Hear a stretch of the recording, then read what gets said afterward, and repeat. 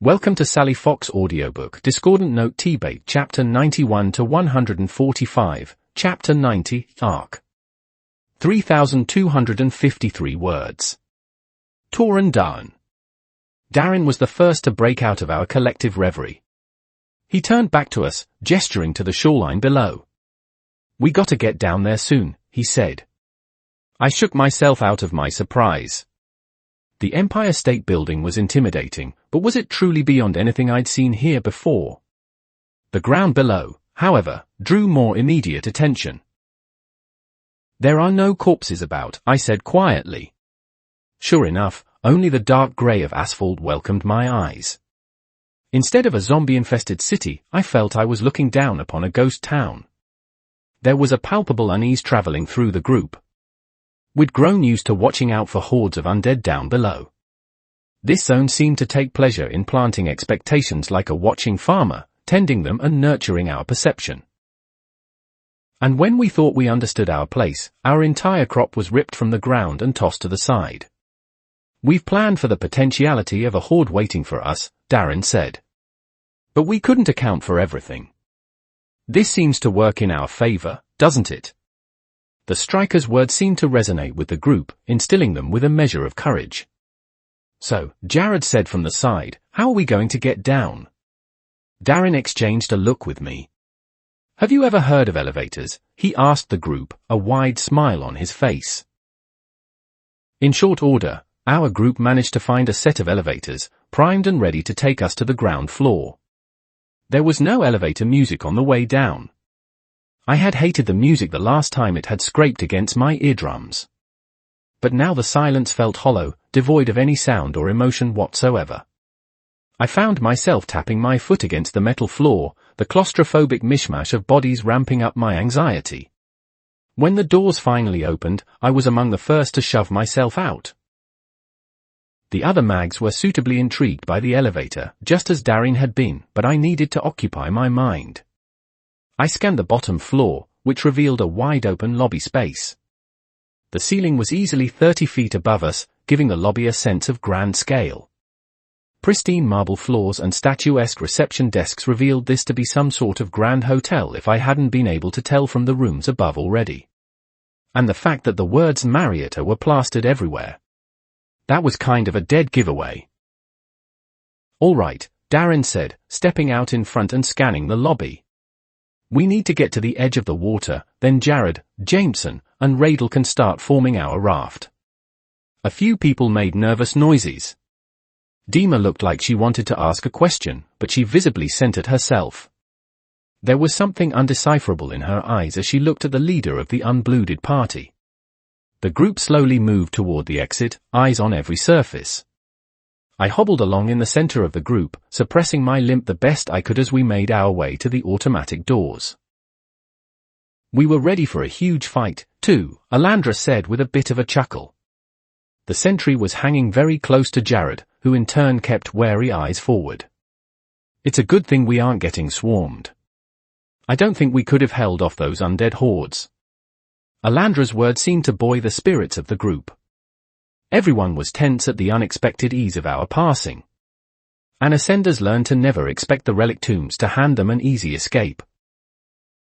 "Don't let your guard down so easily," Radel said with a grunt as he stepped out under the dreary sky. "This zone has been nothing but hell. It's foolish to assume we'll be given any sort of reprieve. This is a trap of some sort." The mood quickly dampened, dipping even lower than it was before. How am I able to read these people's emotions so well? I wondered absently. It wasn't just gaining a sense of their body language, emotions, and such. It was as if I could taste their thoughts in the air. The pervading sense of doom tingled against my senses. "The undead can still swarm us, true," I spoke up, feeling the depression in the air as a physical force. Our meager band was unraveling at the seams before our escape even started. "But we planned for this, yeah? Just keep your eyes on the prize. Only a little more to go." My words seemed to reach some of the men and women around me, but not nearly enough. We moved in covert silence after that, shuffling out onto the waterfront. The sand crunched under my boots, the moisture inside a strange contrast to the last time I'd trekked through the sand. The desert zone had been dry and extremely hot, yet here it was slightly cool with the scent of fresh water in the air. I looked up at the Empire State Building, standing tall in the center of the lake. The Testament of Steel was a menacing final goal. Alandra's little sentry spell did point toward that island colossus, yet said nothing of which floor we'd need to reach to actually exit. Would we have to scour all 102 floors? My attention was drawn from the scene as Radel stepped forward. A wand was clutched tightly in his hands, and I felt the mana react as he began to focus on his spell forms. Jared stepped forward, text, gently brushing Alandra's hand from his shoulder. Jameson, the quiet shield who had always solemnly stood by Radel, was last to stand in position. As one, the three mags raised their weapons, a wand, a large shield, and a simple staff. Together, the mana fluctuated at their call. Slowly, ice began to spread out from the still water, creating slight ripples in the mirror-like surface. I felt the hairs rise on the back of my neck. I turned about, expecting now to be the time when the shoe dropped. We were exposed on the beach of the lake, forced to wait for these mags to complete their spells. There was no better time for us to be attacked. Jana shifted nearby, the only other shield on standby. Severin rested his hand on his dagger, feeling the same sense of wariness. Darin watched the slowly growing ice flow with a stony expression, as if glaring at it would make it grow faster. Yet the seconds ticked by without interruption.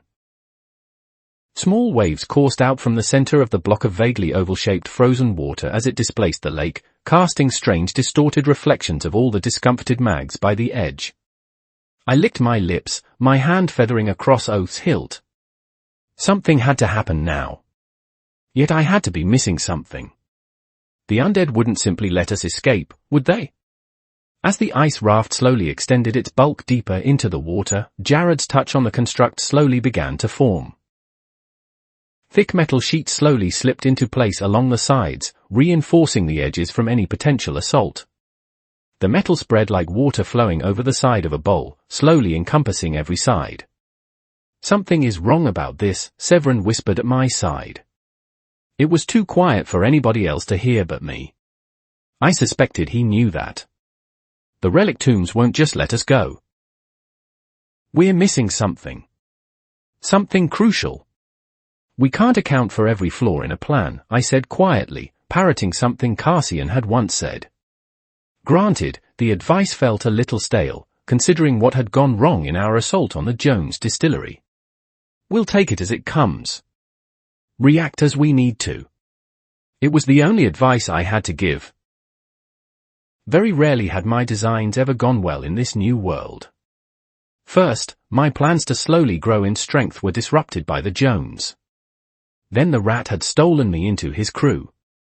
After that, my assault on the distillery had gone horribly awry. I'd been living on the seat of my pants for the past few months already. This wasn't much different. Part of me wondered if there was some sort of life lesson I should take from this. I could imagine Hoful drawing on his pipe, a contemplative look on his face. Buildings are never made exactly in the architect's image, he'd say. There are always places where planning breaks down. A mudslide at the construction site might ruin a foundation. Rain on an unfortunate day can wipe away all the paintwork of a week prior. Thinking of the burly shield back in Fiacre settled my resolve, allowing me to believe my own words. Severin, however, clearly wasn't nearly as soothed by my reassurances.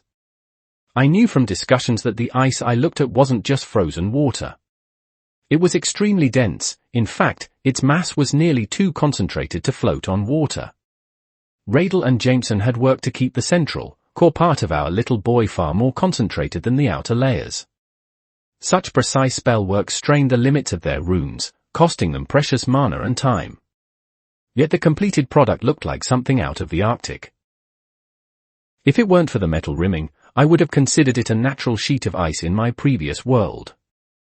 All right, Radel said, heaving for breath slightly. His hands twitched on his wand, clearly wrung from exhaustion. That should do it. We need to leave. Now. The group shuffled onto the makeshift raft, the movement making it shift slightly. It was at least 30 feet from tip to tip, more than large enough for our group. The moment we were all on the ice, however, was when the first sign of change came. I heard it before I saw anything. The sound of shattering stones erupted from all around us, malformed hands thrusting their way through solid concrete in an uncountable number.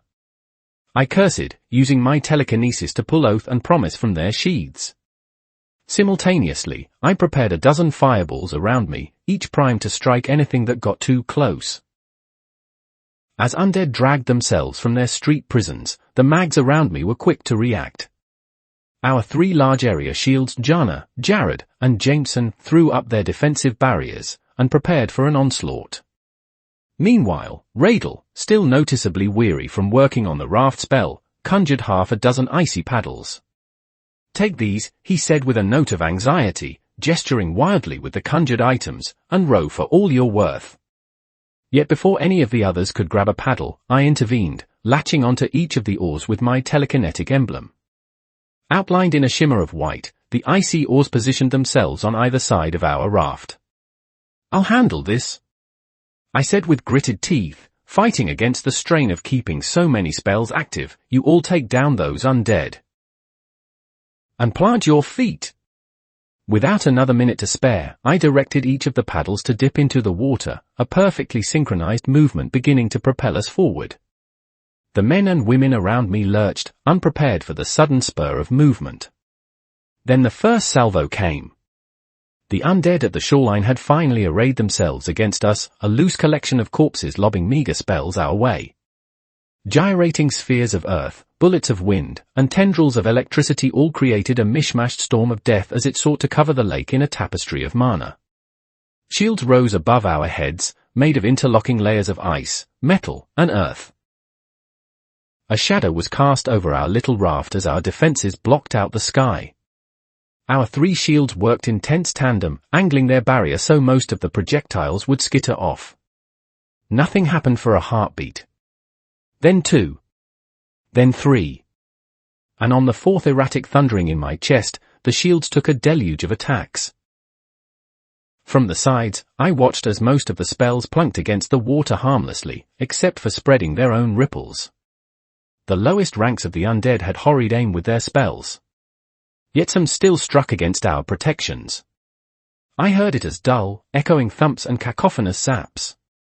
Our shields grit their teeth as the barrage persisted, but they gave no quarter. Our little raft moved toward the central island without further contest, skimming the new waves boldly.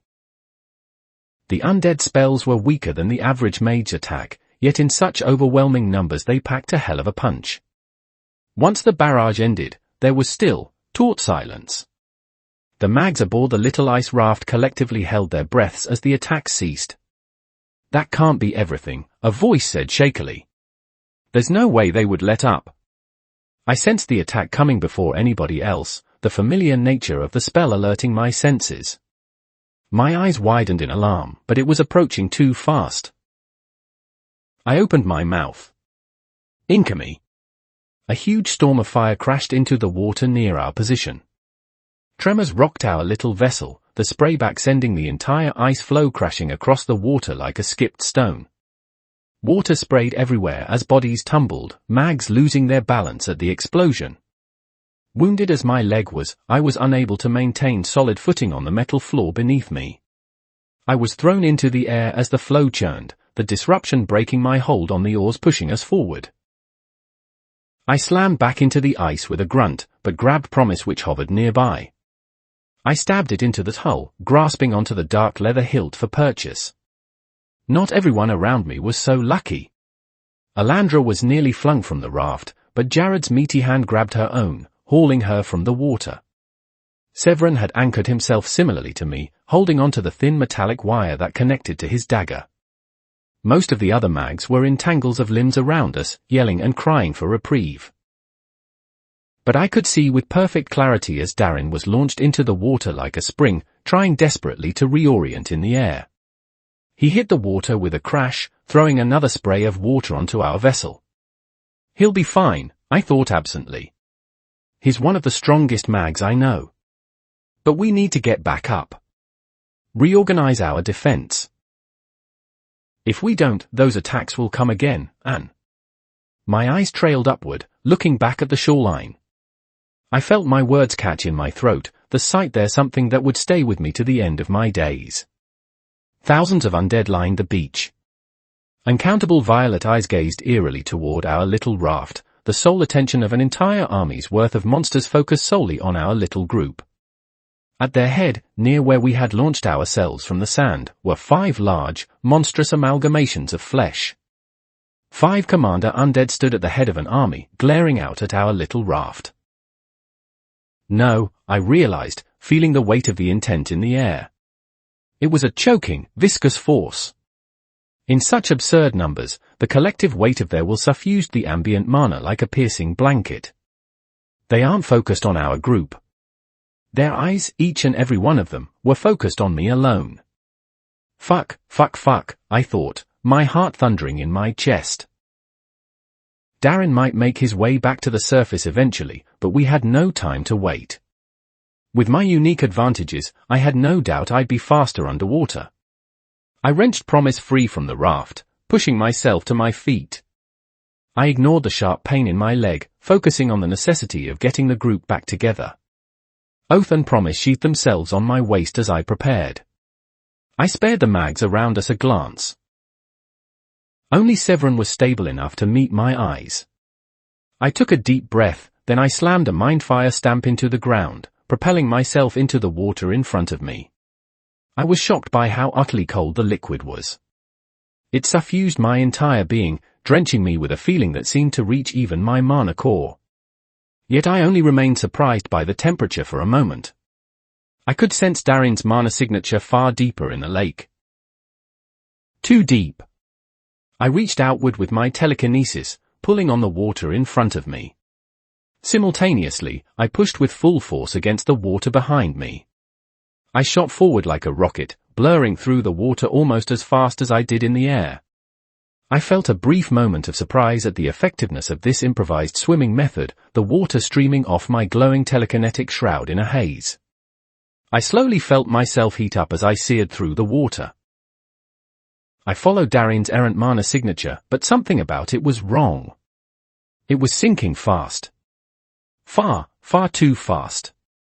If the leader of the unblooded party were safe, he'd be swimming up, not venturing deeper into the depths. I didn't have time to contemplate the implications. As fast as Darren was sinking, I was faster. I felt the burning in my lungs as I went deeper and deeper, darkness slowly overtaking my vision as the light above became distorted by hundreds of feet of water. I neared Darren's mana signature. It was getting weaker by the second, tapering off as his oxygen presumably ran out. The deepness around me was all-encompassing, and I had difficulty seeing a yard in front of my face. My eye scanned the water, the mana reinforcing them, trying to search for the slightest contrast in the blackness. I was so close, and the light emitted by my telekinetic shroud gave me the barest of visibility. But I heard it before I saw it. Sound travels strangely in water, muting and dampening noise in a familiar way. Yet sound still travels through liquid, carrying its messages to waiting ears. And the slithering displacement of something massive brushed against my eardrums. I saw a faint shadow in the distance, pressing against my light for the briefest of moments before retreating. The barest reflection of dead scale revealed itself before my eyes before retreating. No light reached me at this depth. It was pure and utter blackness, the kind you saw in the darkest of nights. I'd often heard the sea compared to the sky, yet there were no glimmering stars to light my way or a moon to see by. But I could see something. The waves of a being moving jostled my body to the side, causing me to stall in the water. The pressure at this depth was notably high, yet my telekinetic shroud held against even this. But as the source of the movement revealed itself, I felt my telekinetic shroud was woefully inadequate. Eyes as large as my torso peered at me from the depths, slitted pupils blinking with intelligence. Their purple glow illuminated a massive, serpentine skull, rife with decaying flesh and sloughing scales. Around me, I could see the after effects of the colossal snake's body coiling against the water. And at the forefront of it all was Darin Auden, his leg trapped in the jaws of this mighty beast. Chapter 92, Chapter 91, To Break the Water. 3,332 words. Torin Down. I felt a deep flash of terror as I looked down at the beast. In my previous world, the largest creature to ever exist had been the blue whale.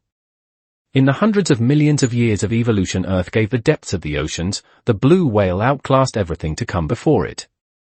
At 100 feet in length, it dwarfed even the mightiest of dinosaurs. The water afforded creatures sizes impossible on land. And yet as I stared into the primal violet eyes of the serpent in front of me, I thought the blue whale must have been quite small. My sight was limited by the deep darkness around me, yet I could tell the serpent's head must have been at least 30 feet long. My heart thundered in my chest as I locked eyes with the thing. It paused, inspecting me with a predator's intelligence. And for the first time in an age, I felt like prey. My confrontation with Mardath was the closest thing I could compare this to, but even he treated me like an opponent to beat. This creature. It simply saw another morsel of food. Darin struggled mutely against the creature's face, but his movements were slowing. The serpent's jaws had closed around his leg, and the scent of blood wafted around my nose. It was holding onto him like a cat playing with its catch, watching their prey struggle futilely against their captivity. Darin would drown before long. I broke myself out of my frozen terror, thawing my fear with an application of magic. I needed to get him out of there. I was Darin's only chance. I shoved on the water behind me, conscious of the limited air I had in my lungs. I surged forward like a bullet, squinting my eyes against the pressure. My telekinetic shroud flared at the sudden increase in pressure, but I ignored it. I landed feet first on the serpent's upper lip. My feet sank into the monster's flesh with a strange squelch, rot and refuse bursting around my shoes as necrotic flesh gave way under my boots. Yet I focused on the leader of the unblooded party in front of me. He made the barest of movements acknowledging my presence. His eyes were glassy, his struggling growing weak. I clenched my fist, focusing on one of my tried and true template spells. The water buzzed around my hand strangely as sound mana built around my clenched fingers. After a few moments, I brought my strike down like a hammer on the nose of the monster. Noxious skin and muscle caved under my blow, the shock waves vibrating out like a quake. The snake stirred slightly, but nothing more. It continued to drag us both downward, utterly uncaring of me. Undeterred, I brought my fist down again on its face. Again. Finally, I achieved the barest of movements. I hadn't truly hurt this titan. I'd irritated it. Just like I'd been able to sense from the incountable corpses, this thing had an air of intent about it, too. The mouth began to open as my pesky attacks finally drew enough of its attention away from Darin. The striker drifted out of its mouth limply, his mana signature simmering away into the depths. I latched onto his body desperately, throwing him over my shoulder like a sack of potatoes. Without sparing the eldritch serpent another glance, I shoved on the water behind me with telekinesis. I surged upward, my lungs fighting for air. I couldn't put it off much longer. Darin sat limply on my shoulders, unresponsive. And because of the deep darkness around me, I wasn't able to see the obstacle in front of me. I crashed into a wall of solid bone and flesh, the collision sending cracks through my telekinetic shroud and making me spiral through the water. I almost let go of Darin's body, but the barest of instinct kept me clutching him tightly. Shadows writhed around me, and I realized that I'd slammed into the massive bulk of the serpent's body. Its maze-like twists and turns blocked my ascent to the surface. I recognized the sound of it shifting through the water. It was a low, liquid rumbling that seemed to seep through the entire lake. I suppressed my fear, my eyes darting around for a way out. I could feel the slit eyes of the thing boring into my back. Settling on a plan of action in my mind, I surged forward like a fish in a slipstream, rocketing up at a slight angle. When the creature tried to move its bulk in front of me once more, instead of striking my skull against the shadow of flesh, I pulled on the creature's body instead of the water. I felt myself whoop with joy inside as this allowed me to pivot around the sea serpent, zipping past its confines. I ascended at a rapid pace, the light of the surface starting to reach me. Water was one of the elements I was at a disadvantage against. It doused fire and dampened sound, two of my greatest strengths. Though spellfire could burn underwater if enough power suffused it to outpace its extinguishing, this required control I didn't always have. Something I'd picked up from the Demon Tree Zone was that water created a barrier between flame and oxygen, both lowering its temperature and cutting off its source of fuel. But if that fuel was mana instead of oxygen, such an imbalance wasn't as stark as it first seemed. Yet I was still horribly mismatched against water. So if I wanted to survive, I needed to get out. And then I made the mistake of glancing downward. The monstrous serpent was ascending with me, murder in its slitted violet eyes. Yet with the barest hint of light, I was able to truly see the serpent's size. Its head was 3 stories long, a cruel mimicry of a snake. The body slithered behind it slowly, undulating in waves. Thin, catfish-like tendrils floated from its face, and a long frilled ridge trailed from its head all along its body. It must be hundreds of feet from head to tail, I thought with numb horror. At its widest, it was as thick as a shipping container was long. How do you even fight something like that? I asked myself, momentarily forgetting the ache in my lungs. I had used a blue whale for a comparison earlier out of instinct, yet I knew now that was an insult to this monster. It could have swallowed half a dozen blue whales without a sweat. How did the djinn expect someone to fight this thing? I briefly entertained the idea of activating my phoenix will. I didn't see any other way to beat this monster, and I wondered if I could even kill it with the backing of Lady Dawn's power. An instantaneous inspection of my body dissuaded me from that idea. The basilisk in me was coiled just as the serpent I ran from, ready to strike at the barest inflection of my bond's will. Very rarely had I ever felt such a burning surety about something, yet I knew the moment my will and my blood collided, it would be akin to an atom splitting within my core. The snake lunged for me, flaring massive jaws wide. Its rows upon rows of serrated teeth lined a jaw that seemed to swallow the world. I was never truly religious in my past life, yet I believed with all my being that the unending maw I gazed into was a portal to hell. Beyond the teeth, dozens of waiting, fleshy hands grasped and writhed in its throat, the digits seeking flesh. I darted upward in a frantic push, feeling the lack of air make my muscles stiff and my core ache. The basilisk within me seethed at the mockery of its kin. I didn't have the heart to try and force that sensation back down. But I was too slow.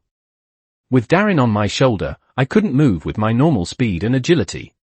The serpent's jaws snapped shut, just barely missing my legs. Yet the force of that massive gateway crashed shut in a resounding boom. The shockwave sent me spinning through the water once more. I made a split-second decision as I tumbled down, recognizing the futility of trying to reach the surface with Darren's body on my shoulder. I latched onto him with my telekinetic emblem. His mana resistance is pitiful in his weakened state. With barely a note of resistance from his innate defenses, I'd gained control of his body. I thrust my hands upward, sending Darren up like an arrow. His body careened like a missile upward, and I knew he'd reach the surface with his momentum. Part of me wondered if he'd get the bends from how deep down he went. I could only hope a mage-empowered body would fight against decompression sickness. I released Darren's body just in time. I hastily pushed myself out of the way of the snake's form, easily many times wider than the thickest redwood tree. I sensed the barest of intents beneath me, using it to maneuver my next dodge. Yet as the body passed by me, something erupted from its flesh. Like a macabre chrysalis, hands thrust from the serpent's sloughing flesh, grasping with decaying fingers. I felt a sense of déjà vu, remembering how the commander undead had manifested the spells of the other undead they'd absorbed.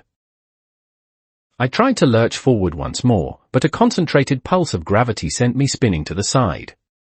I wasn't practiced with maneuvering underwater, and each jostling movement made me overcorrect to compensate. Waves of telekinetic pushes met the next barrage of spells, shattering them as they moved through the water. A splinter of ice cracked against my telekinetic shroud, but the damage slowly sealed over. But the spells had served their purpose. I realized it a moment too late as I looked around, noticing how the unending circling of the serpent had changed. I was surrounded on all sides by walls of rot, the colossal snake having encompassed me from every angle. The serpent finished its knot, tightening its body in a constricting motion. I let out a breath of air as the flesh engulfed me fully, the sensation as if the atmosphere itself rejected my desire to breathe. I watched the last bubbles of air leave my lungs, panic suffusing my bones. This pressing force wasn't like a constrictor, where the combined pressure of 100 sighs slowly forced air from their prey's lungs. No, this was worse. The flesh around me was mushy and soft from the time it had spent rotting underwater. Instead of holding me firm, I was subsumed into the snake's body as it squeezed. My lungs burned as the pressure mounted. My telekinetic shroud cracked, crystalline lattices my only source of light. But my vision was darkening at the edges, my need for air finally unable to be ignored. I gasped instinctually, desperate for air. Yet instead of oxygen, or even water, I took in putrid rot. The taste suffused my mouth, the stench of decay invading my nostrils and scouring my throat. I began to suffocate, not just from the pressure but from the invading blight. I thrashed, lashing out with as many spells as I could force. Fire sparked around me, and waves of sound resonated through the monster's body. Chunks of flesh were obliterated by my ripping telekinetic force, yet more putrescence rushed in to fill the gap like a dam was broken. And in turn, grasping hands manifested from nowhere, ripping and tearing at my body. I felt their cold fingertips grazing my skin. My struggles began to weaken as my lungs filled with dead flesh, my mana core fighting in vain to free me. My vision began to truly shadow, my will weaken by constant fighting. I'm going to die, I thought with absolute certainty. I'm going to drown in rot and pus, another body added to the horde. Yet something bubbled up from my core. Something familiar surged to aid me, refusing to give up on me. Lady Dawn. I felt my phoenix will spread from my core, suffusing me with familiar yet unknown knowledge. The chain on my arm glowed a deep crimson, fighting against the blackness around me. The basilisk within roared in challenge. Despite our differences, despite the lingering anger I still felt for the phoenix, she refused to let me die here. They're going to tear me apart, I thought fearfully, my vision suddenly sharpening once more. The injection of power bolstered my ability to use mana to strengthen myself, fighting off the effects of suffocation. These two powers inside of me. You shall be rent apart nonetheless. Lady Dawn's voice slammed against my mind. You cannot stay here. Move, Torin Dawn. Escape this, and you may yet live. I pushed outward with an unfocused telekinetic wave. Where before flesh leaked back in to fill any gaps, now the force I was afforded kept it back like a dam holding back a river. Not wasting any time, I tore at the flesh above me with frantic telekinetic rips. Not even waiting for a passage to be made, I blasted through the flesh, emerging like some sort of broken butterfly. The water seared against my skin as I ascended at speed. But the battle within had already begun. The clash of these two powers made my mana lock up, causing me to stall. A searing pain scraped against my nerves, and I could swear I felt my body's slow descent towards ruin. Sparks of deep black fire puffed into existence. Distantly, I could feel the decay attribute mana manifesting around me, breaking down even the water. A drop of ore leaked through my horror. Decay mana wasn't just rot and plague. It wasn't a fire that scoured everything to ash. No. No, the decay mana arts of the Vritra clan were the weathering wind that broke the mountain. They were the crashing sea that smoothed over the earth, filing down even the sharpest of edges. This was the effects of time, the ever-turning wheel of cause and effect. Where the will inside me created and preserved, there needed to be a force of ruination. My blood itself served that opposite but needed end. Yet when my skin touched the soul fire, it burned me, too, scouring away the very flesh that wrought it. My own mana burned me. The pain came a moment later as the small motes of black fire ate into my flesh. I screamed soundlessly, feeling them torch my mana channels. But the serpent was unwilling to relinquish its prey. It lunged at me again, and I flailed my arm at it wildly. A torrent of soulfire burst from my palm, eating away at the flesh around my fingers even as it reached for the undead snake. My hand fell limply as my tendons and muscles were exposed to the water. The serpent swam straight through the Vritra-tinged mana, motes of soulfire clinging to its skin and eating away at its flesh. Grim white bone shone underneath as the decay mana scoured away the putrid rot with its own weathering. But not fast enough. The snake head butted my body, and I lurched even further upward as my body cracked. Blood streamed from me as I floated up. Lady Dawn battled the basilisk in my blood, trying to keep it at bay. Yet this tempest of power wasn't something that was separate from me. It was me, and every clash between my will and my blood only served to break me further. Soulfire seared along my mana channels, scouring away my flesh. Spots of black fire sparked around me, the chains on my arm flaring and retreating in time with my rapid heartbeat. The strength in my bones which I had grown so accustomed to began to dwindle, the paths the mana knew to take no longer present. Move, Torin Darn. Pull yourself to the surface. You must. I groaned, knowing half my bones must have been broken by that single attack from the monster. Yet soulfire clung to my ribs, healing them and mending their structure as it weathered me away in other places. Feeling panicked, I pulled at the water. I lurched forward, my face breaching the surface. I coughed out rotten bile, gasping for air. My body constantly broke itself down and healed again in near equal measure, yet I was slowly hurting more and more. My own soulfire scoured away my body and healed any wounds not made by the black flames themselves. Then something wrapped around my foot, dragging me back underwater. I whirled, lashing out in a rabid movement. Plasma seared from my palm, severing a long tendril of grey goo that had latched onto my leg. Even in a lake, my spells burned hot enough to fight against the water. I turned, about to try and surface again, when my instinct screamed at me to move. A hastily erected barrier of soulfire spared me the worst of the attack. A torrent of rot streamed through the water, erupting from the giant serpent's maw. Yet I had no idea how to work with soulfire, no experience in its function. Everything I did with it was on pure survival instinct, a desperate bid to spare my own life. The same trick didn't work twice. The serpent plowed through the attack again, then whipped its body to the side. My body crunched from the glancing impact as it streamed dark blood, trailing deeper down into the depths. The serpent roared in triumph, perhaps sensing as my soulfire ate away at my body. I drifted listlessly, groaning in agony as my own body attacked itself. I felt the minutes tick by as I slowly died. Absently, I saw my own heart fire as my vision wavered. Where before it had been a roaring red, now it was flecked with black specks. My life force seemed to dwindle as my own body cannibalized itself. Do not let yourself be taken, Torin, Lady Dawn said again, trying and failing to hold back the tide breaking my body. The phoenix, even as a shade, was more powerful than the basilisk in my blood. Yet it was me. I was experiencing the magical equivalent of an autoimmune disorder. I cannot lose another son. My bond, even during our closest moments, did her best to shield her thoughts from me. Very rarely did I feel them unfiltered. Yet this time I did. A stream of worry, fear, and hope for me cascaded over our bond. Lady Dawn wasn't just worried for herself. She worried for me.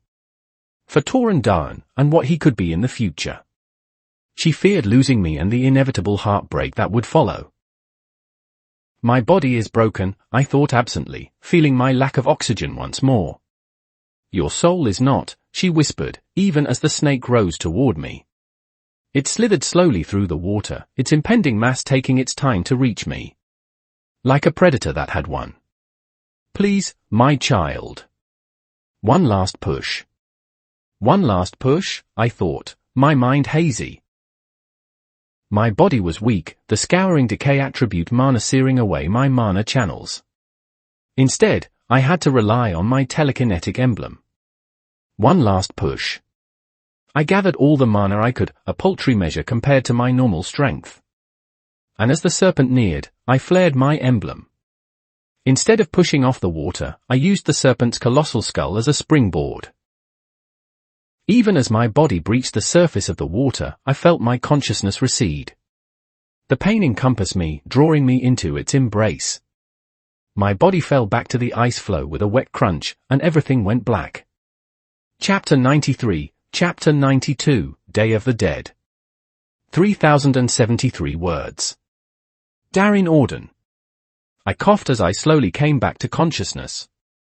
Water streamed from my lungs as I hacked, each jarring movement sending pain through my body. Stay still, damn it, a familiar voice said, though I was having trouble focusing. You've put on weight, Dare. Just don't move and I'll get you back. You won't bleed out here. I was being pulled through the water in movements. Someone was hauling my body by my collar, and they weren't being gentle. Blood trailed through the water in my wake, what was left of my leg seeping crimson. I coughed up more water, making my rescuer curse. My mind slowly caught up with what had happened. Being thrown into the lake. I'd begun to swim up immediately, but something had latched onto me and pulled me down. Something huge. The snake was still underwater somewhere. How had I even escaped? It was easily the largest thing I had ever seen. I'd expected something to lurk beneath the water, but that was absurd. The mangled, rotting flesh had made it seem like something out of a nightmare. But I'd seen something before I'd lost consciousness, hadn't I? A streak in the water as I struggled in vain to free myself? Torin is down there, I thought. I shifted slightly, feeling my nerves rise in worry. Fighting that demon. Stop struggling, that familiar voice said from behind me. Dima. I said numbly. Can you move, Dare? My old lover asked. Never mind about that. We just got to get you to the raft. I finally took the time to look past my leg. And I immediately paled. Arrayed in the distance, thousands of undead waited near the waterline. Their eyes glowed a deep purple, shifting and flaring like countless fireflies. And at their forefront were horrid, mutated conglomerations of rotting bone and bodies. 5 commanders held out their hands, directing the myriad corpses around them. I recognized them from Torin's description. They were mishmashes of limbs, as if a child had jammed a dozen parts of their dismembered dolls into a massive lump of clay in a vague, humanoid shape. Atop their grotesque torsos were single, blemishless skulls. What are they doing? I asked, horrified. Dima didn't answer. Instead, she hauled me up as she reached the raft, dragging my limp form onto the safe haven. I cried out in pain as my leg for mess of pulped flesh and shards of bone jostled against the rim. Dima knelt over me, holding a thick wad of bandages. All around us, mags scrambled about, preparing spells and flaring their mana.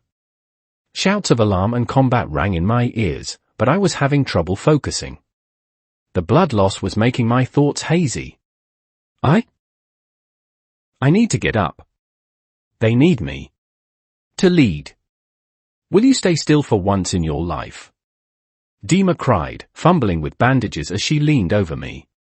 Her body blocked my view of the undead, yet I could feel their ire from a quarter of a mile away. Always standing up to help and lead and fight. Can you do nothing but give all of yourself away? Wet liquid hit my chest as she haphazardly stretched out a tourniquet. My ex-lover was weeping quietly as she tended to my body, the crash of spellfire and screams of men fighting echoing overhead. I groaned as Dima snapped the tight bondage around my leg, trying to staunch the bleeding. You're going to stay down here, Darren, and we'll make it out of this. Okay? No, I said weakly, pushing against the metal ground beneath me. I need to. You need to fucking stop. Dima yelled. Move too much more and you'll bleed out. Can't you see that? The haze started to clear from my thoughts. Yes, I could see it. But I was the leader of this group. Without me, they'd be overwhelmed. You and your savior complex, Dima hissed. My body failed to respond. The stubborn caster finally stood, drawing her wand from her pocket. She turned, facing off against something far off. Yet as she moved, it gave me a perfect view of what was happening. The undead had begun to form their own sailing vessels under the direction of their commanders. In groups of 5s and 10s, corpses floated on flimsy blocks of ice and thin bowls of metal. Dima, along with the other mags that could be spared from blocking stray spells from reaching the group, began taking potshots at the approaching undead. They aimed at the feet of the monsters, trying to take out their meager rafts. Most of these attacks hit, sinking dozens of vessels every second. And while these phantoms of the relic tombs could do many things unnatural, swimming was not one of them. For a second, I allowed myself to hope. We were dead in the water, true, but every attack that came our way was turned aside. If they just lasted long enough. But a few of the groups inevitably overwhelmed the spellfire barrage of the combined efforts of the Unblooded Party, Eenscar Exiles, and Twinfrost Party. Those that reached our wide raft scrambled up for purchase, causing my heart to thump in alarm. I shifted, trying to stand straight as a zombie approached. I still had most of my mana in my core, yet my body felt weaker than it ever had. Being nearly drowned had taken a lot out of me. Yet a blurring line decapitated one of the undead before it could reach me. Two more suffered a similar fate as Severin Dinois blitzed forward, his strange weight-altering spell form allowing him to move in short, rhythmic bursts. As I struggled to stand, Dima was suddenly at my side. She wrapped an arm under my own, supporting my weight with a grunt. "I can't make you sit still, can I?" she said, something wounded in her tone. I was taken aback by the outburst of emotion, not knowing how to respond. "I need to help them," I said simply. "I'm their leader." "Of course you are," she said, her blonde hair covering her eyes. As Dima supported me, I threw weak punches with my opposite arm. Each blow was infused with my martial gale emblem, my limp strikes still sending out punches of wind against anything that got too close. Undead fell in droves, each of my attacks pinpoint accurate even in my weary state. I'd done this for too long, fought for too many years to let this break me. An undead, one of the more intact variants, lunged at me from a poor angle. I quickly recognized what would happen, gritting my teeth and reinforcing my mana barrier. The thing drew fireclad claws across my flank, the heat scorching my ribs. Dima and I tumbled, the disruption toppling our balance. Yet as I fell, I swiped my hand to the side. Wind blew apart the elite undead skull, splattering Dima and me with bone and brain matter. I swayed, the burns on my ribs compounding with everything else that ached. "You always preached about the benefits of shielding runes," Dima said breathily. I'd landed on her, unfortunately, yet she appeared unharmed. "You have an annoying tendency to be right." I pulled my lips back in a smile. "It's one of my many charms." She shoved me off of her, then helped me back to my feet. Dima rolled her eyes as we began to fight again, yet I took the brief lull to call out. "Try layer circle formation." I yelled, my voice hoarse. "Now!" The mags around us reacted as if electrified, quickly moving into a better defensive formation now that they had a simple direction. At the edges, Jared, Jameson, and Jana positioned themselves, ready to ward off anything that got too close. Severin Dinois and the Frost twins took positions near a shield, ready to lash out at anything nearby. And on the inside, I huddled with the rest of the group. Yet as the group finally came together, I realized we were still missing someone. Torin Darn. The moment that thought resounded through my head, something changed under the water. A tyrannical force pulsed outward, causing Dima to stumble. The ambient mana itself seemed to tremble under the strange power, and I felt sweat bead on my brow. I'd met retainers before, felt their aura and suffocating whirlwind of power. I'd struggled to even stand in their presence, cowed just by their proximity. Yet the force that radiated from underneath the water wasn't the barely leashed power I remembered. No, this was something closer to an unhinged wildfire, the heat scorching even from afar. The sounds of battle around me quieted, even the undead pausing in their relentless assault.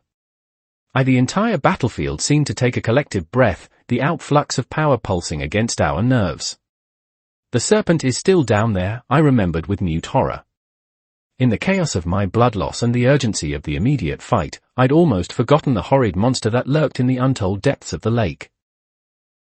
Yet this wasn't like the serpent. This was something else. Torn down, I said numbly. Then the presence shifted. A crack thundered through the ambient mana, like a trench suddenly forming in the crust of the earth. I barely had time to contemplate what that meant when the undead assault redoubled. And the first of the commanders reached our raft.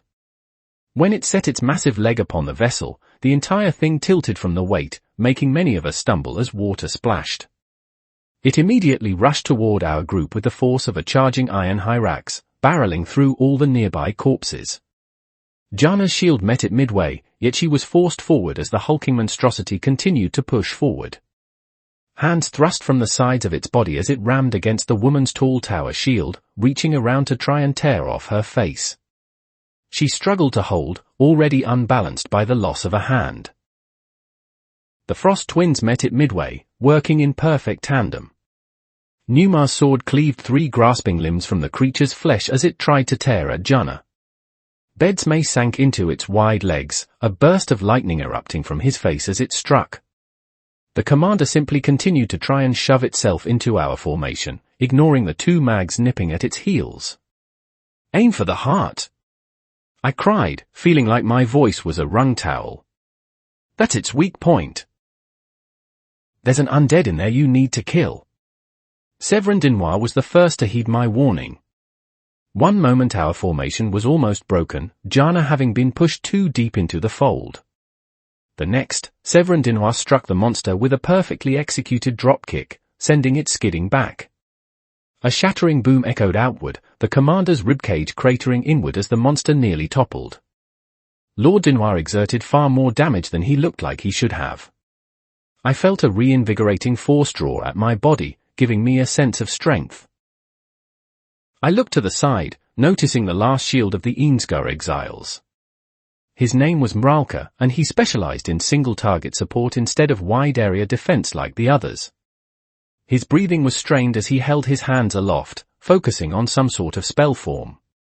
Looking down, I noticed streaks of pure mana wrapping my limbs, suffusing me with power. A few of the other mags around me sported the same bands, bolstering their defense. Furthermore, there was a strange fuzzing of the air around us that seemed to confuse the undead trying to assault us. Can't hold this for too long, Mralka said wearily. But it'll make these monsters easier to fight. Severin Dinois blurred past the undead's arm as it lunged for him, wrapping his strange glinting wire around the limb. He skidded to a stop on the other side, twirling his dagger. A dozen limbs erupted from the commander's back, spells primed in their hands. Severin blitzed to the side, his weight reduction spell form granting him supernatural speed. It must be a regalia, I thought absently as I continued to throw wind blasts. I couldn't assist nearly as well as I wanted to, effectively hampered by my wounded leg. Yet with my spell's power bolstered by Mralka's support spell, I was able to keep up with the tides of undead crowding around our little raft. The mags around us were forced to leave Severin to his one-on-one showdown, the tide refocusing our attention. I kept one eye trained on his fight even as I pummeled enemy after enemy, quietly ready to try and help if the man ever made a mistake. Severin jumped, simultaneously throwing his dagger at the monster. The thing seemed to expect this, the burning pits in its bleach-white skull flaring. It raised a giant hand, catching the dagger as it embedded itself into the commander's palm. The amalgam of bodies tugged, causing Severin to lurch as he flew toward the monster's primed fist. Then the Dinar heir flicked his wrist, flexing the wire he held. His dagger severed the commander's meaty hand as a whole. He barely ducked under the flailing wrist, skidding to the side and wrapping his wire around its hulking torso. Another crash rumbled through the lake beneath us, causing the raft to shake.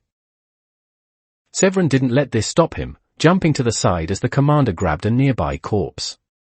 At first, I thought the monster might try and throw the bodies at our formation, but that wasn't the case. Instead, the corpse it grabbed simply liquefied, the parts running along its arms. Slowly, the commander's massive hand reformed. But not fast enough. In that time, Severin had darted around the monster, wrapping it in his strange wire half a dozen times over. When it next tried to lift its foot, it strained against its bonds, toppling forward with a colossal crash. Severin stood nearby, his dagger held in a clenched fist.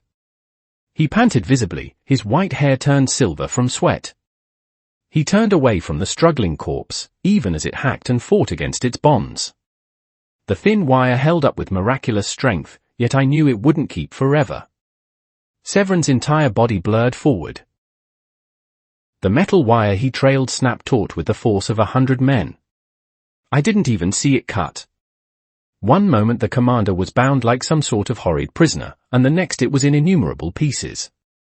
Alandra bathed the body in fire a minute later, unwilling to chance it recovering. The spirits of everyone present seemed to lift at that moment. One of the massive, hulking creatures was defeated without a single casualty. We were holding out against untold numbers with our teamwork and resolve. I even allowed myself a glimmer of hope. Maybe, just maybe, we could make it out of this. Then Severin's eyes widened in alarm, staring at something behind me. Thundering footsteps crashed against steel, sending familiar tremors through the platform. I turned haphazardly with Dima's help, trying to muster an attack toward the next commander charging at us from behind. I threw a supercharged martial gale at the creature, a noticeable portion of my remaining mana going into the attack. Yet it seemed to sense the attack coming, shifting to the side ever so slightly. Instead of punching a hole into the creature's heart, it took out a sizable portion of its ribcage in a concussive burst. Yet still, it kept charging, bearing down on Jameson at our rear. He planted his feet, ready to tank the hit like Jana had. Then the commander did something nobody expected. It crouched, bending its knees and leaning forward. "Merciful Vritra," I whispered, my eyes blown wide as I immediately understood what was about to happen. Those tense muscles weren't readying for a charge. They were for a leap. These things learned from experience. I watched, helpless, as a ton of mangled limbs and bone sculpted into a failed attempt at a body jumped into the air, arcing high. And then it began to fall. "Scatter!" I yelled, trying to be heard over the sounds of battle. "Before it crashes into us." Some of the mags heard me, wisely abandoning our formation. Dima hauled me to the side, my wounded leg fighting all the while. But not enough heeded my warning. The colossal flesh amalgam hit what used to be the center of our formation like a comet, splintering metal and ice in a resounding boom. A wide crater opened as the entire ice flow dipped, water rushing over the surface before it bobbed back up, tossing us every which way. I looked toward the crater with a growing sense of despair. I felt the amplified strength Mralka's spell afforded me fade, the spellcaster no longer sustaining the effect. Mralka and Jameson's ruined corpses lay in a mess of viscera and pulped flesh beneath its feet, the two not fast enough to escape. "You bastard!" I heard a man cry over the battlefield, rushing at the creature with a wild, broken look on his face. Radel, not even strengthened by mana, threw spell after spell against the creature. Each attack carved out a chunk of rotten flesh, yet none were aimed. "You pit demon! I'll burn you away!" The thing made a casual backhand, and I feared I'd see another red smear coat the battlefield. Yet Severin Dinoir blurred past, yanking Radel haphazardly out of the line of fire. The flesh colossus didn't seem to care that it had missed its prey. Its burning eyes focused on me, making my good leg shake with fear. "Leader," it croaked, the sound like grinding bone. "Kill." It lunged forward. I prepared to try and punch it, but I didn't have time. Someone threw me to the side, sending me crashing out of the way. I made eye contact with Dima, her pale blue eyes containing a flash of emotion. "I'm sorry," they seemed to say. I tumbled against the sharp metal crater, rolling a few feet. But the urgency of my situation compelled me to look, even against my deepest fears. I was able to watch as Dima was struck in the chest by the barreling monster, flying to the side like a broken doll. Chapter 94, Chapter 93, To Leave a Lover. 3,039 words. Darin Auden. Time slowed around me as I watched Dima's body crack to the side. She didn't even make a noise as she flew, unable to scream or cry out in horror. I felt I must have been dreaming, my former lover's body twisting at unnatural angles in the air. I watched with a sense of distant detachment. This can't be real, I thought, the clashing of steel, rocking of water, and cries of battle fading to nothingness around me. This is a nightmare. I'll wake up in a moment, safe in my estate. Yes, this is a dream. Dima's body tumbled across the metal plating beneath us, leaving a messy streak of crimson blood. She fell still, her face staring up at the sky. Everything seemed to condense back in on itself. A guttural cry tore itself from my throat as I dug my fingers into the metal around me. I wrenched myself forward, unable to feel the pain in my mangled leg as I hauled myself toward my lover. I finally made it to Dima, heaving for breath and feeling a frantic tugging in my gut. Dima, I tried to say. My lips moved, but they failed to make any sound. You're going to be okay, I lied, grasping onto her arm. Dima coughed weakly, not turning to look at me. There was a haze in her eyes that terrified me. Her back was twisted in a strange direction, making me feel nauseous inside. Dari, she said, still staring at the sky. I'm here, I said, trying to hold back a sob. A puddle of blood was slowly forming around her body, but no matter where I looked, I couldn't find the source. We're going to get out of here. You're going to tell me about what went wrong, yeah. I can't feel, Dima forced out, tears gathering at the edges of her eyes. Her breath stuttered. We can? I need to, Dima started, almost forcing the words out, need to tell you. What? I asked, feeling lost. My eyes tracked to the slowly growing pool of blood under my former lover. Tears finally began to flow down my cheeks. I grit my teeth, cursing my weakness. I couldn't even stand. From the corner of my perception, I noticed the Frost twins, alongside Severin Denoir, launching themselves at the flesh colossus. Dima and I were alone in puddles of our own blood, left to slowly wither away. Dima whispered something, blood streaming from her lips. It was the first sentence she'd said that sounded clear and resolute. It seemed to echo over the battlefield, quelling every other sound. I felt my breath hitch as I processed the words. I froze, my thoughts spiraling out of control. What did she mean? We have a daughter, Dima repeated, forcing the words through bubbling blood. I wanted to shrivel up, curl into a ball and block out the light. Dima's words seemed to skip a beat in my head. I knew what each syllable meant individually. Knew the meaning they intended to convey once strung together. But the end result still didn't make sense. After we spoke, Dima said, tears glistening through the red crimson around her, I found out after that. I was pregnant. But you just told me you would give up everything to tend to me. Dima coughed, something between a sob and a rattling death drum. Her blonde hair, once so luscious, was burned and torn at the edges.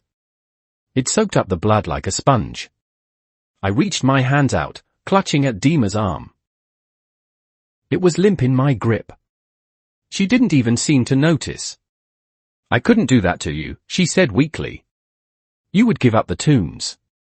Give up fighting. I knew that. If you knew, you'd stop antagonizing all those high bloods. Stop helping people. Dima's head finally lolled to the side, twisting like a doll's. I choked as I met her eyes. She didn't even seem to be aware I was there, just saying what was on her mind. So Dima coughed again, making her body spasm.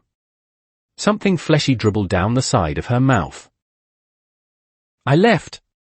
I couldn't make you sacrifice for me.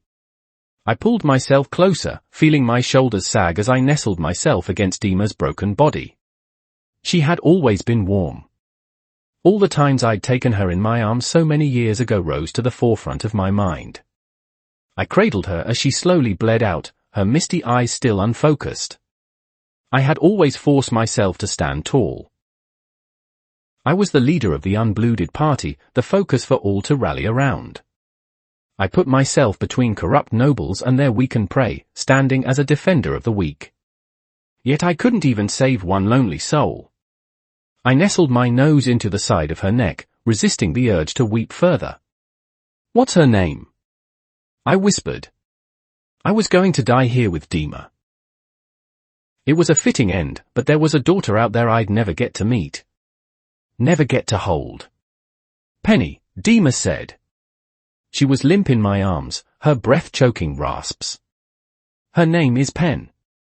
Severin de Noir." My hair vant wire snaked around the commander's arm, lashing itself there with the force of a tourniquet. I ran through a dozen different ideas for my next move, perhaps sliding through the monster's knees, and bringing the wire along in another path. If I weaved just right, I'd be able to tie it up in a similar method to the last one. But this undead wasn't brainless like all the others. Even while Newmar Frost swung his sword at the creature's foot, the commander was already twisting, flexing its arm in a way that forced my wire to cut. Newmar's sword sank into the commander's meaty thigh. He looked triumphant for a moment, but then it was quickly awash with horror. Sticky hands erupted from the side, trying to drag the boy in. The arrogant brat was forced to slide backward, releasing his weapon in the process. A collage of spells simmered on the fingertips of the grasping fingers, aiming deadly force at the retreating runt. Bed flashed in from the side, priming his mace. It enlarged once, twice, 3 times, swelling with the force of mana. And when he swung it upward, it deflected the myriad shots fired at his brother with a resonant gong that rattled my teeth. But the way the undead twisted forced me to flex my wire too soon. The commander's arm fell to the floor with a crash as my metallic wire tightened, severing the limb whole. I rushed forward as more undead streamed toward their wounded leader. I focused on my regalia, dictative mass, channeling mana through the spell form. When people watched me fight for a while, they generally assumed my runes lessened my weight, allowing me to achieve super speeds. I let them think that. My rune was far more deadly than simple weight reduction. In effect, I could change my apparent mass without increasing my size. Yet I still maintained the strength and power of my prime even when my mass was that of a feather. This allowed me to achieve hypersonic speeds if I timed my power correctly. I would turn down my mass, leap forward, and then suddenly increase it tenfold to deliver a punch that could shatter boulders. The tip of a bullwhip breached the sound barrier because of its tapering edge. A whip's mass decreased along its length, slowly thinning to just a few strands. So when a person snaps their wrist and flicks a whip, momentum travels at a speed relative to the mass that carries it. But what happens when that mass decreases? That momentum can't just disappear. So, to compensate, the entire force speeds up instead. Using these principles, I was able to strike with the speed of sound with every blow, provided I measured my output correctly. I'd honed this ability for a dozen years, training and filing my intent and strength to a razor point. I'd gone through countless zones, fought innumerable beasts, and conquered more ether beasts than most ascenders ever would. Yet it all felt inadequate today. The listing minions grafted themselves to the commander, their bodies seeming to liquefy and travel up its arm. I watched in growing despair as the arm it had lost simply reformed itself from the provided mass. The twins were the first to charge back in. There was a wildfire in their eyes, the desperation of boys who knew they were going to die. Yet the two worked in perfect synchronization, covering for each other with spellfire and mace. They were a wild, reckless barrage of limbs and power, working in perfect tandem as their mental tethers guided them forward. I steeled myself, preparing to jump back into the fray. Mother had always chastised me, saying that my constant ascents would get me killed. Her nose would wrinkle and her eyes would burn as she offered faux comfort, but I knew that she simply wanted me to stop risking my life so I may prove an asset to her causes. It seemed I might have finally bitten off more than I could chew. Quickly surveying the battlefield, I noticed the other mags around us in similarly dire straits. Alandra's dress was torn and bloodied, yet she gritted her teeth as she stuck to the exhausted Jared's back. Jana was trying to keep as many undead from reaching the platform as she could manage, yet Radel simply knelt at the side, watching everything with an expression of despair. Just as I prepared to rush to the twins' aid, however, something soared into the air from the water, landing on the metal near me with a wet flop. I almost attacked it out of instinct, but the power radiating off the form made my hand inadvertently still. Torin Darn writhed on the metal ground. Sparks of familiar black fire flared all around him in little pops, eating away at anything and everything. He looked no better than the undead we were fighting. Blood soaked his clothes, the decay attribute mana arcing around him, carving out divots in his flesh. He pulled himself to his knees, looking up at the sky. And he roared. A beam of red-hot plasma erupted from his throat, a buzzing sound filling the air as it streaked higher. I skidded back from the force of the beam, covering my face with my hands as the wind buffeted my body. The torrent of strange magic slowly dissipated, allowing me to get a better view of the mage. A red chain burned like blood on his arms, and featherstem runes glowed underneath his eyes. I'd seen this form of Tauren's once before, albeit briefly. His use of it had clearly taxed him, forcing the young mage to ask me for help in dispersing his mana. But something was different about him now. It was in his eyes. He had pupils no longer. Instead, a nimbus of solid fire roiled in their stead, as if his eyes were carved out and replaced with two suns. I felt my breath hitch as I stared, momentarily forgetting the battle around me. There was an alien, ineffable presence wafting from the young mage body. I felt my spine tingle at the power in the air, those ancient eyes seeming to tear into my soul. I subconsciously clawed at my jacket, withdrawing my ether compass. I looked down at the device I'd spent months crafting with the greatest of my abilities, not knowing what to expect. The entire thing glowed purple. The ether around us was palpable, pressing into us on all sides. My little golden compass cracked. "Lesser," Tauren said. Except it wasn't Tauren. Even as Tauren's body slowly ate away at itself, I noticed the changes in the boy's posture. He stood up straight in a way that seemed regal. A poise and arrogance coated his every movement like molasses even as he decayed away in front of me. "Come to me. Now." And that voice. It wasn't a man's voice. It was that of a woman. I felt compelled by the authority in the voice, slowly loping toward Tauren's broken body. Those eyes lingered on me, seeming to peer into my innermost thoughts. Why did I listen to this thing? I asked myself. I'd felt Scythe Ceri's aura before. She carried herself like a poised knife. Always drawn, yet always composed and infuriatingly relaxed. She held a power I thought to be absolute. Yet whatever was inside of Tauren compelled me with even greater force than even the despicable Scythe. "What are you?" I asked numbly, feeling my knees tremble.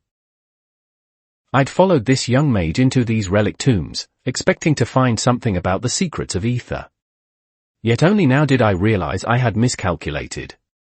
If this was what Tauren had been hiding all along, how did I ever expect to escape this zone alive? I'd thought I'd seen it when I helped the young mage with his assimilation, yet the breadth of power I witnessed then had barely scratched the surface. "You will give me your dagger," the thing possessing Tauren said, burning eyes drilling into my hand. Those words that demand finally snapped me back into focus. How many times had I sieved under the orders of Ceres Vritra as she mauled my sister?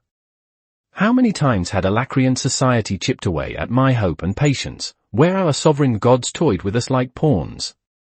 "You're an Azura," I whispered, taking a step back. It was the only explanation. But I had taken orders from them for too long. I won't be pushed around by your ilk. This was the same kind of being who would leisurely waste my sister's life in the meat grinder of war. "You resist me further," the voice said, the pressure emanating from Tauren's body redoubling. I coughed, stumbling backward and falling on my rear. I felt like I was drowning, as surely as if I had thrown myself into the lake beside us. "You would defy me?" I groaned. Then the pressure relented. The black fire around Tauren continued to eat away at his body. Most of his arms had been stripped entirely of skin, revealing a patchwork of muscle, tendon, and bone underneath. "Please," the voice said instead. I looked up, feeling shell-shocked. "Please, give it to me. He'll die if you don't." Toran's body coughed, a wad of blood and flesh splashing on the ground in front of him. The thing's eyes dimmed as they looked at me. His natures clash, like fire and water. "And your dagger is the key." I felt confused, torn every which way by the strange events of these past few weeks. "You want to know of Ether?" the thing spoke up, an urgency in its voice at my confusion. "We can show you the relic tombs. That's what you followed my contractor for, yes." I pulled myself to my feet, walking weakly toward the thing possessing Toran's body. My thoughts were still a jumble. But there was one thing for certain, here was the source of my search. This Azura could give me answers, couldn't it? "What do you mean?" I said with a hoarse whisper. Toran's mana signature continued to dip. The creature holding him was sitting in a Caesar position, but that air of regality and composure had long since begun to seep away like melting wax. "This zone is a reflection of Toran's mind. He can tell you the secrets of this pocket dimension," the Azura said, her words sending a wave of dizziness through me. "But that mind is fading. He will die." The creature pulled itself straight one more time, looking up at me with authority. "Give us your dagger," it hissed. Yet I recognized the emotion in that face. Even as the skin on Toran's face slowly dissolved under the soulfire flickering around, I felt that emotion all the same. Toran is this monster's carer, I realized with a strange sort of awe. It wants to protect him. Pull him through this. I numbly unlaced my white dagger from the hairband wire I kept attached to it. This dagger was special, it was forged of jinn bone, something I'd specially crafted years ago. It had been my constant companion through the relic tombs, a friend that had always protected me. Its interactions with Ether had been one of my prime avenues of increasing my knowledge. The Azura took the dagger from my grip with surprising deftness. She seemed to study it for a moment before something flashed into her other hand, drawn from Toran's dimension ring. A large fire-red feather, easily the length of my forearm, settled into the Azura's waiting hands. It glistened with an ethereal glow, flaming dewdrops running along each tuft. Compared to the wrathful tempest of mana and despair that raged all around me, this simple orange feather radiated a warmth that made me want to curl up on the ground and nod off to sleep. I watched in blank fascination as the Azura closed its eyes, holding the feather over Toran's heart like a mother holds a child. Then she raised the dagger, holding the point over the feather and Toran's breast. I had only a moment to cry out before the Azura slammed the blade into the young boy's breast. I watched in mute horror as my jinbone dagger erupted from the young Daran's back, no doubt piercing straight through his heart. The feather itself seemed to turn incorporeal, shimmering with an orange-purple haze as it was stapled to the young mage body by my weapon. "And so the dice is cast," the spirit said through bloody lips. Her eyes shimmered out, those burning suns setting like dusk. Another gamble to this second life. My ether compass exploded in my hands, spraying shards of metal across the small ice floe. Toran's body toppled backward into the sea foam below, vanishing beneath the waves. Chapter 95, Chapter 94, The Sea of the Soul.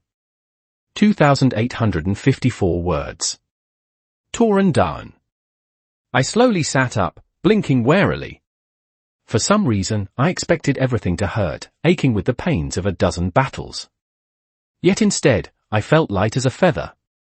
Lighter, even. I couldn't remember when the last time I'd felt so unweighted was. I slowly rose to my feet, turning around to observe my surroundings. I exhaled, my eyes widening at the sight that greeted me. I was standing atop a reflective lake, the water as still as time. Somehow, I was able to stand on the water without sinking in.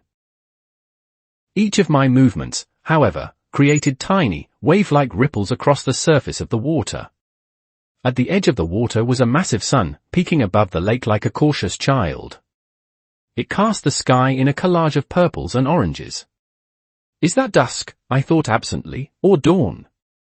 I remembered this place. It echoed back to that strange fever dream I'd experienced when Toran's soul merged with mine. I remembered what it had been like to course underneath this water as bits and pieces slowly filled themselves in. If I concentrated hard enough, I could remember the paintings, violin, and various items that made me me. Except Toran hadn't really been apart from me in the first place, had he? We were two sides of the same coin, reflected across dimensions. Twin souls. I looked down at the water below me. For all that I could tell, it was simply reflective glass. There was no way to see underneath.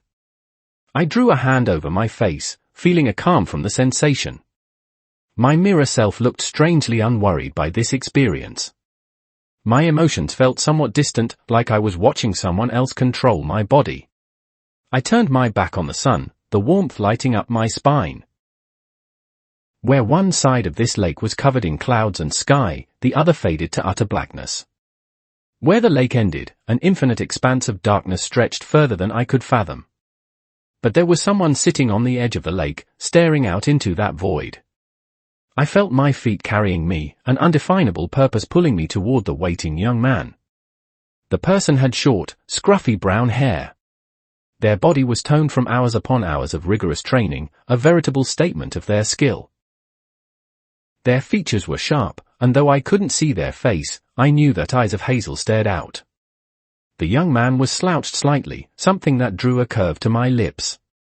I always told you that slouching like that was bad for your image, I said lightly. It seems you still haven't changed. The young man turned slightly, looking up at me with a raised brow. And I always told you that presenting yourself like that was an empty gesture, he said. It's pointless to posture. I stopped a few feet from the young man, looking at the reflectionless black beyond us. Not going to argue, Toran, he asked, eliciting a chuckle from me. We both know I'll lose any verbal spar we have, I replied with an amiable grin. You were always the better logician. Even if I'm right. You want to try this? The young man asked. I'll give you half a dozen reasons why I should be allowed to slouch. I scoffed. Not falling for that this time, I said. The only way to win that kind of game was not to play. Your loss, the young man said, turning back to the void. I slowly sat down, easing over the water. Miraculously, my pants didn't get damp at all as I settled, letting my legs dangle over the edge of the lake. At this point, it became a waterfall stretching down into the abyss. I squinted, leaning forward and trying to see if there was ever an end to the flow. Careful, the teen beside me said as I peered over the edge. If you fall, there's no coming back. The beyond will claim you. I turned to the side, looking at the figure to my left up and down again. He was still slouched, his hands held close to his knees. A wrinkled shirt bespoke his utter disregard for fashion. That much was familiar. Yet there was a quiet, noble confidence to him. He had the air of someone who didn't care what others thought of him. His surety in himself came from within, not from without. But there were details here and there in Norgan's posture, mannerisms, an appearance that had slipped my mind in the months since his death. There was a scar along his arm that I'd forgotten about, only remembering it now that I saw it again. His hair was shorter than I thought it should be, and his posture had a calm to it I'd never seen. Norgan had always been ready to fight. Even in his laid-back slouch, there was a tenseness and readiness for action that simply wasn't there anymore. Am I not dead already? I asked after a moment, thinking of my last memories before reaching this place. I had activated my will, and the inevitable clash between my blood and bond had ensued. The carnage had ripped me apart inside, even as I struggled to fight that monstrous leviathan in the deep. The last thing I remembered was slamming my telekinesis into the water one last time. And yet some part of me knew, on a deep, fundamental level, that I would only see Norgan once I was dead again. And here he was before me. In a sense, you are, my brother replied. Your body is broken right now. It is only a matter of time before you don't have a choice but to drop from this edge. I pondered this for a minute, swinging my legs through the falling water. I was going to die again, wasn't I? This was the end of the road. My failure should have crushed me. At any other time, it probably would have. Yet in this tranquil, peaceful expanse, it was difficult to muster that despair. At that moment, I thought I understood how the tense readiness to strike had drained from Norgan's body. Another life is gone, then, I said, a strange timbre to my voice as it echoed into the darkness. I don't think I accomplished anything I set out to do. Norgan chuckled, earning a glare from me. That's your problem, Tauren. He leaned back, resting on his elbows and forearms. He seemed to see something in the blackness that escaped my perception. You call it another life? That's the wrong way to think. I worked my jaw. I knew my brother well enough to see this for what it was. His words were bait to draw me into a debate, one I would surely lose. Yet it had been so long since we even had these talks. What is wrong about it? I asked, taking the hook. I died in one life, then woke in another body. That seems like a pretty clear delineation. Plus, Tauren and I. We had entirely different experiences beforehand. When you go to sleep at night, Norgan replied, seeming to have expected my words, you wake up the next morning. You brush your teeth, drink your coffee, and continue with your day. I think that proves my point, I interjected. Day and night are separate times. There is a beginning and an ending. Norgan smirked. That's what it seems on the surface, isn't it? Yet what are day and night but human concepts applied to the rotation of the planet? There is no objective day and night, Tauren, only celestial bodies turning 180 degrees. Norgan gestured to the expanse around us, a lazy smile on his face. Your primitive, monkey mind thinks something has changed overall between day and night, yet it is just a continuation of a cycle that has existed for countless millennia. On that little speck of dirt, however, your perspective is too narrow to perceive the truth. I found a spark of irritation simmering in my gut. But how does this correlate to my lives? I asked, wanting to reach the heart of this conversation. Norgan turned to face me fully. Your mindset thinks there is a beginning after the end where there is none. It's just another rotation of the world, pulling you into the next day. He paused. Your lives aren't as separate as you think they are, brother, he said. So you should stop treating them as such. I opened my mouth to argue, the response ingrained in me for years when Norgan and I had these little debates. Then I closed it, realizing the truth of my brother's words. I shut my eyes, trying to block out that realization.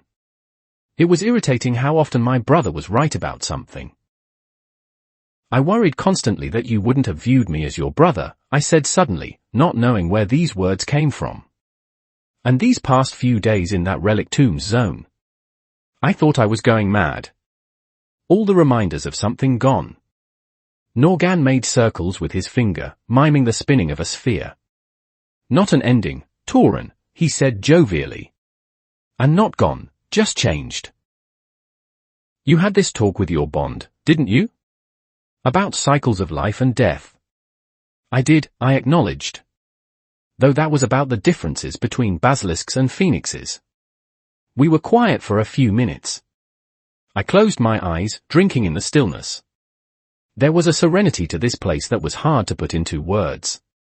I thought at that moment that if I let myself drift for too long, I might lose myself entirely to the peace of it all.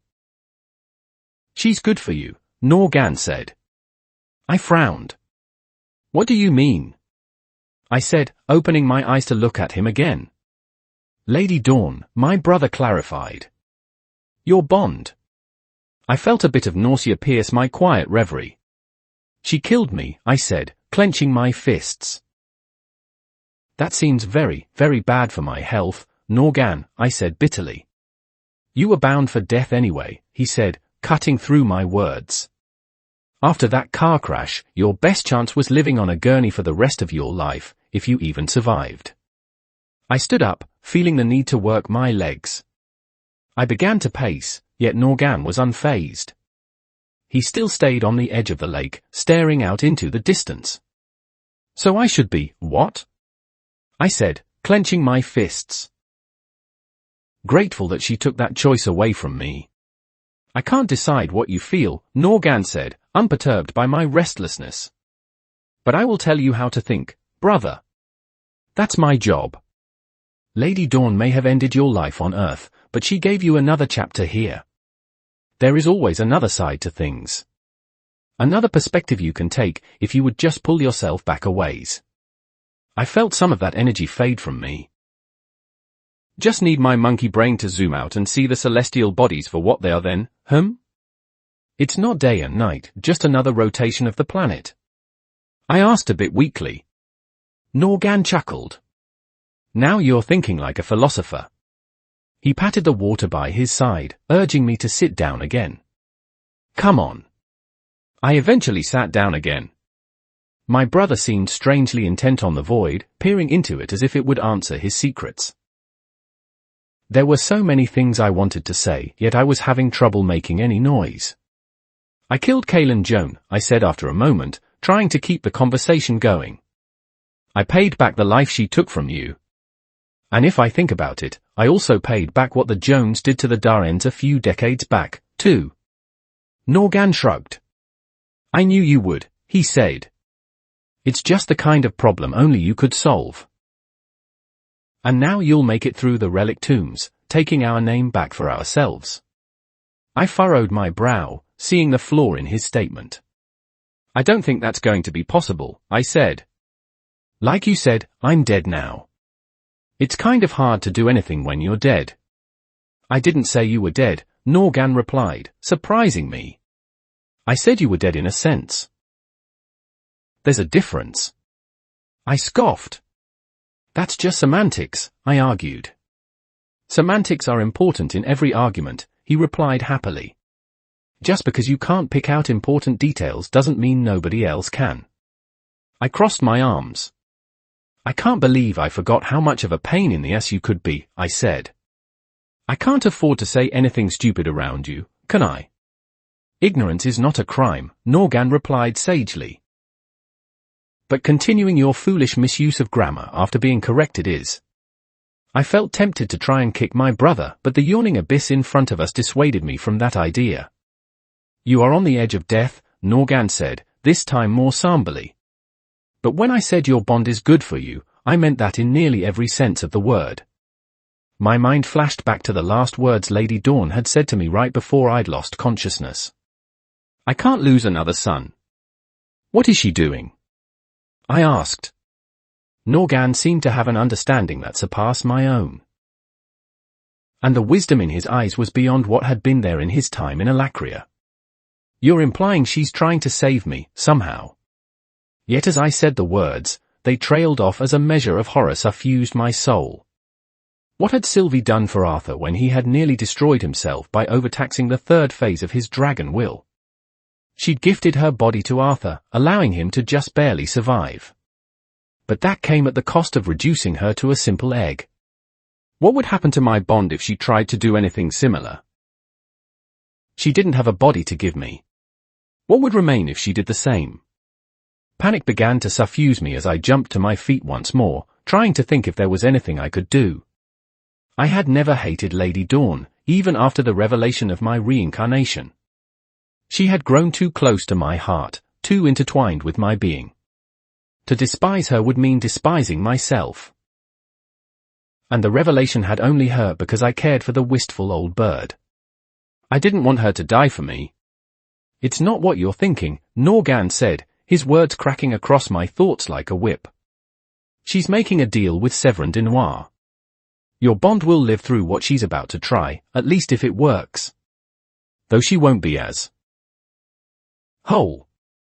What do you? I started to say, before pain radiated from my chest like a knife. I stumbled backward, momentarily overcome by a searing fire that scorched through my muscles. A deep, penetrating wound had opened over where my heart should be. Yet instead of blood, it leaked an orange-purple light that seemed almost blinding. I grasped at the wound, grunting as I fell to my knees. The light streamed through my fingers, burning them, 2. I felt the pain scorch through my flesh, making me scream. It traveled along my nerves and muscles like a tide, overwhelming every sense I had. Norgan watched on with a forlorn look, though he made no moves. Lady Dawn told you of the first sculpting, did she not? He said, kneeling down beside me and resting a sympathetic hand on my agony-ridden form. How the phoenixes build themselves back from the brink. He paused. Though this is quite the chance she's taking. No Azura has ever tried to morph Alessa's body to their own tastes. It's akin to working with wood when you've forged metal all your life. And all at once, too, not in bits and pieces over years as she's accustomed to. I didn't have the wherewithal to respond or even process what my brother was saying. Everything burned. Fire scoured my soul, licking at its edges and tearing its way through every crevice of my being. You'll see me again eventually, Norgan said as I writhed on the reflective water, leaking light like a sieve. And I'm sorry you ever had to feel doubt about it, Tauren. But you should know something. For what must have been the 100th time since I reawakened in this world, I felt my consciousness receding under the pressure. Even through the agony, I expected darkness to overcome my vision. Yet it was a blinding, brilliant light that slowly engulfed my senses instead, burning just as hot as my heart. I could just barely make out the next words Norgan spoke, audible over the virulent hum of power. You always have been, always will be, my brother. Chapter 96, Chapter 95, from the Chrysalis. 3,309 words. Severn de Noir. I watched as Tauren's corpse disappeared beneath the waves, feeling a wave of horror at the spirit's actions. The young mage had been extremely suspicious of me from the start, but as we'd gotten to know each other these past few days, a kinship had budded between us. To see him die tugged at my emotions in a way I did not expect, especially after the tantalizing offer from the thing inside his body. I'd thought it had cared for Tauren, yet its actions spoke otherwise. Stabbing him through the heart. Part of me was still unsure if he was even dead. The young man had a strange aura to him, one of mystique and power that burnished under his truthful exterior. The young mage was no politician. I had very quickly deduced the tells he gave for when he lied. I wasn't even given a chance to process further. An elite undead rushed me, snarling through deformed lips. I was forced to divert its mana-clawed hands to the side with my own, before punching it square in the jaw with a supersonic fist. The creature's head twisted at an unnatural angle as my knuckles rocked across its face, dropping to the ground. But I was still without a weapon, only my hairband wire to my name. Without my dagger to accentuate my skill, it was like going into a fight with only a buckler and no way to strike back. Bed was launched to the side by the commander undead. Internally, I felt at my mana reserves. Less than half of my total capacity was left. I gritted my teeth, banishing thoughts of Tauren Dawn. The relic tombs cared for nobody, and I had a battle to win. I blurred back toward the commander, sidestepping an arcing bolt of lightning one of the grafted appendages threw at me. Those attacks were exceedingly weak, maybe even under what a mark could produce, but even the slightest misstep now could bring death.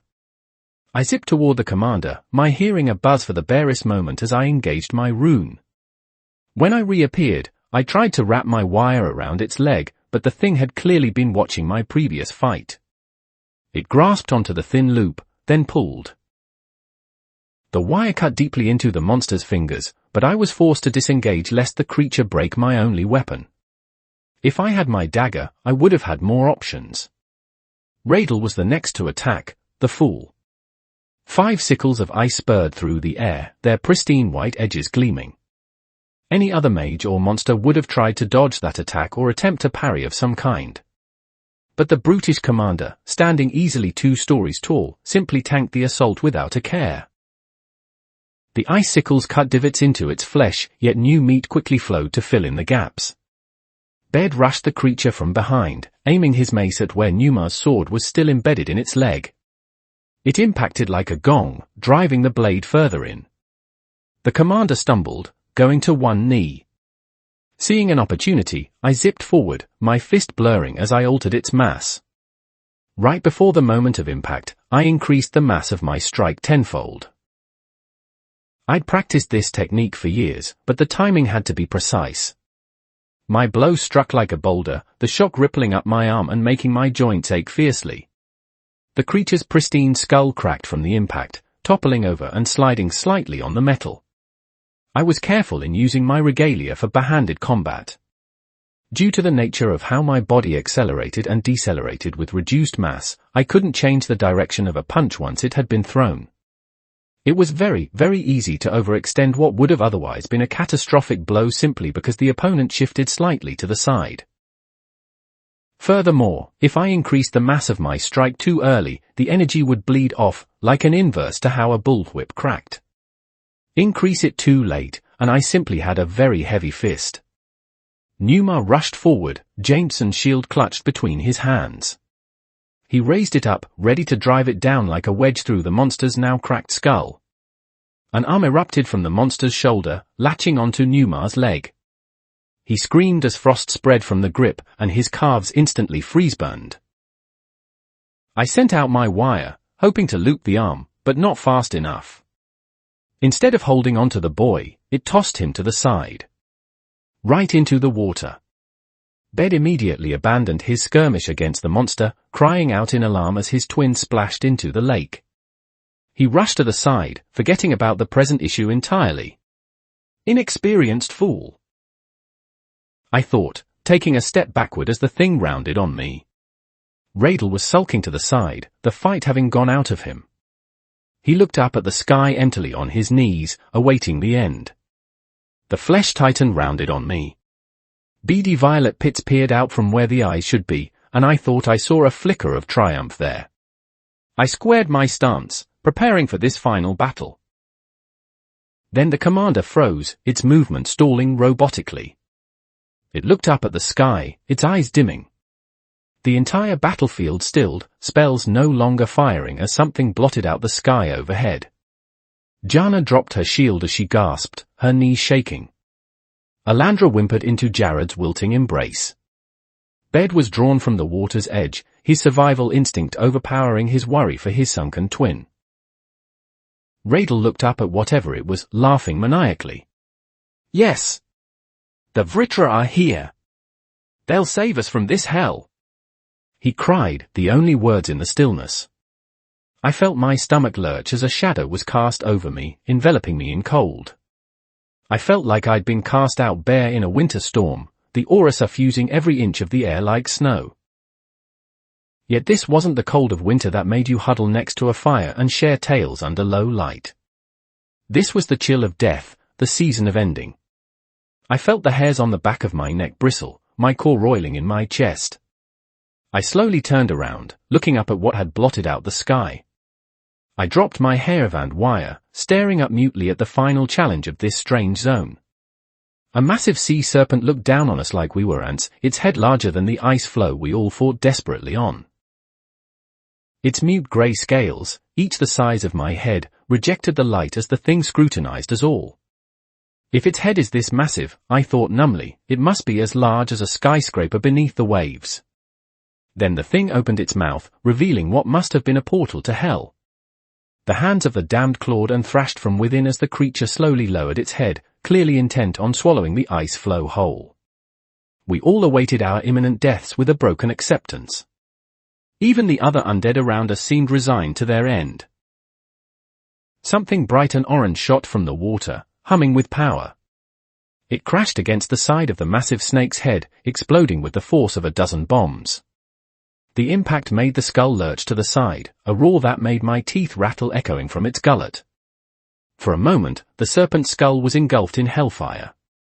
Then it crashed back into the water, throwing up a wave that cascaded over our tiny ice floe. I was tossed off my feet, nearly tumbling into the water as the lake churned. I held onto a jagged divot in the ice, Jameson and Ralka's bodies tumbling limply past me. My arms ached from the strain, my core having been nearly wrung dry. I cracked my skull against the metallic surface once, stars crossing my vision.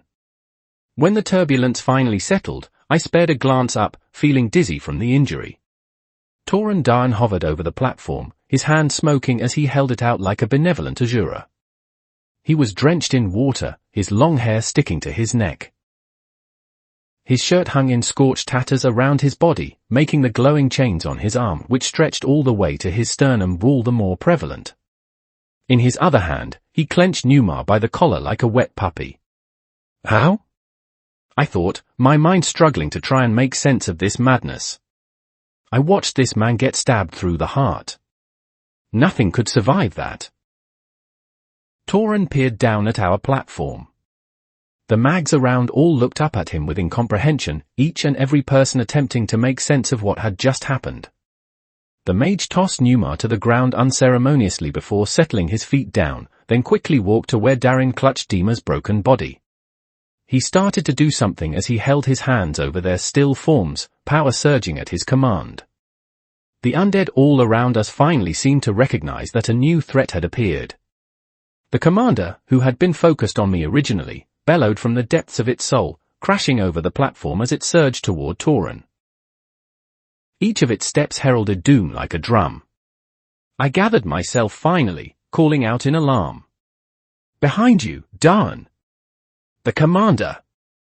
Torin didn't even look up from whatever he was doing over Darin and Dima's bodies. His back was to me, a tired hunch to his shoulders. I began to run forward, my hair vant wire forgotten on the ground where I'd left it. Yet before I could even engage my regalia, Torin pointed a single finger over his shoulder. Mana buzzed around his index finger, a bright red glow shimmering into existence. Without even turning back, Torin released his spell. A thin beam of searing plasma shot from his finger like a laser, unrelenting in its course. The beam punched straight through the charging commander's chest, erupting out the other side and passing inches from my skull. I numbly raised a hand to the side of my head, feeling where some of my hair had been singed by the attack. I hadn't even had time to react. I turned numbly, noticing an elite undead right behind me, the one I had missed in my confusion, and oars falling as if its strings were cut, a hole seared straight through its skull from that beam of plasma. All around us, the corpses that were on the brink of overwhelming our broken crew stumbled limply, falling to the water and for once acting like the corpses they were. Without the commander's influence, they were no more than fodder. The commander stumbled, crashing to the floor as its momentum carried it over the ice. Dead flesh seeped around it like wax off a melted candle as the collage of bodies slowly broke apart around it. A disgusting smear stretched as the ice carried it onward. Its body stopped a foot from where Torin worked, intent on whatever he was doing to the two mags. Then Torin stood, clenching and unclenching his fists. I forced myself out of my stupor. Now was not the time to gawk. While the battle had lulled, I was under no illusions we were in the clear. We were still on track to die, and that massive monster still lurked beneath the waves.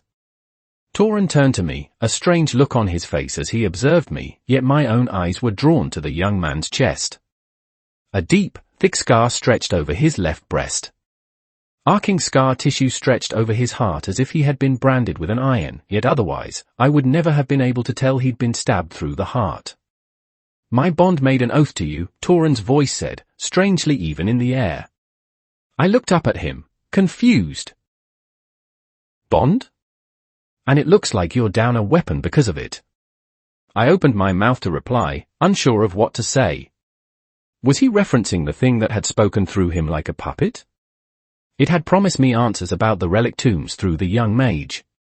Despite my situation, I felt a bubbling hope build in my chest.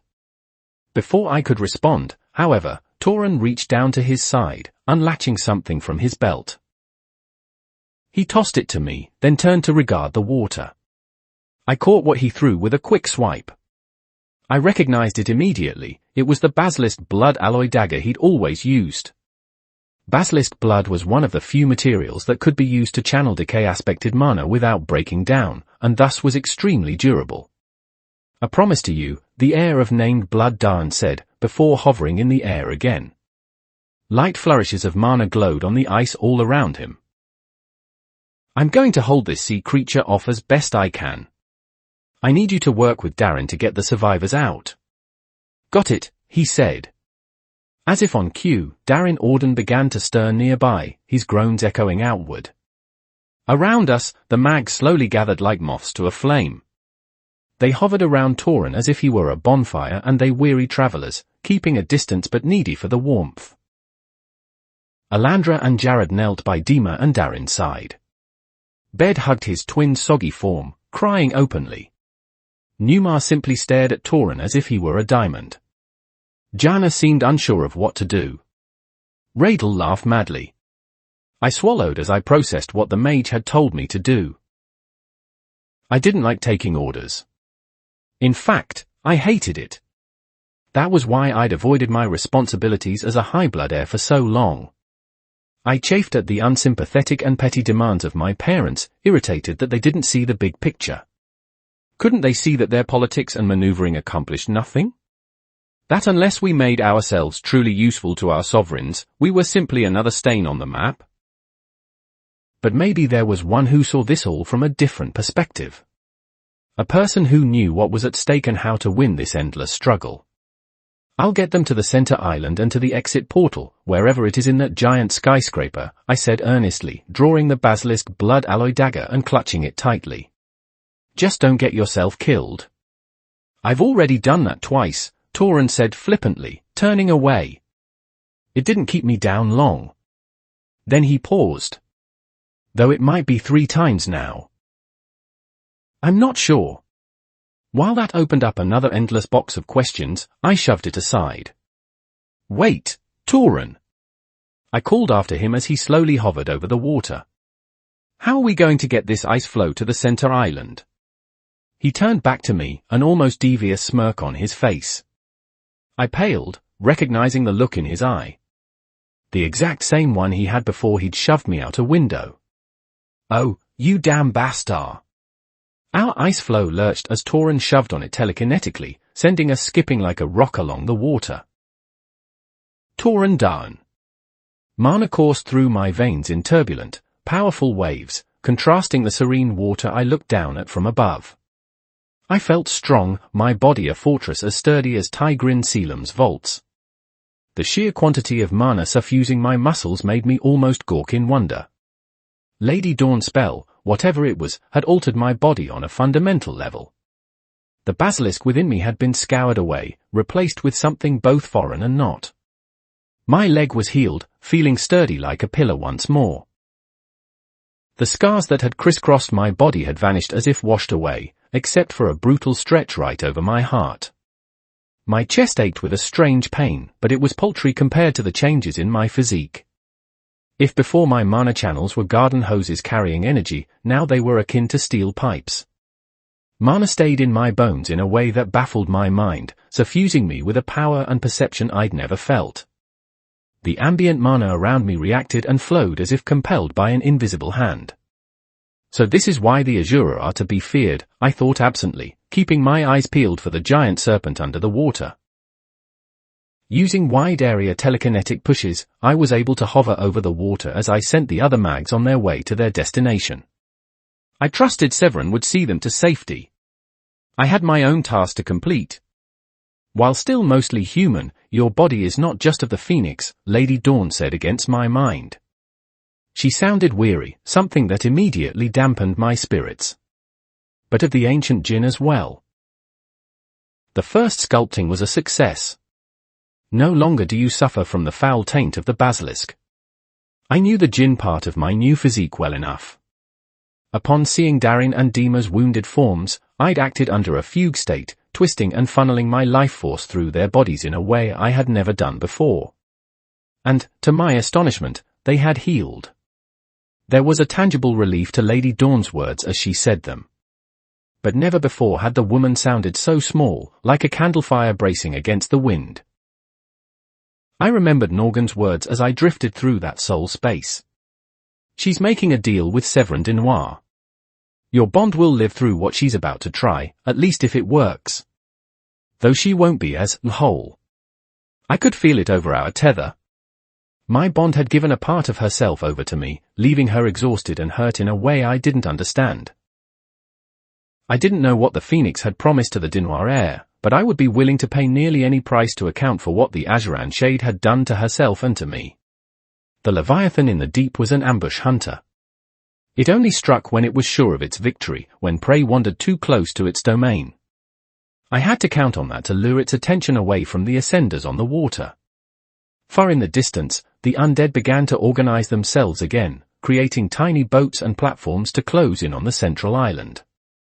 I'd have to kill those things, too. My Phoenix will burned hot in my core, suffusing me with knowledge. But I still didn't think this would be enough to kill the monster in the deep. But with the stability of my new physique, maybe I could push my will further than just the first phase. I quickly shut that thought down, instinctively recognizing what would happen to my bond if I tried. She was already so diminished. I drew oath from its scabbard, the swept-hilt saber settling neatly into my hand. Mana thrummed from my core, suffusing the edge with a shearing force. The water reflected the vermilion shine of my eyes as I prepared to face the undead scourge. I felt the Azuran shade of my bond going dormant, our mental tether conveying her exhaustion as a physical weight. I didn't know what she had done to heal me, but thinking of what it must have been sent a sharp, brittle ache through my chest. Rest for a while, Aurora, I said quietly, directing my gratitude and care to the woman who had sacrificed so much to keep me alive. This will be over when you wake up.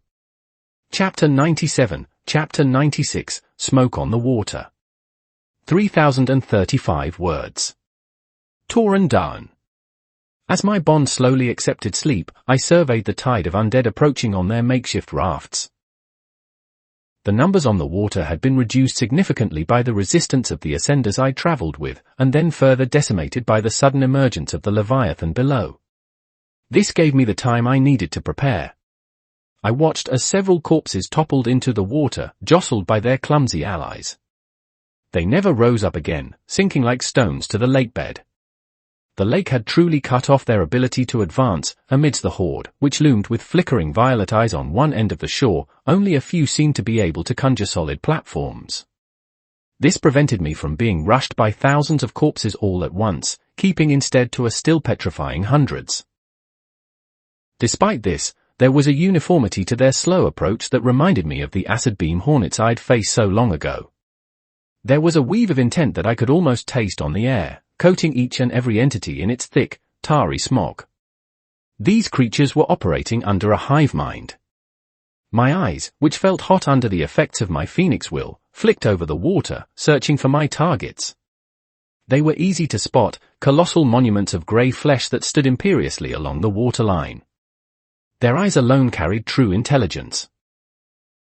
Cut the head off the snake, I thought, shaping an orb of solid fire in my hands, and the body will wither.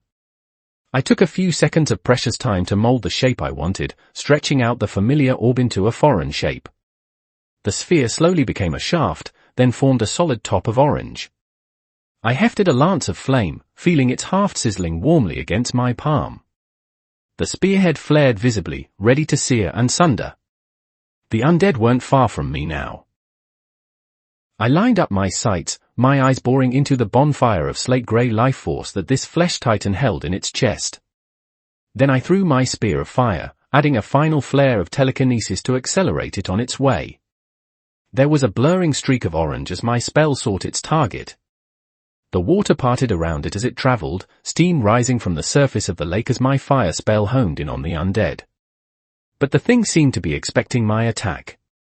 A dozen mana shields popped into existence as the intent threading from its heart fire like puppet strings directed the minions to raise their barriers. My fire lance ignored them like they were paper, searing through earth, ice, water, and even more fire as it traveled on its way. Unfortunately, each defense it shredded sapped away a little more of its mana. Motes were chipped off as it scoured its way forward such that once it reached its target, the projectile merely splashed against putrid flesh with minimal harm. I ground my teeth, then forcibly settled myself. Long-range fighting wasn't my specialty, and I needed to save my mana to ward off the true monster under the water.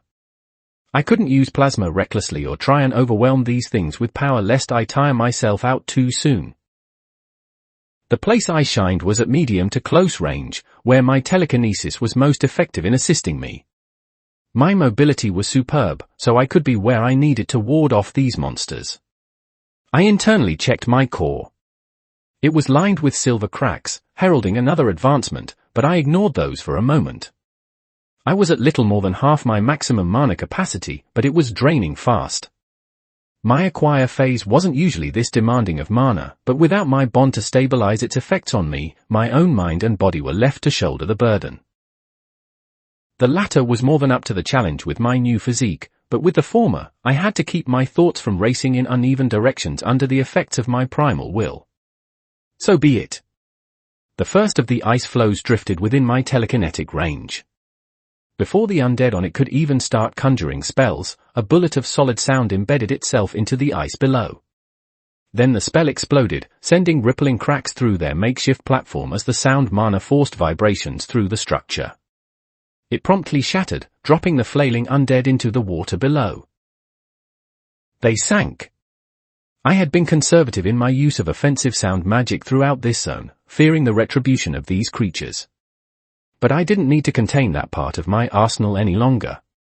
As more and more ice flows reached my range, I zipped across the lake, using wide-area telekinetic pushes on the surface like a water strider to keep myself aloft. Wherever I went, I targeted the platforms first and foremost, avoiding wasting mana on taking out each undead individually. The commanders on the outskirts quickly wised up to my tactics, the intent threading from their bodies twisting in a way that made my skin crawl. A wave of fire washed over me as I approached another ice flow, but my telekinetic shroud easily shrugged off the measly attack like it was a breeze. When I noticed the undead reinforcing their raft with mana, I switched tactics myself. I blurred forward, smashing into the raft with the force of a comet. An undead simply fell apart as its body crumpled under my boots. Then I thrust my arms outward, using an unfocused wave of telekinetic force. Half a dozen undead were sent into the water, snarling and hacking all the while. My instincts, heightened by both my will and assimilated body, blared from the edge of my perception. Knowing some sort of attack was coming, I backflipped off the ice flow, then latched onto it midair with my emblem. I hefted the raft in front of me like a shield with my telekinetic emblem as I settled back over the water. A focused nimbus of electricity arced against my makeshift shield, splintering it and making me slide back over the water. A commander was attacking me, all its limbs focused on spewing electricity wildly. I hissed, exhaling smoke as the assault continued. I gathered sound mana over my fist, simultaneously building up a telekinetic charge over my knuckles. I reeled back, then punched my makeshift ice shield with the force of a nascent Azura. The massive block of ice sped forward, splitting the wave of electricity as it came. Focused as it was on its lightning barrage, the miniature iceberg smashed into the commander, sending it toppling into the water. Electricity arced and sputtered over the water as it sank, yet I knew it wasn't truly done for. Then I sensed a wave of familiar power rising in the water. I got the barest glimpse of the Leviathan as its jaws swallowed the two-story-tall commander with a whump. Hundreds of undead all around me went limp simultaneously, their tenuous tether snapping. Okay, I thought. 3 down, 2 to go. I was grateful the Leviathan below was indiscriminate in its targeting, but I suspected it wouldn't strike at me unless I made myself an alluring enough catch. I coalesced a handful of sound shot in my palms, then morphed the constructs into something more streamlined. I clenched vibrating feathers of solid sound between my fingers like throwing knives, crystallizing the pure mana I'd interweave to make them solid. I waved my hands with a telekinetic flourish, sending my makeshift darts toward one of the remaining commanders. The last two were working together, surrounded by a veritable horde of undead on the largest ice floe I'd seen yet. While I'd been picking off the stray icebergs as they floated too close to the looming Empire State Building, these last commanders had strategized. My telekinetic feathers cut through a few of the approaching waves which had wedged themselves in like sardines to resist my assault. Once my shearing feathers, which vibrated like a buzzsaw, cut through enough enemies, they simply dissipated.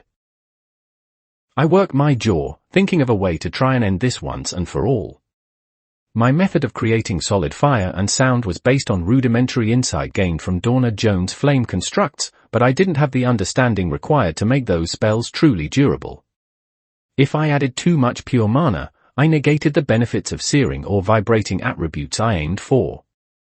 If I created too little, it would fall apart in an instant. Normally, this wasn't a problem. I used my solid mana constructs as shotgun attacks, chucking a handful of solidified fire at monsters with a burst of telekinesis to create an effect a lot like a cluster bomb. But I imagined how quickly I could have ended this fight if my solid constructs could endure more punishment as they punched through obstacles. I felt my mana draining at an increasingly worrying rate as my acquire phase seeped through my bones. I had no doubt I could tear through all the remaining undead with my new physique and broad repertoire of powers, but the true enemy lurked below. I ground my teeth, then floated higher in the air. I raised one of my hands, funneling a large amount of mana through my reinforced veins. A fireball appeared over my palm, then began to grow as it gorged itself on my mana. That got the attention of the undead well enough. A multi-elemental volley of spells began to arc toward me as I prepared a colossal fireball. With oath clenched in one hand, I cut through as many as I could. I managed to divert a spray of lightning with my telekinetic pulls, leveraging my increased understanding in my acquire phase to alter their flow. Oath came up in a humming cut, vibrating with sound mana as it sheared a boulder twice my size in two. Before, I might have felt that impact pressing up my arm even with my telekinetic shroud bolstering my strength. Now, it was barely a sweat.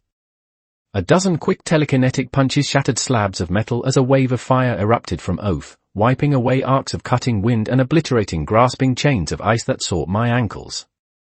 And still, the fireball in my left palm continued to grow. I felt my core strain as I pumped more of my reserves into it, enlarging it to an easy 20 feet wide. The heat of it made me sweat, even though it was my own mana.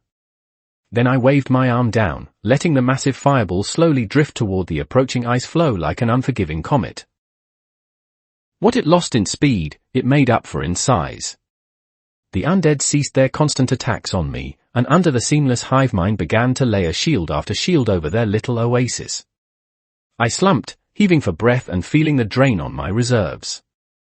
I'd been able to pack an absurd amount of mana into that one spell, courtesy of my reinforced body.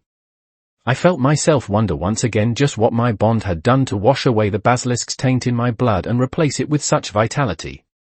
I listed to the side slightly, my telekinetic support straining. The Leviathan made its move as it sensed my weakness, lunging from the depths with its jaw unnaturally wide. The colossal beast lurched 40 feet into the air as it tried to swallow me whole, making the water rock like a hurricane. Yet only its head and part of its neck were visible over the waves, hinting at the terror beneath. Those massive, lead teeth were sharp enough to rip through an ocean liner. And as the yawning darkness of the monster's gullet greeted me, I thought it could swallow the sun. I smirked, my gambit having paid off. I let myself fall toward the monster's jaw, then used telekinetic pulls to angle myself out of its range. I made eye contact with the monster as I fell past its face, my grin wide and predatory. The massive sea serpent seemed to hold my gaze.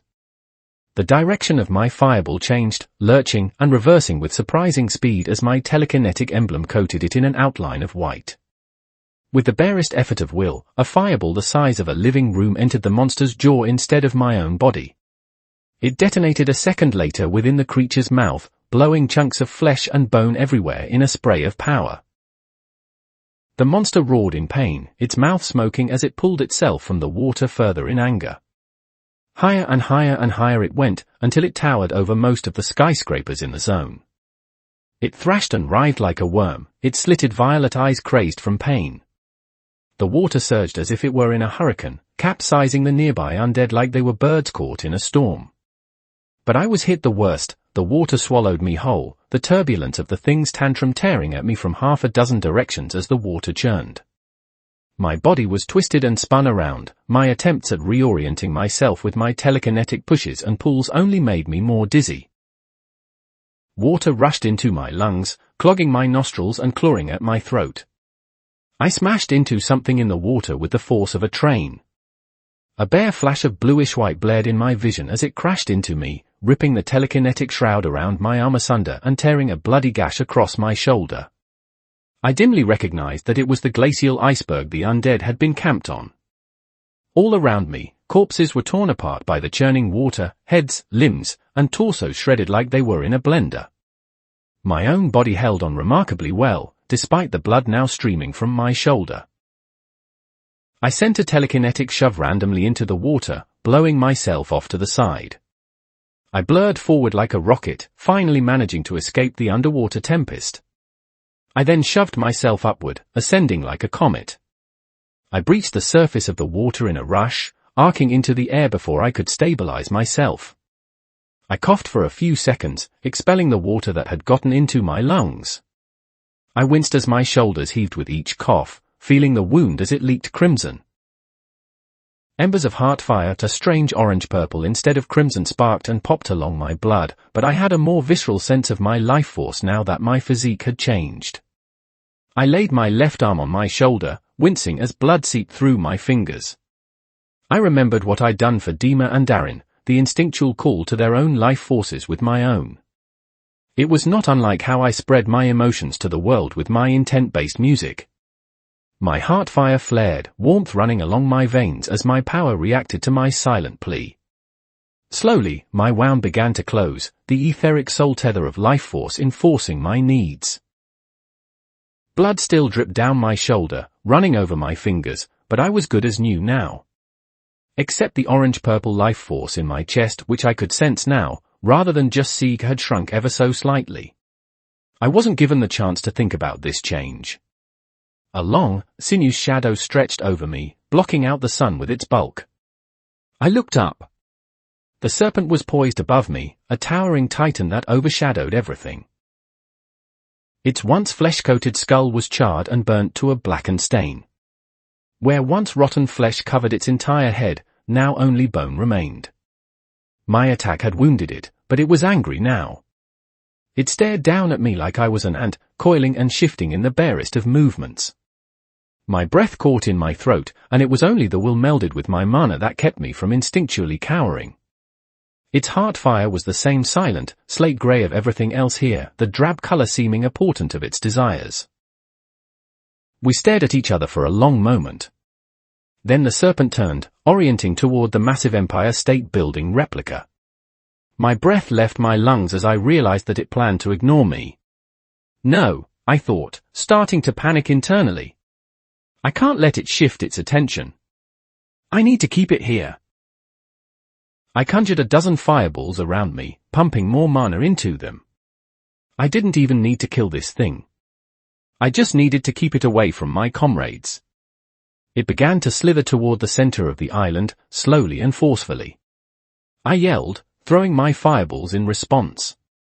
They splashed against the monster's great bulk, scouring away flesh and carving meaty divots into its form. Yet it didn't even slow down, ignoring my attack with a mild roar. I grit my teeth, slamming my telekinetic pushes into the water. I shot forward like a jet ski, a wake blown behind me. I narrowed my eyes as I made a beeline for the Empire State Building. I saw the metallic ice floe my ascending partners had once resided on beached on the small island, the mags nowhere in sight. Judging from what I could feel inside the tower, they were slowly ascending floor by floor. What's taking them so long? I thought with a flash of anger as I sped past the serpent, my mobility the only thing I held over it. I continued to pepper its colossal bulk with fireballs and sound grenades, trying to get it to change course. They should take the damn elevator. I briefly wondered why the serpent, so enraged before, had decided to ignore me. Did it have some sort of vindictive sense that told it I was trying to distract it? Or was it programmed somehow to protect this tower and prevent ascenders from reaching the portal near the top? In the end, it didn't matter. I needed to hold it off as long as possible. Chapter 98, Chapter 97, Battle for the Tower. 3036 words. Tauren Dawn. I neared the island, my senses buoyed by my will. I could feel the life force of my comrades within, slowly making their way up the 102 stories to the top of the tower. They were going excruciatingly slow, and as I got closer, I finally understood why. My new inherent sense of heartfire was a difficult thing to describe, but I could just barely feel the many undead within the mock Empire State Building. Where living humans felt vibrant and full, like a man's mood after a full meal, these sources were empty. There was something missing in their heartfire that told me they were no longer human. Severin and the others were forced into a slog, fighting for every inch of ground they ascended. I'd have to trust the Dinoir air with that. I reached the beach before the Leviathan, the impact of my boots kicking up a spray of sand. Then I bent my knees, building power in my Azuran muscles. I rocketed straight up in a combination of fire, telekinesis, and pure muscular drive. I hit 100 feet vertically before I reached the peak of my arch. Before I could fall, however, I lashed myself to the side of the Empire State Building, standing at a 90-degree angle and watching the serpent slowly weave its way through the water. I clenched Oath tight. The weapon had always been a comfort to me in my ascents. It was the sole constant I had that could rely on, a blade that had cut through everything I'd used it against. But my saber was a paltry twig compared to the monster that I faced. How could this 3-foot blade hope to cut something that must have been 1,000 feet long? That didn't matter. The serpent, like a herald of death, approached me regardless of what I wished. So here I stood. Wishing to test something, I threw another fireball at the approaching monster. It splashed over the creature's face, failing to damage the bone even further. It let out a guttural roar that seemed to shake the entire zone as the serpent was forced to remember its previous wounds. Inside its mouth was nothing but charred flesh. Where before there had been innumerable grasping hands waiting to tear me apart, now there was simply bone and ash. I took solace in that. The wound I'd given it didn't seem to slow it down in the slightest, but despite my earlier fears, it was still pissed. The serpent finally reached the beach, arching itself up and waving its body rhythmically as it squared off with me. I wasn't prey to it any longer. Now, I was an enemy. A fellow predator in the same territory, fighting it for what it thought its own. It hissed, its blackened teeth rippling as the noise shuddered through me. I snarled right back, feeling that primal part of myself that came forward in battle surfacing. You think you can get through me? I yelled in a challenge, my voice booming with sound magic. You think they're yours? That you can take them for yourself? The serpent drifted closer, at eye level with me. Its catfish-esque whiskers were almost close enough to cut. I made them a promise. I cried, all the emotion I'd harbored in this zone bubbling forth. I settled into my stance, pointing my saber at the creature in front of me. That they would escape this place alive. I fought and bled and died fighting against this cruel world. But no matter what you've thrown at me, I haven't broken. I am a phoenix, and every blow I take only makes me stronger. The ashes you left only serve to forge my will like iron. The monster lunged, fangs flared wide. I leapt at the same time, the instincts my will provided guiding me through this delicate dance of danger. I tried to pull myself to the side, aiming to streak along its jawline as I had before. Unfortunately, the creature had learned.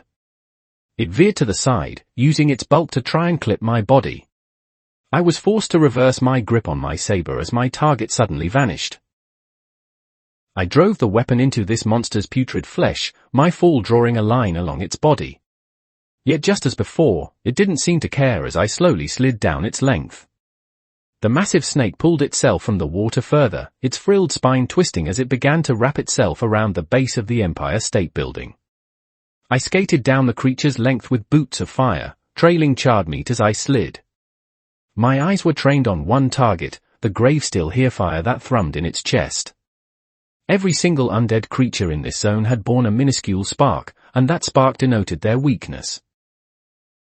If I could somehow damage that little fire, I had a real chance of felling this monster. Hands erupted from the horrid skin around me, familiar forms clawing themselves from the muck. Familiar undead groaned as they emerged like twisted pimples from this thing's putrid flesh. Oath did not care for their resistance. My saber reaped their lives as I streaked past, trailing fire and carnage. I was a torrent of spellfire and swordplay as I blurred my way along the serpent's long trunk. At last, I reached the spot where the Leviathan's heartfire Saturday. It was a massive conglomeration of slate grey, and I could almost taste the malicious intent it threaded through the undead. I slid my lead foot back, grounding my stance. Imbuing a sizable portion of my remaining mana into Oath, I felt it thrum with contained power. I raised the blade, preparing to bring it down. This would end the battle. A massive arm erupted from the flesh beneath my feet, delivering a pulping uppercut to my jaw. My jaw snapped shut with an audible click as my telekinetic shroud creaked. My body shot upward at an angle, embedding itself into the concrete walls of the tall skyscraper at my back. I worked my jaw, looking at what had disrupted my finishing blow. A familiar commander undead glared at me with baleful eyes, its torso popping from the muck. The same one that the serpent had swallowed earlier now sprouted from its back like a demented fruit. This Leviathan adds the corpses it eats to its biomass, I thought, reorienting my jaw and spitting a wad of blood. I flexed my arm, ready to dive back into the fray and end this. Then I felt a flash of something flutter across my perception. My head snapped upward as I sensed the desperation of the mag's struggles above. The intent in the air had an almost electric tingle of panic that made my muscles tense unconsciously. Somehow, I understood. The mags I'd sent onward were in trouble. I turned, ignoring the Commander Undead's challenging stare. I bounded up the side of the Empire State Building, blurring toward where I felt the disturbance. The massive head of the snake was peering into one of the many windows on the upper floors, its mouth slowly opening and rot roiling across its jaw. The anxiety and terror I felt from those within called to me like a moth to the flame. The mana within Oath hadn't dispersed entirely from the build-up I'd invested into it. Realizing the necessity, I pulled the mana from the sword back into my body, and then funneled it into my hand. I sheathed Oath as I ran up the length of the Empire State Building. Sound mana layered once, twice, thrice over in a concussive shroud around my fist. Then I used a telekinetic shove combined with a fiery stamp to rocket toward the looming skull, my fist cocked back with the contained power of 100 jackhammers. My new physique, layered with my telekinetic barrier's strength-amplifying effects, provided the drive I needed. The barely contained telekinetic push and condensed sound mana around my knuckles primed themselves to deliver hell. I threw the strongest uppercut I'd ever used in my life, roaring as my knuckles impacted the serpent's jaw. My arm broke, the bones within shattering from the backlash. My telekinetic shroud splintered into countless different shards, my arm wrenching itself from the socket. Blood sprayed from my ruined hand. But the serpent experienced worse. Part of its jaw evaporated from the force as the entire monster lurched to the side, losing its grip on the tower for a fraction of a moment. It roared in fury, the sound of grinding metal and crumpling supports blotting out everything as the entire tower quaked. I used a telekinetic push to shove myself through the window, the glass shattering around me. I skidded to a halt, my heart beat like a death drum in my ears. I couldn't feel my right hand, the arm hung limply at my side as it dripped blood onto the office floors. The smell of scorched flesh was heavy in the air and smoke filled the corridor. But my vision wasn't obstructed, the heart fires in every mage's chest gave me confirmation no more were lost. I exhaled slightly, feeling relief at my success. Alandra was watching me with mouth agape, Dima's comatose body held limply in her arms. Nearby, Jared had Darin draped over his shoulder. The shield averted his soul eye from me, seeming to be pained just by the look. Jana was carrying Raidel's body much the same, but when my eyes met her own, they darted down to my ruined hand. Something flashed into my perception. I raised my left hand lethargically, catching the approaching attack with contemptuous ease. I turned my head. Bedfrost had an almost crazed look in his eyes as I held the head of his mace in my hand, the metal dented from impacting my palm. His silver-streaked black hair was matted to his head and his clothes were covered in a smattering of blood and grime. Newmar was cowering behind him, covering his face. Bed's eyes widened as they made contact with my own, his face morphing into an expression of shock as his knees shook.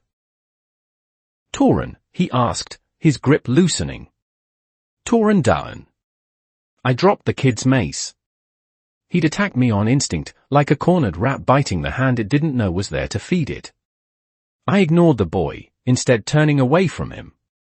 We didn't have time for small talk or explanations. Severin, I said, marching toward where the high blood air was drooping. The man seemed even more tired than I was, promise held weakly in his fingers.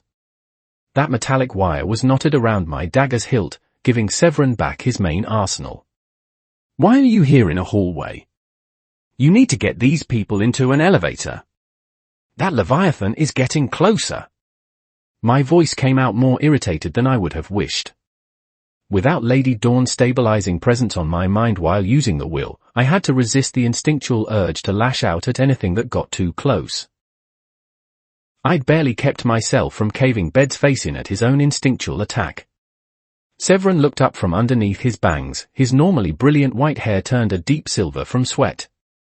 Did that for a while, he said, taking my appearance in stride, unlike the rest of these mags. But it broke around the 64th floor. We've had to continue on foot. I whipped around, marching toward a nearby elevator entrance. With an effort of my mind, I wrenched the doors open. I leaned into the shaft. The thick steel cable, which I knew was used to haul the compartment upward, stretched downward to infinity. I couldn't see the bottom, but I didn't need to. I turned around. "Jared," I said loudly. Too loud. The shield jumped, seeming unsure of himself. He shifted, Darin on his back groaning in pain. I winced internally. I'd done my best to heal Darin and Dima, but I was unpracticed with that new aspect of my power. Darin's leg was still an ugly mess of purple. Dima was barely alive, the work I'd done on her body a patchwork attempt to stop her organs from shutting down. I didn't wait for the shield to reply, always conscious of the serpent's return. "Can you still conjure those metal plates?" I asked, trying to come up with a makeshift plan. "And keep them stable enough for people to walk up them." The mage seemed overwhelmed, trying to do anything but look me in the eye. "Tauren, I don't know. I've got Darin here. I can't just leave him." "Can't you?" He licked his lips. "Kill that snake.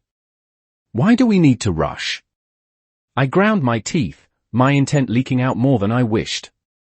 The mags around shied back like I was a live wire as I tried to think of another plan that could see these people to the top quickly enough. "This form drains mana at an absurd rate," I said, hissing out steam. I was already well under a quarter of my maximum mana capacity. The chains on my arm dimmed for a moment. "And I might be able to, but not while protecting all of you." Darin groaned again, then shifted on Jared's back. Jared's eyes widened as he tried to grip his leader tighter, keeping him in place. "Put me down, Jared," the leader of the unblooded party said in a surprisingly even voice. Jared hesitated. "Just let me stand," Darin said again, that iron seeping out slightly. Jared hastily complied. Darin groaned as he put weight on his wounded leg. "Dima," Darin said to me, his green eyes seeming to pierce my core. "Will she live?" I swallowed. Truthfully, I wasn't sure. When I'd found Dima, she had been practically a corpse already. The catastrophic damage that had been done to her body had turned her organs into a pulpy mess and broken her neck. I was surprised she hadn't died on the spot. My technique with life force healing, derived from my dual Jinn and Phoenix physique, was far from practiced enough to ensure a full recovery. "She will live," I said after an uncomfortable moment. "If I'm able to see her again after this." I couldn't say how well she'd live, but I wasn't going to let that woman die. Darin stared me down for a long, protracted second. The air between us seemed to stretch tightly.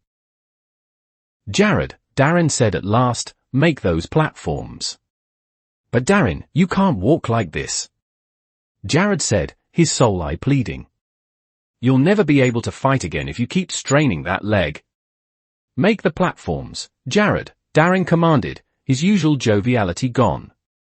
The man was clearly suffering backlash, his body shook intermittently and his breath was short. In fact, I couldn't sense any mana from him at all. Now. Jared looked between us, then scurried over to the place where I'd wrenched the elevator doors open and began to work.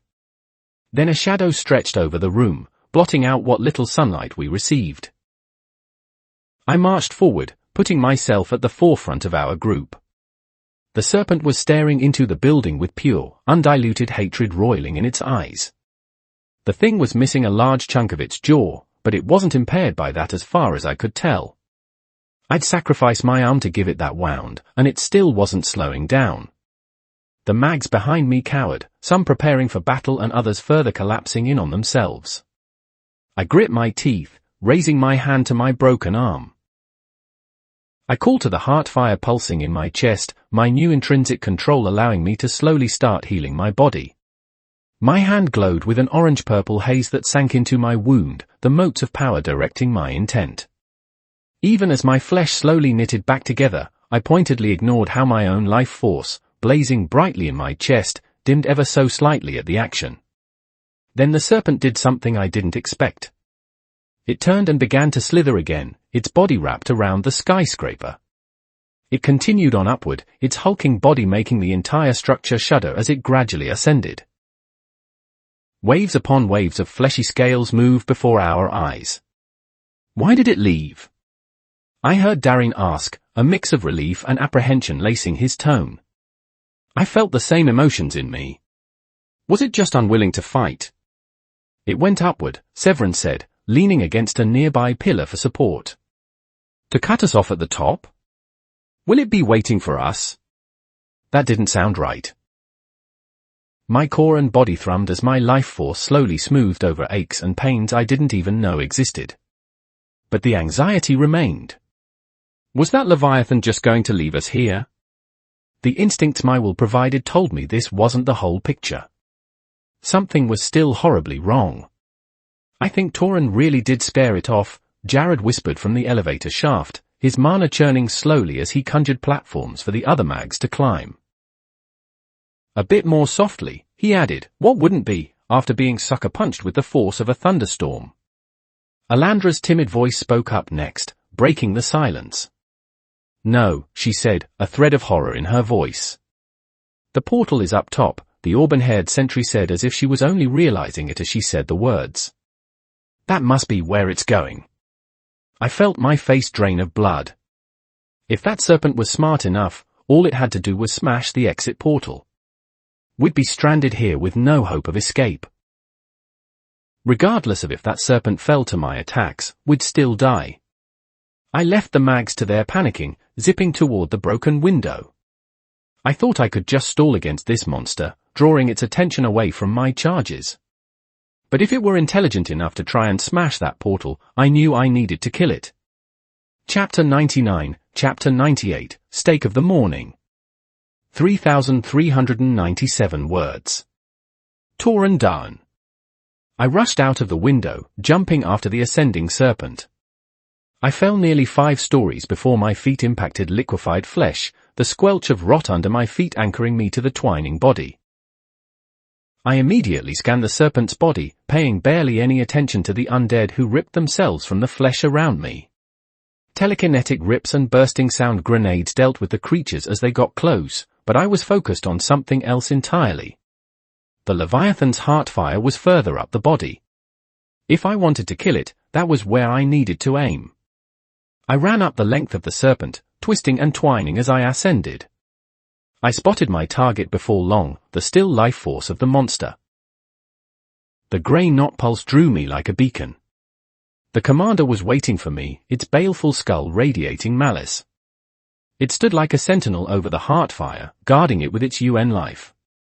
I jumped as it thrust its hand toward me, sprouting more tiny appendages that fired a myriad of spells. Small beads of gravity threatened to ruin my balance as tongues of fire kissed my skin, but I'd faced worse than this before. I skated along the rotten flesh as I made my way closer, oath held tightly in my fist. I brought up the sword as a metal sphere sailed past, batting it back toward the sender with the flat of my blade. As the metal impacted my red-tinged weapon, I imbued it with a bit of vibrating sound magic. The metal sphere shot back toward the commander, humming with the contained force of my spell. It zipped straight through the monster's side, creating a splash of rot as it impacted the serpent's body. The commander took the attack without a sweat, the hulking monstrosity unfazed by the hole punched in its side. But I continued to get closer. The commander slammed its massive foot into the ground beneath us, injecting mana into the fleshy serpent's trunk. I slowly spread from that epicenter, coating my path with a slippery obstacle. I grit my teeth. I was already so low on mana. Where before I could have simply charged through this undead's unholy barrage, now I had to focus on evading and slowly approaching without wasting too much energy. I imbued my feet with a coating of fire, wincing internally as my reserves drained even further. When my boots touched the icy floor, the searing soles of my shoes melted the ice on contact, giving me a stable place to stand. I lunged for the commander, oath poised as I finally reached striking distance. The commander's arm erupted in a coating of earth as it reared back, ready to attack with the full weight of 100 bodies. In response, I threw my sword at the creature with a burst of telekinesis. The undead shifted slightly, allowing my swept hilt saber to shear through its shoulder instead of heart. I snarled as my weapon left my hand, feeling my blood pulse in my ears. The giant commander threw a fist augmented by earth, moving far faster than it should have with its colossal bulk. I barely ducked as the limb soared past my head, the wake blowing my hair away. I moved in close, augmenting my fists with a coating of fire. I threw an uppercut at the monster's elbow joint, feeling a satisfying crunch as my knuckles connected. I had to weave to the side as the monster roared, lifting a foot and trying to kick me. I moved like the wind as I sidestepped, the chain on my arm flaring as I delivered 2 quick punches to its side in return. Each blow cut away at the undead's fleshy armor, causing it to stumble from the impacts. It was forced back as I advanced, systematically overpowering it in hand-to-hand combat. I didn't throw extra spells or imbue my strikes with more power than was necessary. I needed to conserve energy, and dominating this monster in close quarters was the best way to do it. Hands erupted from the thing's flesh as I zipped around, trying to hit me with conjured spells from the other undead it had subsumed. Bursts of ice, balls of fire, and a wave of sand impeded my way. A few scraped against my telekinetic shroud. Most failed to break through, but one spike of metal drew a jagged cut along my cheek. I clenched my hand around one of the grasping wrists that sprouted, feeling the flesh squelch under my grip. Then I pulled, ripping an entire arm free from the muck. I whirled, using the fleshy appendage like a club to batter away another punch. The limb in my hand exploded with refuse at the impact, but I was already moving. I sent a powerful kick to the commander's knee, causing it to stumble backward further with a roar. I smiled. Every attack I delivered to this fleshy monstrosity healed over nearly instantly as it drew biomass from the serpent underneath us. But I'd been pushing it, slowly and methodically forcing it further up the Leviathan's body. It fought me tooth and nail for every inch of ground gained, but I didn't need much. I'd pushed it away from its post. The heart fire it had been standing guard over was free of defense. I suddenly yanked my hand downward. Oath, which had been hovering high in the air after I'd thrown it, suddenly shot downward with the force of a meteor. It blurred as I applied as much telekinetic strength as I could, accelerating it toward its destination with unerring determination. The commander roared in defiance as it realized what I had done by forcing it away from its post. It tried in vain to rush past me, a ton of rotten biomass surging like a truck back from whence it came. I used a bit of magic this time, latching onto its arms and legs with my emblem and anchoring myself in place. I was pulled along the fleshy body as the commander strained against its bonds, trying with desperate pulls to save its master's life. Oath sunk straight through the flesh of the serpent, seeking the heart fire underneath like a bloodhound. I smirked as I felt my weapon near, my feet dragging as the commander surged forward with a rageful bellow. Then my saber struck something. I felt the feedback like a gong as my teeth rattled, my arms shaking from the telekinetic rebound. Oath shot out of the serpent's fleshy side at an angle, speeding toward the water far below as it was deflected by something hard. I felt horror and despair rise in my stomach as I watched my last-ditch attempt to strike at the Leviathan's weakness fail. The heart fire in the serpent's chest was unscathed, some sort of defense within ignoring my attack.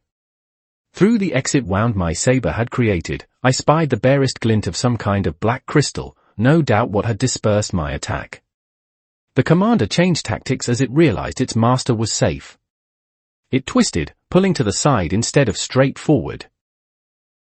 My stance, which had been oriented to keep me stable from only one direction, crumbled under this new strain. I lurched to the side, my telekinetic pulls on the serpent's arms and legs working against me. I arced off the monster's back, tumbling through the air. I felt panic in my gut as I realized what was happening. Hastily, I lashed at the serpent's body with telekinetic pulls, hoping to draw myself back in like a magnet. White patches of mana flared along the serpent's body where I tried to anchor myself, my sole hope. The sole hope of everyone I hoped to protect. And hands erupted from the flesh, raising their fists like sledgehammers and slamming down on the white bursts of mana. My anchors shattered under the force, and the bare horizontal momentum I'd managed teetered off. No. I thought desperately as I began to fall like a broken bird. No, I need to get back there. The snake was almost to the top of the Empire State Building. Up above was the only place we could escape from, the dissension portals. I tried to lash myself to the creature once more, but a spell hurtled toward me midair.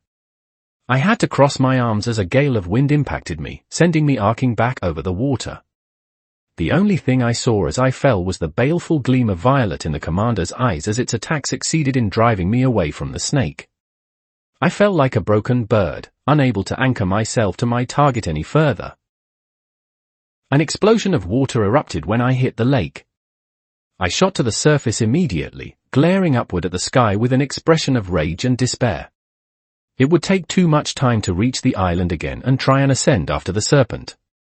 As it poised itself over the top of the massive building, I knew I had lost.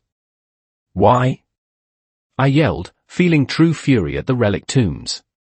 Why do you keep taunting me? Keep letting me get so close to my goals. I roared in anger, telekinetic bursts around me churning the waves. If only I could hit the serpent from here. I seethed, feeling my bare reserves of mana creak.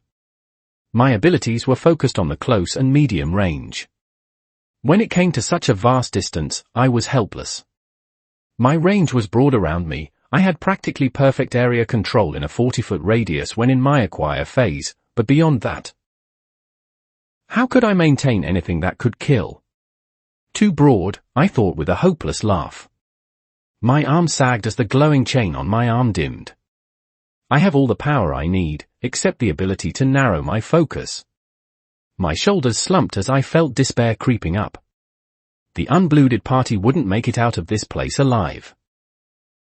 I'd break another promise. They would die, just outside of my ability to save. And the promise Aurora made to Severin Denoir, I thought absently. I'll fail her, too. As I gazed up from my hovering spot on the water at the serpent as it loomed over the top spire of the Empire State, I found a grim sort of irony in that. Severin Denoir was destined to die, wasn't he? I just made it happen faster. Fate was unchanging. Nothing I did would shift the future. No, I thought, rebelling against that thought instinctually. I remembered my talk with Norgan once more, in that strange sea of the soul. I could change this world. I would make it better, wouldn't I? I just had to try and think outside of the box. So what if my range was too broad? Couldn't I narrow it? I looked at the serpent's bulk as it wrapped the Empire State Building like a constrictor. It must have been thousands of feet in volume, but it didn't keep that area flat. It stretched its mass over a long, relatively narrow area. Feeling the beginnings of an idea, I held out my hand. I funneled nearly every last drop of my mana into my palm, a long spear of solid plasma slowly forming there. It stretched and stretched, a buzzing red aster the length of my body settling into my hand. I panted from the exertion of packing so much mana into such a little space. My core ached and creaked as I neared backlash, my will screeching in protest. But I wasn't done. Not yet. I cocked my hand back, settling into a stance as I lined up my sights with the static heart fire in the serpent's body. The colossal beast was preparing to attack something at the top, a roiling rot streaming from its broken jaw. Its violet eyes burned with demented glee as it prepared to deliver a final blow. And so I narrowed my perception. I pulled my telekinetic sense inward, restricting my range from that 40-foot radius to barely a few inches past my body. I grit my teeth from the mental effort of containing that sense, something I'd never tried before. But it was possible. Narrow your focus, I repeated to myself like a mantra. Narrow it. Instead of an omnidirectional sense, I let my senses expand slightly in only one direction. And as I got into the rhythm of pushing my telekinetic radius in only one direction, I felt my heartbeat rise in staccato as my blood thundered in my ears. Sweat dripped along my face, tracing a slow journey from my forehead to the edge of my clenched jaw. It was working.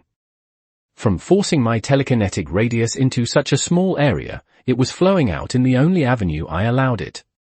Just as squeezing a balloon causes different parts to bulge outward, I was able to expand my radius much further in a single direction if I sacrificed that omnidirectional power. Blood leaked from my nose from the effort of maintaining so much at once. The spear in my hand burned my palm, balancing its solid state only one part of the struggle. I had to keep myself floating on the water, elongate my psychic radius in one direction, and then there was the final step. I grunted as I squeezed more mana from my core, like forcing the last bits of juice from a fruit.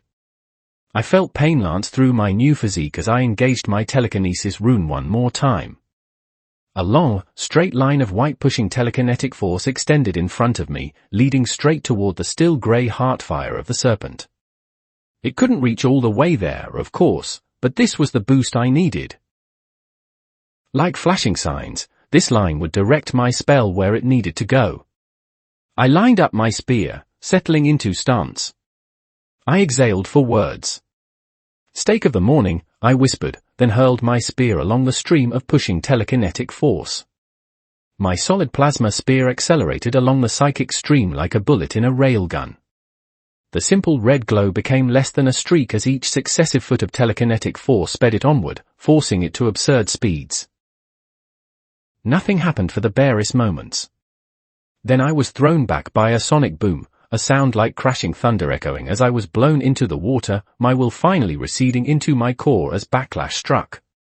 But the clear, pristine water gave me a perfect view of the aftermath of my attack.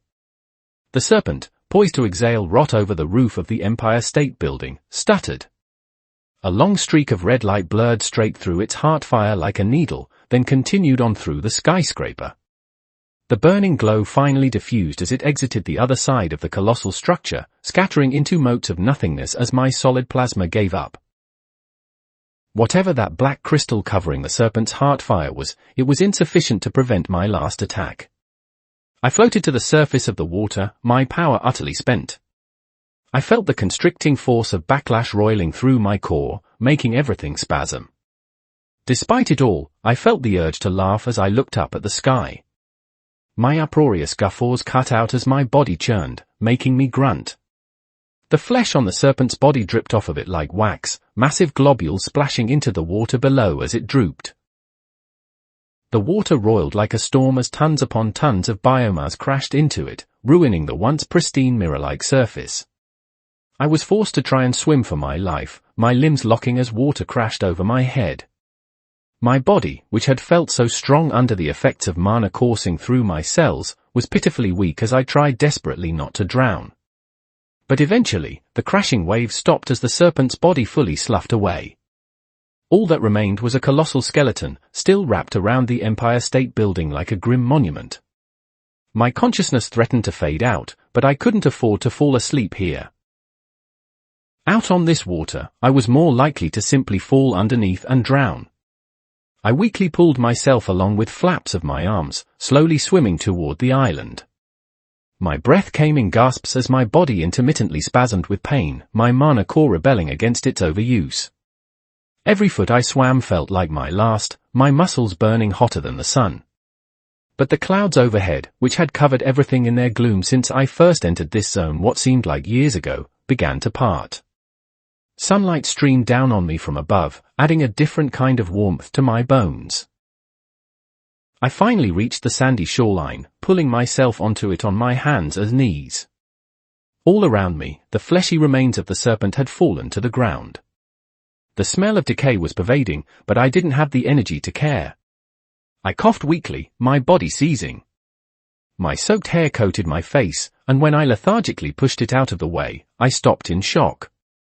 A single lock of my hair was a different color than the rest. Instead of my normal strawberry blonde, it was a more orange-red color that faded to pinkish silver. With the water darkening the color of my hair, I couldn't be sure about the exact shade. I chuckled with a rasp. So that's another change in my body, I said weakly. It seemed there were some outward physical changes to my physique, not just inner ones. I looked to the side. Oath was embedded to the hilt in the sand nearby, its pristine silver handle gleaming in the sun. I slowly, forcefully, stood to my feet, my knees quaking. I hobbled to my saber, grabbing its hilt and wrenching it free of the sand. There was a chip along its once spotless edge, no doubt from the ricochet it experienced striking that strange black crystal. I sighed in disappointment. My clothes were in tatters, the black leather pauldrons and chest piece I'd purchased burned, soaked, cut, pierced, and a whole bunch of other adjectives that didn't do their experience justice. There was a gaping hole over my heart, revealing a ragged scar on a wound that should have been fatal. But I'd gotten used to my clothing getting destroyed with each relic tomb's run. Despite what had happened to Oath after Martha's touch, some part of me saw these weapons as indestructible. It was a shame that they weren't. I began to hobble toward the doors of the Empire State Building, using Oath as a cane. I lethargically weaved around pools of rotten sludge, huffing slightly. I made it into the lobby and then pulled myself toward one of the elevators. I pressed the up button, leaning heavily on Oath's pommel. As I waited, I gently nudged my bond's tether, checking up on her. Aurora was still asleep, her exhaustion somehow deeper than my own. When she woke up, there was much I needed to tell her. The elevator doors opened with a ding, allowing me to step in. I pressed the button for the 102nd floor, then leaned against the walls. As the doors closed and the little box began to ascend, familiar music played from the speakers. Feeling my way through the darkness. Guided by a beaten heart. I can't tell where the journey will end. But I know where to start. They tell me I'm too young to understand. They say I'm caught up in a dream. Well, life will pass me by if I don't open up my eyes. Well, that's fine by me. So wake me up when it's all over? When I'm wiser and I'm older. All this time, I was finned in there myself and I didn't know I was lost. As the relaxing melody of the familiar song washed through my bones, I felt myself slump, my eyes closing as I smiled. I hummed along to the music, enjoying a chorus I hadn't heard in months. It was about time I woke up, wasn't it? Chapter 100, Chapter 99, Heartfire. 3,147 words. Torn down. I groaned, shifting uncomfortably. I felt something soft under my head, but the rest of my body felt stiff as a board. Each movement made me ache in protest. I opened my eyes, blinking stupidly. There was a bedroll under my head with a roughshod blanket laid over my chest. My body ached fiercely. It was the ache of overuse, the afterburn of a sprain. My body creaked as I slowly pulled myself to a sitting position. The second thing I noticed was the pulsing that thumped in my ears. It was like a bundle of hearts beat in a disjointed chorus, but it wasn't exactly. I wasn't just hearing this with my ears, but my own heartbeat as well. I hastily tried to decipher the flows of sound as they reached my ears. I counted them internally as I slowly pulled myself from the haze of sleep. All the beats seemed to come from in front of me, a subdued staccato. As my ears adjusted to the sound, I gradually began to sift through the different tempos. There was 1, 2, 6, 7. I looked across from my little sleeping position. I was under the open sky, bright rays of warm sunlight washing over my body and banishing some of my aches. the sources of the heartbeats revealed themselves to me. Radel was sitting numbly on the edge of a cook fire, staring blankly at a bowl of food. He was missing a few fingers, something I hadn't spotted before. Jared and Alandra were similarly subdued, wrapped in each other's embrace. Gone was their bickering and squabbling. Now, there was only a strange solace they took in each other. The hearty shield had lost his eye patch, revealing a deep scar that covered a closed eyelid. His beard had been singed to the roots. The auburn-haired sentry looked the best of anybody I could see, even though she was covered in myriad cuts and bruises. Bed and Numa were on their own bedrolls, moving fitfully in their sleep. They were each burned in several places, and I knew they would bear scars deeper than physical from this zone. They were boys playing at men and had been thrust headfirst into the struggles of adulthood. Severin was staring up at something out of my sight with a forlorn expression, his white hair brilliant once more. And Darren was sitting with someone's body on his lap. 7 heartfires I can hear, I thought blearily, realizing that was what my new Phoenix body was registering. But there are 8 people here. A fresh wave of adrenaline coursed through my body. I lurched from my makeshift bedding, scraping my hands and knees on the concrete beneath me. I distantly realized I was on the observatory at the peak of the Empire State Building, but that didn't matter. I stumbled my way toward Darren, who was holding Dima's body. While everyone's life force beat in a subdued staccato, I could hear nothing from Dima's soul. Mags cried out in surprise as I barreled my way straight to Darren. He looked up at me with a hard expression, but I ignored it, falling to my knees in front of the two. I laid my hands on Dima's body, hoping against hope. For a long, painful moment, there was only a void. An empty expanse echoed back at my attempted call. Then I felt it. A weak heartbeat under my hands. Darren gave me a stern, cold look as I laid my palms over his ex-lover's body, but he restrained any response. The ascenders slowly crowded around me as I tried to make use of my new powers. My own life force had a deeply sonorous beat. Every thump seemed to rattle my bones with its power, cascading with energy words could not describe. I meshed myself with that rhythm, acting purely on instinct. It's just like my music, isn't it? I thought a bit headily. I need to show what I feel, get them to sympathize. And so I reached out with a limb I didn't know I had, caressing the heart beneath my palms. My hands glowed orange-purple as my life force responded in turn. Come on. I thought, that steady rumble of my heart lacing my intent. You want to live, don't you? Your heart fire doesn't want to go out, does it, Dima?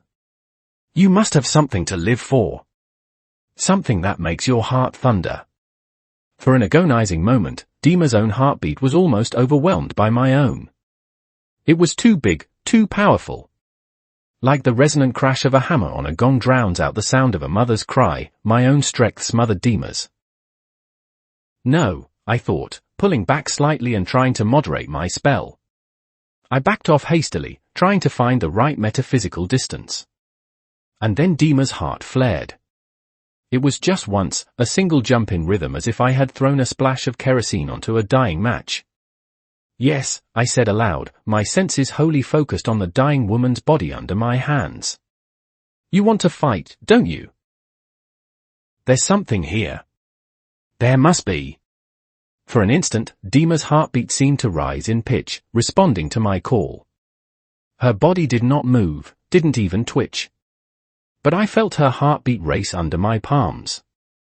I felt a grin stretch over my sweat-stained face as the spark was lit. Then my mood plummeted as that gusto guttered out. The fire simmered down once more, the stress of fighting overwhelming. No, no. I cried, uncaring of the mags watching with mute fascination. You can't give up. Not like this, not when we're so close. Come on. There was no internal response. Despite the sympathetic call I weaved through my intent and heartfire, it was lacking something. I had a deep, resonant feeling that this was possible. That I should be able to pull Dima from the call of the beyond. But I just wasn't powerful enough. Our daughter, Darren whispered suddenly, his words like a knife over my spell. I don't know if you can hear, Dima, but you need to wake up. He choked back a sob. You told me her name, didn't you? She's called Pen. Dima's life force surged. Tears were running down Darren's face as he continued. I know why you named her that. Knew the moment you told me as you lay broken. It's from what we always used to say when we tackled something impossible, isn't it? In for a penny, in for a pound. Yes, yes, yes. I thought, Dima's heart fire reacting to Darren's words. It arced higher and higher, seeking to reach the heights of my own. We have a daughter, Darren said numbly, clutching Dima's body against his chest. The jovial man I knew was nowhere to be seen, replaced with a broken, stuttering wreck. And I never knew. You need to be her mother. You can't leave without that. I exhaled, my limbs feeling weak as I slowly withdrew my hands. The orange-purple glow suffusing them slowly dimmed as my body burned once more. Dima was still comatose in Darren's arms, but her heart beat in a healthy staccato. I stumbled backward, nearly falling over before a hand caught my shoulder. Severin wasn't looking at me. His eyes were glued to Dima's chest, where lingering motes of orange-purple flared. Vivum, he whispered with shock in a voice too low to be heard by anyone else. There was a quiet sort of awe suffusing the group as their own heartbeats accelerated. I could hear it, feel it on a deeper level than I expected. The flurry of battle after my first sculpting made it difficult to recognize that change in my perception. Looking back, I wasn't sure I would have been able to aim my last-ditch strike at the serpent without the constant buzzing of its dead heart fire in the back of my mind guiding my hands. Darren was left to weep openly over his lover's body as he sensed the change. She would live. How long was I asleep? I asked mutely. Several hours, Severin's voice said from beside me. His hand was still gripping my shoulder tightly.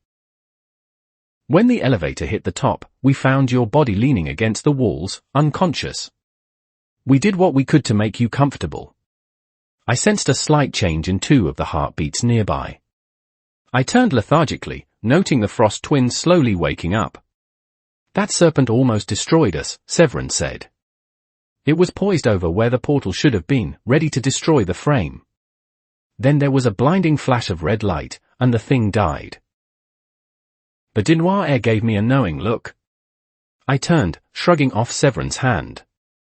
Looming over the balcony of the Empire State Building was the massive skull of the Leviathan, still poised to breathe toxic hell onto unwitting victims. Its skeletal body was still wrapped around the skyscraper like a monument to our struggle. Its skull, even without the flesh, could have swallowed an elephant whole with ease. But sunlight shone through those bleached bones, telling me all I needed to know. Wait, I said, my brain catching up with Severin's words. You said it where the portal should have been, I continued, feeling my core buzz. What do you mean? The Dinoir shuffled uncomfortably. Come on, Tauren, he said, pointedly turning away. I'll show you. I stared mutely up at the empty portal frame, finally understanding the depression that smothered everyone's moods like a blanket. For all intents and purposes, it looked the same as any other dissension portal, except there was simply a lack of blurring purple at the center. We were trapped here. I felt disbelief roiling through my weary body. After all we'd fought for, this couldn't be it, could it? To have slain the monster, conquered the castle, yet had the doors barring our exit at the end. Had the serpent managed to damage this place after all? Or was this simply the relic tombs degrading after all? I leaned against a wall, rubbing my face as I tried to rationalize all this. I wanted no, I needed Aurora right now. Her steadfast reassurance had gotten me through so much, yet the old bird was silent in her slumber. This can't be it, I said numbly. There must be another way out. Something we're missing. Severin stood nearby with crossed arms. Promise was sheathed at his waist, and I had no plans on asking for it back any time soon. I think the same, he said slowly. The relic tombs simply don't act like this for people. He looked at me pointedly. There must be something we're missing. I opened my mouth to reply, but I was cut off from that when the Frost twins slowly walked toward us. Bed stalled in his walk when my eyes fell on him. "Oh, he stuttered. "Hello?" The boys were hunched in on themselves, their shoulders caving inward. They looked meek to me. This zone had taken much from them, their ascending partners, their strength, and their perception of themselves. "We wanted to talk to you," Newmar said at last, pulling himself up higher. "About how you've helped us in this zone." I sighed wearily. "It's nothing," I breathed out, trying to dismiss the young mags. It was my fault this zone existed in the first place. To thank me was foolish. "No," Bed said, seeming more sure of himself. "No, you have done High Blood Frost a great service in assisting us," he said, puffing his chest out a bit. A splinter of that old, noble demeanor he wielded before like his mace pulled itself to the surface. But it wasn't exactly the same. "We, the Frost twins, wish to formally extend our gratitude to you and yours," he said, gaining confidence with each word. "If you ever seek refuge or safe haven from your troubles," Newmar said in perfect sync with his brother, "we would be more than happy to assist." There was an awkward silence between us as the twins made their statement. I smiled wryly. "You seem certain we'll make it out of here alive," I noted sardonically, gesturing to the empty portal behind me. "But it appears we're all trapped here." "You'll find a way out of this," Bed said with a shine in his pale eyes. "You've gotten us this far." I averted my gaze from the admiration I saw there, instead scrutinizing the portal frame once more. It was covered in the familiar glowing purple etheric runes that flowed and twisted on either side. I looked down at the signet ring of named Blood Darn as the twins' heartbeats receded, the two leaving me alone again with Severin. Blood Darn's sigil was of a dagger leaking runes on either side, one side the glyphs on ascension portals, the other from dissension portals. From ascenders we come, as ascenders we stay, I thought with fondness. The sigil had always fit me, but after my recent experiences, it felt inadequate. I narrowed my eyes, taking my ring off to more closely observe its golden etchings. I focused on the runes that flowed from the left of the dagger, furrowing my brow. Severin seemed to immediately pick up on my shift in mood. "Tauren," he asked as I loped toward the empty portal frame. "What is it?" I gazed up at the rune-marked stone arch, my mind skipping over everything I knew of the relic tombs. They were designed to pass down insight into ether, and only once the trial-goer had succeeded were they allowed to leave. "Severin?"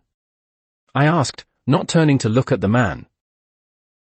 "What did my bond promise you to secure your help?" Severin's heart-fire picked up in rhythm notably. I could sense it, even without looking at the man. "That being who possessed your body?" he questioned. I didn't respond, my eyes still tracing over the runic arch. "She said that this zone was a reflection of your mind," he started slowly, measuring out each word. "She said you knew more of these tombs than any other. That you could show me the truth. You truly didn't hold back, did you, Aurora?" I thought.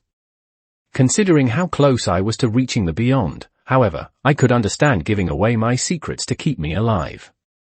A silence stretched between us after the white-haired striker asserted my bond's promise.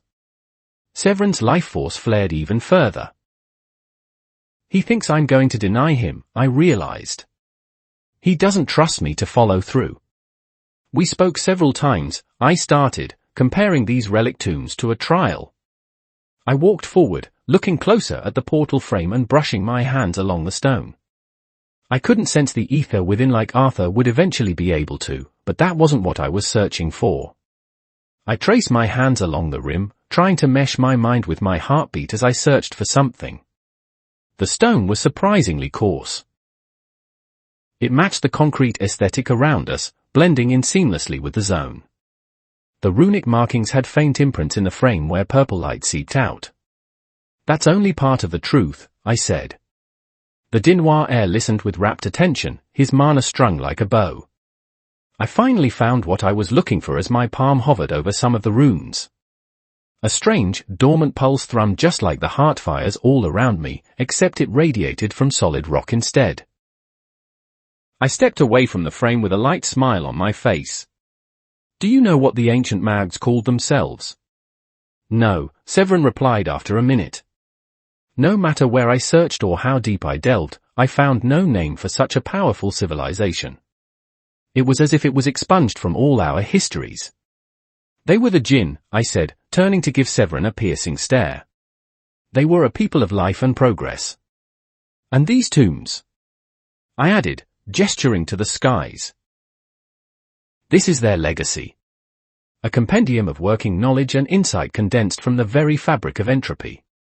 Everything these great people once knew and understood of the fabric of reality is woven into these zones. I turned away from Severin, who had gone stiff from my words. I laid my hand on the portal frame, right over where the pulsing heat of a heartbeat thrummed to only my ears in the dead stone. I called on my own life force. It wasn't like manipulating mana, where the strength of will and the power of your mind force the world to bend to your whims. It was more akin to how my intent pressed subconsciously into the atmosphere with every emotion. I needed to know what I felt, why I felt a certain way, to make use of this power. I needed to know myself on the most fundamental of levels. My heart fire responded in sympathy, coursing up my veins and making them wash with heat. My hands felt aglow with energy as my life force seeped from my fingers, each mote the color of a waxing dawn. Each of these zones isn't just a trial, I said, feeling breathy. These dimensions are teachers, and we the students. If we wish to understand ether as the Jinn did, we must be able to listen and decipher. The motes of ether on my fingertips, drawn from the very nexus of my heart, sank into the stone where I felt the heartbeat. For a moment, nothing happened. The air felt as electric as ever, but the charge hadn't decided to go to the ground. And then the portal responded. A rune fuzzed into existence on the portal frame, shimmering with orange-purple as it flared with power. A stylized heart, not the cartoonish kind, but a true depiction of the organ, flashed and groaned. A single dot of purple spatium sparked in the center of the frame, before expanding rapidly and settling into place. I exhaled with a slight smile as the portal activated, providing us all a way out. I'd proven something to myself. Whatever test the Madden Jinn had rambled of in that town zone, I had the distinct sense that I'd passed. You said they made a test for me? To grant me insight? I thought with relish. Look and see. I've taken the hell you've shown me and molded it into something beautiful. I stepped back, my breathing heavy. Not from exhaustion, but adrenaline. I still didn't know the ins and outs of this new power of mine, but I had time to learn what was possible. I turned around, expecting to see only Severin's waiting form. Instead, I saw Darren Auden's expression of disbelief as he stared at the portal, something dark churning in his eyes. Chapter 101, Chapter 100, Descent. 3,774 words. Torn down. I froze as I saw Darren Auden, feeling a wave of apprehension. How much had he heard of my revelations? Not much, I was sure. I'd turned to gauge Severin's reaction earlier in my demonstration and Darren hadn't been there. In channeling my life force and focusing so intently on the slight thumps from the stone, I'd inadvertently tuned out the other sources around me, allowing the mage to approach without my notice. Darren looked from the portal, to me, and then back to the portal with wide eyes. You activated it, he said questioningly. How? I didn't respond. Truthfully, I'd acted on instinct and impulse in the heat of realization. I'd understood the Jinn's intended insight in this zone, at least part of it. Without the constant intent threading every heartfire, I wouldn't have been able to see the right path to call on my own. So, realizing that I needed to use that new insight in some fashion to push us onward, I activated the portal. Darren walked toward the portal, ignoring Severin's worried glances. He looked it up and down as I had before, a strange sort of weight settling on his shoulders. I took the moment to examine the leader of the unblooded party. His clothes were burned and caked with blood and grime, torn in countless other places. His blonde hair, which he kept in a windswept sort of part, was drenched in the blood of his lover. You figured it out, he said, his voice seeming distant. How to get us out of here? He paused. No, not just that. The food as well, back near the start. You knew immediately where to go to get us fed. Knew how to use those elevators. How to use all those strange appliances in our base. I clench my fists. Is this place? Darren seemed to choke on the words. You're familiar with it. More than any of us were when we first entered. The broken striker turned to me, a silent plea in his eyes. Why? He whispered. Why did the relic tombs do this to us? To Dima? You know so much of this place. I opened my mouth to respond, to formulate some kind of lie or excuse. But no words came out. I tried to force myself to give the desperate man some kind of answer. Darren's eyes slowly widened. No, he said quietly. You don't know of this place. This place somehow knows of you, he said. I shut my mouth slowly, turning back toward the portal. I tried to focus on the rhythm of my heart. It would calm me, bring me back to tempo. Except the thundering thump-thump-thump of Darren's accelerating heartbeat tugged at my ears, demanding attention. Then the man said something that made me feel as if I'd been punched. The relic tombs adapt to those ascending, he said with a stutter, seeming to say the words as they came to him. Stronger enemies. More complex puzzles. Maybe an extra boss. But you're not just a stronger ascender. Piercing green eyes seemed to stare into my soul. I saw it there out of the corner of my eye. Darren's face begged for me to deny him. Tell me I'm wrong, he whispered.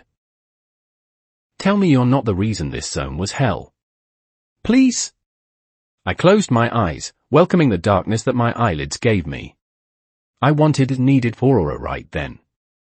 I needed the warmth she brought to my every thought. The calm, certain surety she gave with her every sentence, as if she were an unweathered stone standing strong in a hurricane.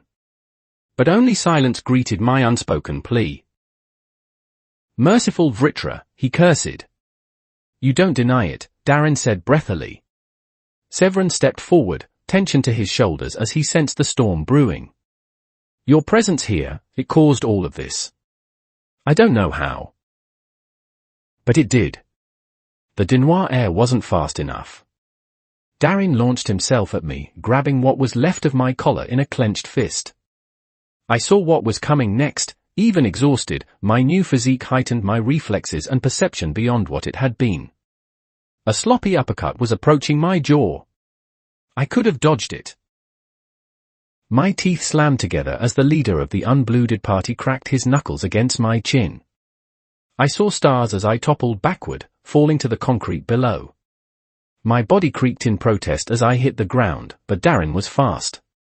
He straddled my chest, raising a blooded fist over my face with a savage, bestial snarl. All those people, he cried in anguish, only half a man. He brought his knuckles down on my face again. My vision flashed with red as my own blood sprayed. All those ascenders I tried to save. Another blow. All of them ripped apart by those undead. My cheek cracked to the side as the leader of the unblooded party laid into me. I dimly registered Severin trying to wrench the maddened mage off of me, but he was just as exhausted as the rest of us. He didn't have the strength. Alan. Jameson. Mralka. Did they mean nothing to you? Or a voice said from above me, Darren's usual playful tone stretched thin from sorrow. And Dima. The next blow made my head crack against the concrete. My own red blood sprayed over the stone, coating it crimson. My consciousness flashed, the instinctual urge to fight back rising in my chest like the basilisk Aurora had purged not long ago. But I shoved it down. Then the punches stopped. I coughed up a mouthful of blood, feeling dazed. Get off of him, a familiar voice screamed above me.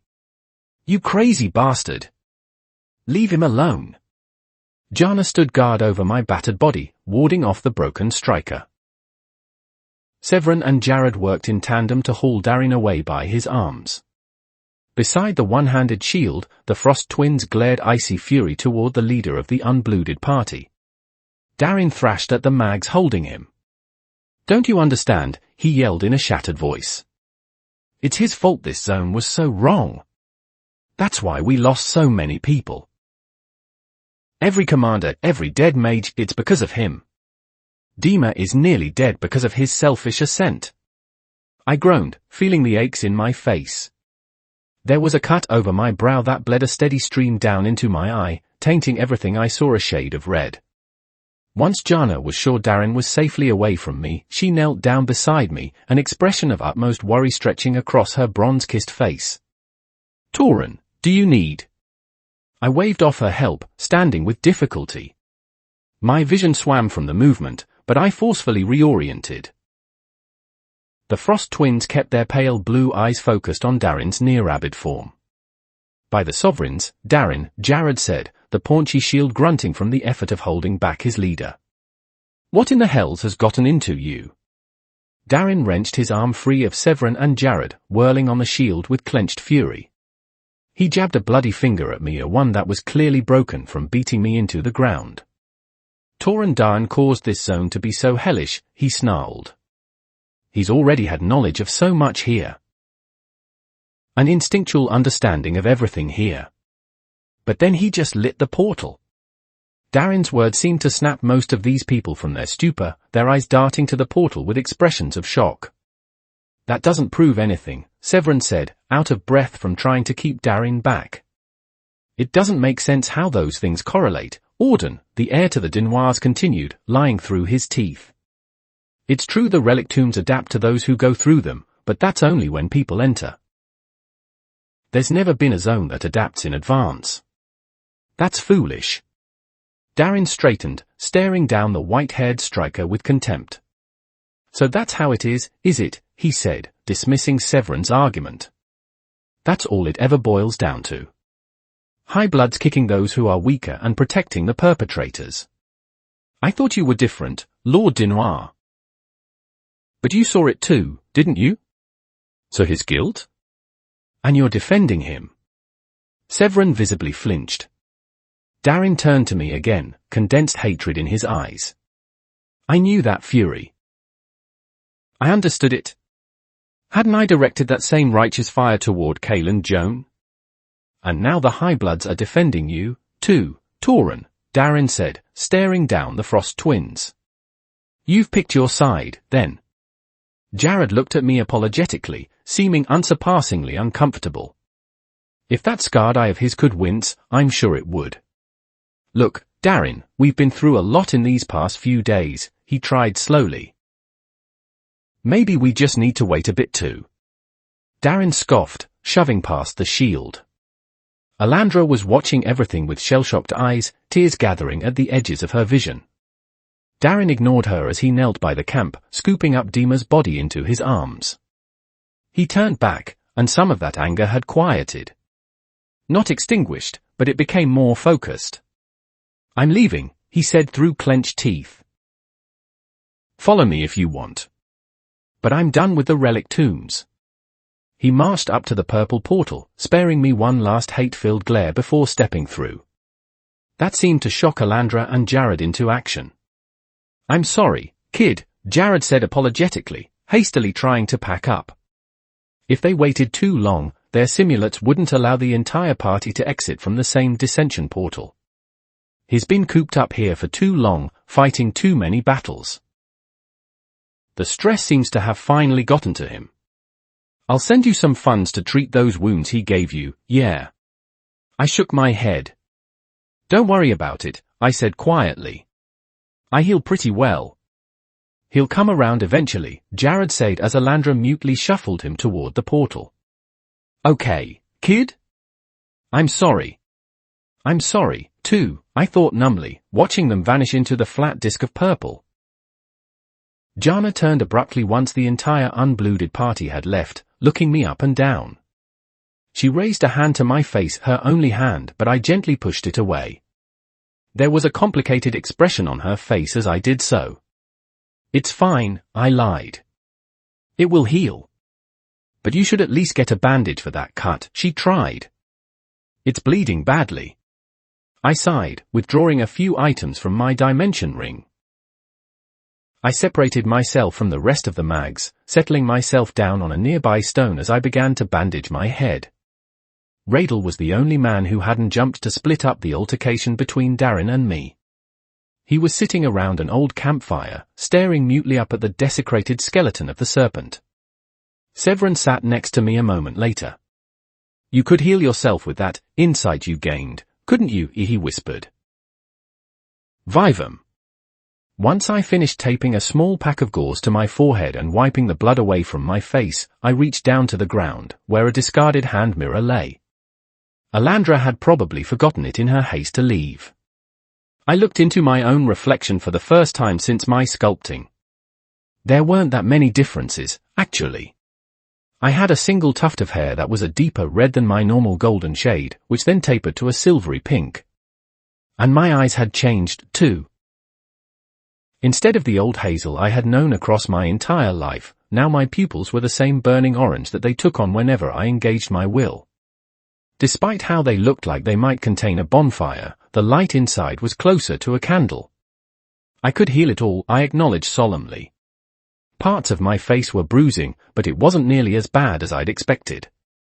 Despite still being mostly human, my new physique held up well against a beating. But then it wouldn't scar. Those words cut off Severin's next question. We sat in solemn silence for a few more minutes as Jana and the Frost twins prepared to leave, packing their bags into their dimension rings. I caught a few disgruntled mutters from bed about the lack of relics, but it didn't have the heat I might have expected. Once they finished, the twins surprised me by approaching Radel. The old caster was mostly unresponsive as they prodded him to get up and move, his mind broken in a fundamental way. They led him toward the portal with surprising care. The twins gave me solemn thanks for figuring out the portal before stepping through the shimmering pane of purple. Jana's eyes lingered on me for a few moments longer, some undiscernible emotion there, before she finally stepped into the portal herself. Now it was only Severin and I alone in this zone. "Why do you want to know of the relic tombs?" I asked. I suspected I knew the answer, but I needed to have my own thoughts and ideas confirmed for once. Severin spared me a glance, then looked forward. "I told you once of my sister, didn't I?" he said. "Kara," I replied. "You mentioned her once." Severin ran his hands over his knuckles, a quiet fear suffusing his bones. "I do all I do because of her," he said after a moment. "She's adopted, you see. Supposedly, she might manifest Vritra blood." His words seemed to derail his own thoughts for a moment, causing him to look at me. "Wait, when that being possessed you?" "My bond," I filled in. "Your bond," Severin continued, "you use soul fire. Or at least it looked like you did." I huffed, hearing the unspoken question. "I don't have Vritra heritage." "Not anymore." "It was purged." I tapped my chest, my fingers tracing over the messy scar over my heart. "With your dagger as part of the catalyst." I'd pieced that much together about the first sculpting. Those words seemed to buoy Severin's mood more than I expected. "That tainted blood can be removed." I closed my eyes, feeling a measure of sadness for what I was about to say. "It's probably impossible to do for your sister," I said. "My circumstances are very, very unique. Furthermore, my basilisk manifestation had been partial and recent when Lady Dawn had cast her spell. I suspected the manifestation hadn't set in, so to speak, like a pot of clay that hadn't yet dried and was still malleable. That likely made it easier to effect. But for Kara, who had manifested her blood years ago. The Dinoir heir's shoulders slumped slightly, but he forged onward anyway. "Kara is no more than a pawn," he said quietly. "And that's all she'll ever have the chance to be in this world if I don't find a way to give her something more. And with ether, anything is possible." I forced back the urge to smile. At first, I thought Severin's story was one of innate tragedy. He would fail in his quest to decipher these tombs, consumed by a massive millipede in a zone. But the more I learned of this man, the more I realized he would have been overjoyed with his sister's journeys with Arthur. So what if he didn't accomplish his dream? She would fulfill it in turn, making herself more than a pawn. I thought the young man would find that comforting. There was a quiet that stretched across the still balcony overlooking the lake. Without the constant undead tainting everything they touched, it was almost beautiful. I could imagine a perfect piece of art being painted from this solemn scene, two ascenders with more on their shoulders than they ever wished watching an otherworldly urban sprawl. Severin's next words shocked me to my core. I have a relic, he said quietly, as if the words would condemn him. I smuggled it out of the relic tombs a month or so back. I'm making progress, real progress, in understanding its workings. But if I worked with you, maybe I would finally achieve something noteworthy. It took me a moment to recover from my surprise. To steal a relic from the tombs was punishable by death in Alacrian law. No, it warranted more than just capital punishment. One's entire blood could be executed to set an example. And the fact that Severin was telling me this. I exhaled. It's a possibility, I allowed. My understanding of ether, however, is very, very limited in scope. I cannot change anything in the air or water, only what resides innately within myself. And even then, I don't know the full extent of these abilities. I turn to the Dinoir heir. But I'll try. You're right about something, Severin Dinoir. With ether, the impossible becomes possible. Even reincarnating a man into a world he believed to be fiction. Not that long after, Severin and I stepped through the portal. There was a chance we'd arrive at some random dissension portal in the middle of nowhere, as Arthur had after his first ascent, but 95% of the time, an ascender wound up exactly where we did. I stepped back into the second layer of the relic tombs, the familiar bustling noise calming me in a way. I had made it through that ascent alive.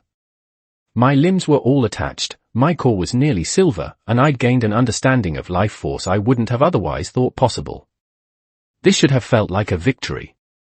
Instead, my descent was soured by the knowledge that I'd hurt one of the only good men I'd met in this world. Darren Auden deserved better than what my actions allowed him, and I would need to live with the consequences of my changes. Severin stepped out behind me a bare moment later, inspecting the lobby. After a woman came by with an inquirer to scan us for relics, we were allowed on our way. With a nod, we began walking toward a specific line near the middle of this specific platform. The white-haired striker and I settled into wait at the end. It moved forward at a tired pace, mags depositing their accolades into specialized cutouts which retracted further into a building, where mags would eventually gauge their worth. As I settled into wait, remembered what the inquirer looked like, almost like a dark pocket watch, which the mags then hovered over our bodies like an old metal detector from my previous life. The connection formed in my mind a moment later. Say, Severin. I asked, genuinely curious. That detector compass of yours looks an awful lot like an inquirer, doesn't it? The Dinoir heir shot me a look. It did, he said a bit sourly. Except after what your bond did, it exploded in my hands. Probably from energy overload, he said, using a careful choice of words when there were so many mags around. Oh, I replied, feeling guilty even though I shouldn't have. Can you make a new one? Severin sighed, crossing his arms. Maybe. The ingredients were rare and expensive. But I think what I gained was worth that loss at least. I turned my eyes back to the line. We were almost to the front. That was when several familiar mana signatures popped into my perception, moving in a rigid formation. I turned toward their direction, feeling surprised that they were all together. Velam was near the front, the spear-wielding striker moving with steady purpose. Beside him was his godfather, Aban, the mage walking with surprising deftness despite his age. His greying hair seemed to have a vitality I couldn't remember. A few other mags I remembered marched in a half-circle formation behind those two. I recognized the shields that had saved me in my last attack against the Jones amidst them. Near the very back was a familiar mossy-haired mage who had a bad habit of accidentally following me.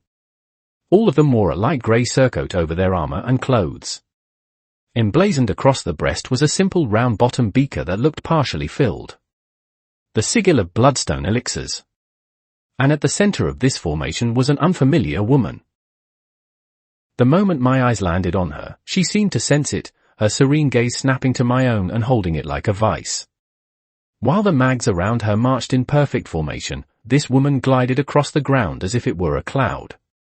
It reminded me eerily of Lady Dawn's regal bearing. Mags moved out of the way of the formation as it sheared through the crowds, the group slowly but steadily parting the sea of people. All the while, my gaze stayed locked with the dark eyes of the mysterious woman at their center. Soon enough, the group reached us. Aban and Velam stopped first, the former giving me a grandfatherly smile and the latter a stern nod before they parted like a curtain. The woman they escorted stepped forward barely a moment later. Now that she was closer, I was able to get a better look at her.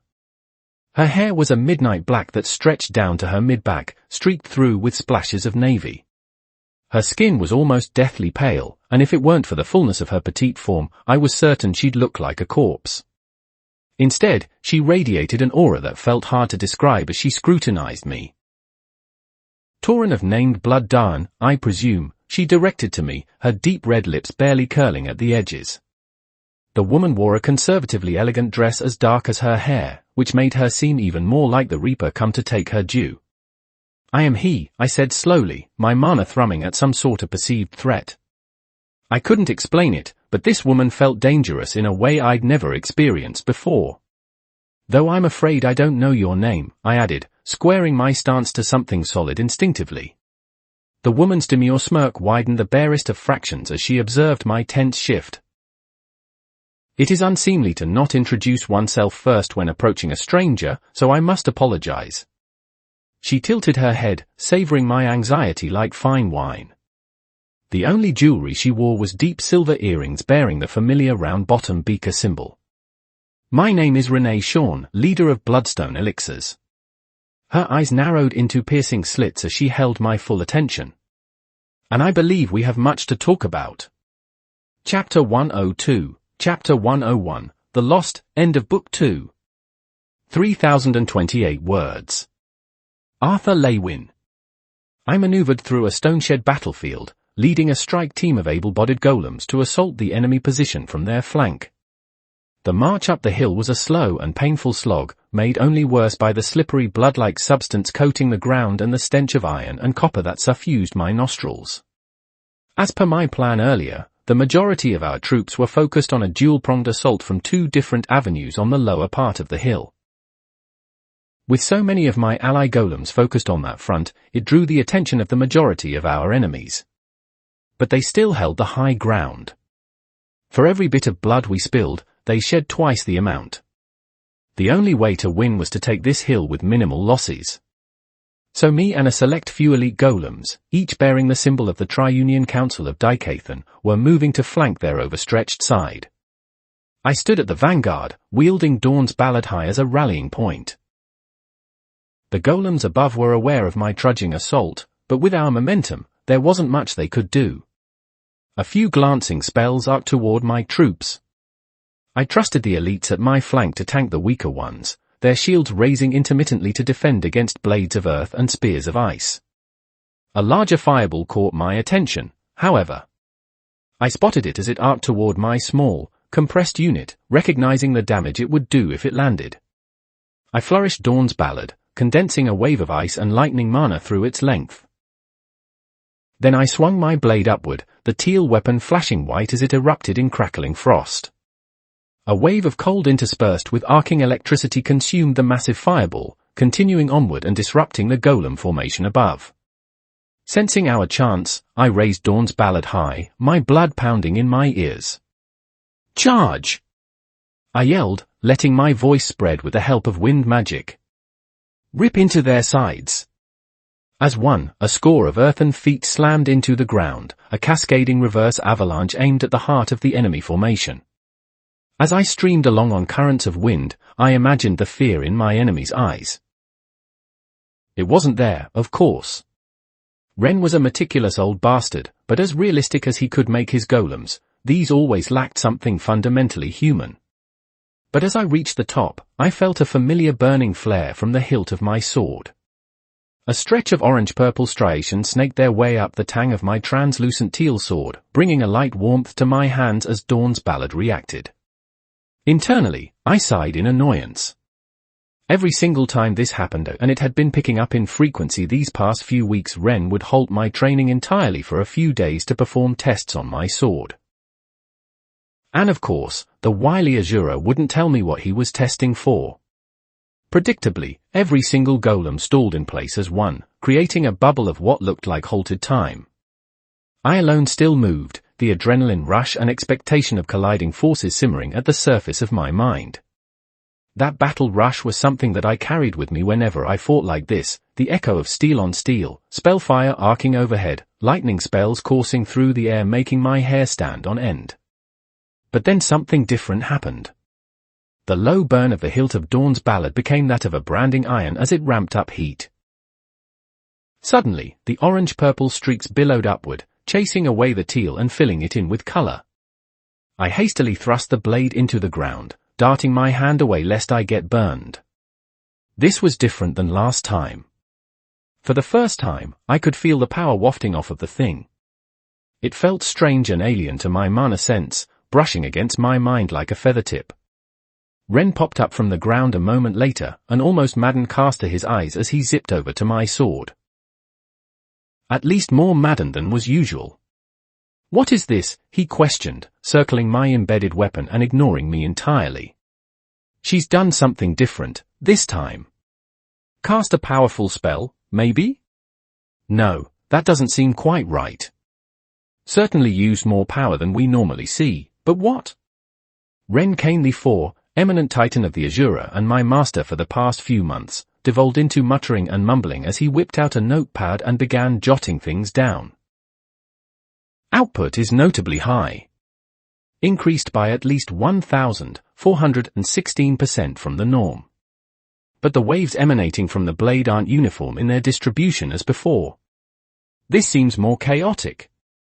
Perhaps some sort of untested spell? "Ren," I said warily, feeling tired of all this. The Azura didn't seem to hear me, tapping his pen against his chin as he scrutinized the sword closer. It was glowing now with a strange sheen, seeming to mimic the scattering effects of light through the clouds during a sunset. This seems to be done with intention. If I gather the right data points, I might be able to track the point of origin. "Ren!" I snapped, my patience thinning. "What in the hells is going on with my sword?" The Azura blinked, then turned to me as if noticing me for the first time. "Oh, this? It's none of your business," he said, shoving his hand into a pocket and retrieving another pen of a different color. "This is all very much beyond your control right now, brat." I ground my teeth. I knew it wasn't wise to test my mentor, but if this were to keep happening, my training would stall immensely. "Every time Dawn's Ballad glows with those colors, you halt my training for days at a time," I said, trying to be reasonable. "I think it is part of my business if I'm constantly made to wait every time this happens without explanation." The Azura opened his mouth to reply. "Do you lessers always make such a big deal of these things?" he asked with a groan. "All I needed you to do is hold on to that sword of yours. It's more receptive to signals in your hands because you're bonded to it. That good enough for you?" I crossed my arms, raising a brow that told him, "No, it's not good enough for me. I'm here to train to be able to protect my loved ones," I said. "If my training keeps getting interrupted, then I'm not doing the best I can. At least tell me why." The Azura shoved his hands into his hair, clawing at his roots for a moment as he swiveled, groaning in irritation. "Why must you make good arguments, Arthur Leigh Wynne? All the other lessers I've had the displeasure of meeting were sniveling brats. Much better, in my opinion." He turned around again, a spark of something in those old eyes. "There's this woman, see," he started. "From way back when. Truthfully, I didn't know what I was expecting. But it was certainly not that." My eyebrows rose high enough that they probably met my hairline and my jaw gaped. This was about a woman? The Azura seemed to realize what he'd just said, his expression shifting. "Shut that lesser mouth of yours, Arthur Leigh Wynne," he said, glowering at me. You'll fill it with flies at that rate. Which might be better. He waved a hand. Anyways, her name was Aurora. Flighty old phoenix with a habit of trying to look as unbothered as good old Lord Indrith. I slowly let my mouth close with a click. What do you mean was? I asked, sensing his focus on that word. Ren turned back to the glowing sword in the ground, a strange slouch to his shoulders. I told you I made Dawn's Ballad as a one-sword-fits-all weapon. But that was a lie. The Azura paused. I made that sword for her, he said quietly. It's what I'm good at. Making weapons. Only thing I could do to try and impress her. The Azura seemed to be talking more to himself than to me at this point. He shook his head, his long bedraggled locks swaying. But I never finished the product. She vanished with her brother years ago somewhere in the Beast Glades for some unfathomable reason. Never figured out why. But I'd already put the work in, so I left the sword there, hoping she'd find it. I thought she was dead, he said honestly, the golems around us finally dissolving back into earth mana. Ren continued to stare at the orange-purple blade. Until your sword started shining, reacting to her actions. He brushed a hand against the matte black hilt of Dawn's Ballad. I was surprised when it came back burned. The Azura seemed to gather himself, slowly putting his insincere mask back on. The Azura turned back to me. But that doesn't matter to your training, does it, brat? His eyes squinted. If you want to throw that squishy flesh puppet of yours at rocks all day, be my guest. Far from me to stop you from making your already short lesser life shorter. He ripped Dawn's Ballad from the ground, then conjured another sword from the earth around us, tossing it to me. Your training won't be impeded anymore. Feel free to smash rocks again. I barely had time to process the Azura's revelations before the golems reformed around me, masking the Azura from my sight. I thought I saw a single tear leave his eye as he stared at the sword, but I couldn't be sure. Darin Auden. I took each step forward numbly, piloting my own body by force of will. My fists clenched and unclenched at my sides as I walked through the sparsely populated street. Dima had been sequestered in my estate with the best surgeons and caregivers that I could afford. But while I was certain she would live, the professionals I spoke to their eyes she would never wake up again. There was nothing they could do except keep her body alive. As one nurse had stated, she was astounded the mother of my child was even alive. I ground my teeth, keeping my eyes ahead. For all my adult life, I'd thrust myself into conflicts between high-bloods and unblooded mags, providing them legal help and support where nobody else would. Throughout my several-decade career, I'd never desired to be a high-blood. They were too self-righteous. Too sure of their power. Too comfortable with using it on others. But for the first time in my life, I found myself desperately wishing I was one of those strutting nobles. They had the resources I lacked. The medical facilities Dima needed to wake up. I found my mind rooting back to Toran Dawn, a building, bitter anger sparking at the thought of the young mage. I had thought I'd found a kindred spirit, one who cared for those beneath his station. I deluded myself into seeing it with every desperate struggle he made in that hellish zone. I'd convinced myself he cared when Hoful told me his story. I thought I'd found someone like me, who was willing to stand up to the powers that be. But instead of selfless drive, Lord Dawn was fueled by guilt. Guilt from all the people he dragged to their deaths. But not guilty enough to keep himself away from the tombs. He was the worst kind of man, the kind that felt remorse for their actions, but refused to change in the wake of their carnage. My knuckles still ached from where they'd struck the young mage's skull, the little bones in my hand cracked and crushed from the impact. I took a deep breath as I walked, trying to force my killing intent back into my body. I couldn't afford to think of such horrid things right now. Not with what I was about to do. I finally arrived in front of my destination, looking up at the sign with nervous eyes. The sign at the entrance was clear enough in its words, but part of me still struggled to string them together. With an exhale, I entered the building. I navigated my way to a reception desk easily enough, and the young woman at the counter looked up at me with a pitying expression. I brushed that off. I knew I didn't look my best today. I had barely taken the time to brush my hair this morning, but the deep circles under my eyes and signs of exhaustion and grief hadn't vanished in the last day or so. I'm here on behalf of somebody, I said, my own words feeling alien as I forced them out. Dima Varrigan. She went on an ascent not long ago, and was. I forced the next words out. Wounded. She's unable to come here herself. The receptionist put a hand to her mouth as she gasped. Oh, I'm so sorry to hear that. It happens far too often to the good folks. Dima was a kind woman. She was. The woman's face took on a more pinched expression. But I'm afraid we can't let you in here without explicit permission from the legal guardian. I can check to see if you're added. Check, I said, my voice coming out harsher than intended. My name is Darren Auden. The woman's eyes widened at my name, but she quickly got to work sifting through their records. Aha, she said, reading over a sheet of paper with a sparkle in her eye. It says here that in case Dima Varrigan is unable to resume her normal duties, Darren Auden is authorized to act in her stead. The woman looked up at me, giving what she probably thought was an encouraging smile. I can take you to her right now if you wish. I nodded. Yes, please, I said. The woman stood up, moving around the desk before gesturing for me to follow.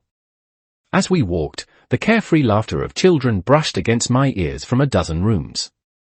Sparing them a glance, I saw young boys and girls playing to their heart's content, pretending to be mana beasts or ascenders or whatever new thing they'd heard in the stories. How long would that innocence last? I wondered dully. How long can these children cling to their naivete in this horrid world?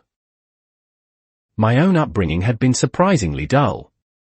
I'd been raised on an old farm in the countryside of Segsklar which bordered Ettrill. My parents taught me the traditional values of working the land and caring for one's neighbor. Far from any urban high lord influence, I was able to truly develop as a person. People are like the ground beneath your feet, Dari, my late mother had always said. Show them kindness and warmth with a bit of sunlight, and you never know what might grow. If only she had been right, this continent wouldn't be such a hellhole. Too often it wasn't flowers or wheat that sprouted under altruism but weeds and strangling roots. The receptionist stopped in front of a specific room, and then knocked on the door. A moment later, the weary-looking teacher of that room responded, opening the door to reveal a wide classroom with many desks arranged in a layered pattern. From a cursory glance, I could spot a dozen children looking toward the door with undisguised curiosity. Yes, the teacher asked. The bags under his eyes were nearly as dark as my own, and his scruffy brown hair was thinning in patches. One of the parents of your students was wounded in a recent ascent, the receptionist said quietly so only the teacher could hear. We've got an emergency contact here hoping to pick her up. The teacher blinked, then looked at me with a tired gaze. The name? Penny Varrigan, I said, responding in place of the receptionist. I hesitated. Is she here? The teacher slowly nodded. Pen's a good lass. It's a shame her mother can't make it. Dima was almost always here for her events and showcases. Not enough parents do that. I grunted quietly in response, feeling quiet shame for not being able to say the same. The weary man looked me up and down again, before turning toward the classroom. Pen, he called. Can you come up here? There's someone here to meet you. I held my breath as I heard shuffling in the room. The kids in the room moved to allow someone past, but I couldn't see who they were from my point of view. But once she cleared the line, I knew immediately it was Pen. She had her mother's hair, a darker, dirtier shade of blonde than my own. Her features were like her mother's as well. She had a smaller nose that I immediately identified as Dima's. Her brows seemed just as expressive as my old lover's. But then the girl looked up, anxious. The breath I was holding left my lungs in a silent wheeze as her eyes met mine. They were a bright, piercing green. My eyes. I could see Dima everywhere in the girl's features, but the eyes could only be mine. I put on a watery smile, trying to project my usual confidence. I was beaten, battered, and had more than my fair share of bruises under my wrinkled shirt, but if this little girl needed to see an invincible ascender, that was what I would be. The girl hid behind the teacher's leg, looking out at me shyly. Merciful Vritra, I thought. Even her shyness is like Dima's. I knelt down so I was closer to her height, hoping to draw the child out more. Hey, Pen, I said, hoping I sounded encouraging. My name's Darin. I paused as the young girl peeked out with more open curiosity.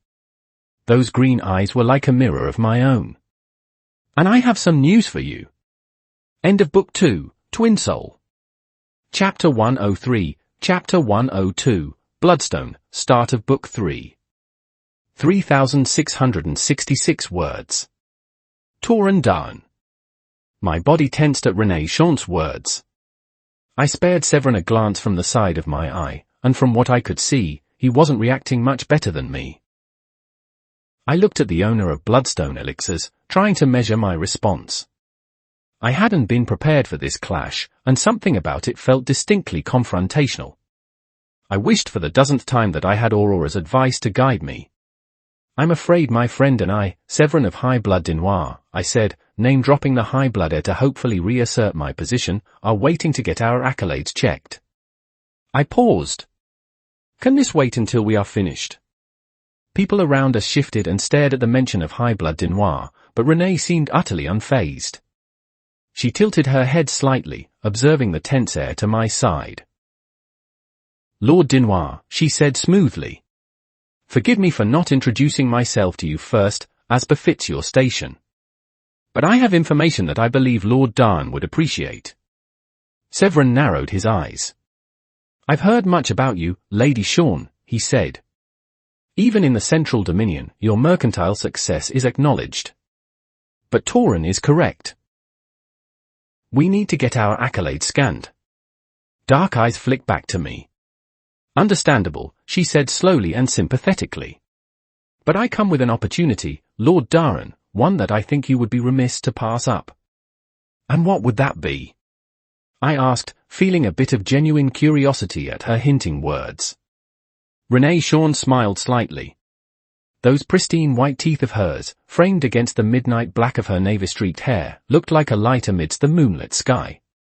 Your hometown has been struggling against the Vicar of Plague for several weeks now, hasn't it? She said, gaining my full attention. I believe there is something I can do to fix that. I walked with Severin Denoir amidst Renee Chaunt's escort retinue. Their lockstep march was perfect, and I wondered how much protection they truly were. Even though each of these guards had saved my life at one time, I felt imprisoned. We were walking toward some sort of cafe or restaurant in the relic tombs, following Renee Chaunt as she directed us to a supposedly secure meeting place. You shouldn't have agreed to talk so quickly, Severin said from my side. She was trying to get you to drop all we were doing. It gives more precedential power in whatever negotiation she's got cooked up. I muffled Severin's words with sound magic, creating a small link between the two of us. I ground my teeth slightly, knowing he was right. She knew what to say to get my attention, I said. I told you I have enemies, Severin. Mardeth has been coating my home with his shadow for far too long, and I don't have a way to get him out. Severin gave me a look that I couldn't read. I wondered what could have damaged your dagger so badly, he said. If you've clashed with Mardeth before. The young mage shook his head, his brilliant white locks swaying. Regardless, I'd rather have Mardeth as a foe than Renee Chaunt. That got my attention. The leader of Bloodstone Elixirs didn't ooze power like Mardeth or command your attention as his killing intent required. Instead, facing her felt like squaring off against a snake in the grass. But surely Mardeth was a worse foe. Why do you think that? I asked, wanting to know more. My knowledge of the woman was sparse and mottled. Severin Denoir, being privy to highborn circles, probably knew more than me. When I said her exploits are famed, that wasn't an exaggeration, he said. She's got branch stores of her potion company in nearly every major city in Alacria.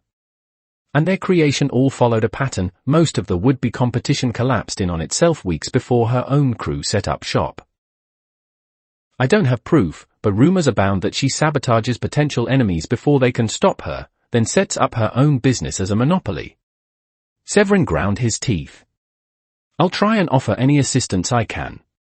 But the majority of High Blood Dinoir's resources won't be given to me without a good explanation.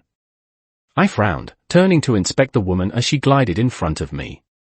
She seemed to ignore the ground as a concept, instead floating over the stones as we navigated the higher-end parts of the relic tombs. I narrowed my eyes, trying to discern more about her mana signature. I couldn't sense it. That in and of itself wasn't so rare. There were many mags I'd met with higher core purity than my own, but even then I got a sense of their mana in the first place. Is she an unadorned? I questioned, feeling a bit of disbelief. But that doesn't make sense. To get so high in Alacria power structures without mana is impossible.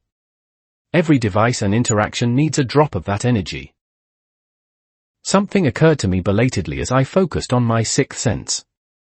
All around me, the heartbeats of our guards, audible to my life force senses, streamed into my head. Even Severin Dinoir had a steadily pulsing heart fire I could hear. But not Renee Shawn. I had compared her earlier to the Reaper in my head, but I found myself wondering as I realized I couldn't sense her heart fire. She gave my senses as much information as a dead body would. She must be wearing some sort of cloaking artifact, I realized. Something that hides her mana expertly and cloaks her heartbeat. Renee Shawn peered over her shoulder at me, meeting my narrowed eyes with her dark ones. I can feel your eyes boring holes into my back, Lord Darn, she said lightly. If you wish to ask me something, the worst I could do is refuse to respond. I paused for a moment, then forged ahead. The cloaking artifact you wear is powerful, I said after a moment. I was wondering why you feel the need to hide yourself so thoroughly. The leader of Bloodstone Elixirs focused her attention back in front of us. You have keen senses, Lord Darn, she acknowledged. Too many assume I am unadorned upon first meeting me. It is a useful strategy to shatter those expectations.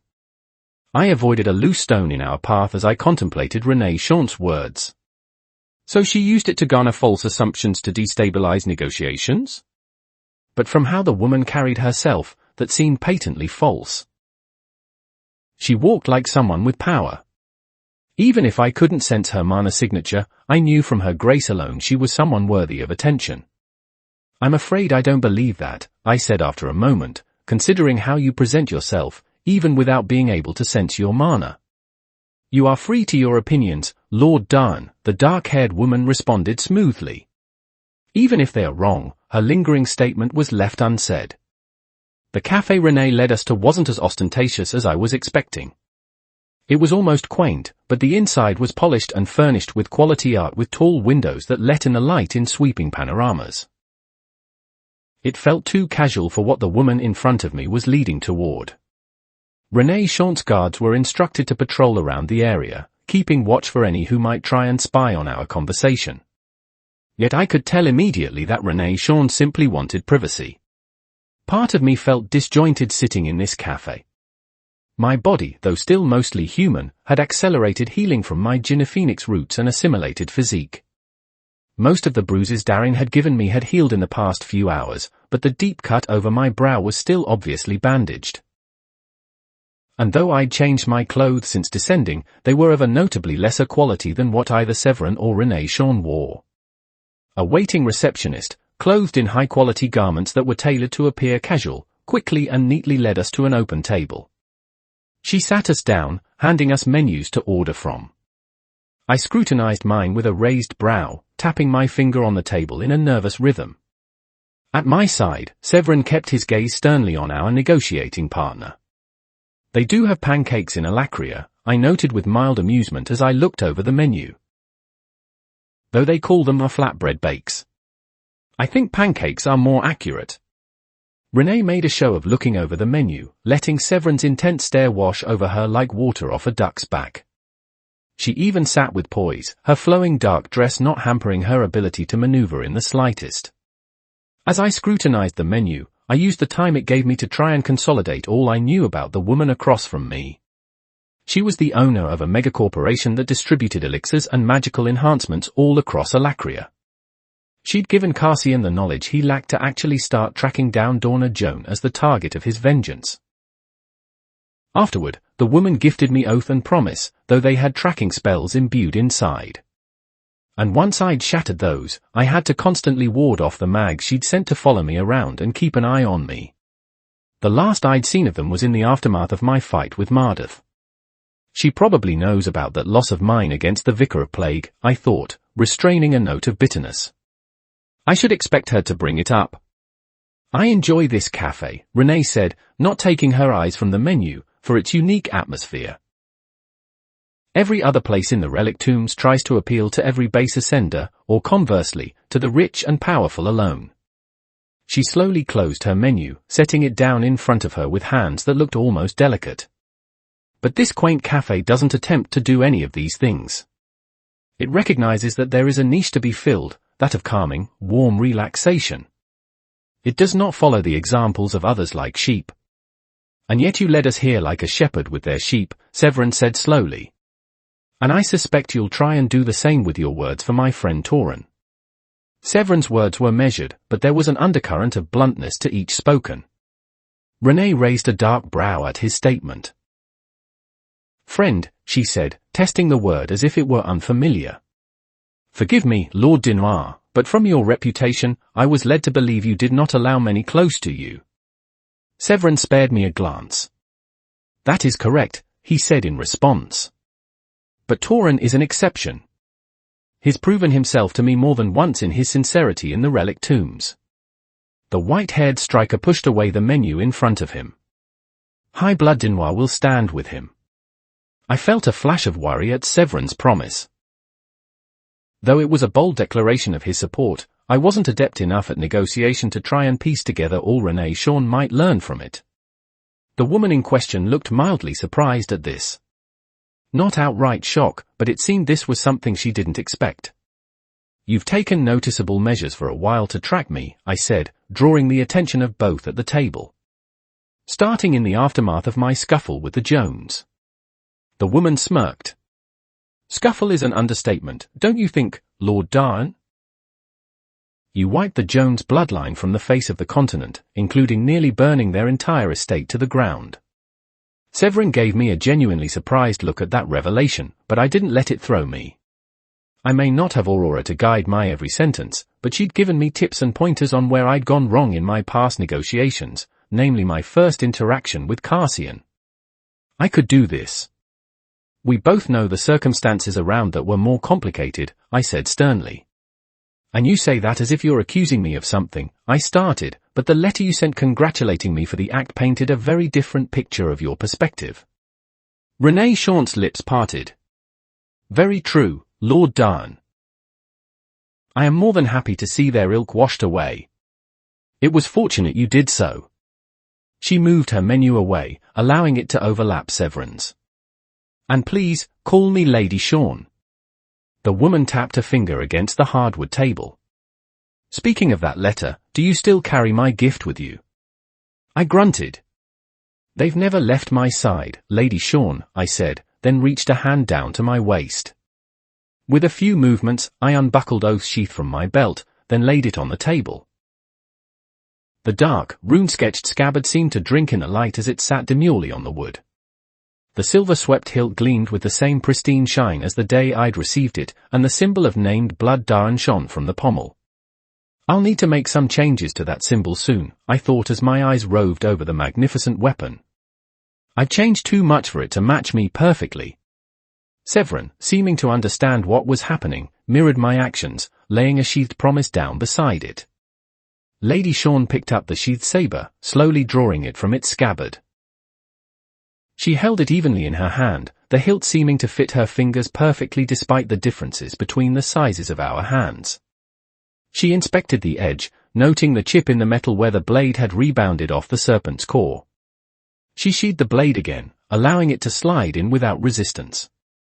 When she inspected Promise next, her brows furrowed at the marks Mardith had left in the metal, but she made no comment.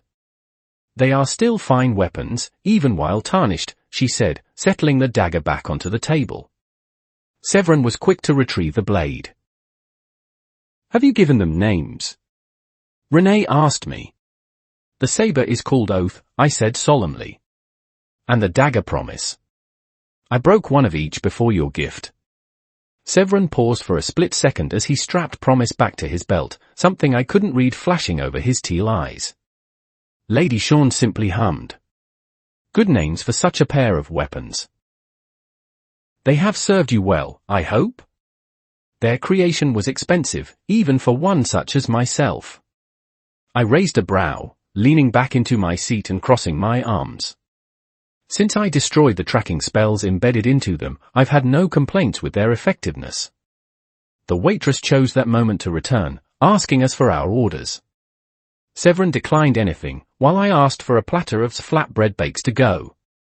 I kept my eyes trained on Renee Sean as she asked for tea. When the waitress left, the leader of Bloodstone Elixirs reoriented on me. "You broke through those spells surprisingly swiftly, Lord Darn," she said primly. "You forced me to take more overt measures to keep an eye on you." I rolled my eyes. Renee clearly didn't care that I took issue with being tracked, even after my rather blatant implications about it. "Do you know how many times I threatened the mags you sent after me?" I asked. The woman smirked. Actually smirked. "3 times that I recall," she said demurely.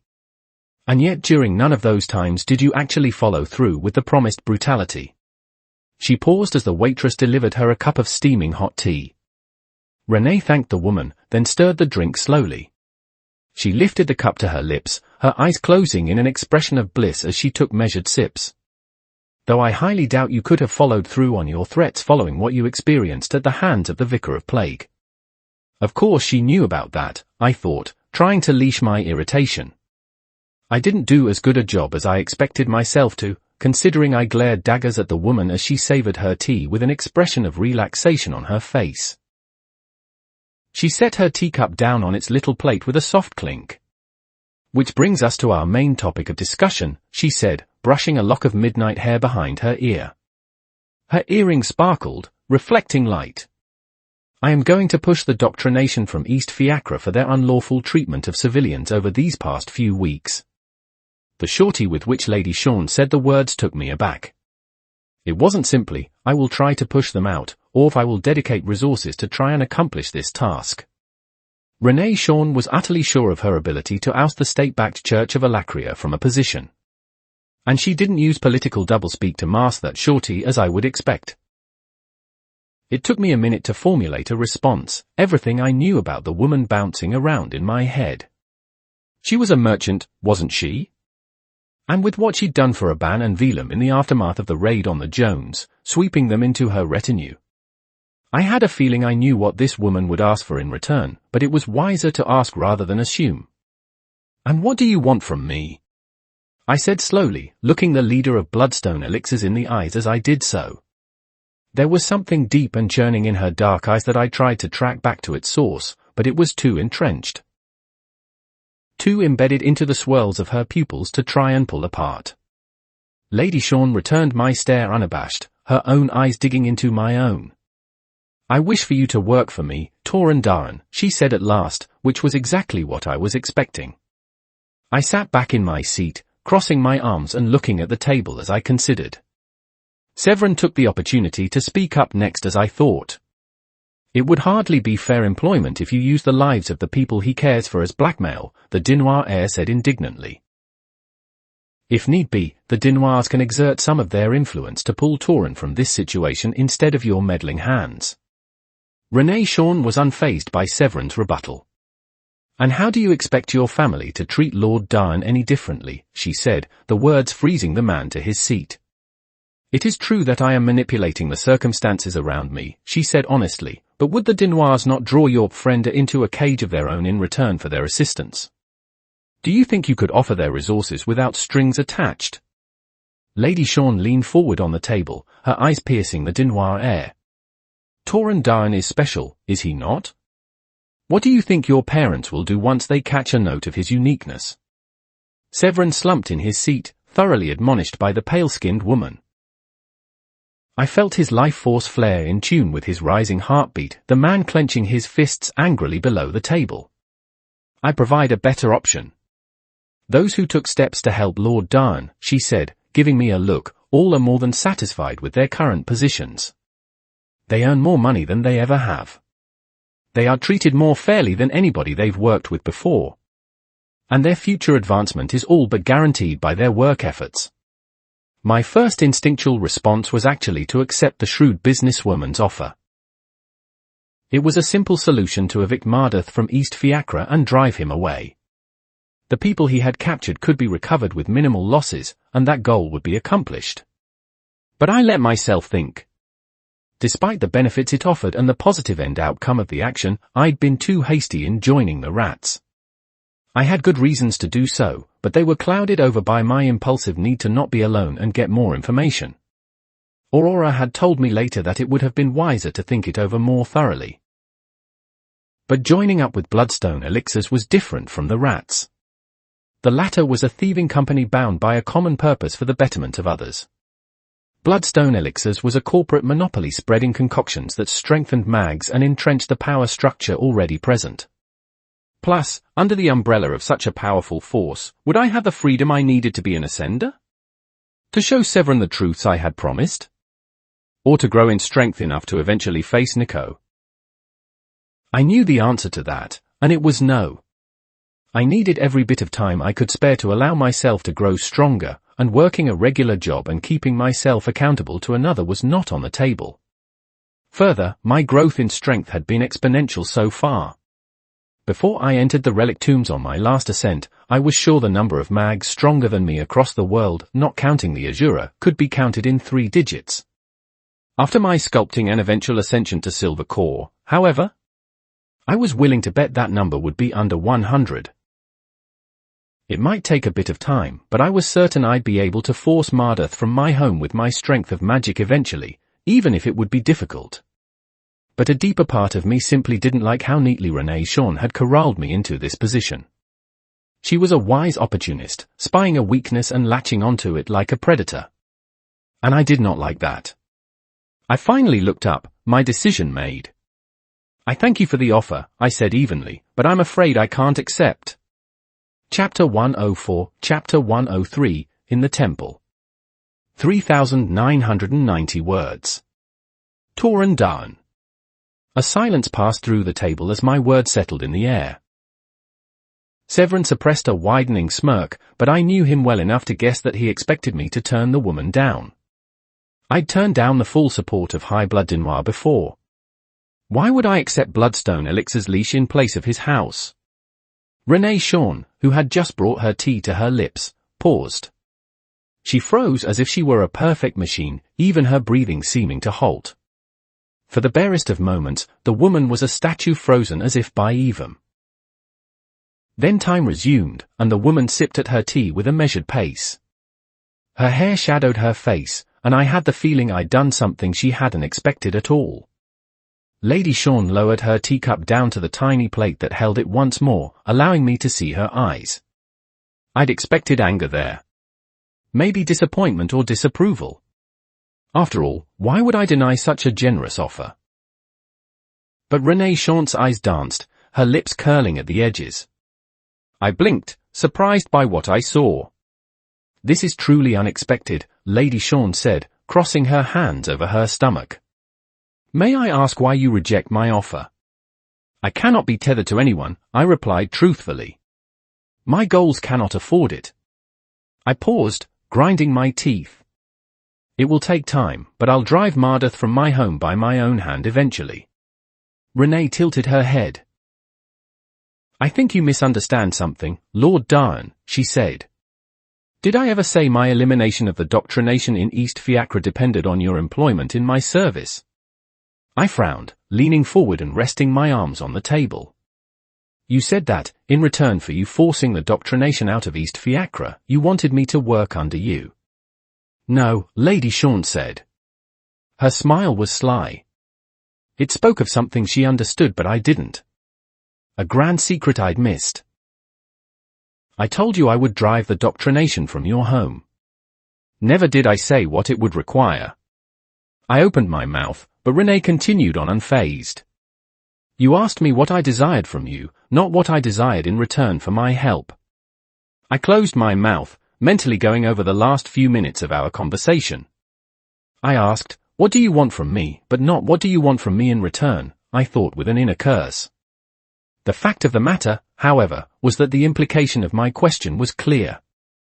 If the woman was going to drive away the doctrination regardless, then she leapt at an opening I provided like a waiting crocodile.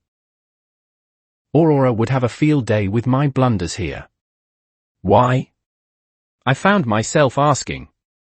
There is no way you get out of this without repercussions. Mardith is insane. The fact that he's done this to the unadorned of East Fiacre at all speaks to that. What would make you take the risk? You may choose to perceive me how you wish, Lord Darn, the woman said, bringing her tea to her lips once more. Her brows furrowed as she withdrew the beverage, then pushed it aside. Absently, I realized it was no longer steaming. Perhaps I am simply a conniving merchant, trying to get the best deal. Maybe I'm an opportunist recruiter, attempting to find the best and brightest mags to collect. I could be worse than the Vicar of Plague himself. But I'll tell you one thing, she said, leaning forward so her hair cast a shadow over our table. It was long and dark, blotting out the sunlight streaming in from the tall windows nearby. Mardith and I have had this dance for a long, long time. Perhaps, underneath it all, I simply think there are people out there it is worthwhile to defy. For the first time since I'd met her, I thought I saw flame in the pale woman's face. Her eyes carried a storm in their turbulent depths. I walked behind Lady Sean with careful steps, keeping my eyes peeled for signs of danger. The streets of East Fiacre carried a biting chill that nipped at my heels, but I didn't let it harry me. The people stayed in their homes, watching us with wary and guarded eyes from windows and alleys. After leaving the cafe, Severin explained there was something with his work he needed to check up on. Considering he didn't explain to me, even under a sound bubble, I suspected it had to do with his more illegal operations with the gin relic he'd hidden away. Renee Sean had drawn an entire contingent of mags into what had once been less than 10 guards in total. Now, we walked through the narrow streets of East Fiacre, an entire platoon of magic users making the ambient mana shudder and flow with their presence. I spotted a pair of vicars as they exited an alleyway, their dark robes cut near the shins. Their eyes widened upon seeing us, and without further ado, they bolted away, their dark robes billowing as they headed for their overlord to report our presence. The thump-thump-thump of their heart fires slowly left my range of perception. Are you just going to let them go? I asked, my hand tightening on Oath's hilt. He will know we are coming now. The Vicar of Plague would already know something was amiss from how my men are affecting the ambient mana, Lady Sean said, dismissing my concern. If his minions failed to inform him further, he'd prepare to fight us on sight. And despite my plan to oust him from this place, it is not in anyone's interest that he unleash his power. I looked around, noting the destitution this place still struggled with. The canals were empty of life-bringing water. The streets were caked with dirt and grime from snowmelt, no city workers to clear the refuse away. And how do you plan to oust him in the first place? I asked. You failed to tell me that so far. I looked at the mags around us, all walking in perfect formation in robes bearing the insignia of bloodstone elixirs. These mags you brought are powerful, I said more quietly. I can sense it. But they would be like swallows in a storm trying to intimidate that vicar. So if that's your ploy, it's dead in the water. Lady Sean was quiet for a short while. Along the rooftops, I spotted movement. Another heartbeat brushed against my ears as someone entered my range. Nereni, with her rat's mask on, was crouching on a nearby roof and watching us march. She was extremely well hidden, and only my new ability to hear the emanations of life force alerted me to her presence. We locked eyes for a moment. I tried to convey everything I felt at that moment to her, my shorty, comfort, and hope that this would work out. I had things under control.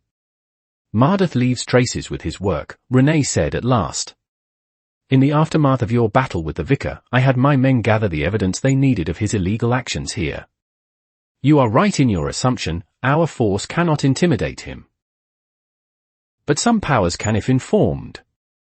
So you're planning to threaten him with blackmail? I said incredulously. He's proud of what he's doing here, Lady Sean. It's not something he goes to great lengths to hide.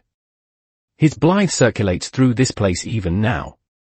I huffed, noting that Nereni was following us from the rooftops. And who would risk the doctrination scorn for unadorned? I was more than willing to put myself in the line of fire for the people here, but the majority of citizens in Alacria? Even those at the top? It would seem like the worst trade they'd ever known, gain the ire of the state-led church and save a couple hundred unads in return. It was akin to saving a few homeless people and in turn, earning the murderous ire of the CIA towards you and your entire family. But Renee Shaunt's next word struck the argument from my mind. Have you heard of Scythe Seri's October decree made a few years ago, she said. I nodded slowly. After Wade had made the offhand comment that Scythe Ceres detested the blithe trade and made her comment about it known, I'd done some brief digging into that section. I have, I said as we weaved around a corner. I could feel the mana signatures of vicars, each coming in 2s and 3s, converging on the massive temple in the distance. Scythe Ceres publicly denounced the production of blithe, claiming any who did so would face her wrath. Afterward, the drug plummeted in production within Segsklar to nearly 0%. Except the Jones, I thought with irritation. My face twisted into an expression of disgust. Now the major problem is smugglers getting the drug in.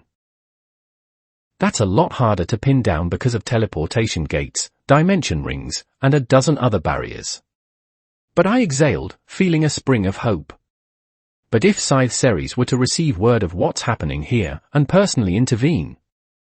If it were anyone else, I would have felt the same wary disbelief at their desire to help unadorned mags. But Scythe Ceres was different. Her long-term goal of uplifting the Alacrian people wasn't just limited to mags, but extended to everyone. My steps became a bit lighter as the thought seized me. My common assumption was that there weren't any in power in Alacria who truly cared for those at the bottom. The reminder that someone did buoyed my mood significantly. Are you satisfied with my explanation, Lord Darn? Lady Sean asked. I spotted a vicar nearly trip over a jutting rock as he darted for the temple. I felt a smile stretch over my face. I am. The refurbished temple loomed over every building around, casting everything in its grim shadow. The pristine peaks and silent dome, both of which had been in bad disrepair, now stood out as brand new. Effigies of basilisks, ascenders, and silent black fire stood on glass stained in shades of grey and red. As the platoon stood before the grand temple, I felt some of my reservations return. Before this monument of stone arches and cobbled domes, we were small. After a short moment, the door creaked open slightly. A vicar I didn't recognize stepped out. His light hair was cut close to his head, revealing 2 tiny nubs that could almost be called horns stretching from his scalp. He carried himself confidently, each step undeterred by the 100 mags standing resolutely in front of him. Lady Renee Sean of Bloodstone Elixirs, the man said, his voice echoing outward into the chill winter air, on behalf of Mardeth, vicar of this subdoctrination, I welcome you to our steps. All are welcome to worship our sovereigns in their glory and mercy. The man paused, his eyes scanning our group. However, it appears you've come to do more than worship, bringing armed soldiers. If you wish to enter the sanctum of the blessed, you cannot bring such a force inside. Renee Sean tilted her head, appearing to process the man's words. You make a fair point. If I were here to worship, this would be excessive. What is your name and rank, vicar? On what authority do you speak for Mardeth? The man went slightly red in the cheeks at Renee's dismissal. Lordal, 3rd level vicar in service of the Southern Dominion. He narrowed his eyes. Know this, Lady Sean. We cannot let an armed contingent into our holy place. The dark-haired woman hummed, then answered. Of course, you could not, she said. Her words came as if they were spoken to an unwitting child, making the vicar flush even further. But I believe I am entitled to a few guards, am I not? The man looked ready to object, but whatever he saw in the merchant's eyes killed his retort. Certainly, he muttered, turning around. Mardith will greet you once you enter.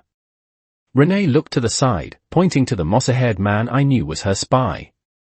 I'd learned finally that his name was Xander. Afterward, she addressed the large platoon. I shall be out shortly. Wait at attention for 20 minutes for my return. If fighting does begin inside or I am captured, you have my full authorization to assist or leave at your leisure. What we would face is beyond you all. Lady Sean, I said as the woman began to move independently of the group, bringing Xander and another mage I didn't recognize with her. I'm going to accompany you inside. The woman's brow furrowed. I do not remember selecting you, Lord Darn. I ground my teeth silently. As the vicar from before said, everyone is welcome to worship, I started. And I'm technically not a part of this armed contingent, am I? I don't work for you. The reward for my retort was only the slightest upturn of Lady Sean's lips. Barely a smile. Do watch yourself then, she said, turning on her heel and marching toward the massive doors with purpose. Her two bodyguards opened them for her, the massive oak doors groaning as they shifted inward. I pulled myself to her side, preparing myself silently for the looming confrontation. The layout of the temple was the same as it had been the only time I'd been in it before. Pews lined a central aisle, leading toward a large stone altar that was watched by a judging basilisk mosaic. But now, a long carpet streamed from the altar down the center aisle like flowing blood. The rotting wooden pews were replaced with dark metal, and the only light was from stained glass and a few torchlit sconces on the supporting pillars. It was utterly empty inside, except for one person. Mardith, the Vicar of Plague, was waiting by the altar. He was turned away from us, examining the mosaic that dominated the back wall. But I still knew it was him. Those ragged black robes. That blithe mottled skin. Those horns seemed a grim mirror of those of the basilisk imagery I saw all around. I immediately felt my mana reacting instinctively at the perceived threat, churning in my core and fighting for an escape. My vision narrowed to the man in front of me, the memory of my utter desolation at his hands repeating in my mind like clockwork. Calm yourself, I told myself, feeling the vein in my temple pulse. You can't fight him. Not yet. You don't have the strength or means. Mardith turned, revealing his murky grey eye and piercing other. They scanned us below, and when they landed on me, his dark lips pulled into a rictus grin. Focus, I told myself. Focus. Mardith's intent was restrained, clinging to his body like a funeral shroud. But with the growth I'd experienced in the undead zone, I could tell it was waiting to lash out like an animal. It was a typhoon shoved into a glass bottle, the cork ready to blow. Ah, little mage, Mardith crooned, his voice violating my ears. Do you wish for a rematch so soon? I'm sure you remember the lesson I taught you last time. My hand tightened on Oath's hilt. I wished Aurora were awake. I needed her here. I forced a nonchalant smile of my own, though I knew it was strained at the edges. We have an offer you can't refuse. It's the best deal you'll get. Lady Sean chose that moment to speak up. Lord Darn speaks the truth.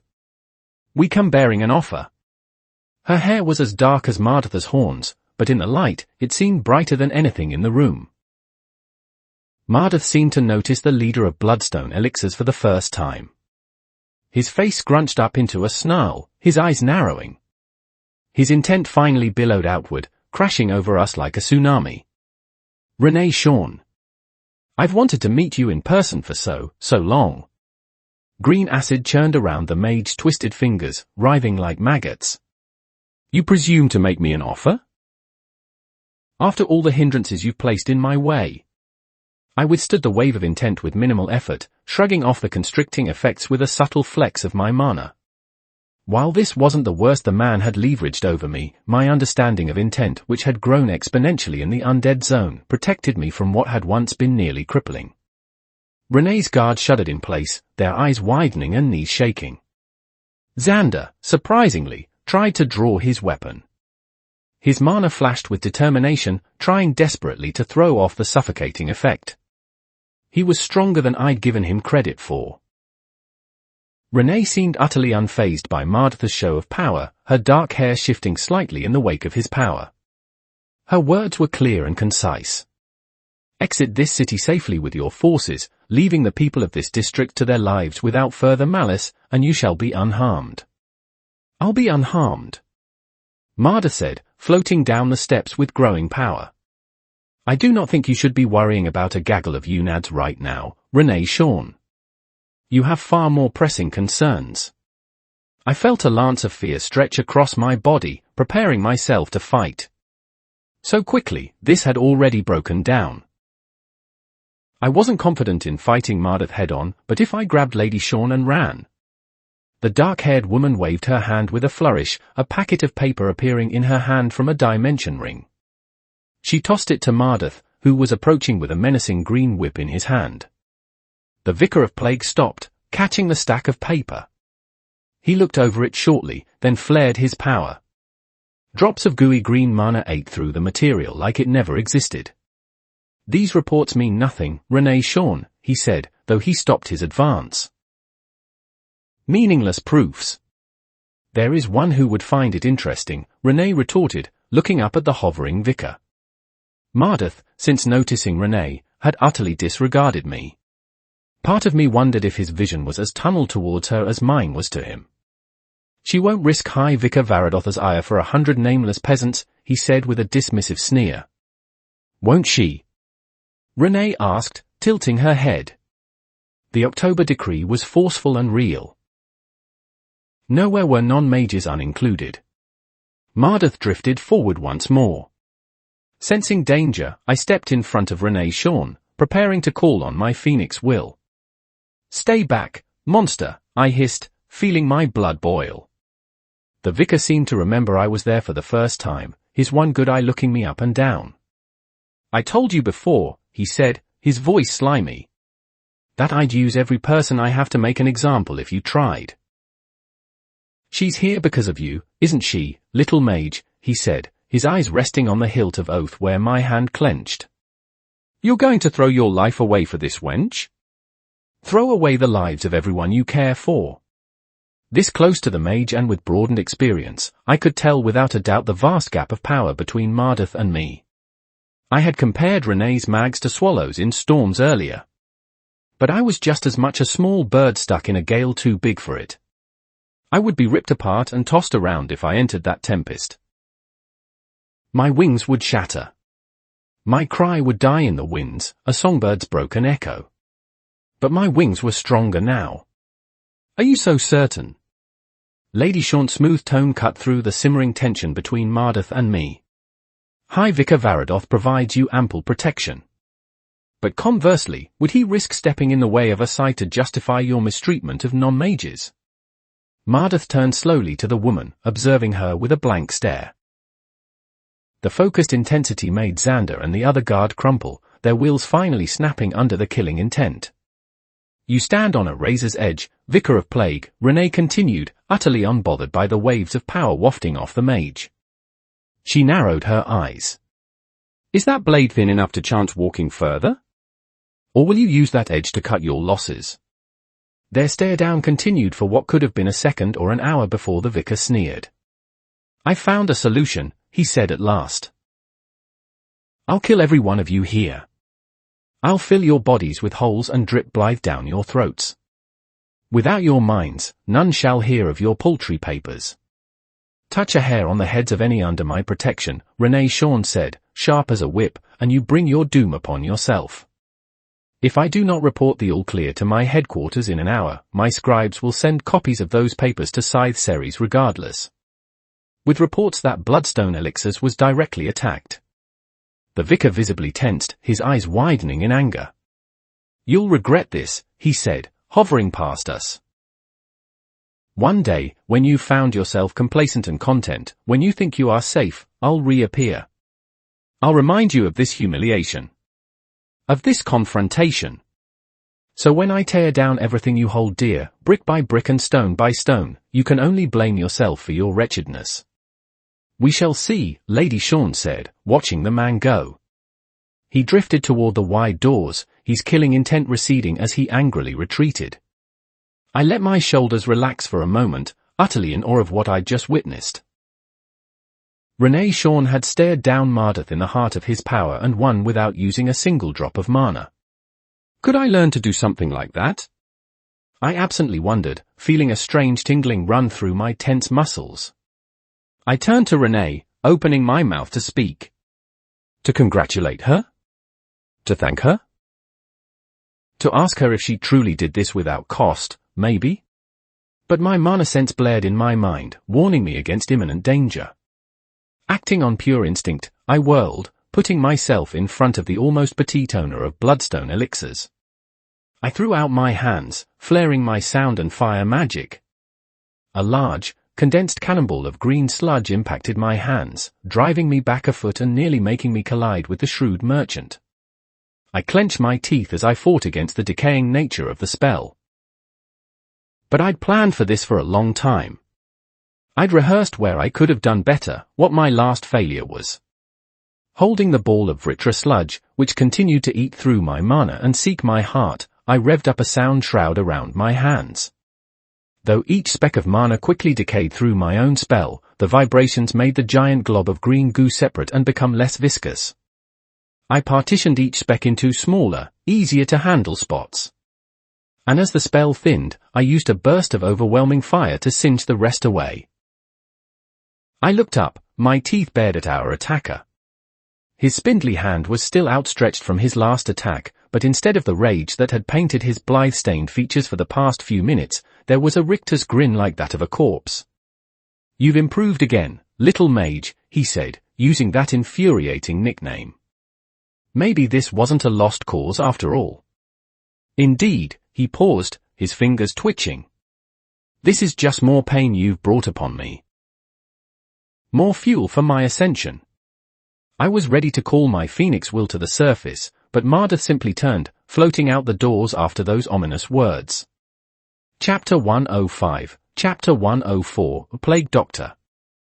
3,267 words. Tauren Dawn. My hands flickered with embers and distorted buzzing as Mardith casually floated out of the temple. Even as I felt the mana signatures of the vicars in the surrounding area converge and the tempest of Mardith's heartbeat slowly receded into the distance, I kept myself grounded and focused on that door. When I was certain we were out of danger, I turned around. Renee Shawn gave me an arched eyebrow, as if to say, "Are you done?" Where before I'd felt a strange sort of awe at her nonchalance in the face of Mardith's power, now I felt irritation simmering. If that attack had hit her, I doubted she'd be as reserved. She'd nearly been turned into a puddle on the floor, and she still looked unfazed. There was a line between confident and arrogant that this woman walked. I didn't know which side she truly belonged to. "It seems we have work to do, Lord Dawn," she said, brushing past me without a word. "Will you lead me to the warehouse where the people are kept?" I let out a breath. A little "thank you for stopping my face from melting off" would have been nice, but it was pointless in the end. "Follow me," I said, still feeling a lingering tingle in my palms. As we walked, Lady Shawn split up the platoon. Groups of 3 and 4 were sent to scour the layout of East Fiacre, ensuring the Doctrination had truly vacated the premises. I couldn't see near any on the rooftops anymore. But a nagging thought was bouncing around in my skull. Mardith had wielded the name of High Vicar Varadoth as a shield, clearly trusting in it to protect him from Scythe Seri's retribution. But I knew little about the High Vicar personally, despite the fact he was the head of the state church. Furthermore, he wasn't a character I knew of from the canon of the beginning after the end. I didn't know what to expect. "Lady Shawn," I said as we walked, our number significantly smaller. "Is the High Vicar such a force that he could match a scythe in their own dominion?" I looked to my side, where the demure woman strode with unnatural grace. He seemed to be the center of Martha's reluctance to leave. Renee Shawn was quiet for a moment. Do you know the details surrounding the Victoriad a year ago, where Scythe Melsry's retainer position was up for the taking? I furrowed my brow. I hadn't been very aware of the political landscape of Alacria as I trained with Norgan, so my personal knowledge of the continent outside of what the beginning after the end wrote of was irritatingly sparse. But I had heard of the upset that had happened. I know a little. Mardath was in the runnings to actually become the next retainer for Etriel, I replied. But at the final bout between him and who would become retainer Morwa, he publicly withdrew, saying he'd found something better to do. Which was absolutely foolish, in my opinion. Lady Shawn nodded. Retainer Morwa bears a significant grudge due to that. It was a slap in the face to the validity of her power and position. Whispers will always circulate about what might have been if Mardath had fought her face to face. She shook her head slightly. But that is beside the point. The Vicar of Plague's open dismissal of the retainership as being worth his effort was beyond disrespectful. In fact, it bordered on treasonous. To so openly insult Scythe Melsry, and by extension, the sovereigns who upheld the tournament. So how did he make it out alive? I asked, finding the unasked question. If he so openly spat in the faces of those immensely more powerful, what allowed him to walk away? Lady Shawn's eyes flashed. That is the question, isn't it? You found the crux of the matter remarkably quickly, Lord Darn. The truth is that Mardath does have a protector, High Vicar Varadoth himself. I tilted my head. He's powerful enough to intimidate a scythe? I asked, feeling a bit incredulous. In personal power? Renee said. Maybe so. Maybe not. But Varadoth's strength isn't solely from his magic. He is called the Reformer, you know. Under his decades of administration, the doctrination, which had been on the decline for some time before his rise, was bolstered to greater heights than it ever experienced. His changes and restructuring of power put them back on the board as a political player that was to be feared. I tapped my fingers against the hilt of oath, thinking about this. Truthfully, my breadth of knowledge was far smaller than I believed. When the lifespans of the powerful could be measured in the hundreds instead of under a century, there were far more implications for each and every move. I hadn't even known that the doctrination had been on the decline decades ago. Tauren had only been a teenager when he died and didn't have nearly as much information and experience as he had previously believed. So the potential political retaliation of this High Vicar was enough to protect him from such a slight, I said. With no repercussions at all. He was exiled from his own home dominion under threat of death, Lady Shawn said nonchalantly. But he left with life and limb intact. And became my problem instead, I said with a sigh. The politics surrounding all of this was almost overwhelming. We continued our walk in silence for a few minutes more. If Scythe Ceres were to be alerted of what's happening here, I started, feeling a bit morose, do you think she would truly act? Follow through on her principles to help this place? I looked at one of the empty canals. No water ran through it. East Fiacre was an organ starved of blood, each of its veins carefully severed. This unneeded appendage was cut off from nutrients and allowed to wither on its own. And I could do a lot of rationalizing, but deep down I knew how little the people of East Fiacre could contribute to the economy. Magic was a wonderful, beautiful thing. Each pulse of fire in my hands and shimmer of sound I used was something awe-inspiring. But there was a darkness to that beauty. On a continent such as Alacria, it became a smothering pillow that slowly starved those who didn't have the ability. It wasn't just Alacrian culture that denied East Fiacre life and love. It was magic itself. If High Vicar Varadoth was so powerful, would Scythe Ceres actually risk her own operations for a measly sub-district? She had greater things in plan. A grand game in play to eventually topple her sovereign gods. Would she risk that future for these few? I'd thought so initially. But as I thought about it, doubts grew. Renee Shawn was silent for a moment. She seemed to be considering my question deeply, thinking on it more than I'd seen her contemplate anything else. She observed the ragged streets, the dirty alleyways. The terrified eyes of children peered out of windows around us. "I cannot speak for those so far above me," Lady Shawn said at last, "but I would like to think that Scythe Ceres would bring justice to this place, even if it were dangerous to her own self." I let her words sink in as we reached the warehouse. I felt phantom pains from the beating I'd received inside. This place pulled bad memories to the fore of my consciousness. Of weakness and struggle. Of overwhelming fury and failure. "We're here," I said, looking up at the warehouse. It didn't look special. "The people are locked up inside in the basements." I began to take another step forward, ready to enter and finally rescue those who had been locked up for a month too long.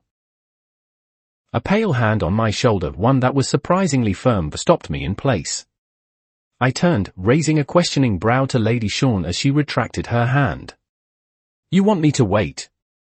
"Mardith is sly," Lady Shawn said, waving her hands to some of the remaining platoon members.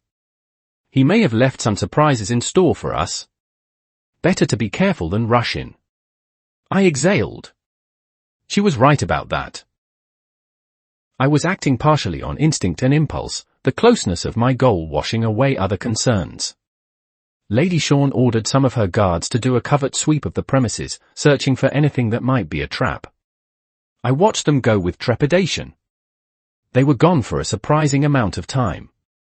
The minutes ticked by in silence, but nothing happened in the manner that told me something was amiss. I began to tap my foot in anxiety as time ground my patience to dust. I opened my mouth, just about ready to suggest I should go in anyway, when two of the guards Renee had sent in staggered out, their faces deathly pale. One of them stumbled to the side, arching over the grass and vomiting. The other simply leaned against the wall, sliding down so he sat with a blank, empty stare. I felt my instincts flare as I rushed toward the men, disregarding my earlier reservations. If there was some sort of poison gas trap inside, my healing arts might be the only thing to save these men. When I reached the one who was vomiting, I immediately prepared to diagnose him.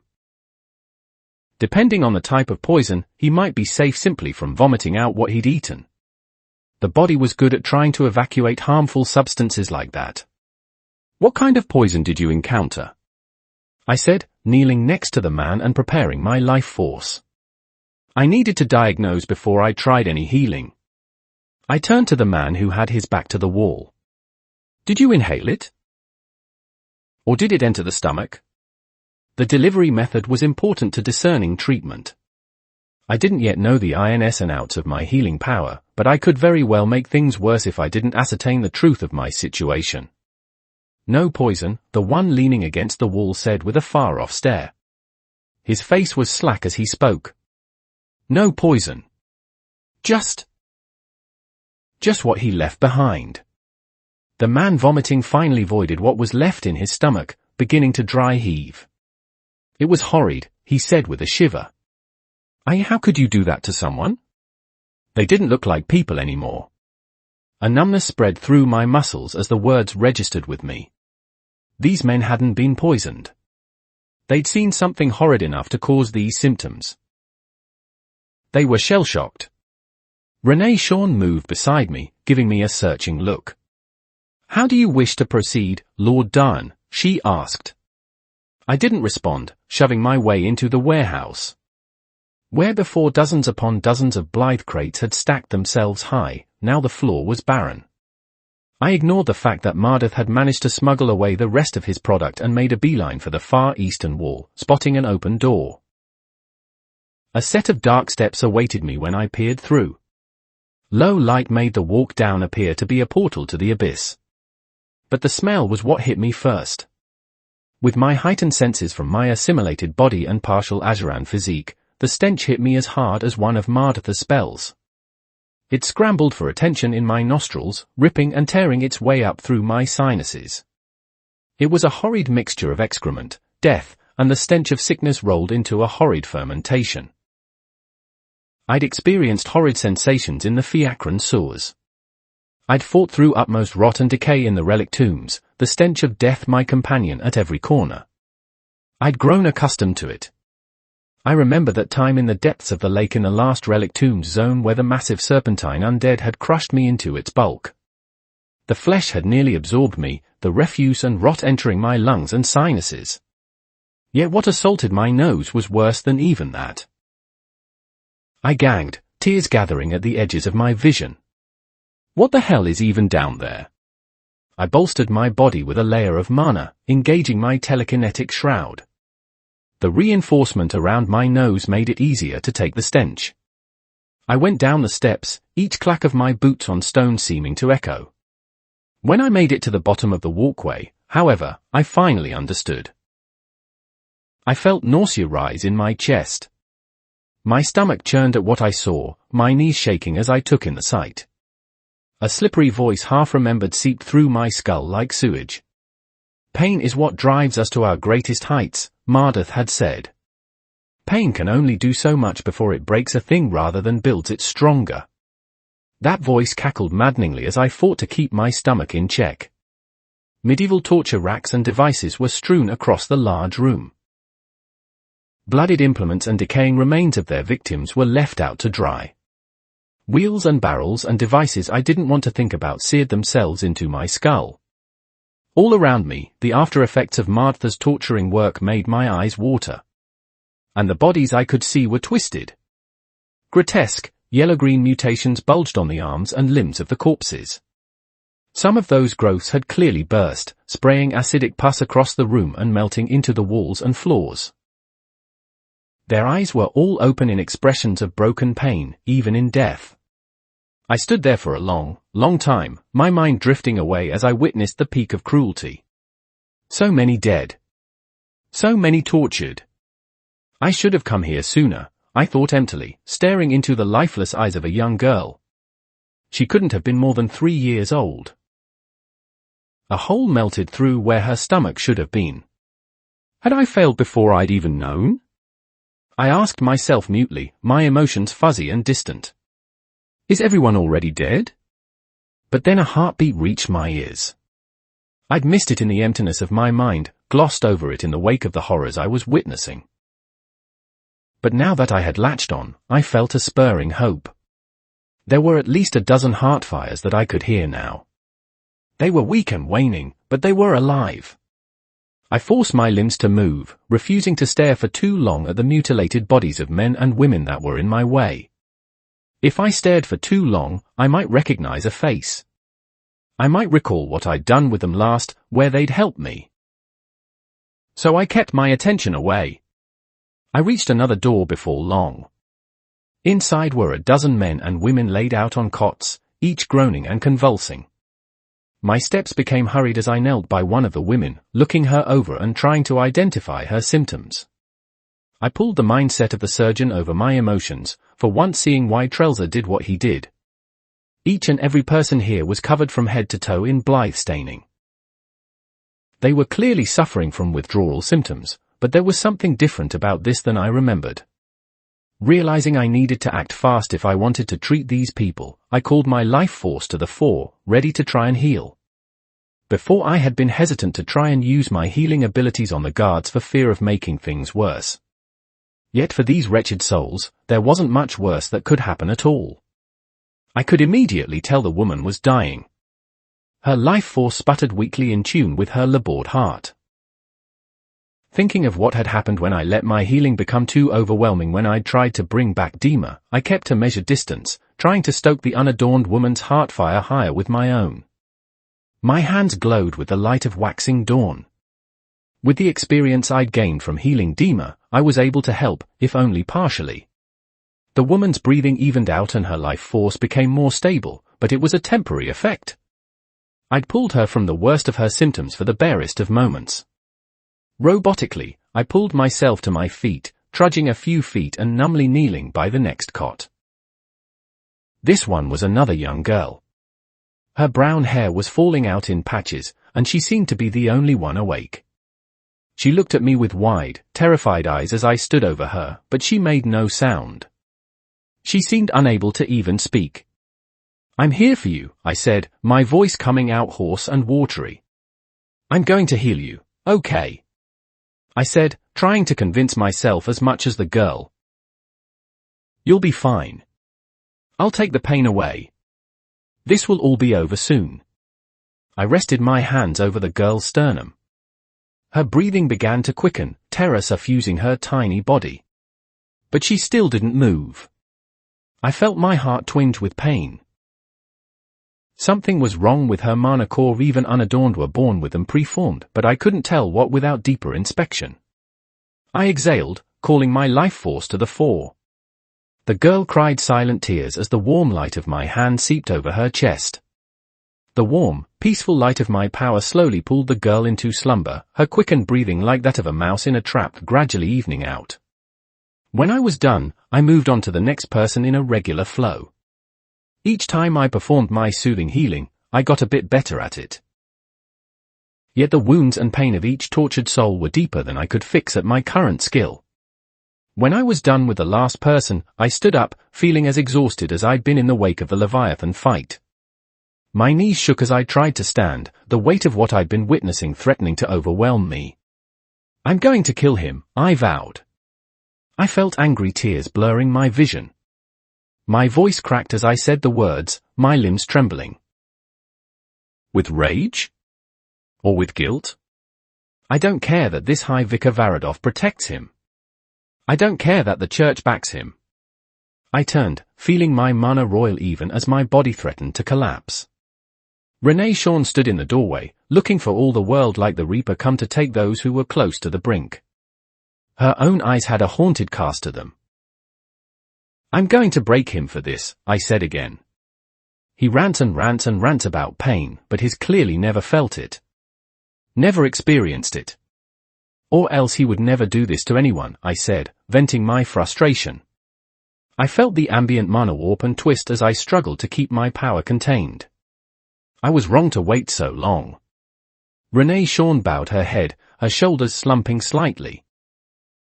For all her seeming power and nonchalance, even she couldn't dismiss the horrors that had occurred down here. The chain on my arm flashed with red light as I forced back my emotions, walking out of the room holding the last dozen survivors out of over 100. Chapter 106, Chapter 105, Song of Sorrow. 3,610 words. Toran Down. The mags employed by Bloodstone Elixirs took their time in retrieving those left living in the bowels of the warehouse. I watched numbly from the side with Renee Shawn, both of us silent at what we'd witnessed. The guards were handling the situation worse outwardly. Some simply couldn't carry the survivors up, their hands and limbs shaking and their steps unsteady from the gruesome nature of what they'd witnessed. It couldn't have been like this a few weeks ago when Nereni and Cassian scouted the place, I thought. They would have said something. I wished at that moment that I was more like Arthur Leywin. He had the ability to just sequester his raging emotions away. Make himself apathetic and like stone when he truly needed to. But as I saw the blithe mottled skin of each person as they were carted up, I forced myself to turn away.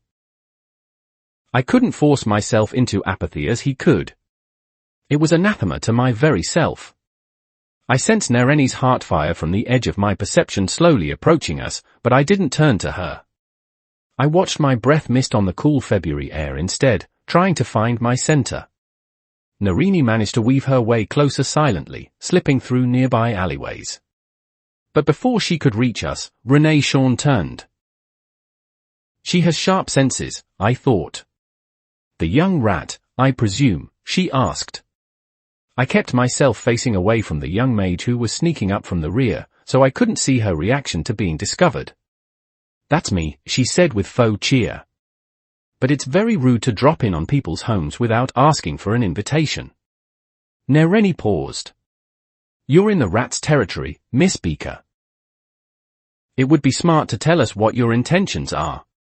Miss Beaker? I thought incredulously, finally turning to look at the young woman. Renee looked unfazed by the nickname, except for a slight downturn of her lips. You claimed this entire district for your little group, she said with skepticism.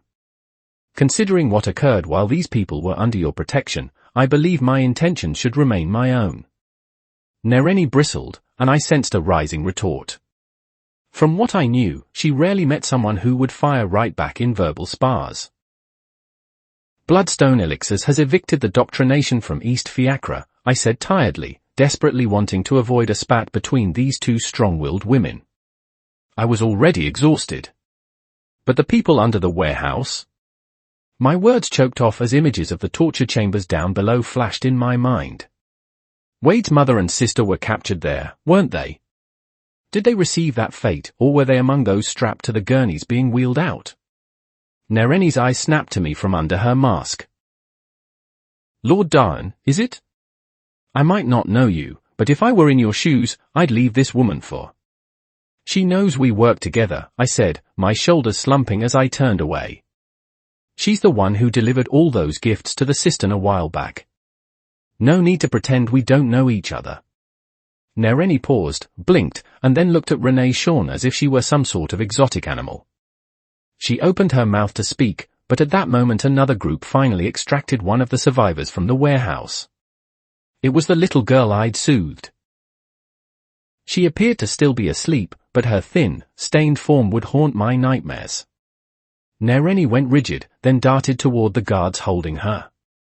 I squeezed my eyes shut, turning away as she started to anxiously ask questions of the guards.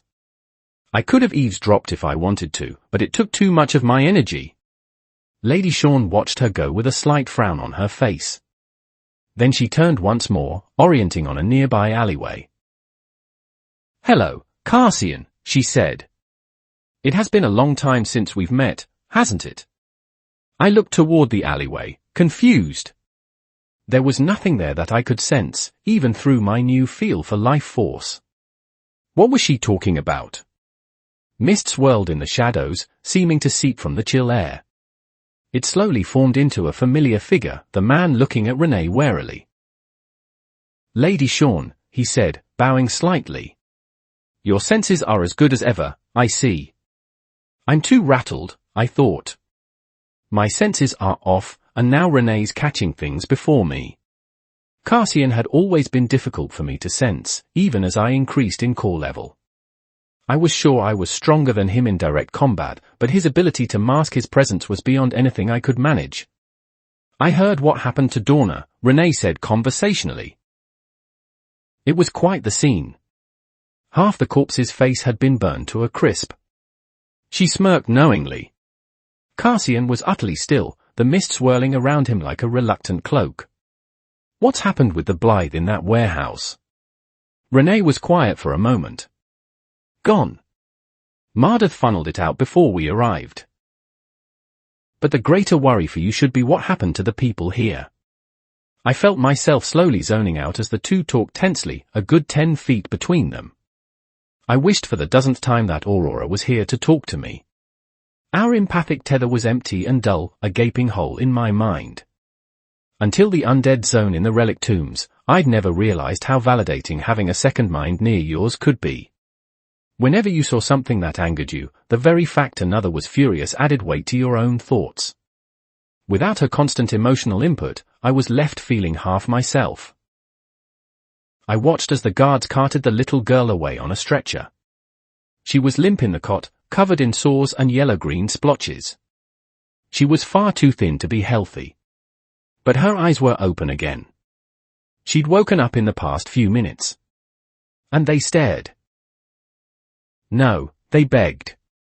Those dull pupils seemed to dig into my chest, silently pleading for comfort and hope. She lifted a little hand, holding it out in an act of desperation. I felt myself moving, leaving Cassian and Renee to their chat. I weaved through the men and women stationed around, making a beeline for the little girl. Her doe-like eyes stayed focused on me all the while. The guards looked at me as I approached, wary of my intentions. But then I took the child's outstretched hand, holding her frail fingers in my own. I looked up at the guards, nodding silently. They understood. They'd been in that horrid basement, too. Sometimes, we all needed a hand to hold. I walked with the cot as they weaved through the streets, taking familiar roads to a familiar destination. All the while, I held the ailing girl's hand. It was cold outside, the winter weather unforgiving. I only hoped the little bit of warmth I provided could ward off the chill. We reached our goal after 15 minutes or so, the streets getting progressively cleaner as we neared. The East Fiacre Healers Guild stood before me, so familiar yet so alien all at once. I took a deep breath as we prepared to enter. The inside was much the same.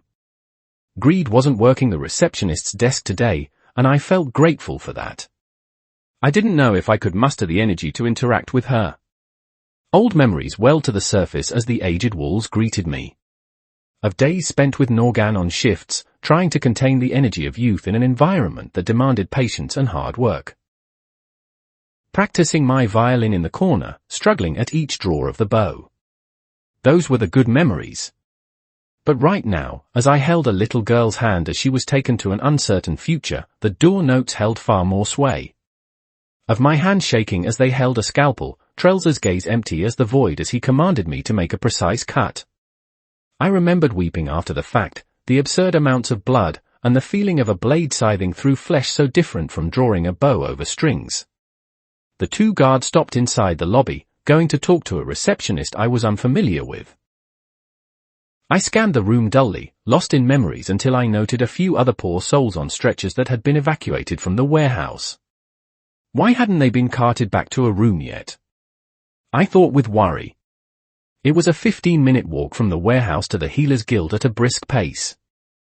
If these two people were still waiting here, one of them must have been here for nearly half an hour. In their state, that was a dangerous amount of time to be away from care. "I'm sorry," I heard the receptionist saying to the guards. "We've tried to fit them all." "We did. But our clinic is small. We don't have enough room for..." The woman cut off as I pushed my way past the guards, staring down at her. "You said there isn't room for these people?" I asked. "Have you checked in room A6? That one's usually used for supplies, but can be requisitioned for patients if need be." The receptionist frowned, taken aback by my direct words and tone. "I don't know how you know that, sir," she started.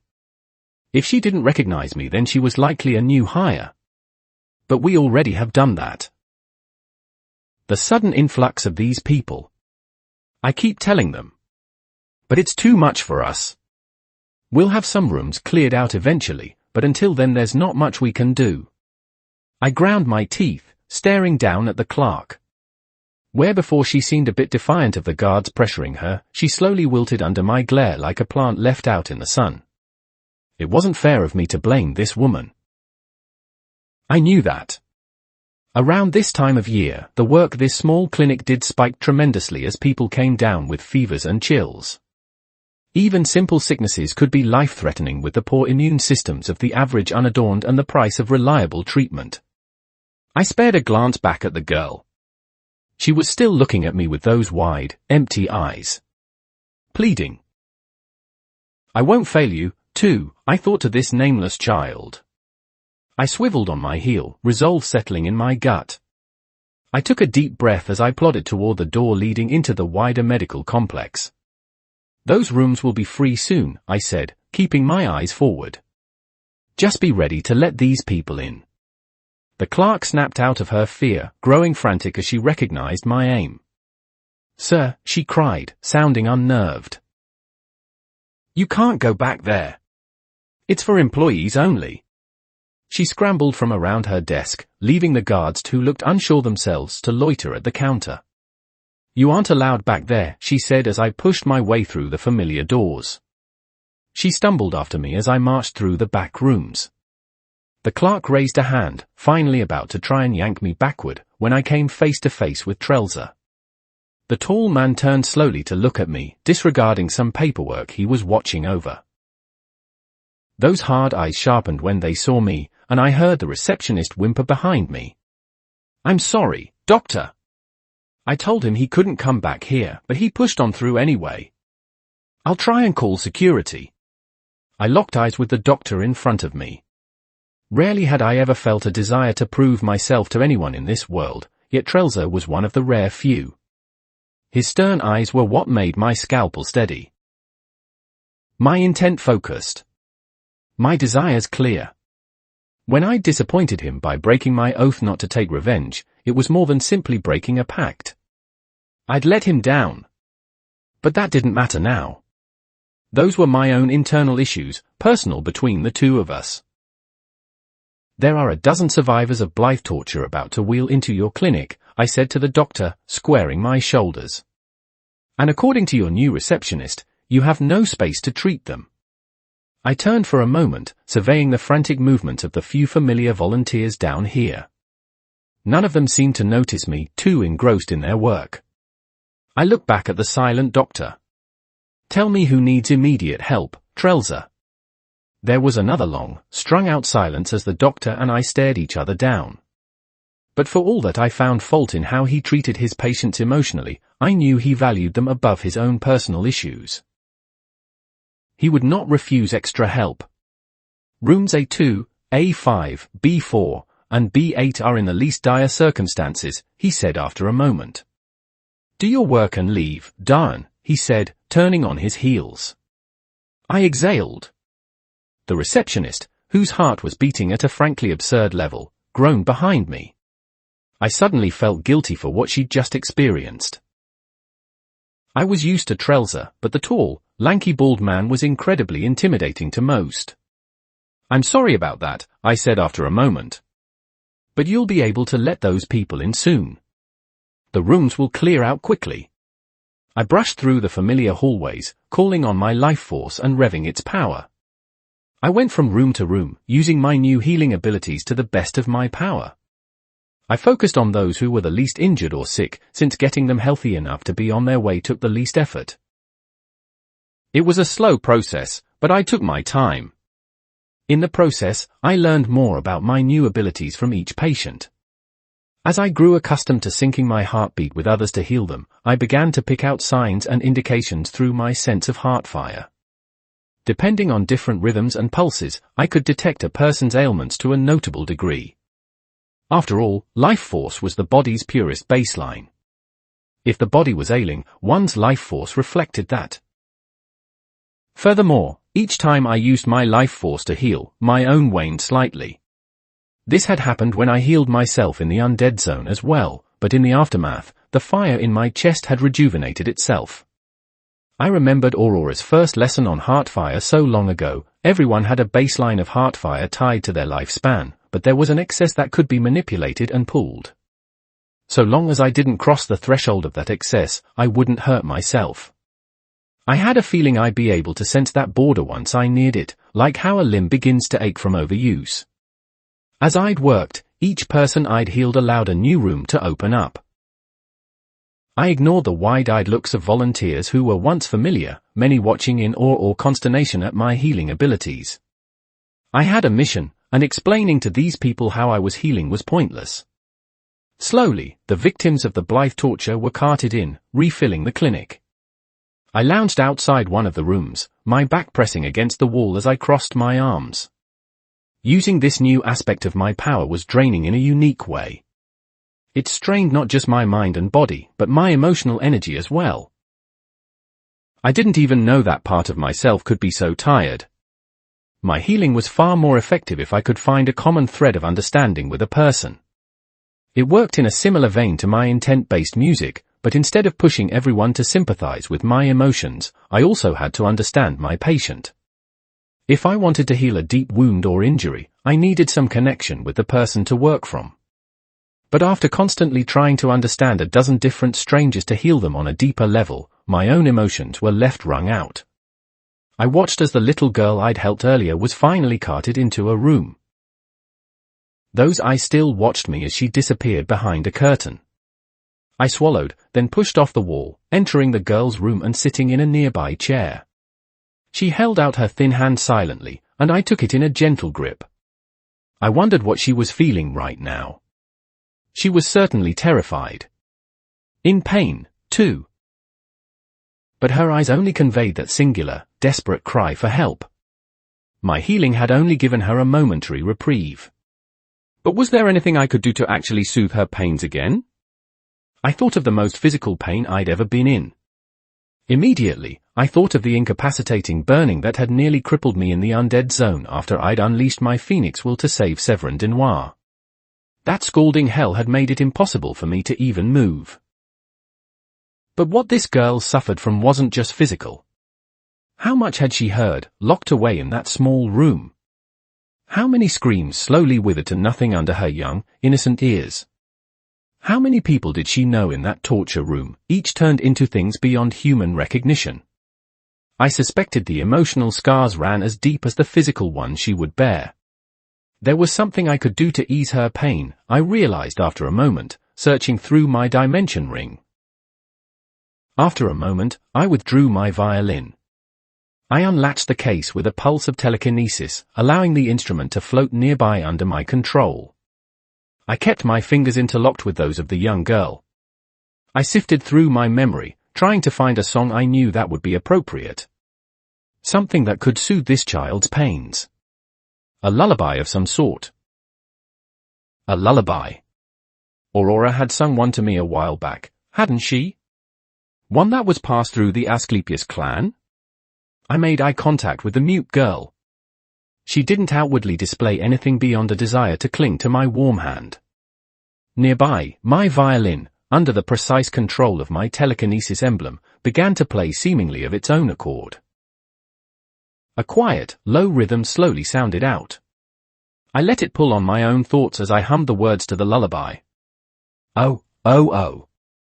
We are all here for you. We are masters of the sky. Oh, oh, oh. I played a simple melody, one that didn't require my utmost focus and skill. I'd never tried to hold my violin music with my emblem, but for the first time, I saw the girl's face shift. Her small mouth changed into the shape of an O as she looked wonderingly at the violin playing on its own. Her hand clenched around my own, the grip somewhere between fear and anticipation. Go kiss your young farewell, my dear. Go sleep, you child, there's no need to fight. Birds and wraiths dance without fear. They feel their joy while the day is bright. And drift in silence when we are here. But my music was more than effective. As my intent pulled on the ambient mana in the air, the lullaby instilled my own mind with a sense of peace. Using that, I pushed it outward, hoping from the depths of my soul that this child could feel the same. Her eyes drooped. If you are happy, you'll find peace first. You work your way to a life filled with gold. If you have hope, it will quench your thirst. And leave you well, that's what I'm told. The song finished quietly, the child's grip slackening in my palm as sleep claimed her. Her eyes finally closed, her breathing evening out once more. So much tension in one so small, I thought, the peace I'd felt fleeting. I quietly extracted my hand from the girl's loose fingers. I don't even know her name, I thought morosely. Would she ever be able to tell me? Or would she remain mute forever, broken by what she'd witnessed? That was beautiful, a voice said from the side. I jumped, startled by the noise. I turned, surprised to see Renee Shawn standing near the curtain separating this room from the rest of the clinic. I do not think. No, I've never seen such magic, she continued, her eyes on my violin. I blinked. I'd set up a sound barrier to try and mask the noise of my music, but that didn't really work if someone deliberately passed that line. Furthermore, Lady Shawn was practically a blank to my normal senses due to her cloaking artifact, making it difficult for me to detect her at all. Had she heard everything I played? I wondered absently, staring at the woman. Thank you, I said, quietly stowing my instrument back into my dimension ring. It's something I developed myself, I said honestly. Magic is always used for violence and killing. I thought it could be used for something better. Renee Shawn took a few steps forward, nearing the bed. She looked at the child, the edges of her hard exterior softening. I imagined the scene would make a poignant painting, the Reaper in all her deathly beauty coming to take an ailing child to the next life. What is it, she said at last, that you aim for, Lord Darn? Chapter 107, Chapter 106, For All. 3,182 words. Toran Darn. Renee seemed out of place in this clinic. Where the walls were a bleached white with old paint creating an atmosphere of sterility, the leader of bloodstone elixirs was a vision in black. She stood out as a dark spot amidst a panorama of light. What do I aim for? I echoed the woman's words. That's a more complicated question than you think it is, Lady Sean. Renee sat down in a nearby chair, one reserved for visitors, and faced me directly. We have time, Lord Darn. You are an enigma, one I wish to unravel. At first, I suspected you aimed for glory. Why travel through the relic tombs otherwise? Then you rejected my offer of support, claiming you don't wish to be tethered to another's power. Now you spend hours of your time tending to strangers in an empty clinic. You ache for the wounds of these people as if they were your own. She tilted her head. It is not glory you seek, that much I know. So what is it? I tapped a finger against my thigh. You've seen what this place is like, I said after a moment. No water. No shelter. Every other person you see is one missed meal away from starving to death. So you wish to elevate these people, the demure woman asked. Feed them? Clothe them? I furrowed my brow. Yes and no, I replied. I'm just one man. I'm a powerful mage, but I can't do it all myself. It's the infrastructure that's doomed these people. The system itself grinds them into the dirt. So what if I eliminate a family that distributes blithe? A greater power will just mosey on in, I said with a disdainful snort. That was what happened with the Jones, after all. I cut the problem out at its root, but the parent plant came to roost next. If you were to accept my previous offer, Lady Sean said, those goals could be met. Bloodstone elixirs is powerful, Lord Darn. We could distribute clothes, food, water, everything these people need to survive and keep their bellies warm. Beside me, the young girl shifted in her sleep. I frowned. And that would be dependent on joining you, then? I said with a hint of disdain.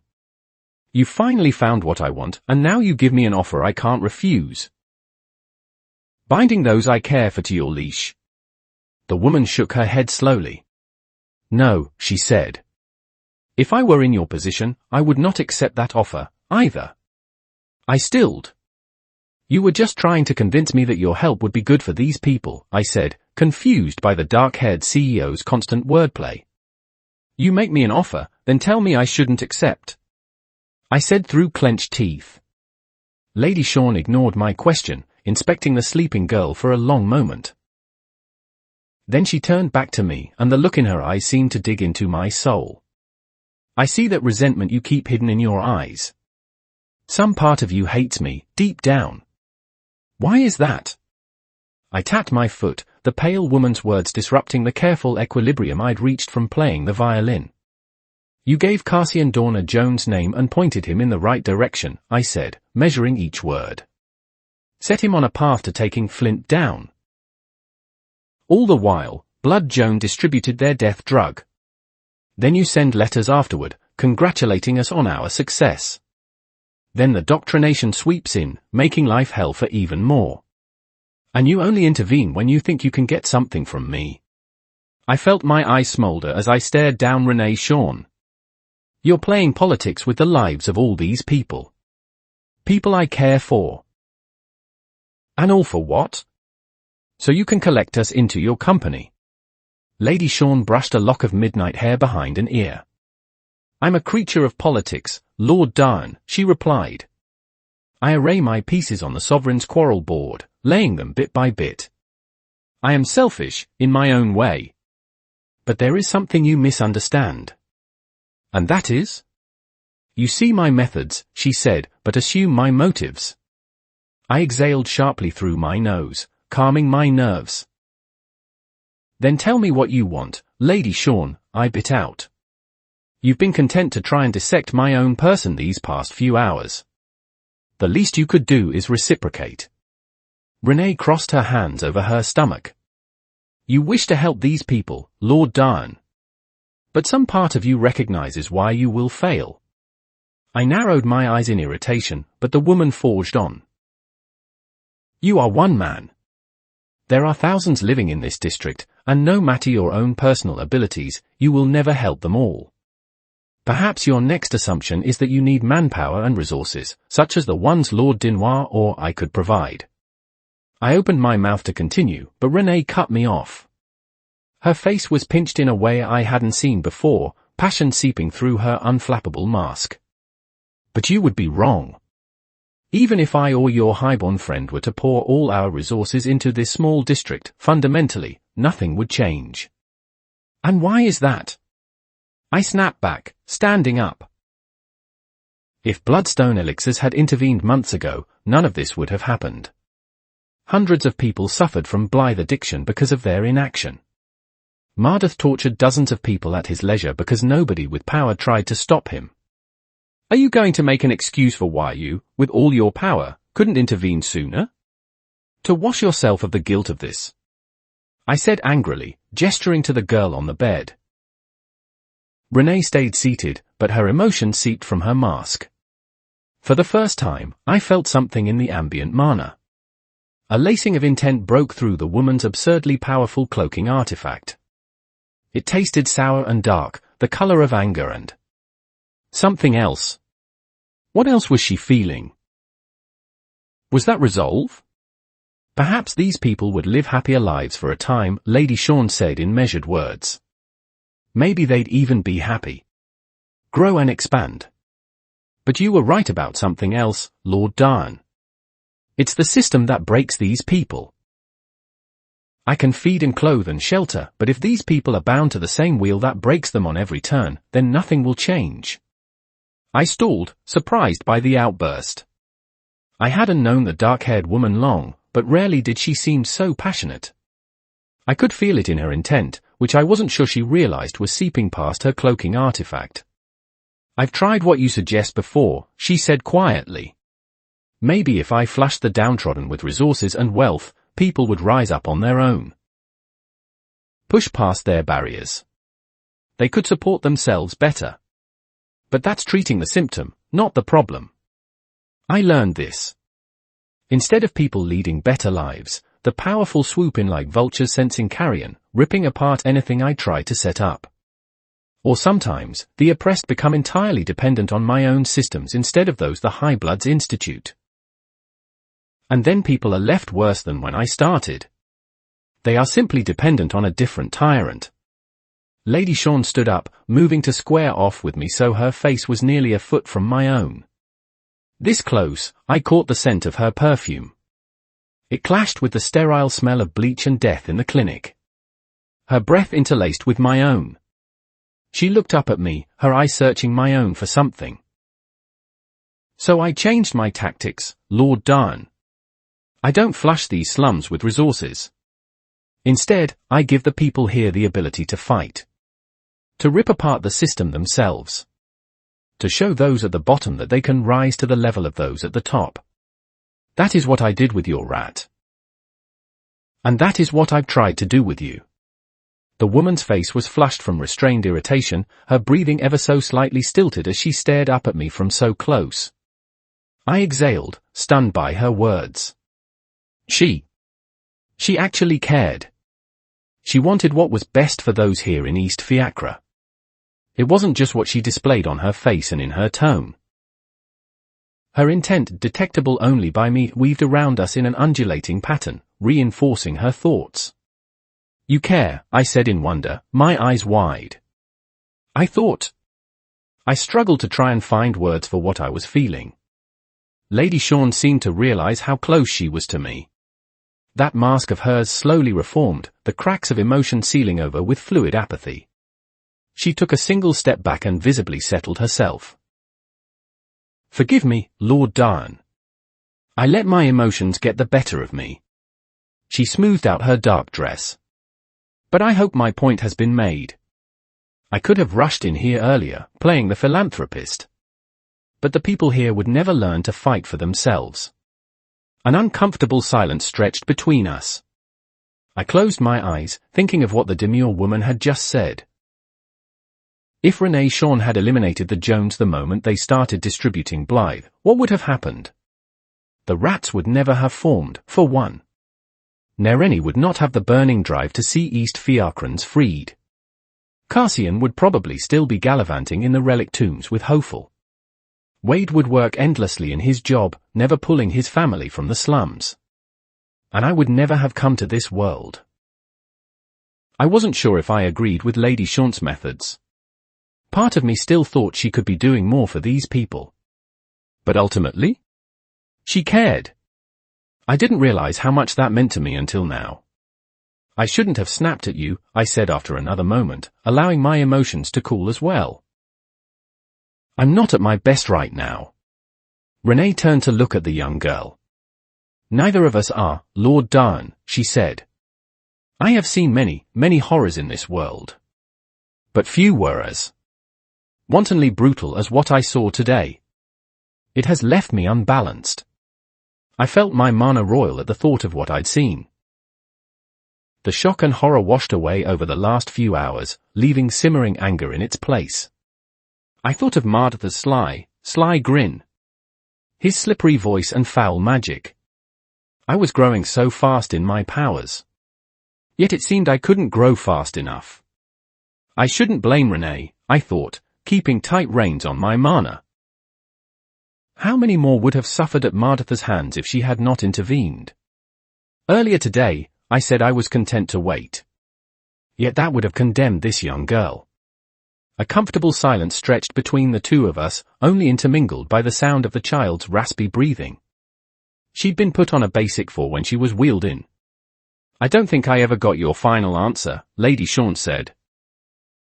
What do you aim for, Lord Darn? My response was a lot more sure this time. I want to make things better, I said, latching onto what Renee had said earlier. I don't want children to starve. I want every man to be able to have a roof over his head. And I don't want high bloods walking over everyone. I paused, thinking of the Frost twins. They'd been corralled into a strange sense of what a noble should be, allowing it to cloud their vision. They weren't bad people, just misguided. And I want highborns to see another option, too, I added quietly. We're all people on this continent. It's probably foolish to wish for peace, but another path aside from oppression can't be too much to strive for, can it? Deep down, I knew what I wanted was impossible so long as the sovereigns ruled. I remembered an old Chinese folktale from my time on Earth. 100 venomous creatures were sealed together in an urn, forced to fight for their survival. The survivor would have the most potent venom of them all, having survived the grueling fight for life against all contenders and taking all the venom into itself. To the Vritra, Alakria was no different from that urn. Thousands of mags were forced into a brutal struggle to climb the social ladder. Those who made it to the top were the most potent of all. I kept these thoughts to myself. One day, the sovereigns would bleed. I might sound naive to the woman in front of me, but with my future knowledge. It is not foolish to wish for ideals, Lady Shaunt said. What is foolish, however, is only maintaining the same failing methods in the face of obstacles. I thought of my reluctance to kill upon first waking up in this world. The sensation of a scalpel cutting flesh was almost seamless. You slowly drew the edge along the skin, allowing a cut that would hopefully save a life in the long run. Driving a dagger through something's heart, however, you felt your weapon shear through flesh. The sensation traveled up your weapon, resonating in your arms and bones and muscles. But it was something I had to do. I couldn't cling to the lofty ideals of refusing to kill. As Renee said, I had to change in the face of different circumstances. So what methods would you recommend? I asked after a moment. Mine clearly haven't been effective enough at change. Lady Shaunt was quiet for a beat of thought. That music of yours, she said. Have you considered playing it for others? I've played it for others, I said, thinking of the time in the relic tombs when I'd finally mastered the art. They seemed to appreciate it, for what it's worth. I think you can do far more with your music than you think, the dark-haired CEO replied. It's not a spell form of some kind, is it? It's something else you do. You weave your intent through your music. It's revolutionary. I smiled lightly. You're the first to notice that bit about my music without me telling outright, I said, feeling proud. Lady Shawn was a more adept mage than I expected. Any mage can do what I do, weaving their emotions through their notes. Granted, perhaps not with the same ease and instinctual rhythm as I could, considering my sense of heart fire and affinity for sound magic, but it wasn't impossible for another mage to learn. That made it special. "I'll ask you again, Lord Darn," Lady Shawn said, stepping a bit closer. "Have you considered playing for others? And I do not mean for a small group of friends or a familial gathering." My focus sharpened on the woman in front of me as I finally caught her meaning. Like a concert from my old life or an orchestral symphony, she was asking if I could play to a crowd. I tried to wrap my mind around that idea. "No, I'd never actually considered it," I said, feeling a bit giddy. Renee Shaunt's lips turned up at the edges. "I think I have a new proposal for you, Toran Darn," she said. "You wish to institute change, do you not? And you have nearly every tool you need. A mindset for the better. A revolutionary medium to carry that message. But you don't have an outlet to bring that medium to all." I stood slowly, anticipation building in my thoughts. My mind followed the tracks Lady Shawn was laying, tracing them to their logical conclusion. I felt a matching smile grow on my face as I stood to meet the demure woman. "I can provide you with that. Venues, reach, and connections to make your rhythm heard. That is what I can offer you," the pale woman continued. Now that the idea had been put in my mind, it felt so obvious. What better way to broadcast my intent to the world? Even with the sovereign's boot on the throat of this society, I could still start something in the meantime. If I could allow others to understand me through my music, I could start making those steps, couldn't I? Start making this world just a bit better?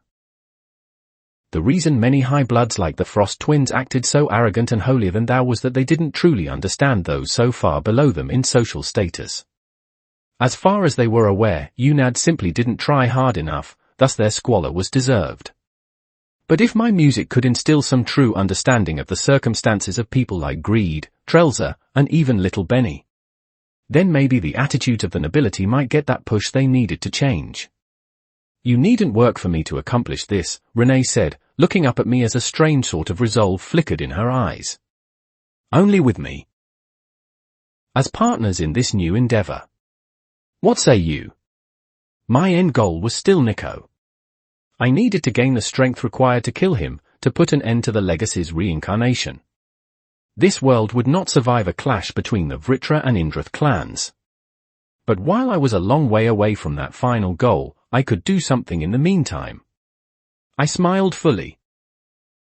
"If we are to work together," I replied, "I think you should stop calling me Lord Darn. It's too formal for my tastes." I proffered my hand to the leader of Bloodstone Elixirs. "Call me Toran." Lady Shawn looked at my hand for a moment. For the barest of instances, I thought I might have misstepped. That my dismissal of formalities was enough to change her mind. Then she took my hand. Her small, delicate fingers interlocked with my own, and I found myself surprised by how firm her handshake was. Her faint, sweet perfume brushed against my senses, seeming to weave perfectly in between the sterile scents of the clinic. "Then it is only right that you call me Renee when we are alone," she said, squeezing my hand for an instant. I raised a brow. "Only when we are alone?" Renee smiled demurely. "I have an image to maintain, Toran. You have yet to earn the privilege of being so familiar with me in public." The pale woman withdrew her hand. In its place, my palm felt cold. "The privilege?" I said with a snort. "You think very highly of yourself, Renee. Am I arrogant, Toran? Or am I simply reasonably confident in my own abilities?" Renee turned, giving the young girl one last look. "Maybe you'll learn the answer one day." The leader of Bloodstone Elixirs swept out of the small room, leaving me with a knot of condensed anticipation in my chest. If this continent could hear my music, hear my emotions, what would change? Chapter 108, Chapter 107, to Silver. 3,121 words. Toran Darn. My feet made no noise as they hit the floor of the cistern. Instinctually, I quested out with my senses, trying to get a gauge on who was here. The last time I'd seen Nereni and Cassian, they'd been chatting with Renee before I'd left for the clinic. Part of me expected to sense them down here. I frowned as I sensed only one life force in the cistern. And from how it was thundering, the person clearly wasn't in good shape. The intent that infused the air spoke of despair and death. I felt my anxiety spike at the clear sign of distress, revving my mana and rushing toward the center of the cistern. If someone was hurt, I needed to be there to heal them. I skidded into the main chamber of the rat's hideout, expecting some sort of bloody mess. Maybe there would be blood on the walls, or signs of battle strewn about the old structure. Instead, I was greeted by Wade alone, pacing back and forth in the center of the room. His brown hair was a mess, and he wasn't wearing his glasses. From the sight of his wrinkled clothes, I could easily guess he hadn't washed in a while. Apple the Scornter, whose life force I could now sense now that I was closer, was curled up on the sofa, watching Wade with glistening eyes. Wade whirled when I entered, his bloodshot eyes honing in on me. I paused, surprised by the intensity one saw behind them. I remember the last time I'd spoken with Wade. He had been in a rage, distraught by the capture of his family at the hands of Mardath. He'd blamed me for that, and perhaps rightfully so.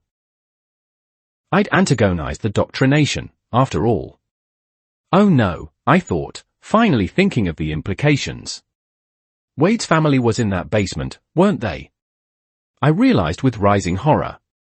Did I see one of them on the wheels and racks? Were there corpses amongst the brutalized dead? My mother and sister are alive, Wade said, reading the horror on my face. Thanks to you, I suppose. For bringing in bloodstone elixirs. He walked around the sofa, falling into the cushions.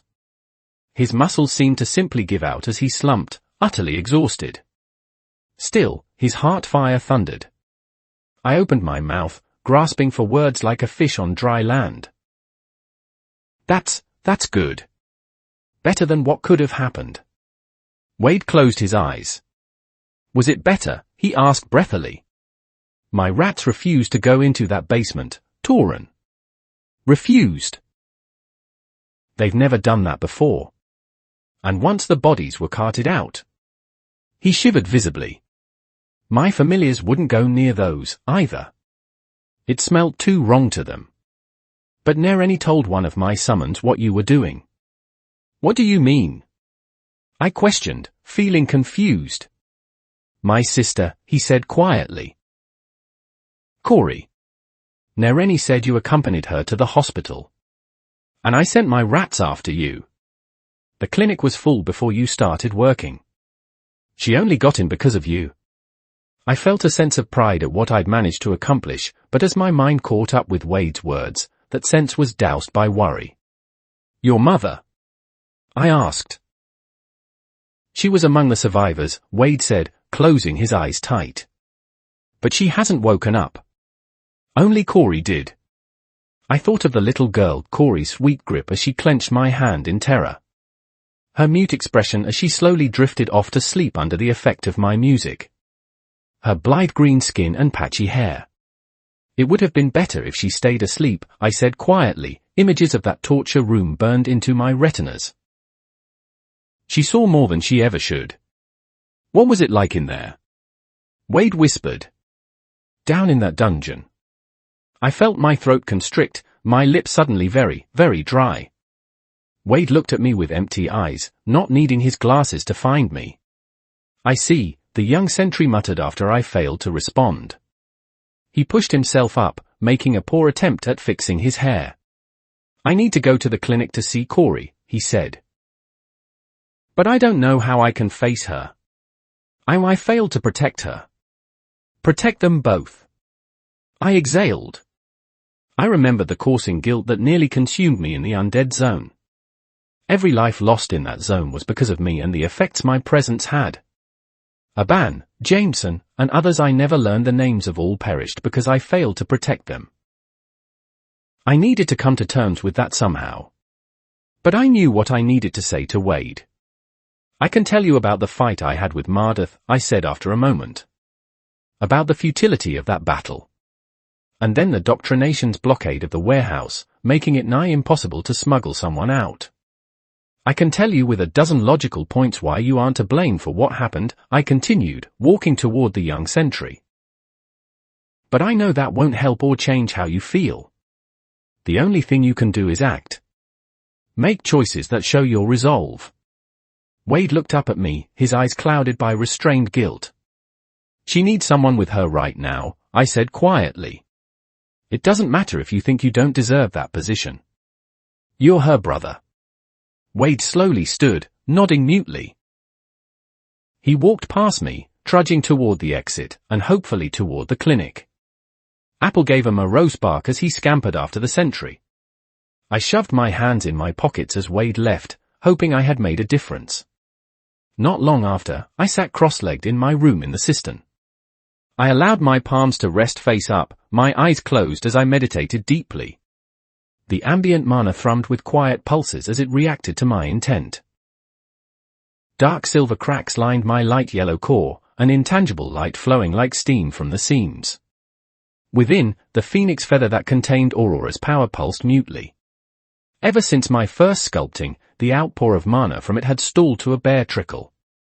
I inhaled, drawing mana in through my mana veins in the process.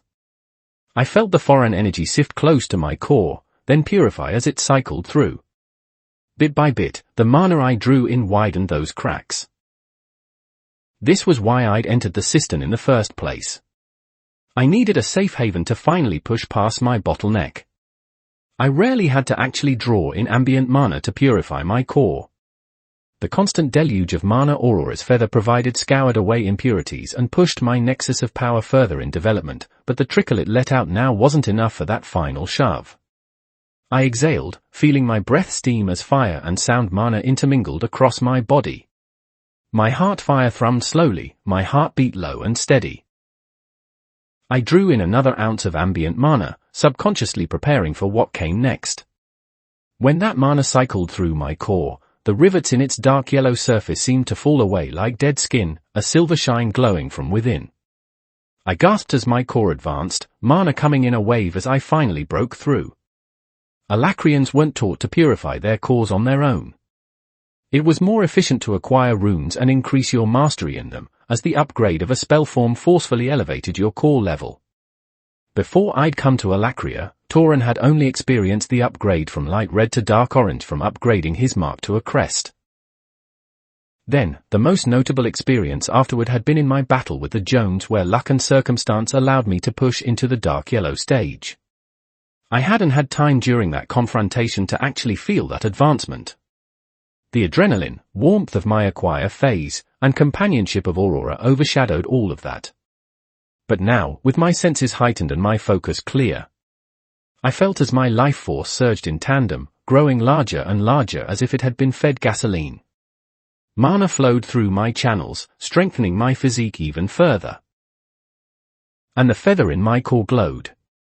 I felt something familiar rise in tune with my advancement, drawing a smile to my face as the ambient mana churned around me. Little sparks of fire lit up the room as fire mana reacted, while the air and stones around me vibrated from my subconscious touch of sound. Welcome back, Aurora, I thought with a smile, feeling the phoenix's mind slowly awake under the effect of my core advancement. You've been out for a while. What? The Azura said, her voice uncertain and tenuous. Where? The unseen world washed over my vision. My grin faltered when I saw Aurora, the shade looking disoriented and tired. Instead of the sundress I'd always seen her in, voluminous orange robes clothed the phoenix. Purple trim stretched along the seams and lining, creating an almost regally casual effect. Her hair seemed to be a deeper red than I remembered, and I marked confusion in her burning eyes. She wavered, clearly not fully conscious. I stood, striding over and trying to steady her instinctively. To my surprise, when my hands touched her arms, they didn't phase through as they had before. I carefully led the Azuran shade to a nearby chair, allowing her to sit down. Though it seemed I could touch the shade, her body still made no indent on the chair. Tauren? Aurora asked, blinking slightly.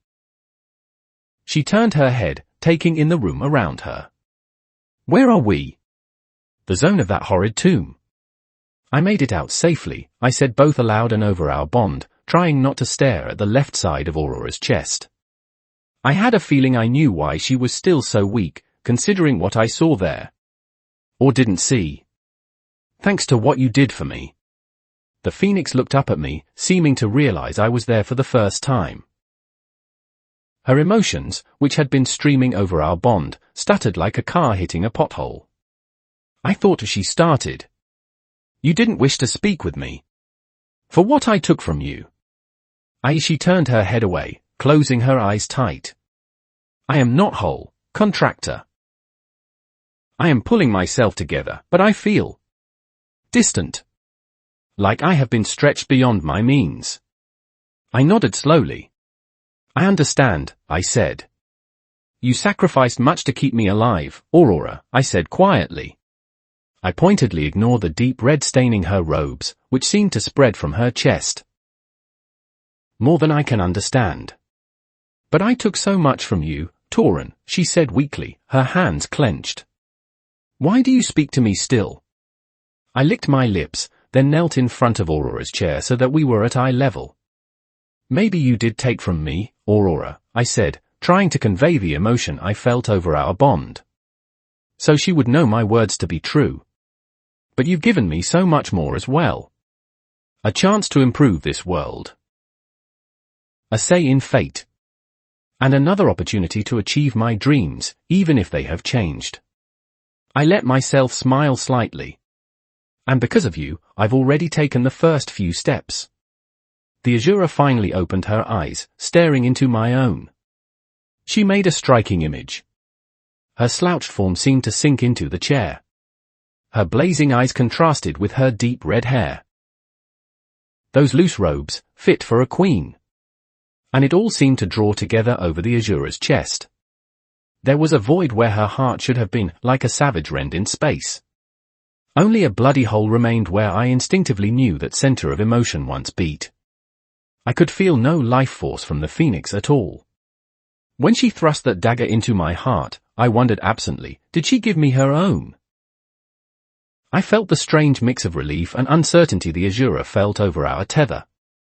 You were victorious, then, she asked, looking at the single lock of hair I had that changed. That deep red plume of mine that faded to silvery pink stood out against the rest of my strawberry blonde hair. That serpent is defeated. I chuckled. All that remains of it are bones, I replied. And I managed to gain insight into ether from that zone as well. All in all, I think that would be called victorious. I let my memories of the battle flow over our link, something I'd never done before. Even as we'd grown closer, I'd kept my own perceptions distant. Aurora and I shared emotions, certainly, but thoughts and memories were deeper secrets. But part of me knew there would be no more secrets between us. Lady Dawn bowed her head. I am sorry I was not strong enough to assist you further, she said, noting the strain my mind had felt using the Phoenix will unaided. I looked at the void where Aurora's heart used to be. You've assisted me more than enough, I said. Even now, the effects of your sacrifice still mark you. The Azura smiled sadly. Every time your core advances, it allows me to heal more and more, she said. But it seems it was not enough to seal this wound. I doubt anything will. I huffed. You've helped me so much through these past months, I replied. And very rarely have I ever paid back the favor. You have done far more for me than you know, Aurora said quietly. When I was in Agrona's dungeons, his method of torture was. The shade visibly shook. Her eyes took on a haunted cast as she relived memories. I felt our link go dark, the Phoenix fighting not to withdraw inwards further. This is her trauma, I thought, my mouth feeling dry. What hurt her so deeply? You don't have to, I started, wanting to spare the Azura reliving that pain. No, she said. No. You must know what you face. Agrona is a master of the mind. He prods and pokes, weaving his tendrils through your thoughts. And when he finds something delectable, something that ties your sense of self to your soul, he rips it out. Tears it from your mind like wrenching a dagger from a wound. Who you are bleeds away through that wound. And you are left to wonder what you've lost, for even that knowledge is taken from you. Aurora looked up at me. The wounds in my mind were deeper than any that stained my body, she said quietly, resting a hand over the hole in her chest. When you first approached me for a contract, Torin, do you remember what finally changed my mind? I swallowed. I mentioned the name of your son, I replied quietly, silently dreading what Aurora was going to say. Chul. Aurora smiled bitterly, pure white teeth clenched almost in a grimace. I knew the name you spoke, Torin Darn. I knew I'd selected it. I knew my husband, Andravor, had grinned when I chose it. I knew my son had grown under that name, proud of its heritage. She took a breath. But I did not know his face. Every memory of mine was as empty as this cavity in my chest. I tried to understand that. To process what she was saying. Memories of Norgan's features had drifted in the time since his death, as my meeting with him in that strange soul plane had proven. But for it to be taken from me. To have my enemies know the face of my brother, and me unable to even recall the color of his eyes? I felt stiff from this admission. As she spoke, Aurora's emotion slowly leaked over our bond. I was expecting regret, fury, or sadness. Instead, I found familiar gratitude and joy. Those emotions struck me like a hammer, confusing me utterly. Aurora pointed a finger at my core. Until you advanced in your core level. My memories returned in tandem. She lowered her hand to her lap. I know my son smile again because of you, Torin Darn. Something I never thought I'd remember again. I stood, turning around and trying to cement this in my mind. By advancing in my core level, I'd healed Aurora's own soul somehow.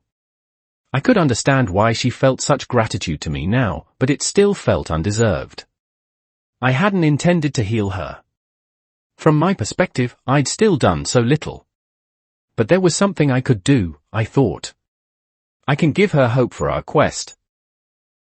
An idea of what I could do for the Phoenix slowly came together as I thought.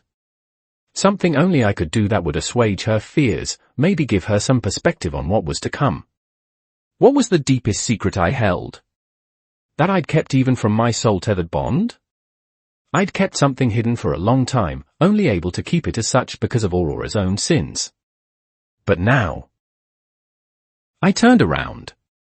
When we first met, I said, drawing myself to my full height. You said that Agrona was fated to win. You feared that this world was lost already, that our quest was doomed from the start. And I told you that Agrona had weaknesses. I sifted through my dimension ring, pulling on a leather-bound notebook that had followed my every step through this world. My journal settled into my hands, the familiar symbol of named Blood Darn stitched into the front cover. I didn't answer you why I believed the High Sovereign was fallible. I couldn't. Aurora tracked my every movement with wrought attention, the air strung tight enough I could play it with my violin bow. The Azuran shade sensed the gravity of what I was about to tell her. My own mind churned as I prepared to open my own heart. But I think it's time you felt hope for a better future, I said, holding the notebook close. So I'm going to tell you a story. It tells of a lone man reincarnated into a new world, forced away from his past obligations and struggles. Of a king who recognized that second chances do come, and that there are causes worth fighting for. Of a mortal man who would grow to slay Azura and protect those weaker than he. I smiled slowly. I'll tell you the story of Arthur Leywin, and how one person alone can defy gods. Chapter 109, Chapter 108, Experimentation. 3071 words. Torin Darn. I leaned against a wall in the lobby of the Healers Guild a day later. While the lobby always felt sterile and blank, it seemed to be coated in an aura of exhaustion today. The eyes of every nurse and doctor I saw were haunted and worn, dark circles stretching under their eyes. Before I fulfilled my promises to Severin Denoir, I needed a level of closure on what had happened to the people I'd rescued. Around the lobby, a few guards employed by Bloodstone elixirs milled about, providing implicit protection against further doctrination influence. "You've been very quiet since yesterday," I noted to my bond. Aurora was silent for a long moment. Our link wasn't empty and closed off as it had been before, but the Phoenix was making clear efforts to contain her own thoughts and emotions on what I'd revealed to her. "What you revealed to me is taking time to process," she replied. "It was very, very far from what I expected. I do not know how to." She trailed off uncertainly. My Phoenix bond was deeply uncomfortable with admitting ignorance. Or fear. I hummed. "What did you expect, exactly?" I queried. I understood the source of my future knowledge wasn't an easy secret to digest. I'd told her everything I knew over the course of several hours, giving a broad overview of the events within the beginning after the end. "In this novel you read, Arthur Lewin met my brother Mordain," the Phoenix enunciated slowly over our link. "Or will meet. But it is worth noting that my elder brother is an adept user of Evam arts. During his decades in the hearth, he learned to pull on the strings of time to give himself glimpses of the near future." She halted in her words, her thought process stalling like a car engine. "Which I suppose you do know." I snorted. I suspected something similar. Cast adrift between worlds, your soul delved into knowledge beyond us. But every glimpse my brother made of the future was of the near future, of days or weeks in advance. Beyond that, his sight became hazy and unsure. "But what you've revealed..." "It's incredibly detailed," I acknowledged. "In the story, Rhaenyra Darkasson was under similar constraints as your brother. But my own knowledge is exact down to facial expressions and the emotions each person expresses." I paused. "Do you doubt the truth of what I told you?" Aurora was quiet for a long, long time. Then the unseen world overtook my vision, casting everything in muted shade. When I was in Agrona's dungeons, she started, staring at her hands. I never expected to escape. Only hold out for as long as I could, protecting the home of my people. You were hesitant to tell me of my fate. But the legacy approached me in tow with Agrona, and I can reason out the rest. I swallowed. I'd very blatantly glossed over Lady Dawn's fate at the hands of the legacy, avoiding the gruesome depiction of her death. She'd been drained like a battery, her mana and power siphoned away like a withering rose. But the Azura was far too intelligent to miss the implications. "I think I was supposed to die there," she whispered. "There was something fated to what you said. Something I should have experienced. My last gamble, casting my soul to the void to escape Agrona's clutches." She shook her head. Her eyes were dim, shadowed by her hair. "It should not have worked. I find myself questioning why it did." "What about your novel differs from reality? It's too succinct, too perfect to outright dismiss." "I don't think this world is simply a novel," I said after a moment. "To say you were fated to follow the words on a page does not do your will and struggle justice." Aurora chuckled softly. She rarely ever laughed. "I do not think this world is simply a creation of this turtle me either, Tauren," she said. "But for someone to have such superb knowledge of another world's future, such intimate experiences of another's emotions and point of view as to put it to the page? That is what unnerves me, Contractor. If one can have such mastery over fate, how can we fight against it? I wonder at the source of your book. Even if this Arthur Lewin has a sort of destined relationship with the highest edict, we are like gnats in a thunderstorm before such utter knowledge." "As far as I'm aware," I said, watching as a tired nurse carried supplies across the lobby, "we've already defied that fate several times. Maybe we don't know how we did so yet, but there are differences." I smiled. "For one, you're here with me." The Azura's shoulders slumped. I suspected it would take some time for her to fully internalize the revelations I provided, but we'd moved past treating each other like adversaries to dance around. We were united in our souls. In the wake of the Azura's sacrifice, I felt that keeping my knowledge secret was a pointless endeavor. Defying fate, Aurora said wistfully. She still looked somewhat tired, and glancing at the gaping hole in her shade-like form's chest, I suspected she wouldn't always be able to aid me as before. Such a wonderful idea. I felt my lips curl slightly at the edges. Do we even have a fate anymore? I asked with a hint of amusement. Neither of us should currently exist, as far as I'm aware. What does that mean for the world? The Azura received my playful philosophizing with characteristic stoicism. The novel you read may have simply been a possible outcome for this world, she said after a minute. Our own journeys may have been destined for something else, diverging endlessly. I nodded internally. I recognize that possibility, I replied over our link. So far, everything has lined up with what I know down to the dates and the people, I said, thinking of Darren Auden. But there's always a chance there's a single detail off, or some critical bit of information withheld from me. I plan to use my future knowledge as a shifting outline rather than a stern rulebook. Aurora looked up at the ceiling, her blazing eyes dimming a fraction. I wonder who pulls these strings of fate, she said absently. Who puppets us both? It is a rare coincidence that you, who have deep knowledge of this world, are caught by my reincarnation spell by chance. Rare that you would have the same natural mana affinities as I, rare that you would have a twin soul on this side of the divide. The Azura's listless words took me aback. I realized then that I may have miscalculated in telling her my secret all at once.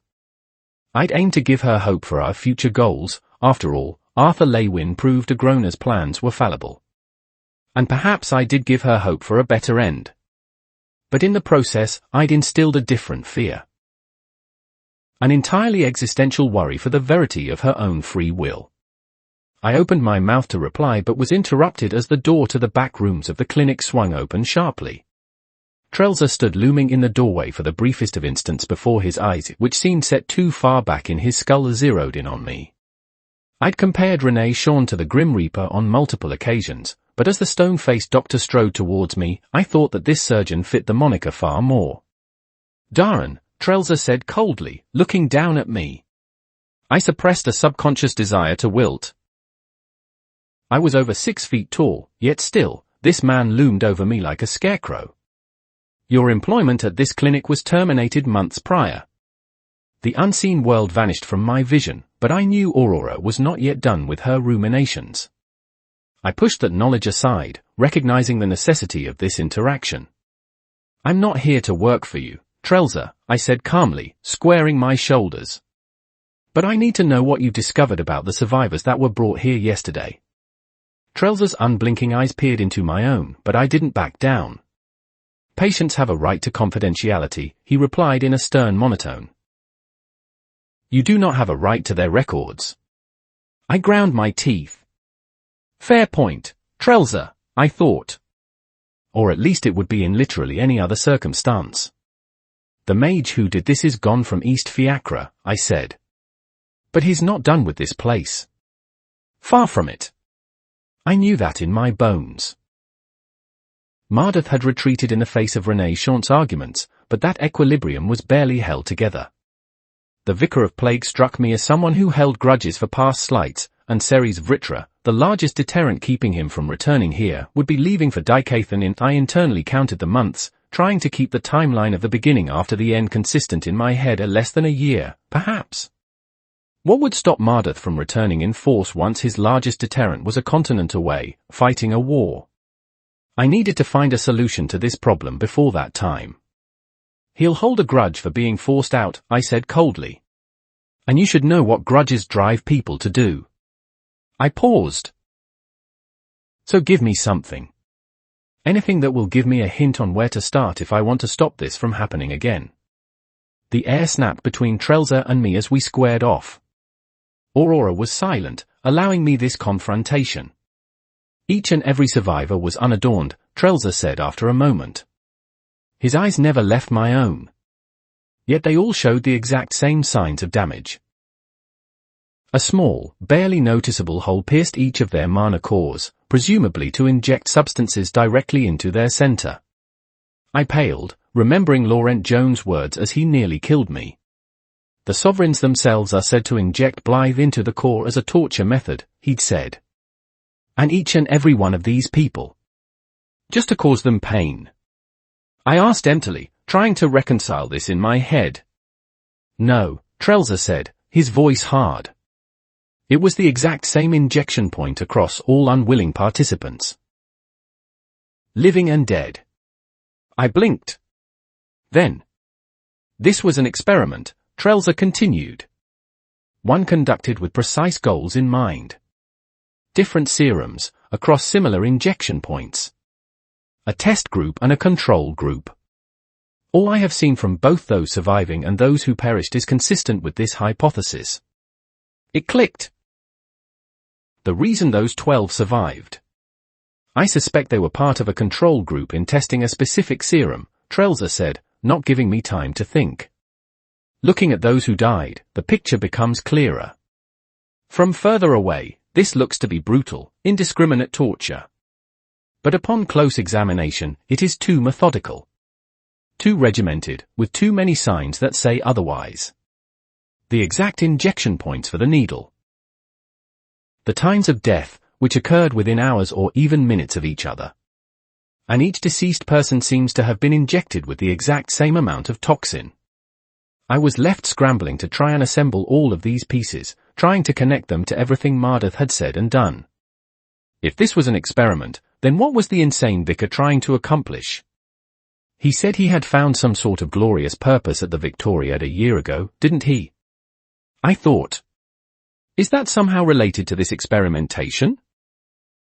Trelzer turned away. I've told you more than you should know. Now leave my clinic, darn. I slowly settled my nerves, realizing the steps I needed to take next. If I wanted to track down the reasons for this brutal experiment, there was somebody I needed to question first. I know it won't mean much to you, Trelzer, I called after him as he strode away, but I made an oath not long ago. The man paused in his steps, but didn't turn. I vowed I'd kill the mage who did this. And so far, every person I promised death to has met their end. I felt my eyes smolder. If you can't trust my words, trust my blade. Trelzer was still for a protracted heartbeat. Then he resumed his walk back to his work. I could only hope my words had resonated on some level. I found Hofel atop a building in the deeper regions of East Fiacre as night fell. He stared listlessly at the large, refurbished temple, his pipe resting in his hands. He lounged across a few broken stones, his greying sideburns seeming stark on his middle-aged face. The shield made no overt movements as I approached, though I made my mana signature clear. It looks so beautiful, doesn't it? He said suddenly, his focus fixed on the temple in the distance. The arches are a work of art in and of themselves, the mathematics and calculations required to keep them steady genius. The stained glass adds the contrast the building needs to truly pop. That style of dome at the temple's top was pioneered by a man named Ertan Portrel from my home province of Etril. Did you know that? I didn't, I replied honestly. Hofel had always enjoyed the ins and outs of architecture. Though it does stand out against everything around. That's the point, Tauren, the shield replied, drawing long on his pipe. His eyes were pinched and reddened. That temple is the largest building for a mile around. Nothing else in this district can compare. An uneasy silence stretched between us. I felt Aurora's reassuring touch on my resolve. We both knew the necessity of this next step. Hofel, I said after a moment. I need you to tell me everything you know of Mardith. He won't leave this place alone for long. Hofel exhaled smoke, then stared at his pipe. He'd broken his last one, and this one was clearly of poorer quality. I joined the doctrination when I was a lad, he said, tapping his pipe free of ash. I think I told you about that. I was entranced by the wonders they created, stone by stone by stone. He sighed. I joined the High Temple in Nimolo. Back in the day, the Vicar of Plague hadn't reached his current standing. But that temple was his in every sense of the word. Hofel's breath misted on the cool night air. He had this obsession with pain, the shield said into the dusky air. He believed it was the path to true power. That only through pain could something grow stronger. I tolerated it for a while. I thought that because the outside was so wonderful, the inside must have been just as grand. I was just too naive to see it, just like I was too naive to see the end result of that temple being built. But the inside was rotten, I said somberly. It was, Hopeful replied sadly. His fists clenched around his pipe, and I feared he might snap it again. Beneath that temple in Namola, he was experimenting. I don't know what his goal was, but the screams. The old shield shuddered. Once I saw what was down there, I had to leave. Had to get out. He finally turned to look at me. It's the exact same thing that happened here. I thought I'd escaped it. I thought I was finally done with that hell. Hopeful had always looked so sagely and wise to me. Yet in his shoulders, I saw fear and indecision. I want to run, Tauren, he said quietly. It's what I did before. Maybe I can escape this, you know. I walked forward, sitting on a nearby block of concrete. I looked out at the temple in the distance. It did look beautiful, a testament to human power and ingenuity. The mosaics of basilisks in the stained glass seemed to stare at the two of us, sensing our conversation. I know what it's like to run, I said quietly, thinking of what I had done upon Norgan's death. I'd thrown myself into the Clarwood forest, ready and planning to die. I'd told myself it was the only option I could take. I was taking my destiny into my own hands. And perhaps that was true. But I was also running. Instead of facing my adversaries, I'd chosen to take the easy way out. Instead of giving myself the chance to fail, I cut all chances entirely. And it feels freeing, at least at first, I acknowledged. I thought of what it was like to slowly bleed out on the forest floor, surrounded by corpses of scornters and broken dreams. Once I'd actually faced death, I realized how much I was going to miss. But when you realize all the other options you could have taken and what could have been, you'll be left regretting it forever. Hopeful's shoulders shook. I know, he said quietly. I know. He exhaled a shuddering breath. I can't run now. I can't be a coward. But Tauren, if you want to go after Mardath, Namolo is where you should start. I nodded, still content to just keep the older mage company. Even the strongest of us needed a shoulder to lean on sometimes. Telling you Mardath's strength probably won't dissuade you from trying though, will it? He asked somewhat morosely. I smiled wryly. I've got less than a year to finish this blithe-stained rivalry of mine, I said. And I will finish it, Hoff. But I'm stronger than you might think. The old man sagged. I know you are.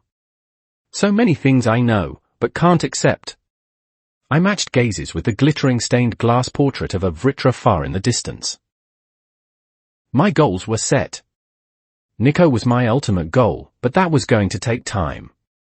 Before I was strong enough to kill a scythe, I needed to fulfill my promise to Severin Denoir. Spreading my musical understanding was a good stepping stone to changing this continent. But in the midst of all of that, I had another time limit. Martha's deterrent would be gone by next autumn, and the only chance this district had at peace was my blade. Chapter 110, Chapter 109, of Another Land. 3,101 words. Tauren Dawn. I leaned against a wall on the second floor of the relic tombs, tapping my fingers against my arm. The rhythmic pulses of heartbeats and flows of mana all around me brushed against my perception, teasing me with subtle knowledge of all those nearby. Ever since my sculpting, my sense of intent increased proportionally to my feel for mana. I'd been slowly getting a hold of the impressions people subconsciously left in the ambient mana ever since I started using my violin to project my emotions, but that was like grasping at smoke. I got flashes of insight into how people were feeling, or glimpses into their hidden desires.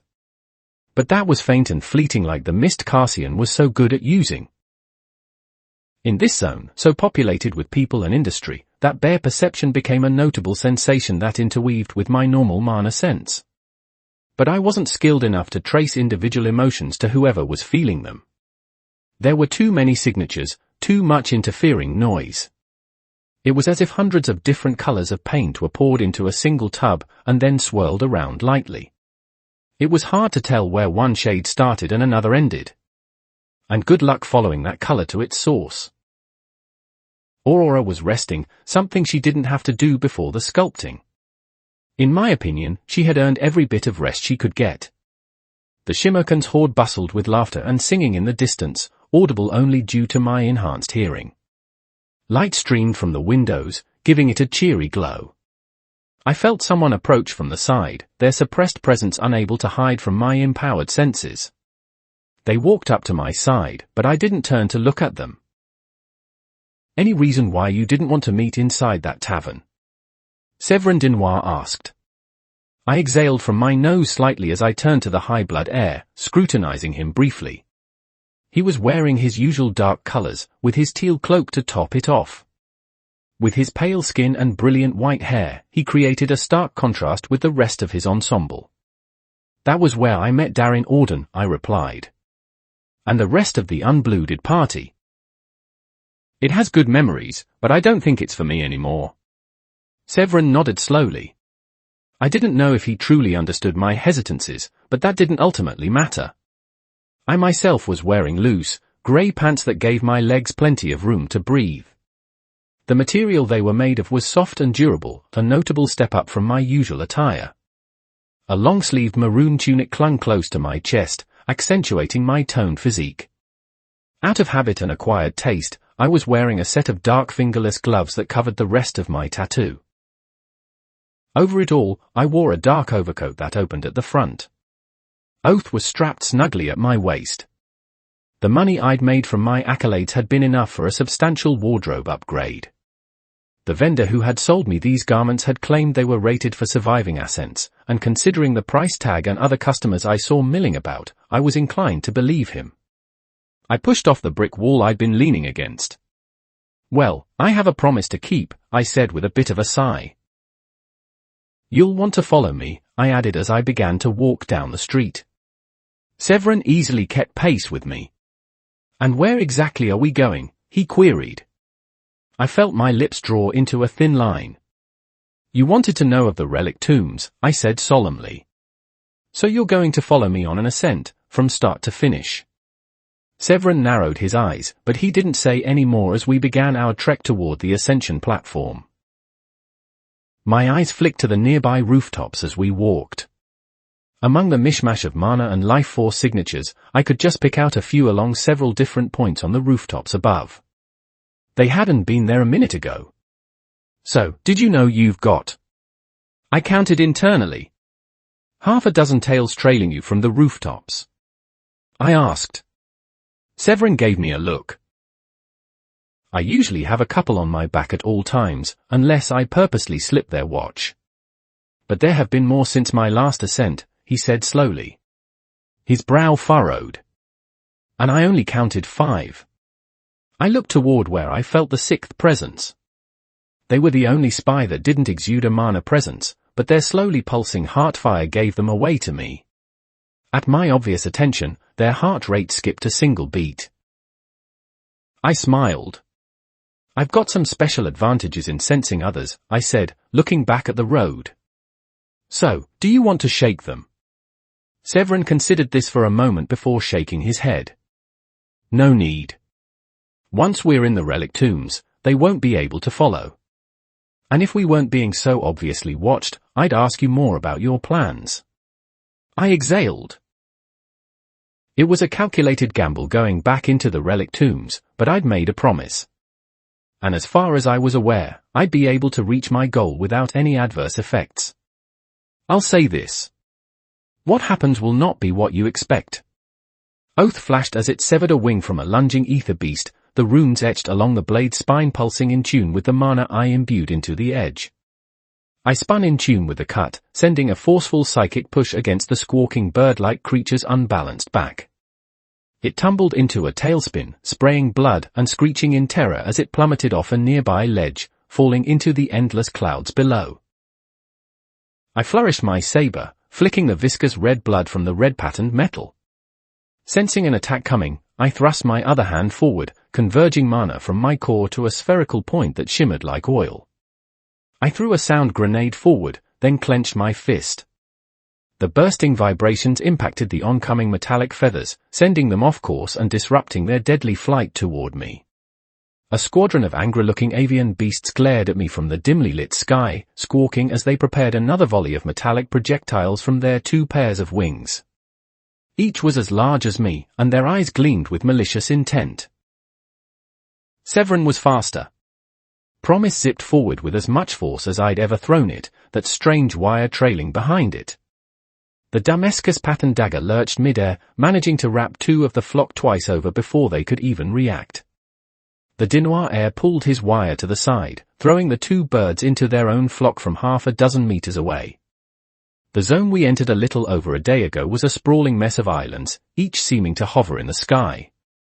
An unbroken expanse of clouds covered the entirety of the void below, an almost tempting canvas of white mist that shrouded whatever was beneath. And the beasts that attacked us were certainly stronger than most creatures I'd faced before in the tombs. Many had earthen or metallic defenses that resisted my attempts to cut or damage them, leaving me to switch tactics. My new go-to tactic was to damage a wing and let them fall. As Severin handled the monsters in the sky, I refocused on those around ground level. Strange worms that looked like they were plated entirely in earth burrowed through the islands, trying to catch us by surprise. I attuned myself to the heart-fire pulses around me, however, letting my ears detect what was coming. As a signature erupted from almost directly below me, I slammed a mind-fire stamp into the soft grass beneath me. The spell, which was a combination of piston stamp and a telekinetic shove against the ground, allowed me to blur 50 feet into the air with ease. As I soared upward, I simultaneously used a telekinetic pull on the creature that was erupting from the ground. My upward momentum, combined with the ether beast's own lunge, gave me the drive I needed to yank it entirely from the ground. A 20-foot-long worm made entirely of dirt lurched into the sky with a strange rumble. Rows upon rows of blocky teeth lined its maw, each primed with the strength to crush boulders. I took the easy route. As I fell back down to the island Severin Dinoir and I fought on, I pushed on the ether beast's side, simultaneously shoving my mind against the ground as well. With my secondary push, I had solid leverage to prevent myself from tumbling haphazardly. The plated worm, however, had no such luxuries. With a final explosive fireball sent against its sturdy armor, it arced into the clouds below. I landed easily, huffing slightly. My ascending partner and I had very quickly learned to remove those worms from the islands as fast as possible. Their preferred tactic was to try and ambush us, and if that failed, to slowly chew away the rocks and earth around the island, eventually separating our slice of rock and letting it fall into the abyss below. And their regeneration was absurd. For every bit of earth they ate, they healed. I felt something happening with their heart fire that I couldn't understand as they regenerated, but it was beyond my expertise. Severin dodged around a few metallic feathers as they neared him, then retaliated with a quick lash of promise. The dagger wasn't as good at cutting through the four-winged bird's armored hides, but he only needed to disorient them. I sent a flurry of fireballs at the crowded flock, forcing them to retreat with a squawk. As the jumble of birds realized they weren't going to win this fight, they screeched in anger, then began to fly to another island in tandem. I watched them go with hard eyes. This zone had a strange ecosystem. The birds, for some reason I couldn't discern, couldn't stay flying for long. And when they landed, the worms tried to ambush them. Severin swept his gaze around our tiny island, keeping watch for anything that might ambush us. Then he spotted something, making him pause in his scan. He slowly walked toward a spot in the soft grass, pushing away the strands of green. Then he stood, holding something that made me pause. A pair of wired headphones, clearly made of cheap, flimsy plastic, rested in his hands. After making sure the metallic birds weren't about to try a sneak attack, I shoved my hands in my pockets and walked up to the Dinoir heir. "You look perplexed," I said, wondering what the white-haired striker was thinking. "These look like earmuffs," he said, "but that doesn't make sense." This zone is temperate, so needing to protect from the cold doesn't add up. He held up the wire, which led to a 3.5mm audio jack. And this doesn't make sense either. Does it? He narrowed his eyes. Connect to something. Feeling a bit of an idea creeping up, I hummed. Why don't you put them on? I asked. I'll give you an idea of how it works. Severin looked unsure for a moment, before complying. Frankly, he looked almost ridiculous with the cheap headphones contrasted against his Alacrian attire, but I suppressed the urge to snicker. Taking the audio jack in my hand, I concentrated on my mana. I drew sound mana around my finger, allowing it to saturate the thin bit of brass between my fingertips, before bringing it to my mouth. Can you hear this? I asked, allowing what I said to travel along the wire in distinct vibrations. Severin blinked, looking at me. I'll take that as a yes, I said, but before I could say more, he'd taken the headphones off. I felt a slight surge of mana coming from Severin, coalescing around his hands in a pale yellow glow. The mana soaked into the headphones in his hands, swirling and probing at every inch of the item. What are you doing? I asked, intrigued. I'd never seen whatever spell form this was before. Severin's eyes flashed with that same pale yellow color. For a split second, he seemed to reach some sort of epiphany. These aren't earmuffs, he said excitedly. Like you showed, they're supposed to transmit sound, but he paused. Not by vibration, he said slowly, seeming more and more confused. Or mana. How is that possible? Then his eyes snapped to me. Does this use ether? He looked to me for an explanation, seeming utterly focused on my next response. I exhaled, processing what I'd seen. No, they don't use ether, I said after a moment. And how do you know they don't use vibration? That's exactly what I used to demonstrate the sound transmission. The Dinoir heir hesitated, his hands clenching tightly around the headphones. One of my regalias helps me decipher the intended workings of items and artifacts, he said slowly. It isn't perfect, but with enough outside hints, I can use it to piece together the mechanisms behind certain items and gadgets. It's how I figured out why simulates worked. They create a sort of mana tether between each other that keeps people connected for the brief instant someone enters a portal, and I learned how to reapply those principles elsewhere. I thought of Severin's tracking device. Somehow, the little metal plate he'd given me inscribed with his own contact information had created a sort of etheric link between me and his tracking compass, allowing him to follow me through the tombs. And he'd figured that out with this regalia? Hold on, I said, confused. I know you can't manipulate ether. So how did you manage to make an etheric tether between two objects? The white-haired striker grimaced. I didn't, he said, sounding irritated. But by luck, I found an ether beast that did have a way to create those tethers. I just reproposed them from their bodies, using what was already there. He shook his head. But that doesn't matter. I'm lacking information here. The material used for the cord is too flimsy for continuous transfer of vibrations, and there are literally dozens of better substances for mana conductivity. So how does this transmit sound if not for mana or vibration? I exhaled through my nose. It's not like Aurora left me much to hide when it comes to the relic tombs, I thought, a bit annoyed. The way Severin looked at me told me he was well aware I knew the secrets to that little item. Through electricity, I eventually said.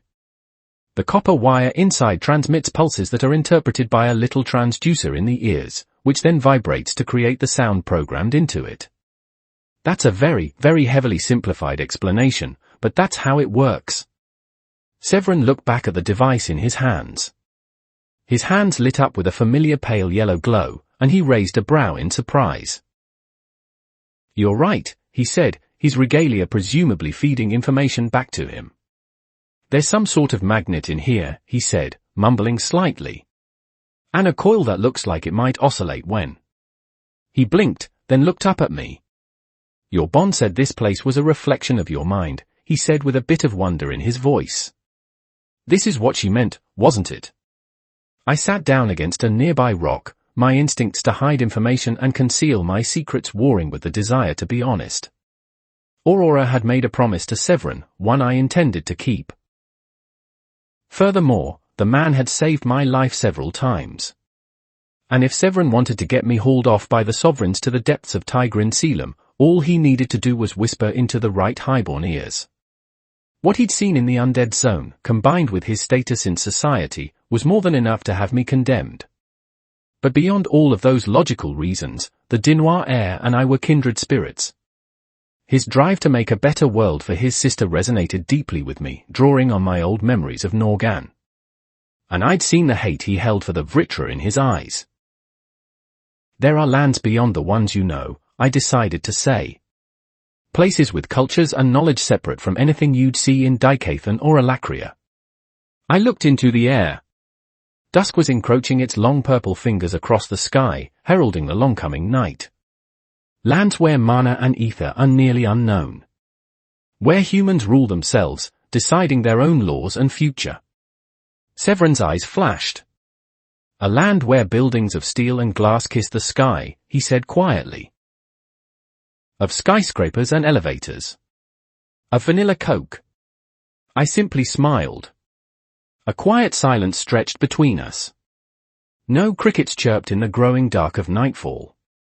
The only sound that greeted my ears were the waiting heartbeats of the lurking metallic ether beasts and Severin's own fast but steady heart fire.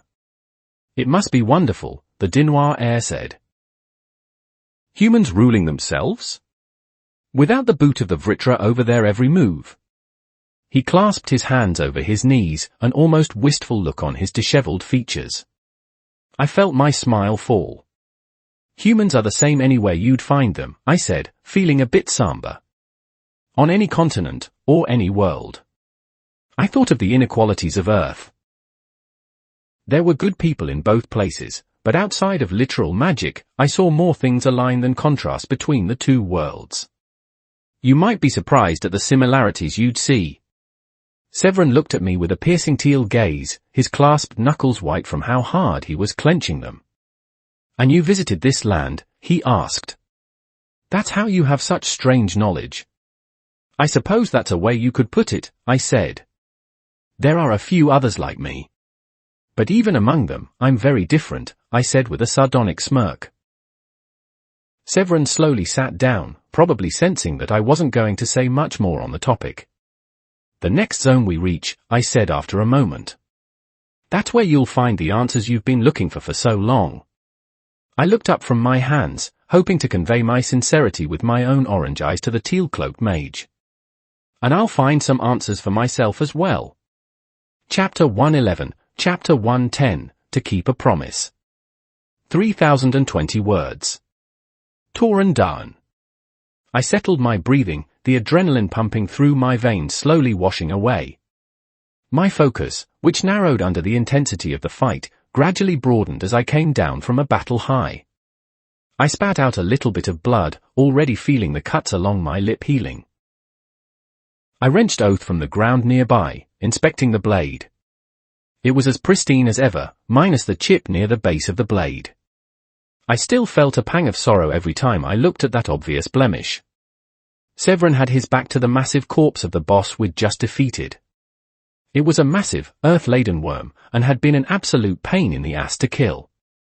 The thing was fast, smart, and had understood its advantages. In this zone of endless islands, those who controlled the ground were king. The worm, before Severin and I had managed to actually kill it, had an irritating habit of hopping from island to island, leaving behind some sort of ether-based spatial spell that made the floating plots of earth we stood on slowly unravel beneath our feet. The fight had quickly become a game of cat and mouse, the worm trying to erase enough islands to let us fall. It had failed, of course. Severin and I were unmatched in our mobility, and anything that thought it could run from us, especially when we worked together, was dead wrong. Since passing into the Silver Core, I'd expected an increase in difficulty in the relic tombs. Stronger monsters, more difficult challenges, the works. And while I thought the average ether beast Severin and I had faced in this zone was stronger than the ones I'd faced before the undead zone, this island-hopping adventure had acted more as a test of our reflexes and quick thinking rather than abject combat ability. I think I'm coming up with a theory, I said as I stared at the open sky, of the most optimal amount of legs something should have. Severin pulled himself to his feet, stretching out his back. He gave me a raised brow at my words.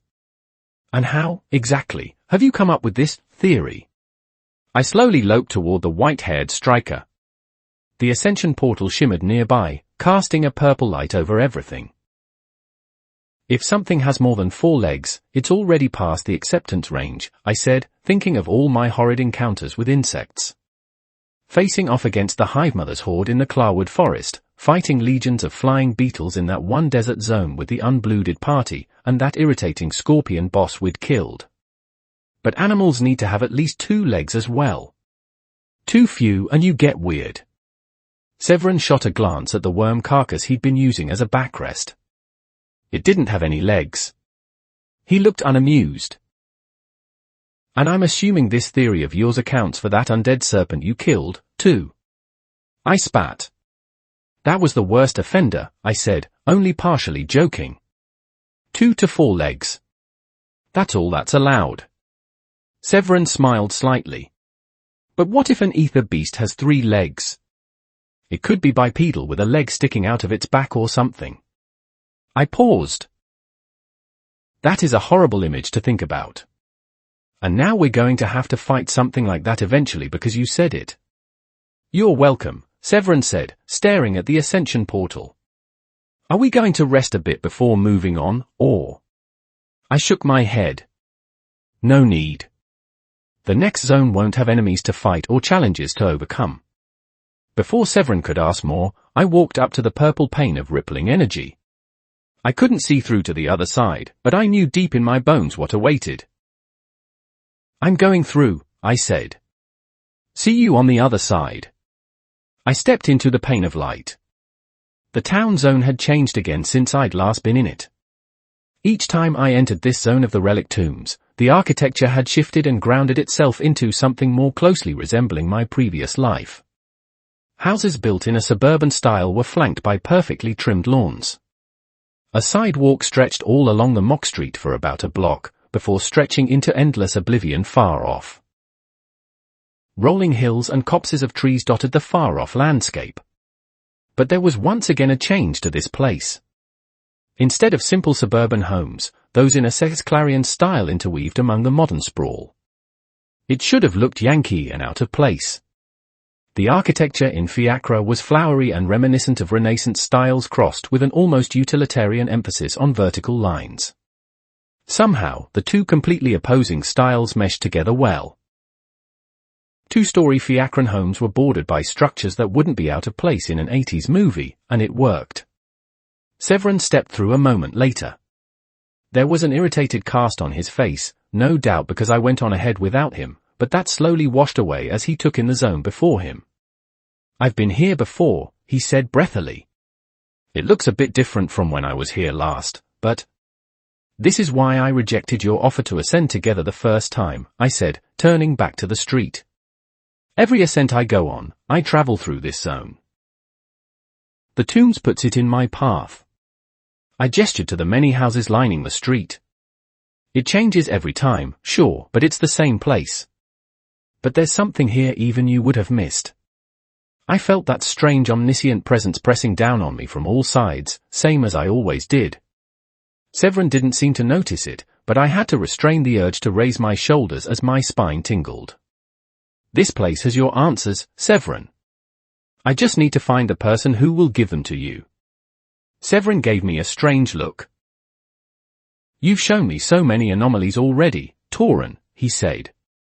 I'm not sure what else you can throw at me that would surprise me. I smiled, my mind reaching into my core. Remember those words, I added jovially, slipping into my acquire phase. I felt my cheeks burn as feather-stem runes appeared under my eyes, their warmth like hot coals. My chain tattoo glowed softly, superimposing itself over my coat. Severin took a step back as pressure pulsed from my body involuntarily, the ambient mana quaking as power suffused my being. His heart fire jumped in his chest, visible to me now as a plume of red fire. The will meshing with my mind alerted my bond, who was still resting fitfully. She awoke, for lack of a better word, as her own thoughts brushed my own. "Welcome back, Aurora," I said with a hint of amusement. "If you still need rest, I can manage this myself. I just need to search for something, and the capabilities of my will are needed for that." "No, Tauren," the Phoenix Shade said, sounding slightly tired. I could feel her reading my thoughts, recognizing my plan. "I am well to assist you in something so trivial. And I have questions of my own which must be answered." I felt some of the burden on my mind shift as the Azuran spirit shouldered some of the weight. Absently, I wondered how long I could maintain my first phase with my heightened physique and silver core reserves of mana. Nearly indefinitely if I'm careful, I realized with a bit of surprise. With my semi-Azuran physique and Lady Dawn's mind suffusing my own, my acquire phase was barely a strain at all anymore. My sense for life force expanded dramatically as I sunk into the will. I turned in a slow circle, ignoring Severin's focused intensity as I scanned the zone. I walked forward slowly, my feet echoing on the pavement of the quiet zone.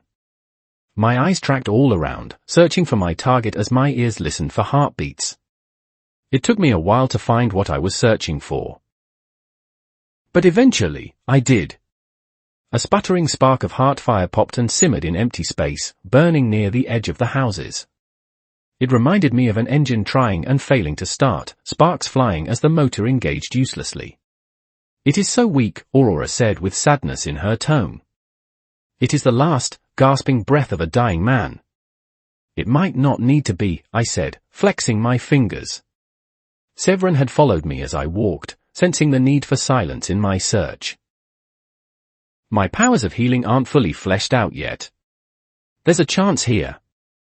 I knelt down in front of the invisible space, reaching out a hand.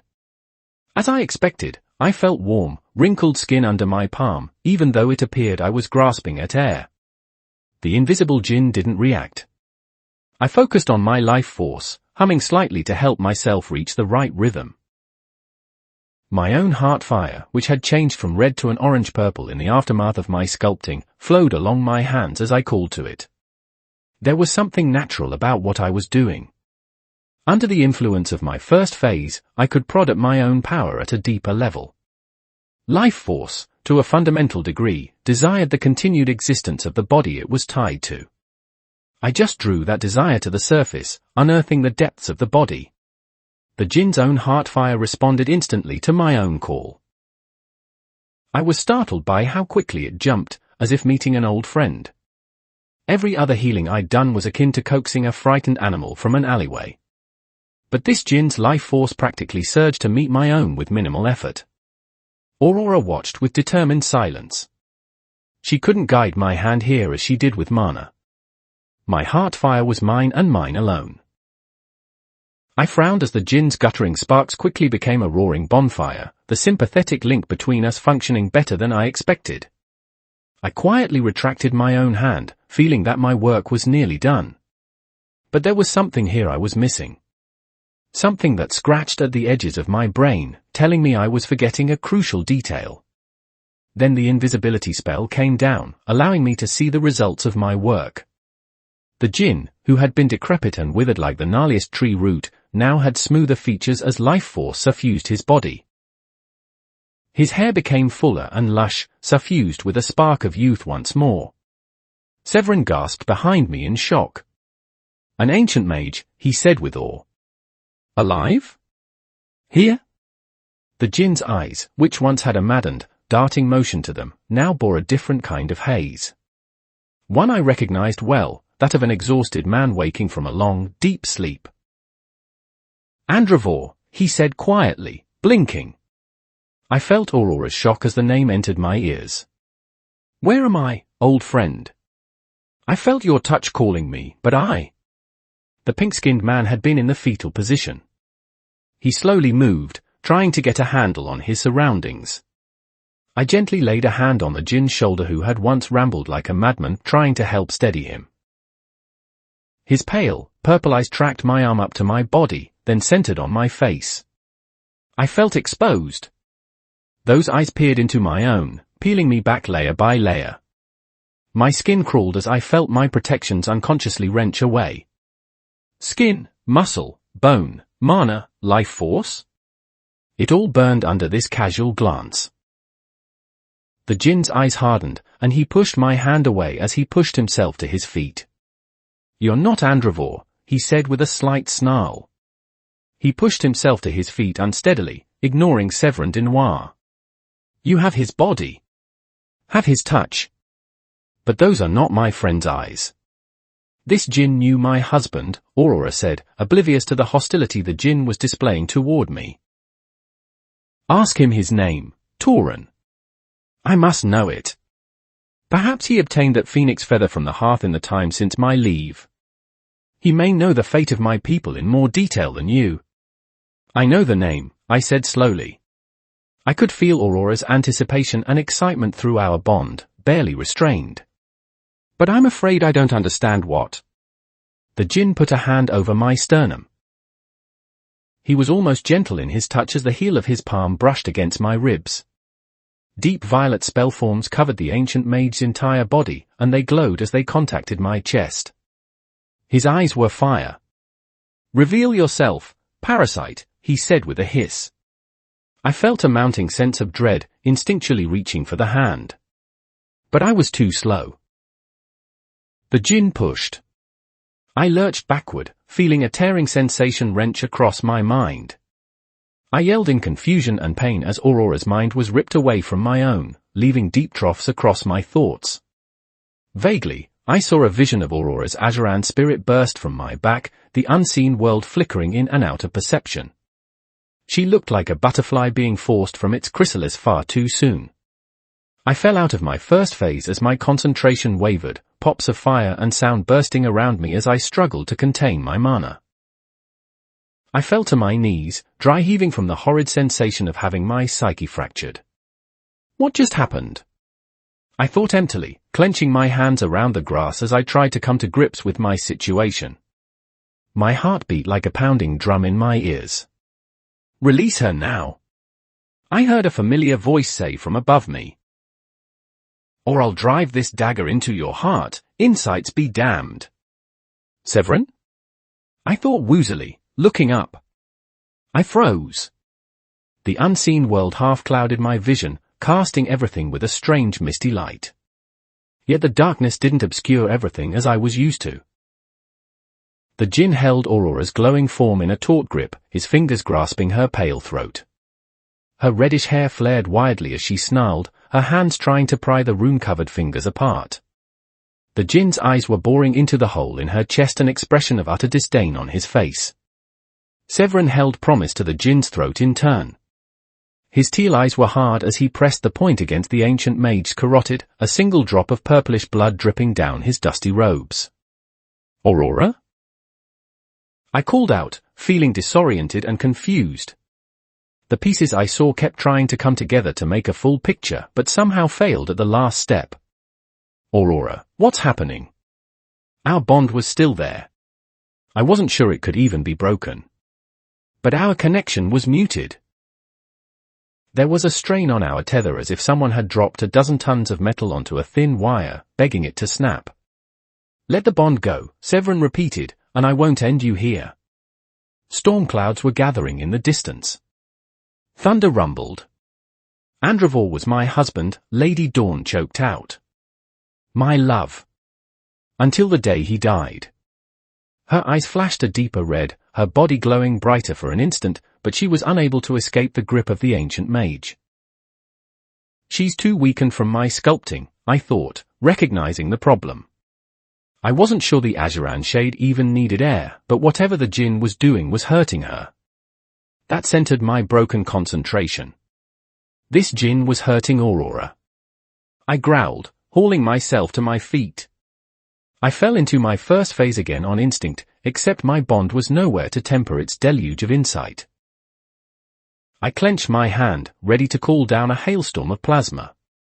Then the djinn shoved Aurora away, leaving her to drift slightly as she rubbed at her neck with an expression of fury. He ignored Severin's dagger, turning on his heel to observe the far-off gathering thunderstorm. I ignored the djinn, rushing over to Lady Dawn's shade-like body. There were marks around her throat where the ancient mage had held her fast. Now that the djinn had released her, I felt the weight on our mental tether disappear. "Aurora," I said with heaving breaths. "Are you safe? Hurt in any way?" Stupid, I thought, noticing the strangle marks around her pale neck. Of course, she's hurt. Severin clenched his dagger in a white-knuckled grip, looking between the djinn and Aurora in quick glances. The fact that he could somehow see my bond was trivial in the face of this danger. "I am well, contractor," she said aloud. "It will not happen again," she said, her teeth bared in anger at the djinn, whose back was turned to us. "I'm sorry for not trying to help." I know what it is like to have your mind torn, she said, not taking her burning eyes away from the ancient mage. "You cannot be faulted for inaction." Still, I thought to myself. Severin was the one who stepped up. I collapsed on the ground. My first phase pulsed with warmth across my skin. I felt my fingers clench in anger as I slowly settled my mind. I'd suspected my healing could soothe mental wounds as well as physical ones. While life force was ultimately of the body, it tied the soul to the vessel. Under that line of thinking, there was a connection to the mind somewhere along that thread. I'd healed this djinn of his madness, and his first reaction was to attack me? I opened my mouth to speak, but the djinn's words cut me off before I could. "So I have failed, then," he said, surprisingly sorrowful. "My sacred duty, as last of the Watchers, is null and void." He turned, looking at us with deep purple eyes. I felt my shoulders tense as that probing sensation tugged at my soul. And an Azura has entered the tombs of my people, intent on stealing our insight. Chapter 112, Chapter 111, The Last Djinn. 3,701 words. Toran Daan. "The beasts of the Indrath clan failed millennia ago," the djinn said with iron. His long, greying hair was pushed away from his face, highlighting his sharp, aged features. "You came here for insight? You'll get none from me. The Azura have tried and tried to wrench our powers from our minds, but they've all failed." I scoffed. "I don't need your insight into ether," I said angrily. I'd gone to such lengths to heal this djinn, and the only response I'd received was hostility. It boiled my insides. "But I do need answers. About the relic tombs and their—" "Speak, Phoenix," the djinn said, ignoring me and cutting off my reply. "I know how your kind views Alessa's. These pawns of yours can spout the lies you've told them, but you will speak to me yourself. Put away the mask." Lady Dawn's lip curled with distaste. "You think them my pawns? Your people have always been insightful, djinn. Yet now you spout the same small-minded rhetoric of the dragons you hate so much. Toran Daan is no more my pawn than a chick is a mother hen's puppet." The djinn smiled nastily. "You assert you don't use mortals as pawns? Then how come you've created this Phoenix djinn hybrid to traverse our tombs?" His face fell into something dark. "And you took the body of my friend to do so." "I know the abilities of your kind, Phoenix. How you build yourselves up from the ashes. And Andravor's touch is entrenched in this man before us. You dare to enter here after using his body to your own ends? And preaching of being a mother." Aurora blurred.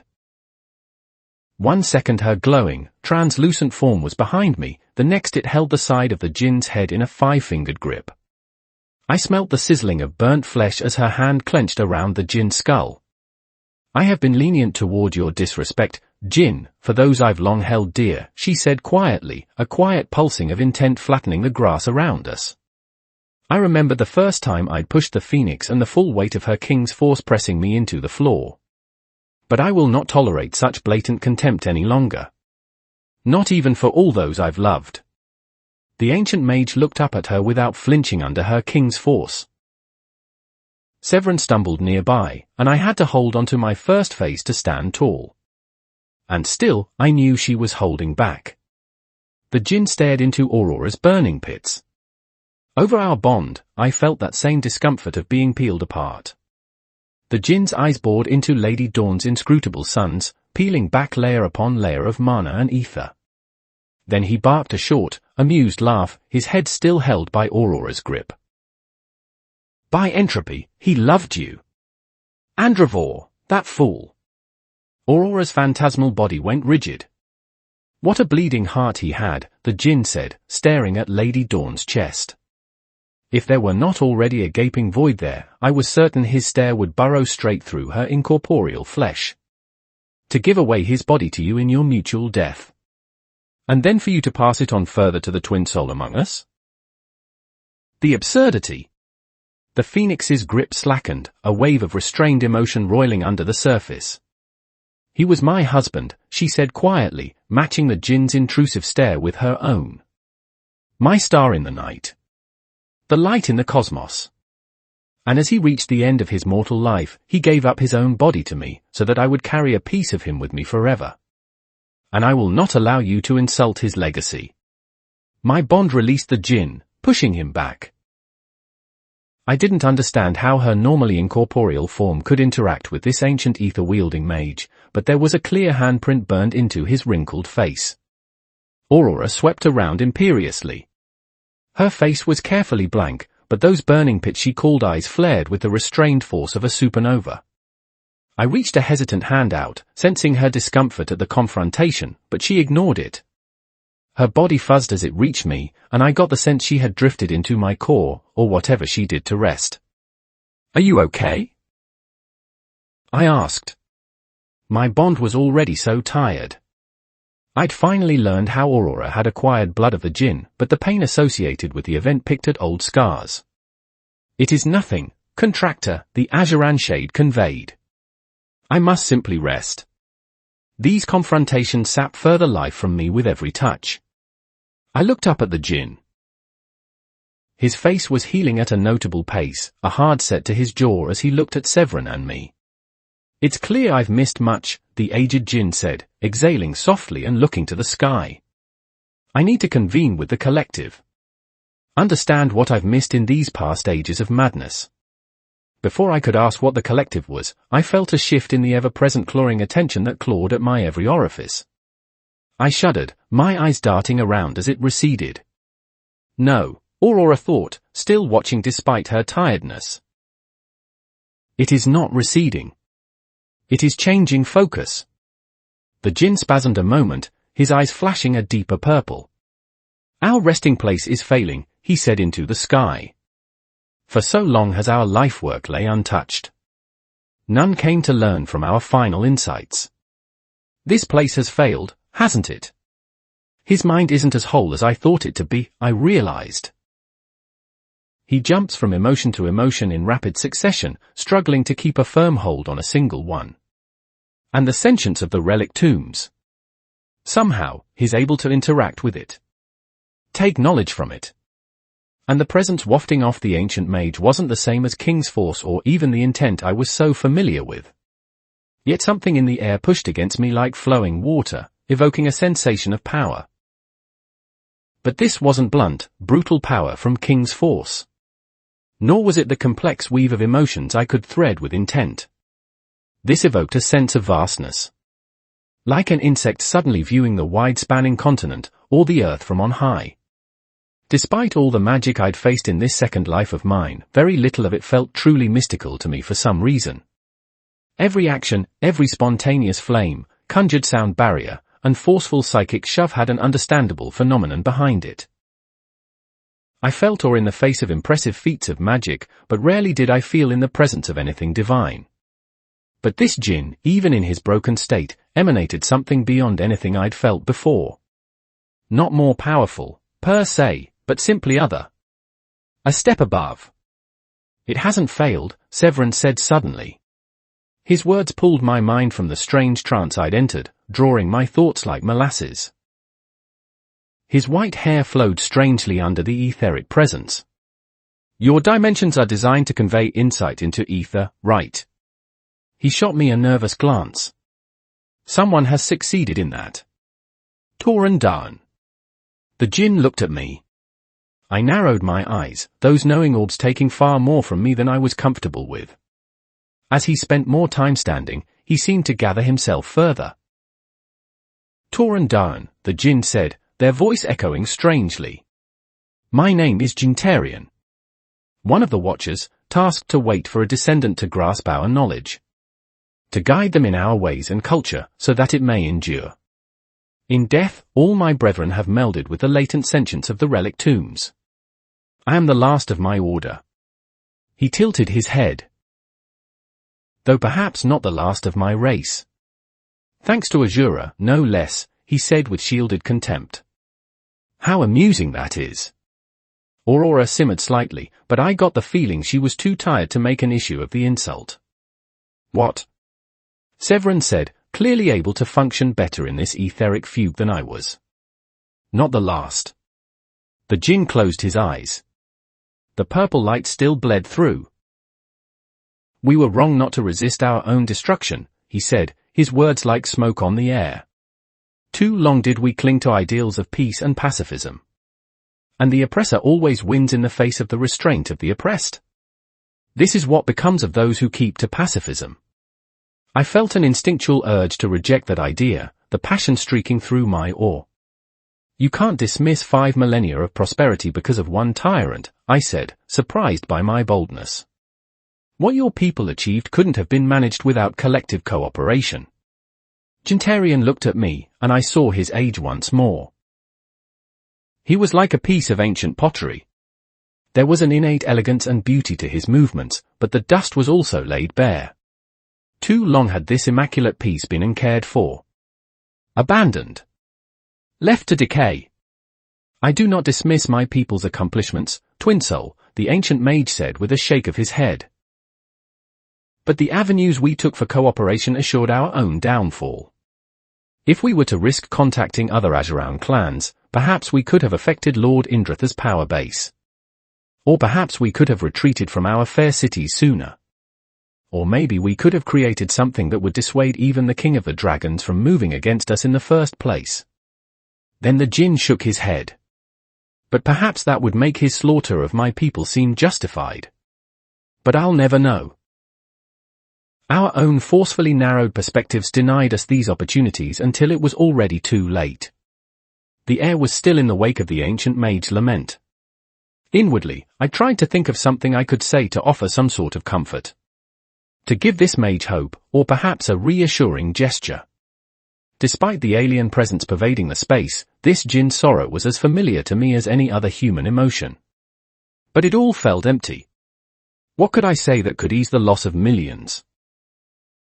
When every mother, father, sister, and brother were burned for simply understanding more than a jealous god. My words would not bring Gintarian's family back. No word I uttered would make up for thousands of years of lost beauty and life. The Jinn's shoulders squared as he visibly steeled himself. But that is not why you healed me, is it, Twin Soul? You did not come here to listen to an old mage lament his loss. No, you came for something else. While grateful for the shift in topic, I still felt a strange sort of helplessness. I had dozens maybe hundreds of questions I wanted to bombard the Jinn with. How did gravity function in this contained pocket dimension? How did the Jinn know of other worlds? Was there a way I could travel between Alakria and Earth at will? And at the forefront of it all was a question that seared hotter than Aurora's eyes. It roiled between my temples with a heat surpassing any fire spell. Would I change this world for the better? I tapped my foot nervously, trying to center myself. This chance felt like once in a lifetime, and I needed to use it wisely. No, I thought. Once in 2 lifetimes. The Jinn was watching me expectantly, those eyes of his piercing my very soul. On some level, I knew he was waiting for me to ask. To say something. That phoenix feather, I started, deciding on my first question, swallowing my immediate urge to ask that one searing question instead. The one you left for me. Could you tell me where you got it? The djinn cocked his head, the edges of his lips turning into a frown. It was given as a gift, the djinn said in reply. By the arrogant prince of the Asclepius clan. In turn for the truth of my people's genocide, he left it behind for me. Gintarian looked at my core, his eyes piercing a line straight through. I never understood why before. It was a paltry sum for alleviating his ignorance. But it seems it has been put to use, hasn't it? There are now others besides just Indrath and Vritra. The djinn looked at Severin Denoir, causing him to take a step backward. And what are you here for, artificer? You seek answers too, do you not? Severin shuffled. His face was pale as he was faced with this eventuality. I wondered what thoughts he cycled through. How long did he debate each question? Would he regret which one he voiced? Some part of us both knew that we wouldn't get another chance at this. He needed to make his words count. Something he wouldn't regret. Our people are still oppressed by the Azura, Ancient One. Not the dragons. But the basilisks of the Vritra clan. We are pawns to them, groups to test and experiment on. You know, don't you? The white-haired striker grew quiet. He looked up. My tutor was a kind woman. She'd been employed by my blood for over 50 years, teaching generation after generation of our scions how to read. How to interact. How to live. Severin closed his eyes. She was taken by the sovereigns for their experiments. I never saw her again. And I live with the knowledge it can happen to anyone for any reason. He walked up to the djinn, before falling on his knees before the ancient mage. Anyone in my family can be taken for the Vritrasic games. He looked up at the djinn like a believer seeking supplication. An ether can do anything. Anything. The djinn's eyes traced over Severin's form. My heartbeat began to accelerate as I waited with bated breath for the ancient mage's response. Arthur had never spoken with a true djinn in his times in the tombs, only remnants lacking critical pieces of information. Here was someone whose understanding of the world dwarfed any I'd met. I felt a part of me yearning to ask another question. One I wouldn't dare utter in front of even Severin Denoir. Could I change this world? Distantly, thunder rumbled. As you are, you will never master ether, the djinn said coolly, his words cracking across Severin like a blade. This spell form of yours, the one that allows you to grasp the innate purpose of artifacts and mechanisms, is a limit. Ether cannot be understood by discovering everything it is not, artificer. There is no single intention to entropy. It is everything and it is nothing. Your very methods are flawed. The djinn spared me a glance. Twin Soul's understanding of ether is limited by itself, and I suspect he grasped truth simply because of his outside perspectives of innate energies, or lack thereof, providing him an advantage. Severin wilted. You say I'll never master ether, the striker said, looking at the ground with a void in his eyes. I'm doomed to fail, aren't I? Destined to. I felt my throat constrict. Severin would die in these relic tombs, wouldn't he? His corpse would be dissolved by a massive millipede, leaving nothing left. Nothing but his dagger and cloak. And I'd already taken the dagger. I walked forward stiltedly, laying a hand on Severin's back as tears gathered in his eyes. The djinn loomed like a statue above us both, barely any movement coming from his form. Far in the distance, rain began to fall over the unending plains. I'm sorry, I thought, clenching my eyes shut. I'm sorry, Severin. I'm sorry for your future. Your fate is no longer destined for failure alone, the djinn said to Severin. Though Gintarian looked through the white-haired striker, I felt his attention on me. There are routes to a better future. Ones that you can affect that would not be possible without your touch. It is always possible to caress the fabric of the universe, if only you know how. The djinn knelt down in front of Severin, resting a hand over his core. And I can give you a helping hand for that future. The spell forms along the djinn's hands are lit with purple power, thrumming as tendrils of ether probed at Severin's sternum. Slowly, a new rune etched itself over the white-haired striker's chest, blazing a deep violet. With this spell form, you may visit any zone you have seen before, Gintarian said, still kneeling. The white-haired striker looked at his own chest with a fascination that was between terror and awe. Our resting place was designed to allow challengers to traverse the same zones multiple times, but our compasses have been lost to time. This shall give you a chance. The djinn exhaled, and suddenly, his cheeks looked far more hollow. His skin seemed to sag. I abruptly realized I couldn't sense his life force any longer, some sort of cloaking effect preventing my senses from piercing the veil. I raised a hand, but the ancient mage shoved it away. Keep your healing to yourself, twin soul, the djinn said, his breath ragged. My time has long been approaching. You only extended the end. You and your accursed bond. Gintarian stood, standing tall despite his pink-toned body visibly aging. Wrinkles seemed to crease his skin in real time, akin to fabric folding itself or trenches opening in oceanic crust. One last thing, Artificer. Show Twin Soul the relic you wield. It will benefit you both. Severin didn't seem to hear. He was too busy looking at his hands, his jaw agape. Wait, I interrupted, recognizing what was coming. Will these tombs still be so affected by my presence? I asked, thinking of the undead zone. Will others be drawn into such zones again? The djinn's breathing was becoming more ragged. The infusion of life force I'd given him was only a temporary fix. You and your pretentious bond need not worry about such things any longer, he said with a dismissive, slightly condescending huff. The collective barely sentient as is did not know how to react to your presence. It will not happen again, especially once I meld with it as the last djinn to do so.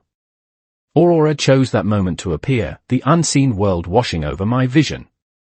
She watched the last djinn of the relic tombs, her sunlit eyes hard. He returned the stare, a pinched look on his wrinkled, pink brows. Are you so willing to accept the beyond? My bond questioned. To depart into what comes next. The djinn laughed. So like you phoenixes, to fear death, he said with amusement, his body seeming to bleed away its color. You fight and fight to survive, building yourselves from the brink. Always resisting the end. Yet despite your control of your own bodies, you were never known as the people of life. His pigments fuzzed out further. We valued life because of what we could create. New experiences, new joys, new wonders. Gintarian stumbled backward. I moved to catch him, but it was surprisingly Aurora who did so, her normally incorporeal form slowly lowering him to the ground. You don't understand, Phoenix, he said with a cough. We always contribute to filling entropy in the end. But the truest wrong is cutting away that chance to build upon the collective. To be killed prematurely is the greatest tragedy a djinn can experience. But my death is far from premature. He exhaled. I'm old, he said, his eyes becoming a bit glassy. The last of the Watchers. Waiting for thousands upon thousands of years for the slight chance of a descendant. How ironic is it that my hope comes from the dreadful Azura who wiped us out? Severin stood next to me, watching the scene with a complicated expression. He opened his mouth, closed it, then opened it again. He seemed to be struggling to comprehend all that had happened in the past few minutes. I didn't blame him. I knew the relic tombs had their own bare sentience, but I'd gotten a name for it now. The collective. And from what the djinn implied, Severin's fate, which I thought inevitables, had been broken. That meant other eventualities could be changed. I could change this world. My actions would have consequences. Real ones. Watching this djinn die caused a strange, convoluted knot to clench in my chest, clashing with the tingling euphoria of my changes being confirmed. The two battled for dominance in my mind, each trying desperately to overwhelm my thoughts. Twin Soul, the djinn's ragged voice rang out. Come here. I stumbled forward, kneeling by this ancient being's side. What is it? What do you need of me? I asked, caught between a sort of reverence and pity. You want to know how the djinn maintained our peace, he said breathily, his eyes unfocused. No longer did they pierce every veil. Now they were only dull pinpricks of purple. How we avoided shedding blood for half a dozen millennia. I swallowed. Tell me, I quietly begged. Please. Closer, twin soul. Closer, he eked out, each breath carrying the dust of centuries. Aurora held him gently, her hands no longer burning him. I leaned closer, moving my ear so it was over his cracked and broken lips. The Jinn's skin sagged even further, tightening around his bones. He looked like a corpse long buried, even as he still spoke. It begins with understanding, he said quietly, his words a whisper. And you are already following the path. That of connection and emotion shared. To convey the fullness of self. His gnarled hands grasped my own. Do not let it go. I felt tears threaten the edges of my eyes as a storm raged beyond our safe haven. The pulse of thunder reverberated through my bones. I won't, I promised. I won't let peace die with you. I thought I saw a glimmer of something in those fading eyes, but I wasn't sure. And so it was, at the eye of the storm in a tomb long prepared, the heart fire of the last of the Watchers was finally extinguished. Chapter 113, Chapter 112, The Relic. 2,929 words. Severn de Noir. The mock fire crackled and popped, spraying embers in a two-dimensional panorama. I stared at it mutely, my mind empty. The light emanating from the strange, flat box mimicked a flame perfectly, down to the sounds and flares. It was like watching a painting move, except this was too real to be a painting. It was too bright to be oil on a canvas, too, and I felt no mana from the strange construct. There were similar devices on the wealthier sections of Alacria, where recorded images were displayed over a wall of pure mana.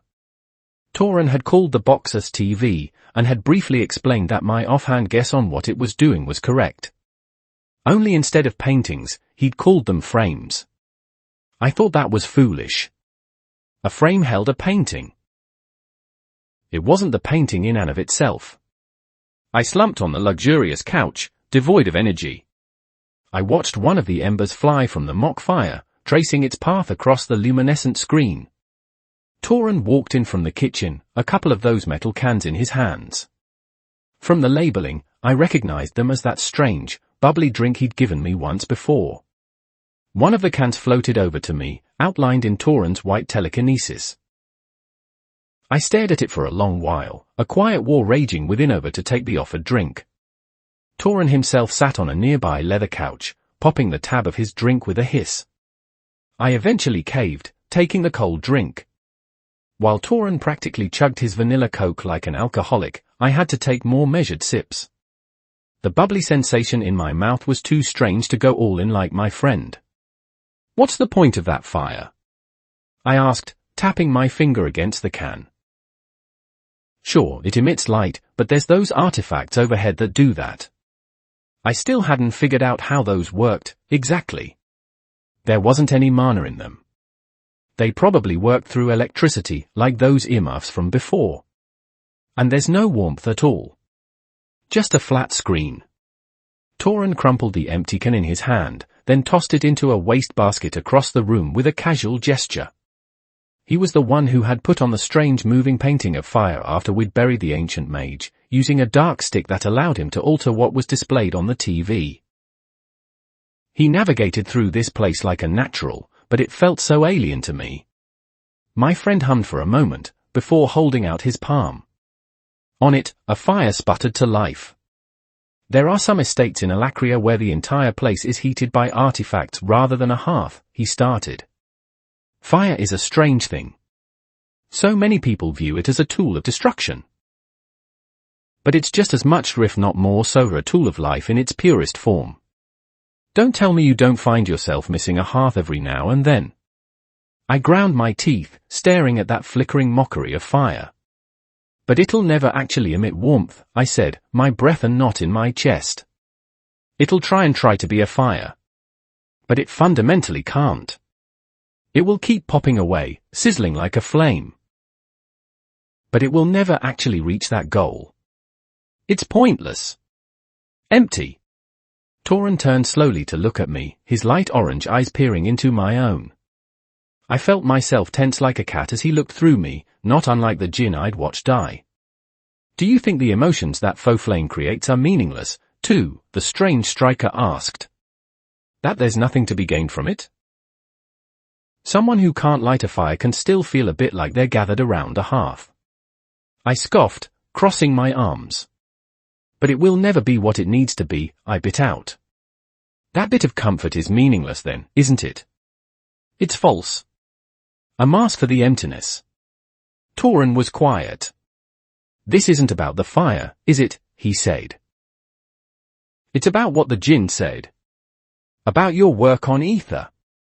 How your methods were flawed and inconclusive. I hissed, jumping to my feet.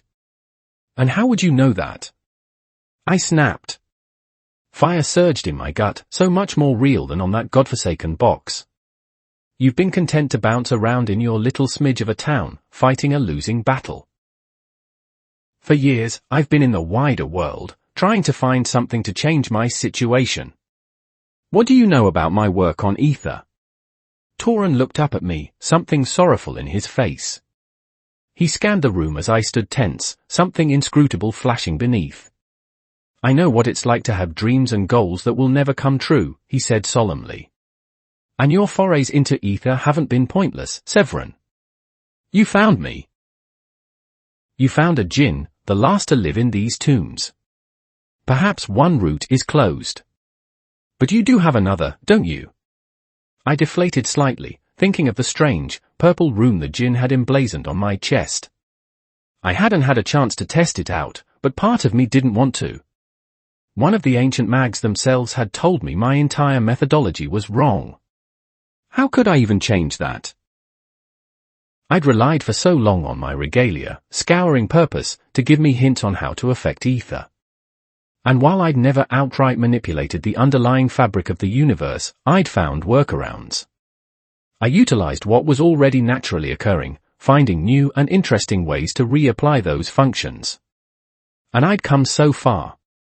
I'd even managed to track someone through the relic tombs. It couldn't be all for nothing. The djinn had been wrong, somehow. Somewhere. I prodded at the rune on my chest with mana. I felt a reaction, but couldn't tell what it was doing. Besides, the action was half-hearted at best. I didn't have the energy to actually push through. Torin spoke up next. The djinn also said the relic you carry would help us both, he said, obviously trying to keep me from thinking too long. Maybe that will give you a clue on where to start.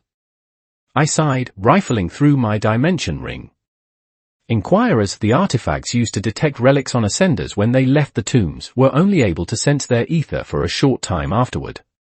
I'd learned from testing that whatever signature they honed in on diminished once the artifact was outside of the relic tombs for a longer period of time. Thus, I felt a lot less anxiety in hauling it around. A familiar weight settled into my hand. A small, stylized brooch stared back. It was a tarnished bronze color, the tufts made of intricately sculpted metal. It looked like a single feather. The metalwork was so realistic, the only giveaway that it wasn't a true plume was the off color. Out of habit, I tried to prod at the strange metal with my mana. There was no visible reaction, of course. There never had been. I wouldn't have even realized this artifact was special without my ether-detecting compass. Which was also destroyed, now. Torin perked up immediately when I withdrew the relic, his eyes focused intently on it. There was a strange scrunch to his brows that he sometimes had, as if his mind were elsewhere but simultaneously not. That relic, he said slowly. It has a pulse. I can hear it faintly. My strange friend seemed to be visibly restraining himself from reaching for the relic. What do you mean you can hear it? I asked. Every person has a motive ether within themselves that anchors their soul to their body, Torin said. That's what your little compass was able to track in me. And I have a unique way of sensing that ether, through sound. I looked down at the feather-like brooch.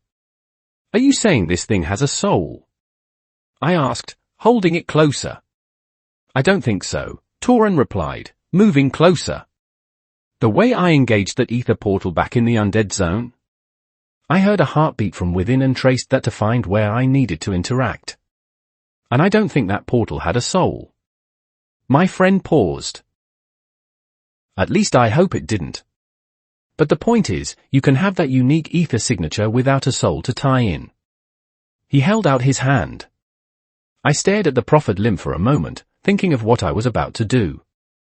I'd smuggled this relic out of the tombs a few months back, and Torin was the sole person I'd told. The chances of being reported to a scythe or even one of the sovereigns were too high. One slip up and the entirety of my family would be burned to the ground.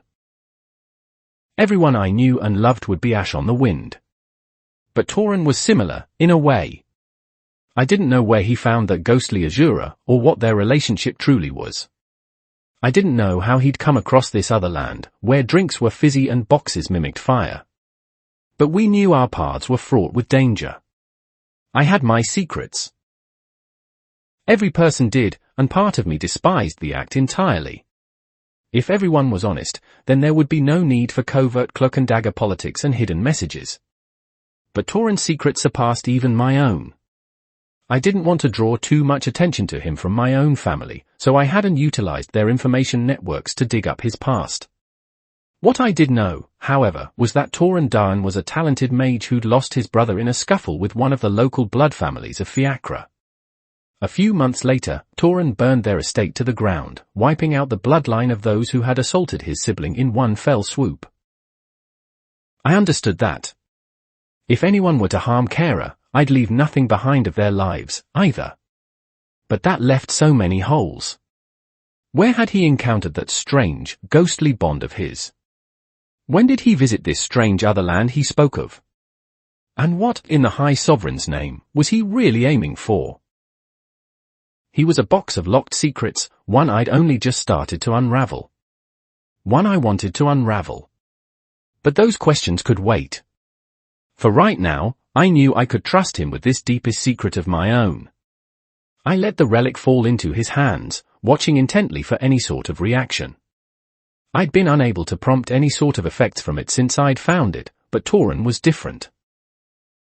The young man had an effect on ether that was direct and pronounced. Maybe. Torin focused intently on the little sliver of bronzish metal. I was about to ask what he was going to try, before his hands lit up with the color of the sky during sunset. The same vivum arts he performed during the end of the undead zone flared to life between his palms where he held the feather. I felt my heart pick up in speed as I watched the small relic absorb the light. Sweat beaded on my temples as I tapped a nervous rhythm against my thigh. This was more of a reaction than I'd ever achieved. "What are you doing, exactly?" I asked quietly, hoping I could figure out what was happening. The Jinn had claimed my methods were flawed. So I needed to understand what did work. "I see that strange light you use to heal, but can't sense anything. Everyone has a bit of life force. Heart fire. Soul tether. Whatever you want to call it. But we also generate a little bit of excess." Torin exhaled softly, not taking his eyes off the small relic. It drank in the light, absorbing it like a sponge in water. I'm able to directly manipulate my own life force, and I'm funneling that excess into this relic. It seems to keep wanting to. Then the small feather began to glow red-hot. Torin dropped the relic with a surprised yell, the smoking relic singing a hole in the carpet. For a moment, he stooped to pick it up again, his mana barrier flaring into place. Then he paused, an expression of shock and fear stretching across his face. "Aurora?" Torin called, suddenly dismissive of the relic entirely, even as it began to spark onto the surrounding carpet. "Aurora, what happened?" "I can't hear you any longer. Are you safe?" I darted toward Torin, grabbing his arm and yanking him away from the feather. I put some mana-empowered strength into it, and Torin didn't even seem to realize I was dragging him away, a distant look in his eyes. One of the things I'd learned very early on in my experimentation was when something started to glow, that meant it was about to explode. I should have expected this, I admonished myself. No testing. No safe environment. No metrics to keep anything safe. I leapt to the edge of the room, bracing myself behind one of the couches. Torin stumbled to my side, utterly disoriented for some reason. Brace for impact, I said, making my body heavier with my regalia, dictative mass, to avoid getting blown away by any force. A darkish hue overlaid my body. The floor creaked as the pressure on it increased. You're usually much better on your feet, Torin, I thought through gritted teeth, preparing for a blast. If I didn't have to take care of your sorry ass, I'd have jumped out of the window. I braced for impact. 3 seconds passed. Then 5. Then 10. I cautiously peeked around the edge of the couch, peering at where the feather was. And froze. It looked like molten metal as it pulsed and stretched, elongating in multiple directions. It churned like a bowl of water as it impossibly grew in size, flaring brighter colors in a pattern. It flashed like a heartbeat. I thought I saw the start of some sort of limb, thin and rigid. And a few more feathers, all made of that strange metal. I stared with a slack jaw as this strange transformation took place. But Torin wasn't so complacent anymore. He rushed past me, blocking my line of sight as he practically leapt at the little construct. Torin knelt down, scooping the still scorching metal into his hands. I mutely walked to his side, staring down into his palms. A little, clockwork songbird stumbled across Torin's fingers, still faintly glowing red. Its feathers were sharpened blades, each that chromish bronze shade. Gears whirred and clicked along its plated body, small valves along its back puffing purple-orange mist. Its beak was a lighter color, the metal seeming less tarnished than everywhere else. I remembered an old wind-up toy I'd been given as a child, many years ago. It was a bird, not unlike what I saw before me. I'd crank the little spindle at its back, then release. The toy would hop on its own like a sparrow until the compressed tension finally ran out. But this didn't look like a toy. There was a sleekness to the design that hinted at exquisite workmanship, the stylized dips and curves of the metal only possible from a master smith. Tiny feathers, each shards of metal in and of themselves, adorned the underbelly of the thing. Light the color of a waxing sunset shone from between the gears. But the eyes. It was the eyes that were most familiar to me. For instead of a bead of glass or a simple sprocket, 2 churning specks of plasma stared out. 2 condensed suns lit up the world from within that little clockwork bird. Aurora? Torin said with a cautious voice. The relic in his hands, which had somehow morphed into what looked like a sparrow made of interlocking metal gears, shards, and plates, puffed a breath of orange-purple light in response. Torin's body suddenly relaxed as he looked to the side, peering at something I couldn't see. He smiled, that strange look coming over his eyes. Not too dissimilar to the look the Frost twins had when they conversed over their telepathic link. Is he talking to his bond? I thought absently. The Azura that had latched onto Torin had only been visible to me for the short period we'd interacted with the Djinn, and I hadn't had time to question her about anything related to ether.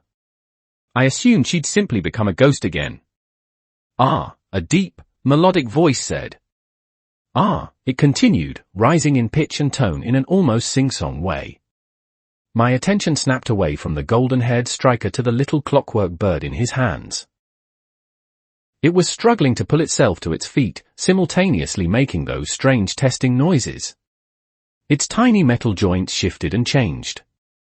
I moved over, kneeling to look at the relic. It was speaking. Was it some sort of conduit to a Djinn? Or maybe it had a recorded message inside? This body is strange, the bird said, finally managing to get its little legs under it. But this is no less wonderful, contractor, it continued, shuffling to look up at an awestruck Torin. Its wings made a sound like knives being sharpened as they shifted across each other. Clicks sounded from within the frame. I never thought I'd have physical form again. Chapter 114, Chapter 113, Like Clockwork. 3,287 words. Torin down. I cradled the metal bird in my hands, looking from it to the Azuran shade at my side and back again. Aurora? I asked uncertainly. My vision was coated in the misting layers of the unseen world, revealing her to my sight just by my shoulder. That helped me relax. At the exact second I'd finished imbuing the relic with life force, all my communication with her had shut off for a brief moment. Feeling that reassuring tether to my mind allowed my shoulders to slump. My bond twitched her finger, and the bird stumbled slightly. This is strange, she said, both the ghostly shade and the little clockwork relic emitting the words. As if I am in two places at once. To influence this craft. Aurora bore a look of extreme concentration on her dusky purple face. Her finger twitched again, and I could swear I heard some sort of humming as the bird shifted again. What's going on, Tauren? Severin said, staring intently at the little bird in my hands. Is it your bond? Is it in there, somehow? Not quite, Artificer, Lady Dawn replied. Though your supposition was close. You are still ever the scientist with your observations. My bond clenched her hands, and the bird finally stabilized itself. The eyes of the little steampunk sparrow mimicked those of my bond, and the unique color of my life force bled through the tiny cracks in its burnished metal. I am merely puppeteering this relic. Guiding it along strings. I honed in on that strange buzz, finally sensing the connection my bond had made with the little bird. I raised a hand, brushing it through the open air. When my fingers passed through where I heard the rhythm, I got flashes of sensation. Wispy vision, heightened mana senses, and more. I saw myself from a tiny perspective, looking upward with sharp eyes. I looked into my own eyes. I got a flash of what Aurora sees through the relic. I realized after a moment, the strange split perspective of seeing two separate and conflicting images making me nauseous for a moment. As Aurora tested her tethers, she gradually became more adept at making the little relic move. From what I'd sensed, she didn't have a sense of touch, but her other senses were heightened in the little construct. The bronze sparrow flapped its wings, rotating its neck to turn around. It has been so long since I could affect the physical world, the little bird said, sounding almost mournful. With an effort of direction, my bond directed the little sparrow toward Severin. You have given me much, allowing my contractor to brush this relic. More than you may know, Artificer. I thought of how Aurora was forever condemned to watch from the sidelines. She could never speak to another besides me. I was essentially her one and only keeper. And I could never imagine living such a sheltered existence. From how her emotions fluctuated, I knew Aurora herself was struggling to truly reconcile this new situation. She could affect things now. She could talk to people. Have a life outside what she watched like an absent spectator. Severin looked at me, a strange pinch to his face, before orienting on the bird in my hands. That relic isn't yours, Azura, he said quietly. It's mine. And I never agreed to give it to you. The clockwork bird stopped abruptly. The only sound I heard was the faint whirring from within the frame, puffs of purple mist exiting a small valve. You will keep this from me, she said, her voice restrained. But I could tell Severin's words had struck a nerve. What would you ask for in return? I want to know, the Dinoir heir said after a moment, what you want. I've been told that I won't succeed with my own methods. But you're Azura, aren't you? Where do your loyalties lie?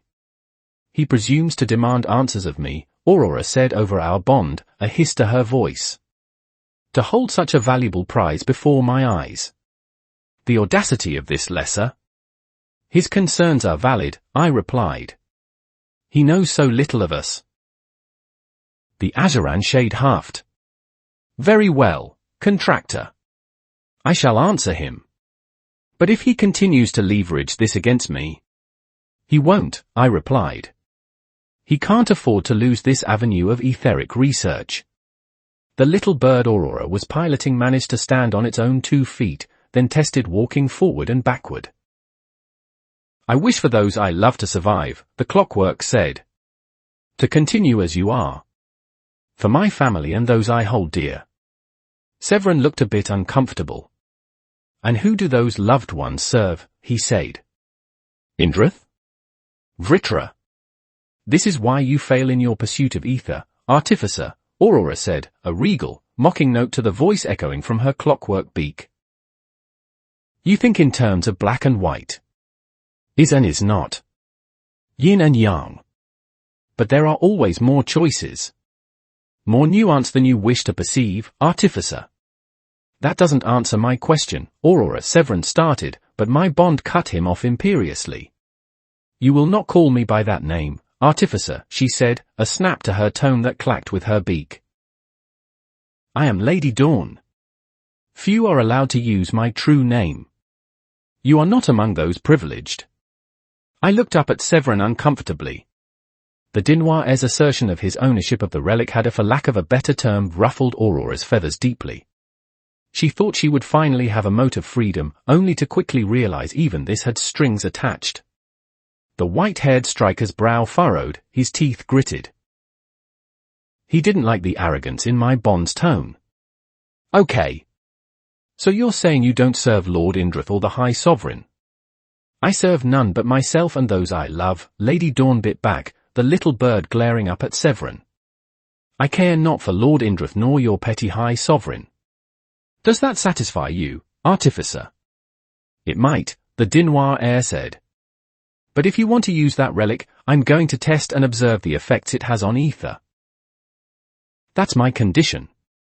The clockwork bird's feathers ruffled, a sound like knives being sharpened echoing across the room. The fire on the TV popped. You demand conditions, Aurora stated, quietly angry.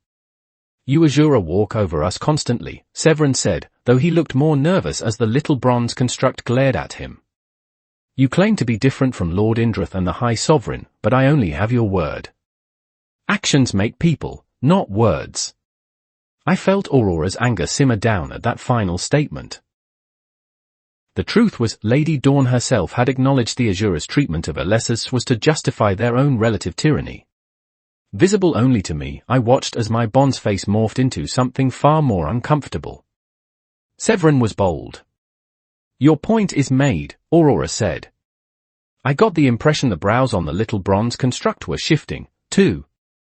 We will catalogue the effects we understand. The white-haired striker looked surprised for a moment. Absently, I wondered if he expected Aurora to deny him. And if he had asked before my first sculpting, she probably would have. She's changing, I thought as Severin began asking questions about the Azura's control of the relic.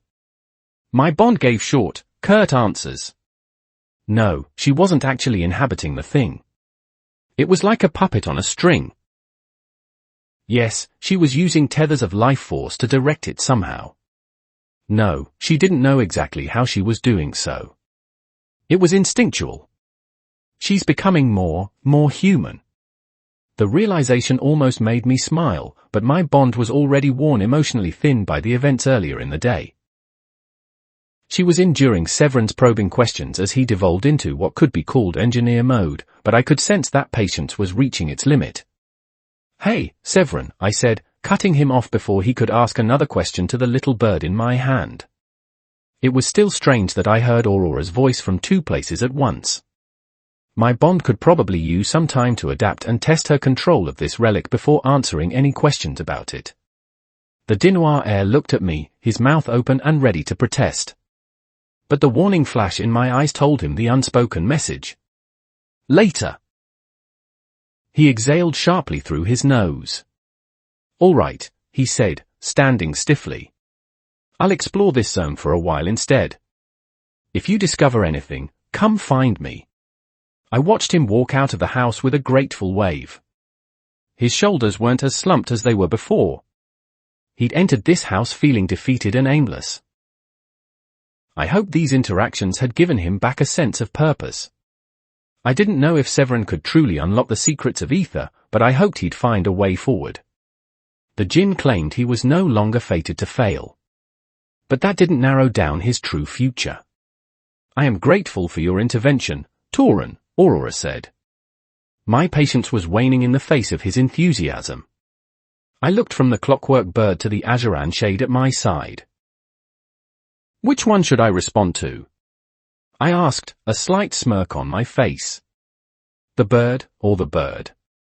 To my credit, Aurora cracked a slight smirk herself.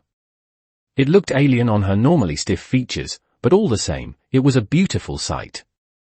I need to help her smile and laugh more, I thought. She needs it.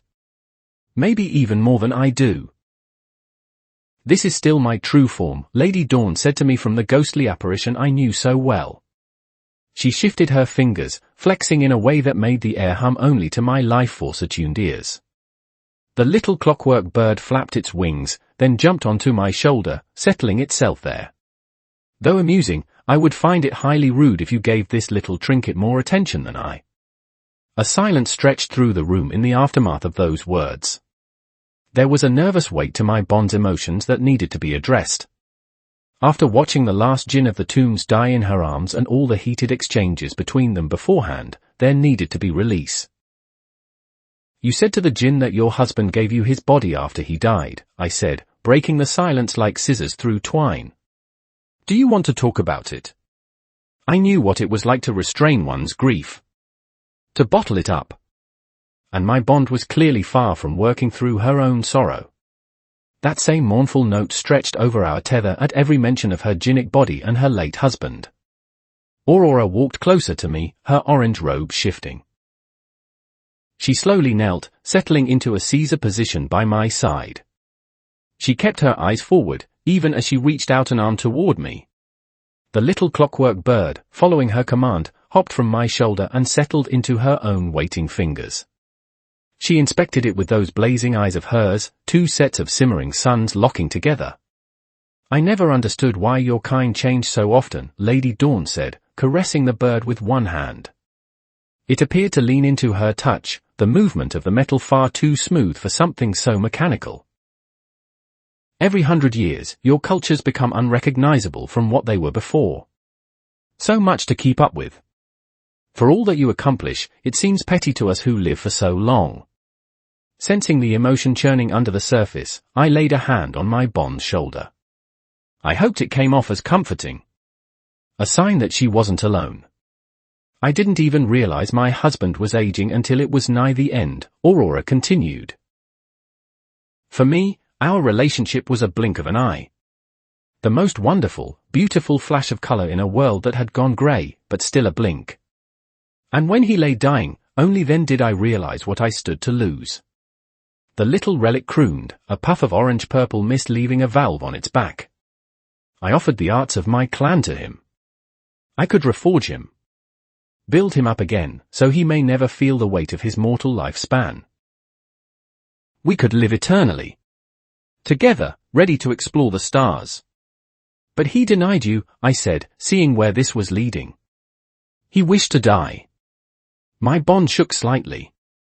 I clenched my hand on her shoulder. He did, she said, her voice near cracking. He said that his finity was where he drew his meaning. He would not risk living forever. He saw it as a curse. It was something he pitied me for, I think. It was strange. Lady Dawn cocked her head, her deep red hair shifting to cover her face slightly. We Azura look down on you for your limited existence. And the greatest of you pity us for our nigh eternity. What a paradox that is, she said, quietly thoughtful. But he wouldn't leave me alone. Even if we could never see the stars together, he would still grant a part of himself to live with me in that eternity. He gave you his body to reforge yourself with, I said quietly. But I failed to see any light in the aftermath, Aurora said, her breathing starting to become less controlled. Even as I remade my fire, the flame of my own passions withered and died. I had a piece of Andravor always with me.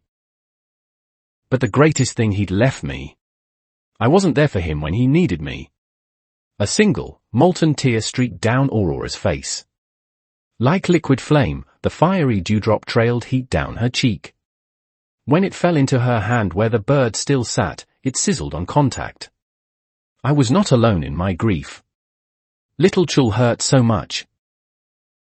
Wonderful, honest, passionate Chul. He needed me in the absence of his father. Needed his mother. But every time I saw his eyes, I saw Androvor's reflection. My bond visibly shook, more tears streaming from her face as her emotions released. I moved closer, wrapping the shade in an embrace.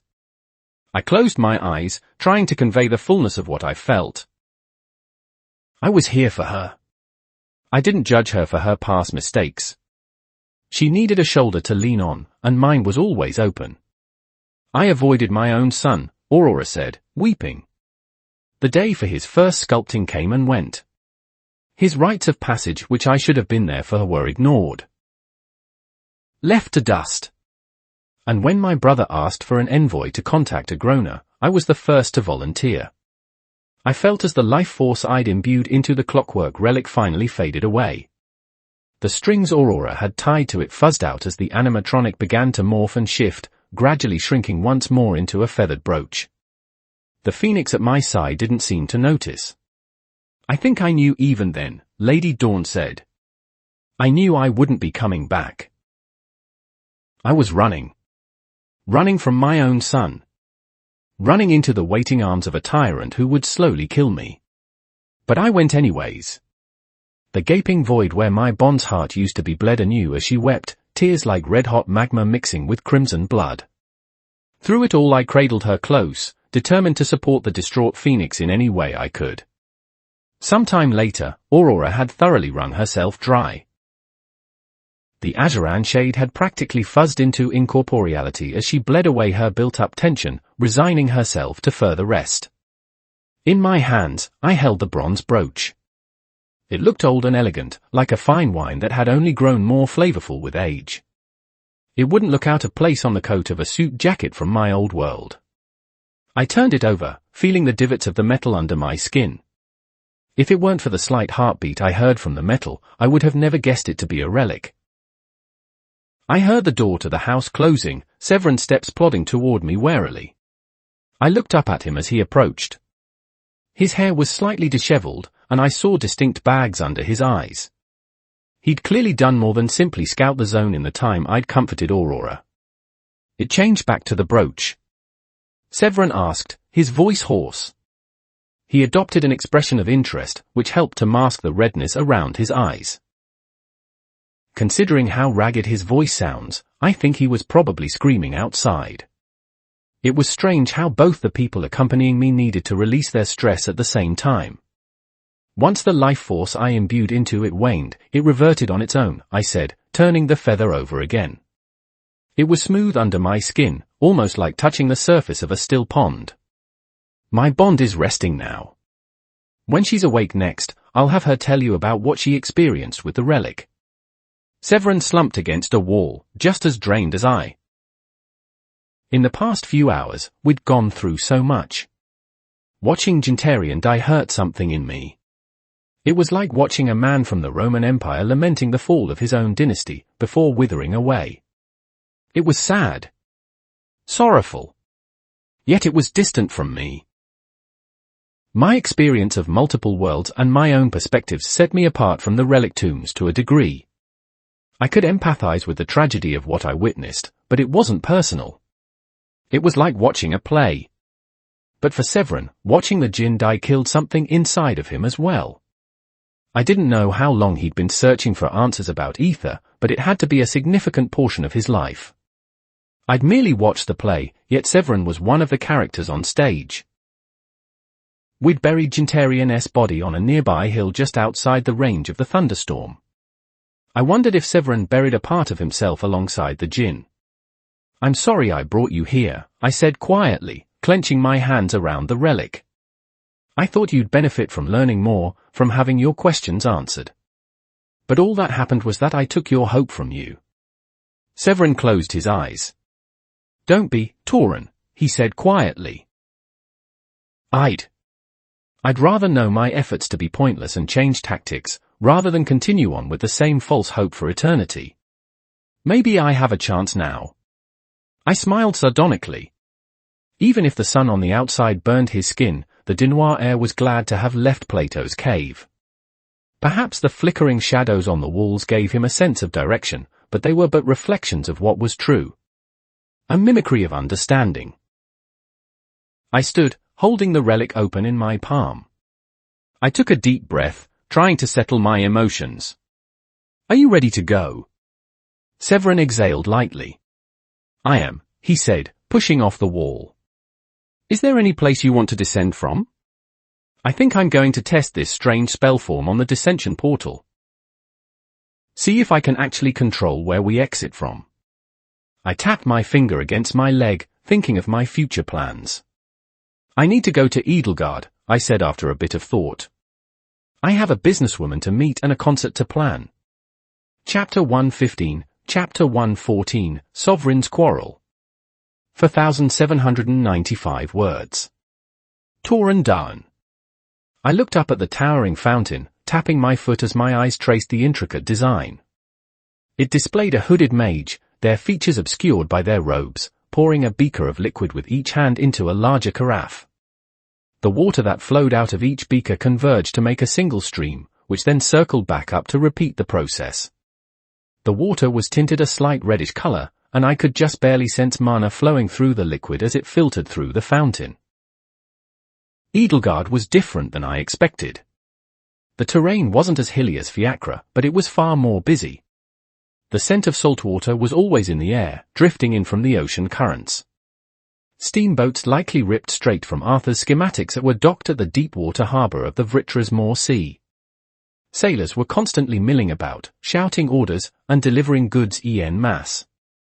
Severin's strange spell form had worked, changing the dissension destination from the second layer of the relic tombs to Edelgard's dissension portal.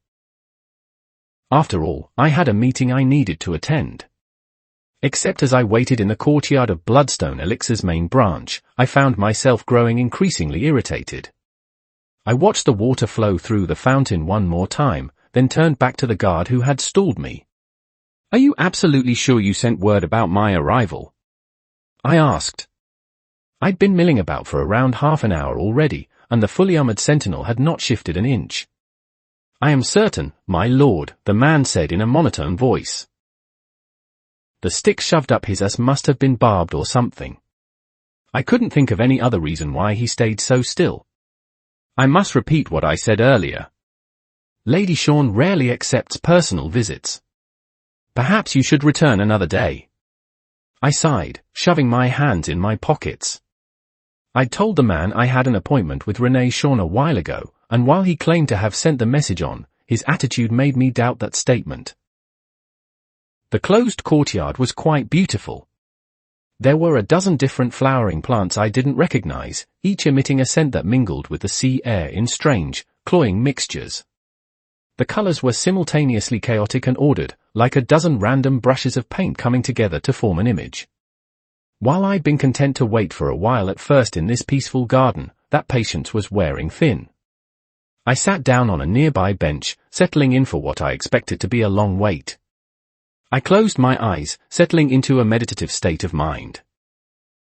I reached into my core, caressing the will nestled there, teasing it upward. I didn't descend into my first phase, instead keeping just outside of that range. I allowed bits and pieces of knowledge and insight to flow into my mind, exercising extreme mental control to keep that stream steady and small. With what faculties weren't occupied, I did my best to latch onto that insight. To keep it leashed in my mind so that it would not leave me a moment later. I breathed in, feeling the mana in the atmosphere swirl toward me. I allowed myself to feel those eddies as I exhaled, the energy in the air flowing away in tune. Lady Dawn wasn't awake to help me with this process, but at this lower level, I didn't need it. My bond had explained something crucial about beast wills in Ajuran culture. The first step in mastering a will was the assimilation phase, where you slowly dispersed mana throughout your body, allowing your muscles and bones to absorb it and strengthen in tune. This prepared you for the strain of a beast will. Yet this was the barest step. Assimilation of the body was only the prerequisite. The greatest push forward was the assimilation of the mind. I tried to draw understanding and insight from my will, hoping to absorb the knowledge it granted me. This was the fundamental second stage of using a will, the entire point of its existence. To understand what your ancestors taught, then add to it and pass it on further. I lost track of time as I slowly pulled myself through the motions of mental assimilation, feeling the push and pull of the mana around me. How different is water mana from fire? I asked myself. They each have their own rise and fall. Push and pull. Yin and yang. Cold and hot. My mana flowed along my channels in warming currents. But something cut my concentration short. The guard's life force, which had been a static thump-thump-thump for as long as I'd heard it, jumped erratically. A sign of stress and anxiety that was further exemplified by the burst of nervous intent I felt from his mana. I opened my eyes, exhaling steam. Renee Shawn stood in front of me, looking down at me with an unreadable expression. My grip on the ambient mana faltered as my concentration fully broke, my will retreating back into my core. The guard had left his station, looking nervously between me and the leader of Bloodstone Elixirs. Lord Darn, the woman said, leaning forward slightly. Her deep black hair shifted to expose more of her pale skin. Every time I meet you, I am left with far more questions than answers, and it seems today is no different. I smiled slightly. In this garden of unending palettes, Renee Shawn stood out like a tear in space. She wore a conservative, black dress, though this one exposed more of her arms than the last. In this courtyard of color, her black and white ensemble drew my gaze like a magnet. Her eyes were rimmed with a deep eyeliner, which accentuated her shadowed style. The feeling is mutual, I responded, standing up. I will admit, I never thought you were a person who would enjoy flowers, I said, casting an eye around us. I find myself wanting to know why. The dark-haired woman raised an eyebrow. If you want to learn more about me, Lord Darn, you'll have to work for it. She turned to the guard, who suddenly looked very, very nervous. Why was I not informed of Lord Darn's arrival? The guard stuttered. His face was covered by metal, but from how fast his heart was thumping, I was sure it would be colored crimson from shame. I assumed he was another highborn lad looking to gain your favor again. It wasn't my intent to. The look Renee gave the poor man was cold enough to freeze even my own heart fire. He curled in on himself, lowering his head in apparent guilt. I was reminded again how much this woman looked like the Reaper. It's fine, I said with a bit of a sigh. I didn't exactly provide proof of our agreement beyond my word. Lady Shawn turned away from the guard, who gave me a grateful nod. Fair enough. Though I think you've waited long enough, haven't you, she said with a raised brow. I cracked my neck. I was prepared to wait a bit more. I have a feeling you wouldn't leave me out to dry for so long. You do you? The woman asked, her cherry-red lips curling into a slight smile. She turned around with a swish of her dress. Come along, Lord Darn. We have details to discuss. The headquarters of Bloodstone Elixirs was bustling with activity. Though Renee and I quickly ascended past the lower levels of her operations, I got glances at many of the employees bustling about with mana artifacts, papers, and more. When they caught sight of Lady Shawn, they stopped what they were doing to bow slightly in respect, or in the case of one pair who were carrying a heavy crate, simply nod in acknowledgement. Everyone here seems to know you, I said, trailing behind the severe CEO. And respect you as well. And it was true. Perhaps individually, it would have been difficult to dissect the passive effects these people had on the ambient mana. But as those effects compounded with mutual emotions, I was able to pick it out more accurately. Indeed, what these people were expressing wasn't fear. It was respect. Adoration. Awe. I have found that treating those beneath you with respect is the most surefire way to beget their own, Renee said, not missing a step. A few eyes lingered on me within the office spaces as we passed. It probably wasn't every day their boss personally escorted a stranger. For maximum profits, it is wise to account for every variable. You say that as if these people are merely another checkmark on your list, I replied, amused. And you speak as if I think otherwise, Lady Shawn said, turning her head to look at me slightly. Her onyx eyes glittered. I did think otherwise. I'd seen Renee's passion in the streets of Fiacre. Her passion and ideals had bled through this facade of ice in the face of Martha's cruelty. I raised a single brow. I think you once told me I'm free to think what I will about your motives. I'm merely exercising that privilege. Renee did not grace my mild snark with a response aside from a roll of her eyes. Gradually, we made our way to the top of a tall building. Lady Shawn pushed open a small door, revealing the room within. I didn't know what I was expecting, but what I saw defied all my expectations. I walked in, turning my head to marvel at the room. The walls were dotted with paintings, each a splash of color that somehow melded with the others. But the majority were of a very specific kind of scene. There weren't abstract designs or personal portraits. There weren't wonderful landscape pieces to add a hint of nature to the room. I walked toward a gilded frame depicting a man on his knees, covered in blood, gore, and battle wounds.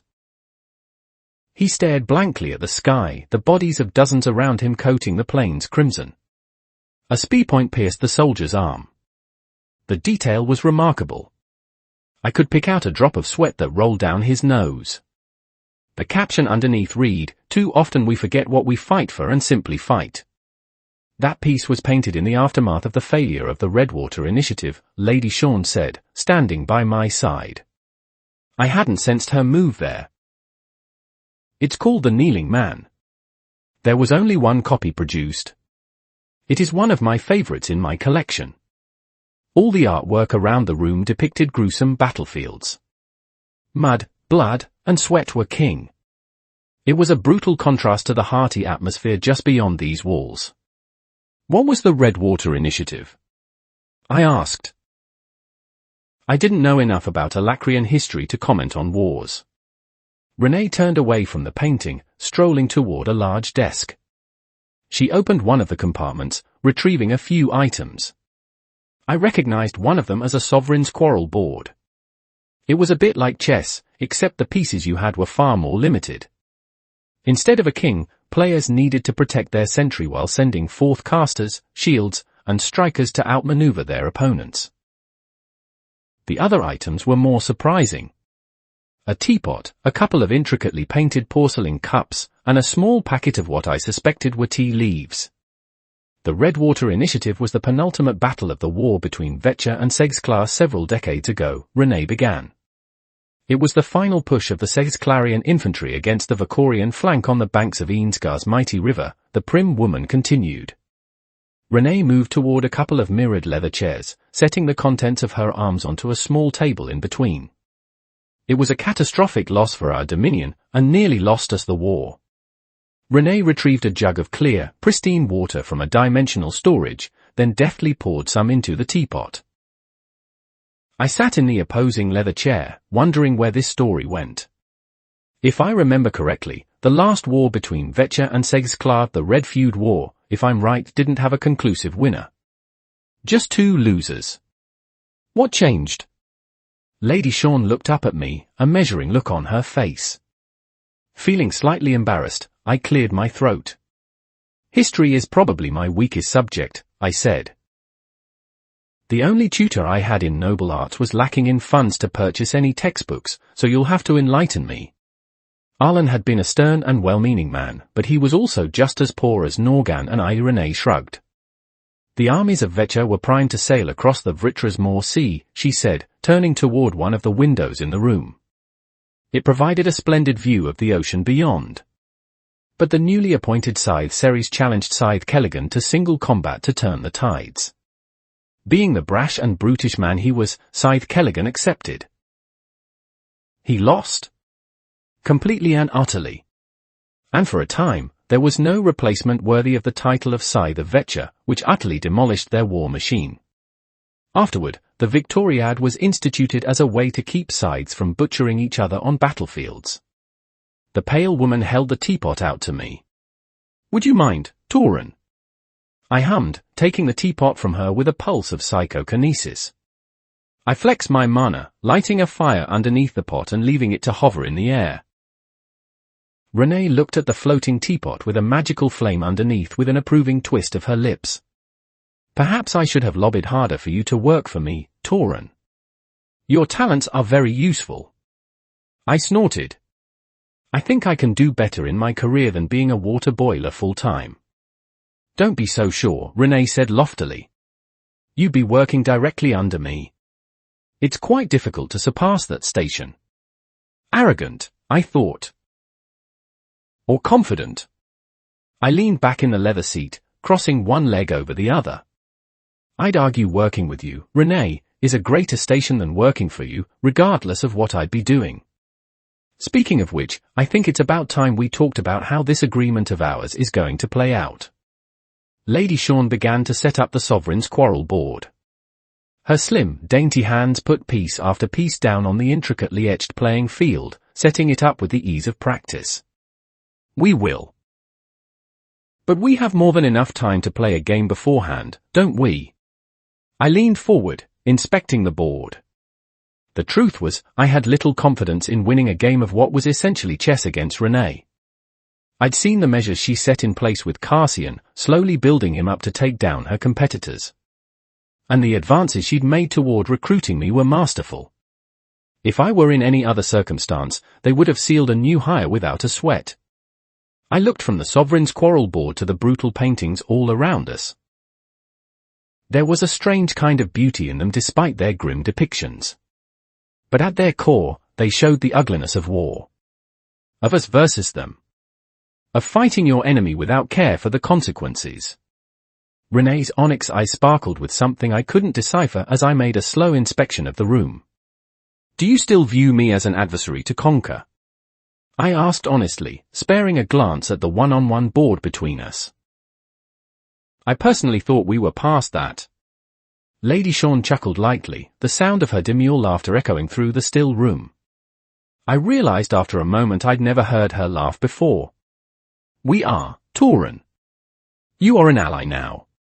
But I need to know my allies as much as I do my enemies. So I'll learn how you think in one of the best ways I know. As a fighter learns about their opponent in the clash between blades, I acknowledged internally, or you see a flash of a person's truest self as they face their end. My enhanced hearing picked up the sound of water bubbles popping. Slowly, I allowed the nearby pot to hover back to Renee. She gave me a raised brow as it settled down in front of her.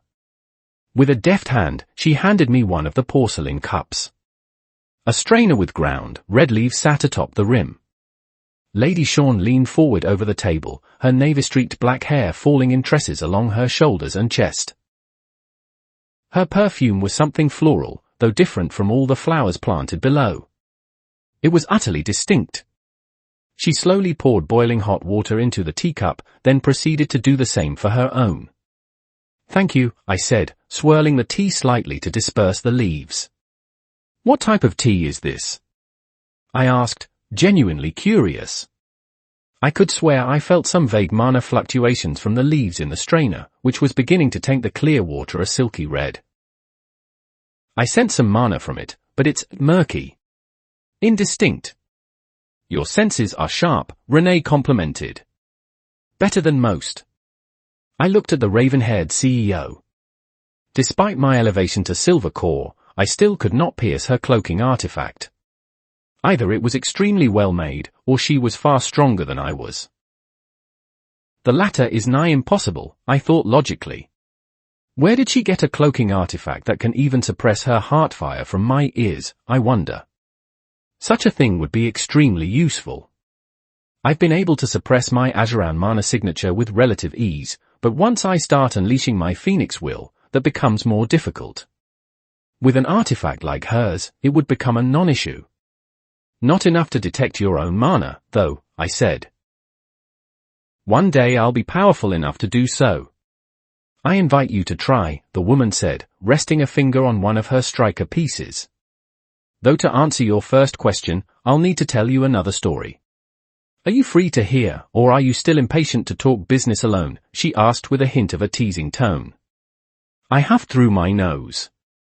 I think I can wait a while for that, I said amiably. And I did enjoy hearing the woman's voice.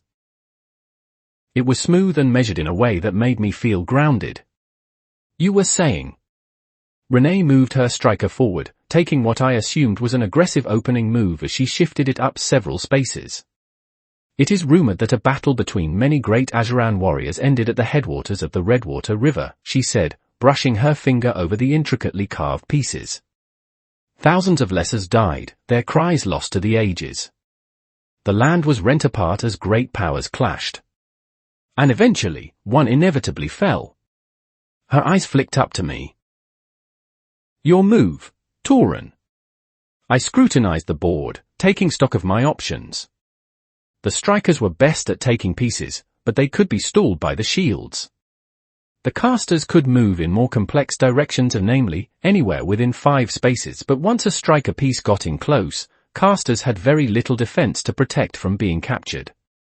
And the sentry at the back could barely move at all.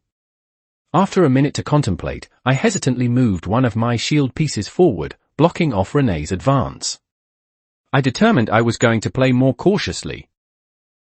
I was new to this game, and while I'd played it before, I was far from an expert. From my minimal experience in chess, I knew one of the most important things I could do was get as many of my pieces in play as I could safely manage. To win, I either needed to capture her sentry or move my own sentry to her hold. The latter was considered a true win, and far more impressive. Renee responded by shifting one of her casters to the side, opening up her pieces. It is said that in the aftermath of this great clash, the land was so scarred by the enormity of their battle that even the soul of the earth bled in empathy. I shifted a caster to threaten one of Renee's front-facing strikers. And does the land bleed? Renee moved another striker, deftly shifting her own piece past my rudimentary defenses. I furrowed my brow. To an effect. The river is a deep crimson color and is saturated with mana. None can say except the sovereigns themselves what truly happened, but the waters are certainly unique across Alacria. I crossed my arms, staring at the board for a while, trying to figure out another move to make. Renee was threatening the leftward flank of my sentry with one of her strikers, which was likely bait to try and move one of my forward-facing shields to intercept in sacrifice. Eventually, I decided to put a striker of my own in play, a knife pointed at one of her own regards. Lady Sean smiled, and I felt a shiver run down my spine. I felt like I'd made a mistake somewhere, but as I rescanned the board, I couldn't see where. Renee slowly moved a caster to the side, opening up a straight path for another of her strikers to threaten my western flank. And now I didn't have many options to shore up that weakness. But the tea leaves nurtured with water from the Redwater source turn a crimson color as they absorb the water and are imbued with enhanced properties. They make a wonderful, lasting taste that is savory and slightly sweet, though they are poisonous to any who are not strengthened by mana. I stared at the board, trying to think of a way out. I could sacrifice one of my shield pieces to eliminate both Renee's casters, but that would leave my eastern flank exposed. I looked down at the bottom of my board. My sentry could shift to the side instead. For a few turns it would be more open, but I wouldn't need to sacrifice a piece to secure its safety. With a careful hand, I shifted my sentry to the side. This would hopefully change Renee's angle of attack to something else. Before making her next move, Renee looked toward her tea. A few minutes had passed, and the woman seemed to deem this enough time to let her beverage steep. With a careful hand, she removed the strainer, setting it off to the side. Then she raised the steaming cup of reddish liquid to her crimson lips, taking a savoring sip of the drink. Her eyes fluttered closed in an expression of bliss. I think I've gotten your measure, Tauren, she said, cradling her hot cup with 2 hands. I followed suit, removing the strainer and giving the tea a sip. I pulled back, feeling a flash of surprise at the taste. It was slightly sweet, though I caught metallic hints here and there in the aftertaste.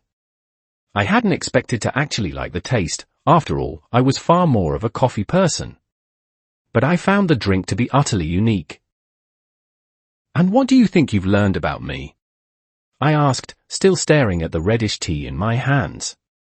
I could feel the mana within the drink settling into my stomach, then disperse across my body in a relaxing sensation. I could feel my own mana reacting with something inside, protecting me from potential poison.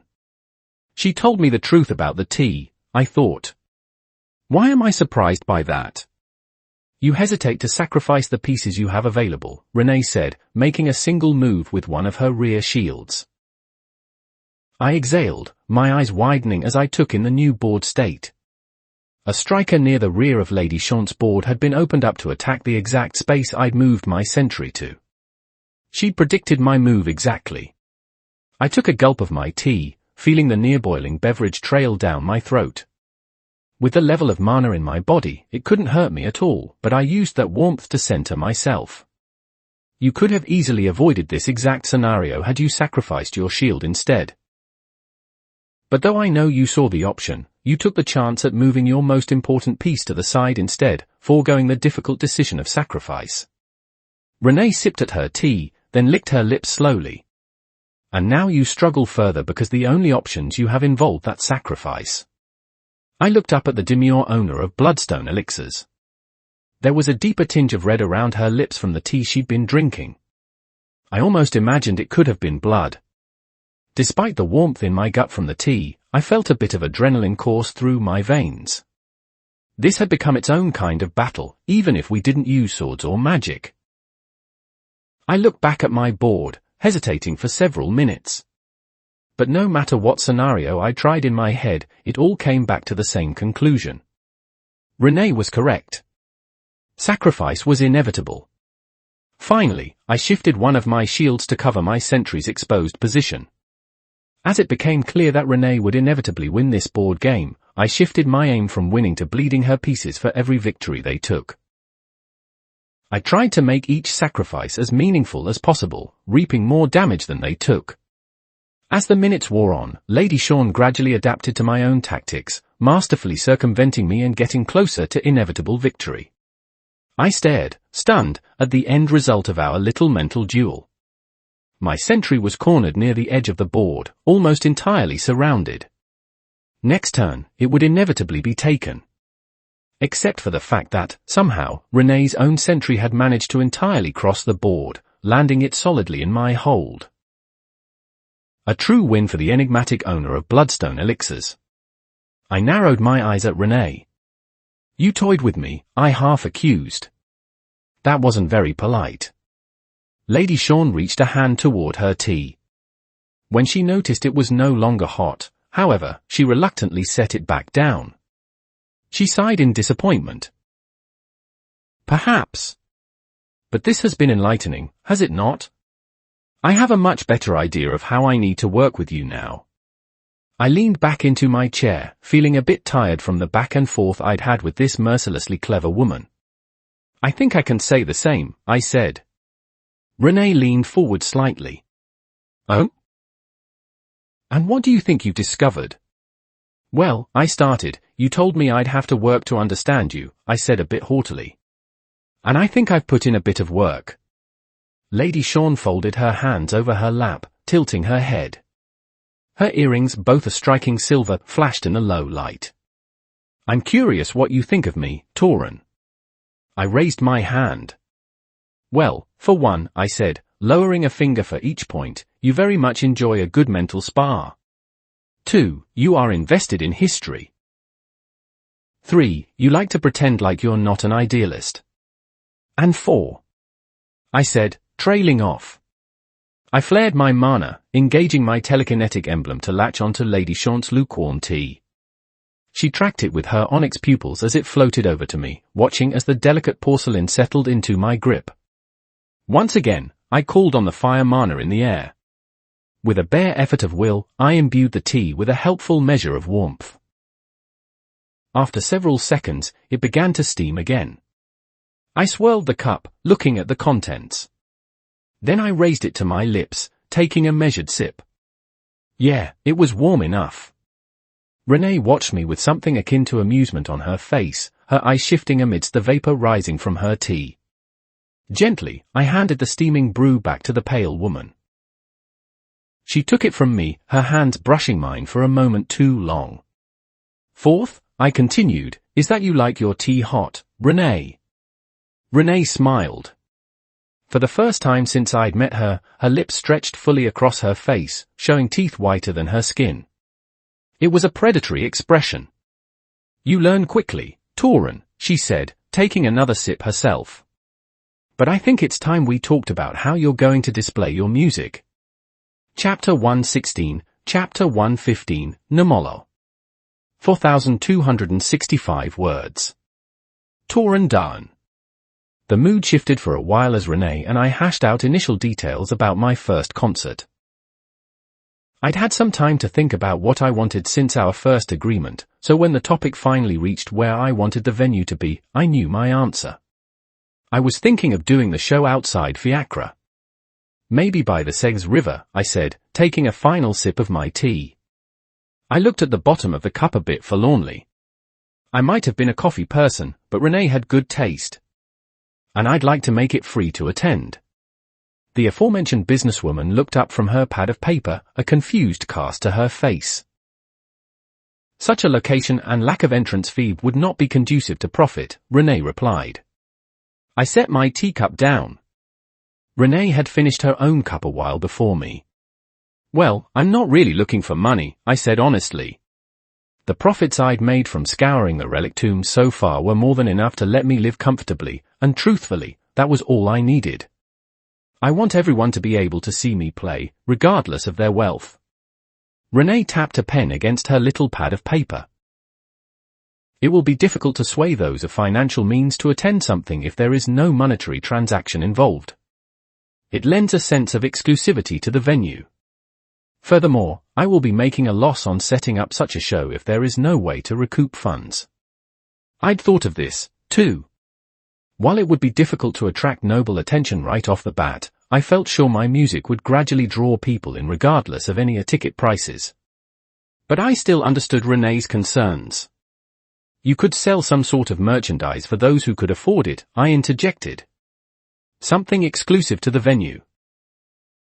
Shirts, lapel pins, maybe some sort of stylized jewelry. Lady Shawn scrutinized me. You truly are not in this for the profit, are you? She asked. Even if I manage to recoup what I spend on assisting this setup, you gain little. My music should be for everyone, I said honestly. It was such a pure way of connecting souls. To have that locked behind the barrier of money made part of me shrivel away in disgust.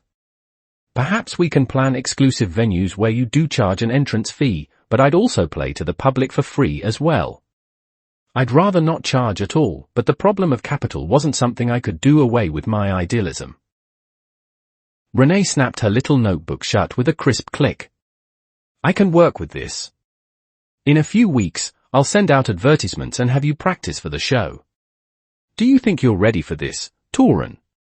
I stood up, noting how the light was getting low outside. I felt my mood plummet slightly as I envisioned what I would have to do after this meeting. I enjoyed talking with Lady Shawn. She was intelligent, witty, and above all else, she shared a mote of my same idealism, even if it was buried deep under layers of carefully crafted masks. Something in my gut clenched at having to cut this meeting short, especially with what I would have to do next. Without false modesty, I said, I think I can match your expectations. I worked my fingers as I kept my eyes on the slowly setting sun. Renee stood herself, then carefully walked to my side. Torun, she said seriously, laying a hand on my shoulder, you plan to investigate Martha's Blythe supply, don't you? Her eyes were hard. I do, I said honestly. It's something that needs to be done.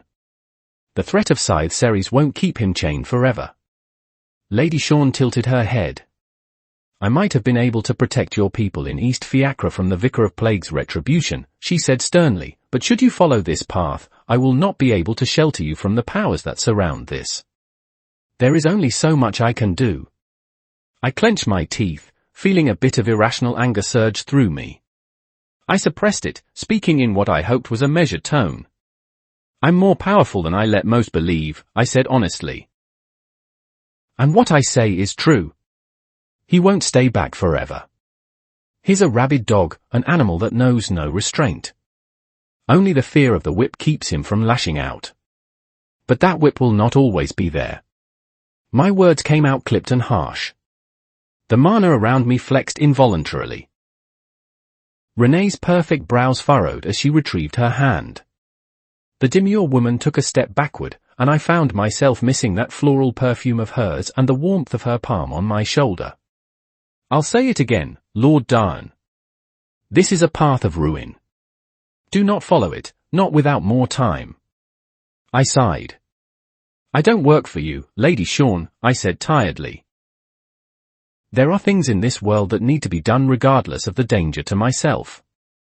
You acknowledged that yourself once, didn't you? Renee's face smoothed over to that cool, icy stare. The warmth and familiarity that had slowly grown over the course of our many hours of talking steamed away like vapor off the top of a teacup. Very well, Lord Darn. Your choices remain your own. At those words, I excused myself, walking out of the headquarters of Bloodstone Elixirs with heavy steps. I crouched on a rooftop in the late night, the chill in the air trying and failing to pierce my skin. It was late winter now, and there was snow coating the many buildings in Nimolo.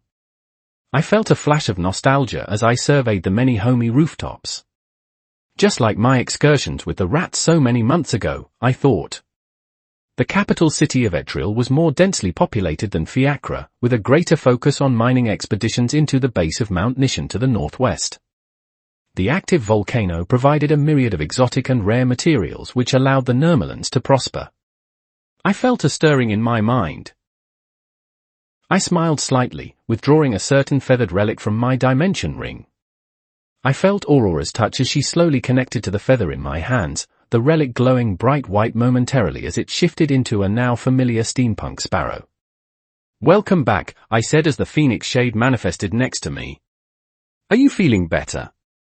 Aurora sat on a nearby ledge, her burning eyes looking me up and down. I am feeling stronger than I have in a long time, she admitted.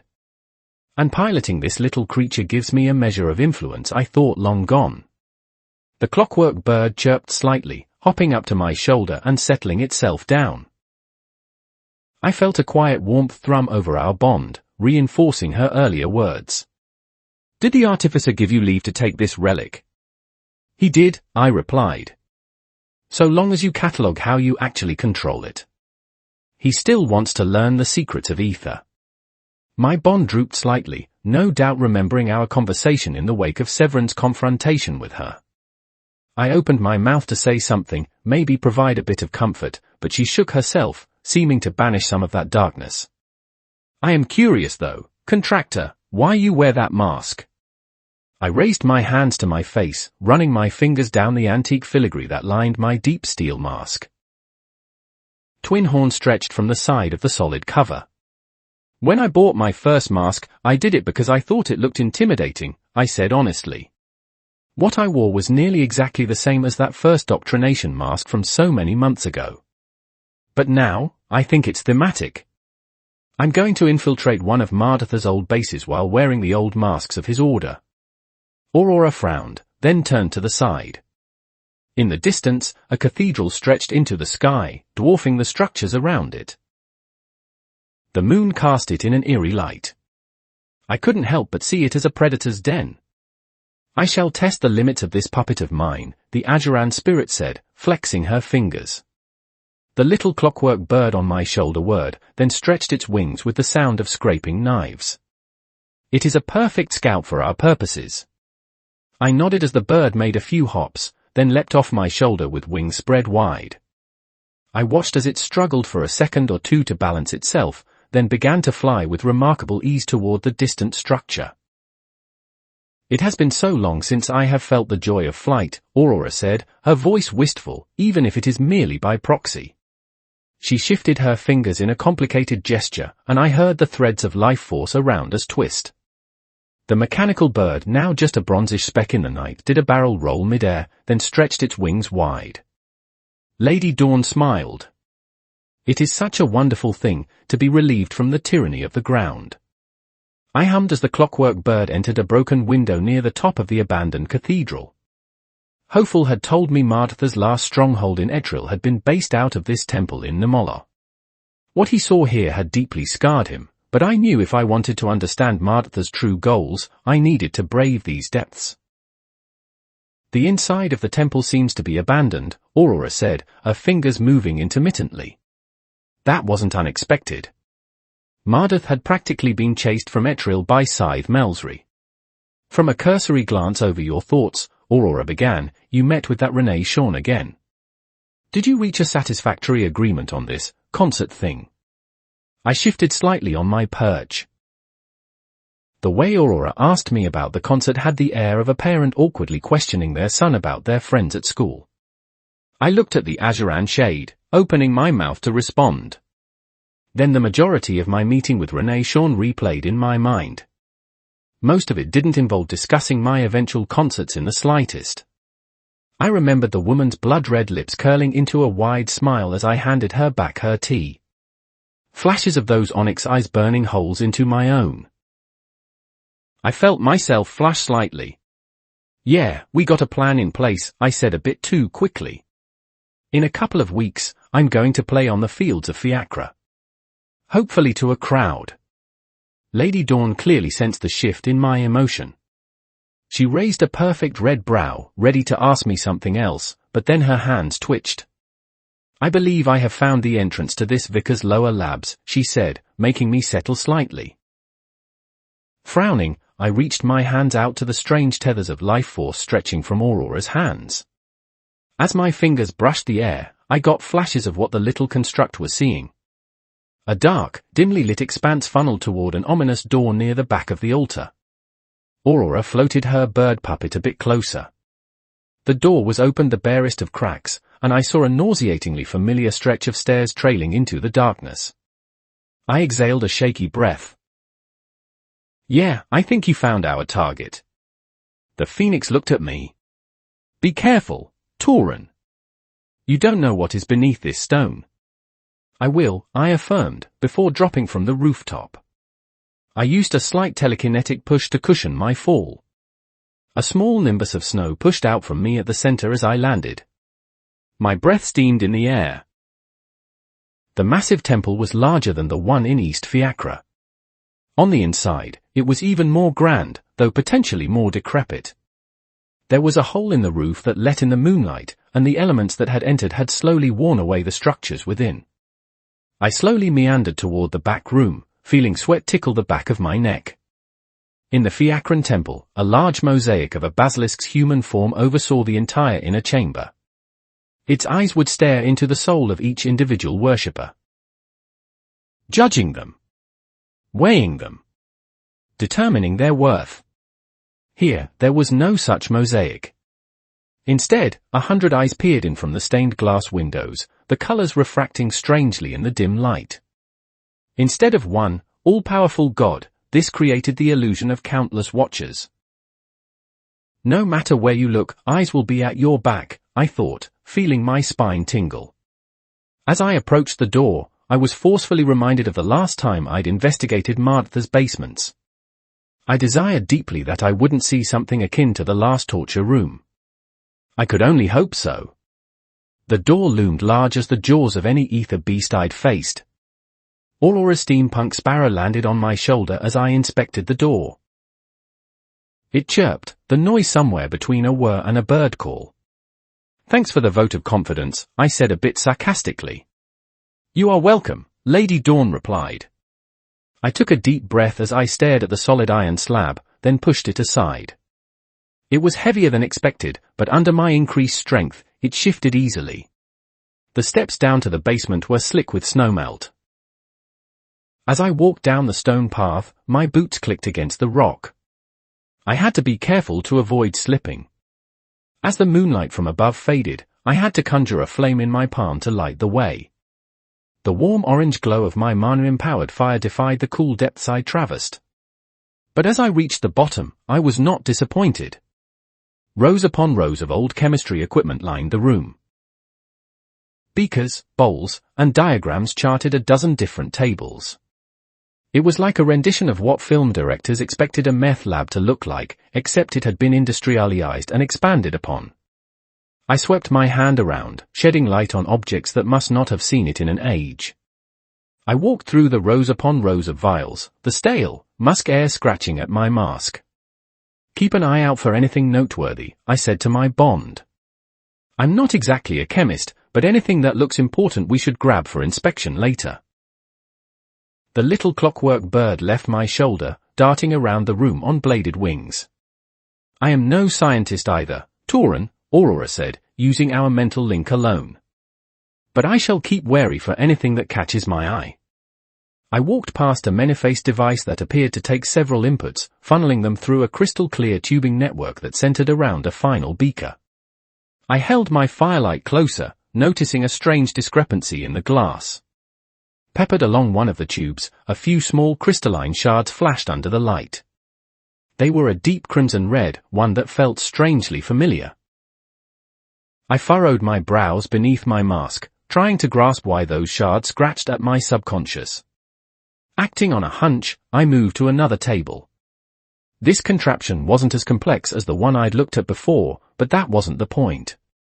I leaned in close, inspecting the glass.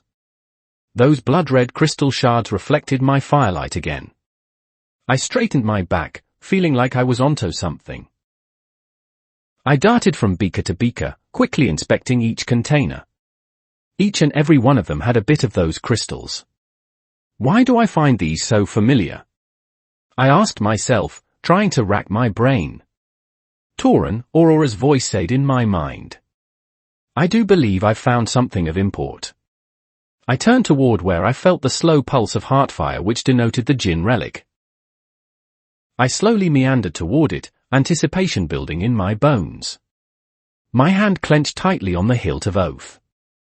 The lower ceiling gradually opened up to reveal a larger chamber.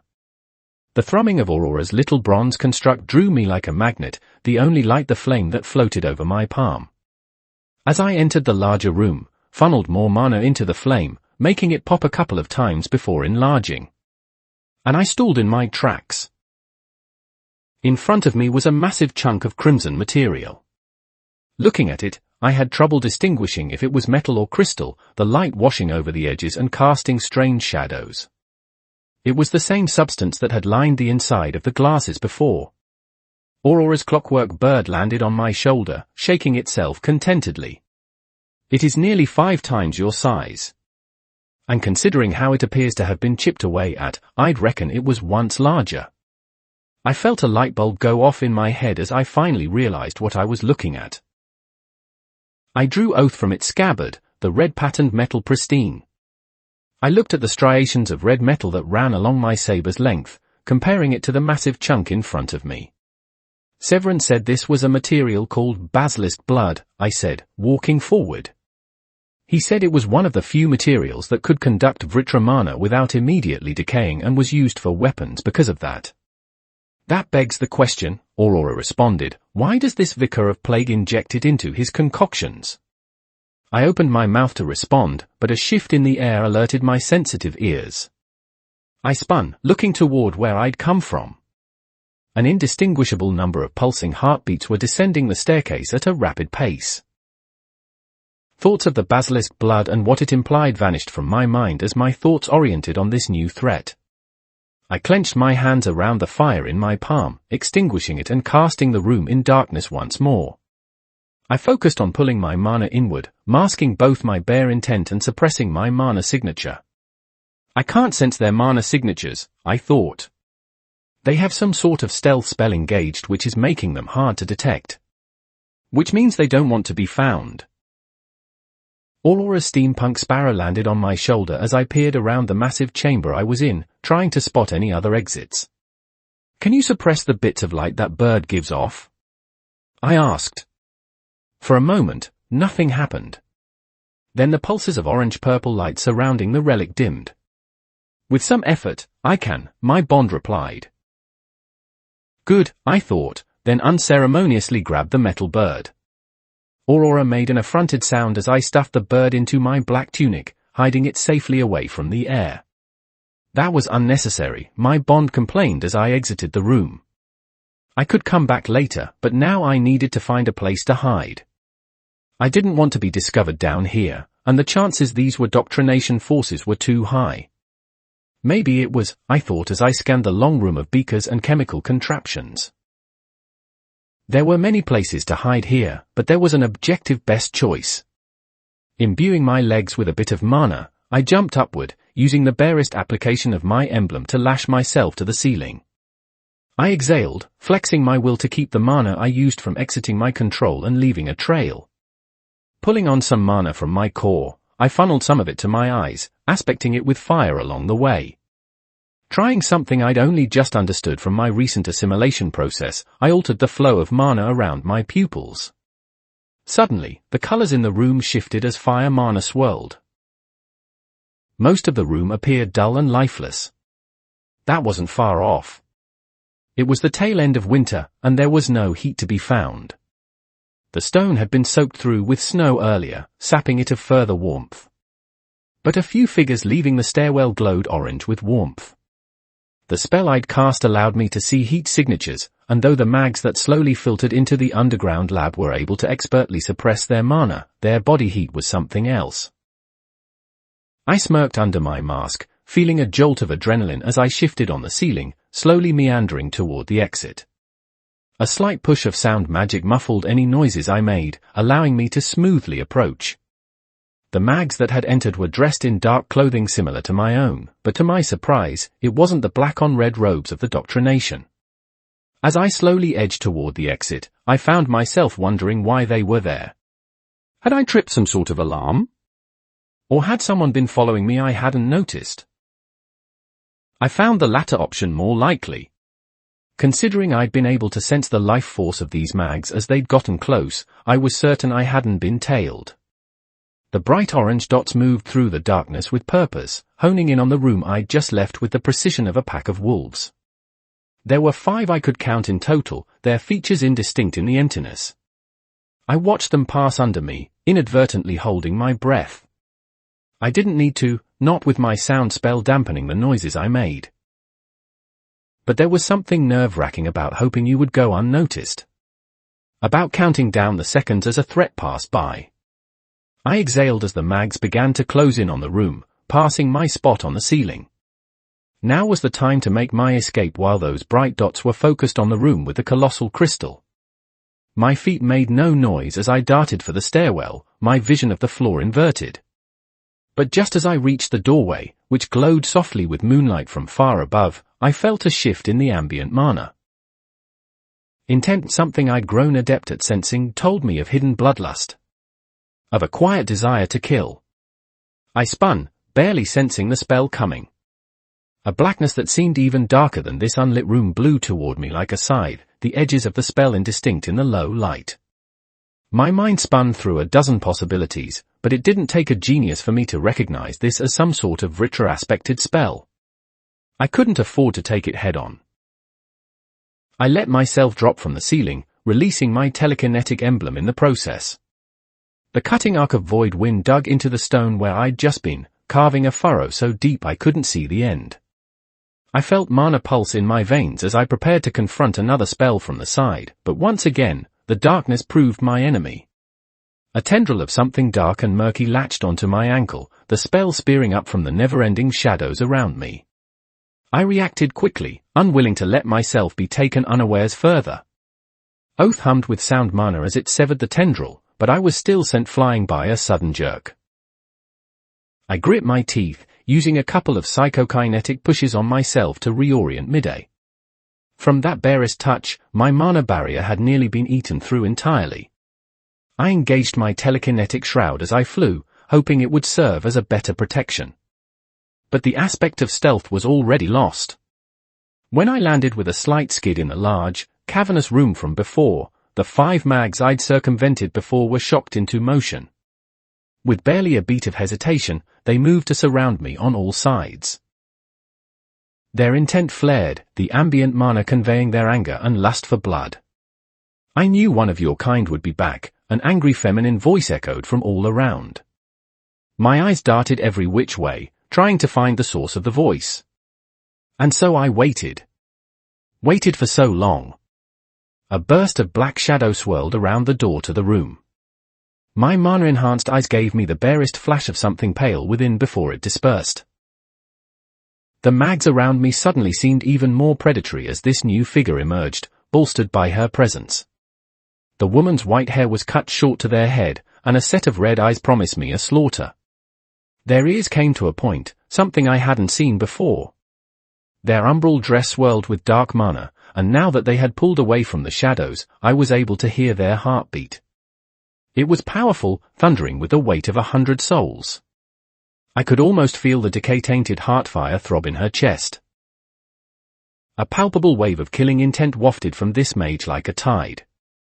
Vritra-blooded spawn, Aurora hissed inside my head. Her little clockwork bird squirmed in my tunic. This one is powerful, Tauren. It was only a matter of time before Marder sent someone after his precious basilisk blood.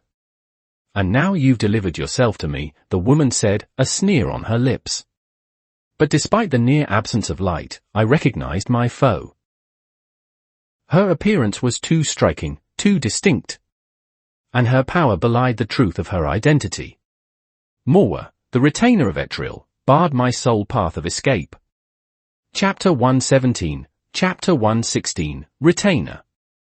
4,625 words. Tauren Dawn.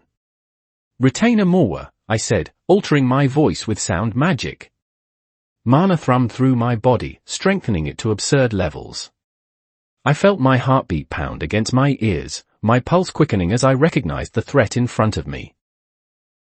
We don't need to fight. Morwa snarled. You know who I am, mage, she hissed, the air thrumming with weathering intent. The closest thing I'd felt was the first time I'd met Mardath in the Fiacra Ascenders Association. Then you know why you're going to die here. I saw void wind popping around Morwa's hands, but it was difficult to see in the near blackness. Her mana was a cloying force. I couldn't afford to lose focus on her in the slightest. I'd been told by several people that Morwa had a deep grudge against Mardath for refusing to fight during the Victoriad, essentially putting the validity of her retainership up in the air. I should have expected something like this. I felt the mags surrounding me shifting to offensive stances, readying their spells. Their faces were wrapped in dark cloth, obscuring their features from my sight. Mana thrummed in the air. I clenched my hand around Oath, the dark leather comforting in my palm. Morwa was powerful. One of the strongest mags I'd sensed yet. But this was something I could manage. If this retainer wished you dead immediately, Aurora conveyed quietly, she would have already attacked. She wants something from you. Deciding to take a risk, I took a simple step forward, brushing away Morwa's killing intent. I don't work for Mardath, I said, hissing slightly. I want him dead even more than you do. You expect me to believe that? Morwa laughed, her eyes gleaming in shadow. You enter here wearing a mask of the Doctrination, clothed in black. No doubt you were sent from that new base of his along the Redwater. She shook her head, and the pressure emanating from her redoubled. I felt it in my teeth. You're going to tell us all you know about that little base, including how you supply yourselves out of Eensgar. And then I'm going to burn it to the ground. Okay, I thought, reassessing my choice to wear an old vicar's mask, maybe not the brightest idea. But this confrontation provided me with an opportunity. Renee Shawn had put her foot down in regards to helping me flush out Mardath. But Morwa hated him personally. I could work with that. I don't have the information you need, I said hesitantly, but if we could work together. Take him alive, Morwa said to the nearby mags, cutting off my words. I don't care about residual damage. Just make sure he can think and talk when you're done with him. It was like a spark had been dropped into the bottom of an oil well. Mana flared around me as the encircling mags launched their spells in my direction. But I was already moving. I raised a barrier of fire to divert an oncoming stream of flame, the heat licking at my bones. Simultaneously, I jumped backward, sending a psychokinetic push against an oncoming boulder. I used the massive stone to push me further, sending me hurtling toward one of the rearmost mags. They hastily raised a short dagger in defense, their eyes widening behind their clothed face. Oath, imbued with a shuddering layer of sound mana, sheared straight through their own weapon. It cut a thin line across the mage's cheeks as they stumbled backward, just barely avoiding a fatal blow. But I had been expecting that. Using a psychokinetic pull, I yanked the off-balance mage right into my waiting fist. Their head cracked to the side with a sickening sound. my body was far stronger than before my first sculpting, and no normal magic user could resist me physically. The mage I'd struck crumpled to the floor as their heart fire sputtered. Absently, I hoped it wasn't a fatal blow. But I couldn't even afford this bit of time. I slammed a telekinetic shove into the ground, lurching into the air to avoid bullets of water infused with electricity. A few sparked in the darkness as they skittered across my telekinetic shroud, but they weren't strong enough to break through. I grit my teeth, my eyes tracing the sources of heat in the room. I was relying mainly on my sense of hearing and the thumps of heartfire in my ears to track all the mags in the room. My sight was too restricted by the darkness. Another boulder of earth shot toward me from the ground, but a slight reorientation in midair allowed it to skim past my back. Oath flashed, the blade severing half a dozen fireballs in a split second. The explosion of light gave me a chance to plan. Thinking quickly, I threw a handful of sound grenades at the ground. In the darkness, they were indistinct and difficult to see. But as I expected, the mags lashed out at the murky spells on instinct. The moment a bolt of electricity pierced one of the sound grenades, a sound like nails scratching a chalkboard except ramped up to 11 echoed throughout the chamber. The arching walls carried the sound exceptionally, several of the mags doubling over as the sound attacked their eardrums. Those must be the casters, I thought as I hit the ground running, a few fireballs popping into existence around my head. They can't strengthen their bodies against physical damage. I thought of the last time I'd been surrounded on all sides. Kale and Joan had managed to box me in, then slowly whittle me down from an unending barrage. From their core levels and mana output, each of these mags was about the strength of Kale and Joan herself.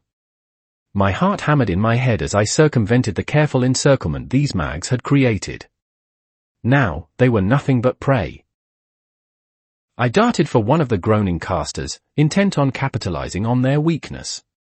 But the mage that had been lobbing boulders at me threw himself in my path, solid armor of earth materializing over his body as he prepared to meet my advance.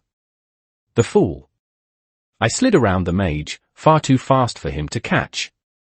He was slowed by his bulky armor, while I was fluid as blood. As I passed him by, I latched onto his arm with mine, then pivoted on my foot. The man who must have weighed half a ton with his rock armor lifted off the ground with a surprised grunt. I locked eyes with the recovering caster in front of me as I leveraged the body of her teammate, preparing to use him like a club. I saw it there. In my shadow, she saw her end. The woman recognized she was going to die. Felt it in the intent around her. The fear. The terror. I slammed the armored man into the ground beside the woman instead of on top of her, internally cursing myself for my empathy. The ground shuddered and cracked as the earth mage's body rattled in a way that was not good for his health at all. The kneeling caster's eye sharpened as her teammate bounced off the ground. She lunged for me, a knife I hadn't spotted appearing in her hands. I felt anger well up in my gut at her foolish gamble. You want to die? I thought angrily, my fingers digging into the groaning earth mage's armor. Rock splintered under my grip. The man clawed weakly at my hands. Know that you've chosen this. Before the caster could near me, two telekinetic pushes, each shoving in opposing directions, snapped her arm. The woman screamed as her limb twisted at a strange angle, but oath buried itself in her side before she could make more sound. She collapsed like a puppet with its strings cut, her heart fire shivering.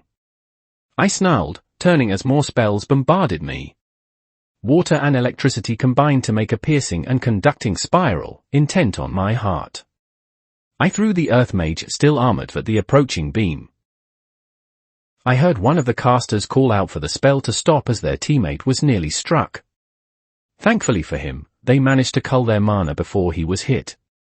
Unluckily for him, I slammed a powerful telekinetic push into his back, splintering his armor and spraying blood as he was rocketed toward the mage who had been conjuring bullets of electrified water. They dove out of the way of their teammate, barely managing to hit the ground. The armored man slammed through one of the walls, tumbling into the alchemical room beyond. Blood seeped through his armor as it slowly receded. He wasn't moving. I stalked toward the caster who had thrown himself out of the way of his teammate. Fire splashed over me from the side, one of the remaining mags screaming in fear as he bathed me in hellfire.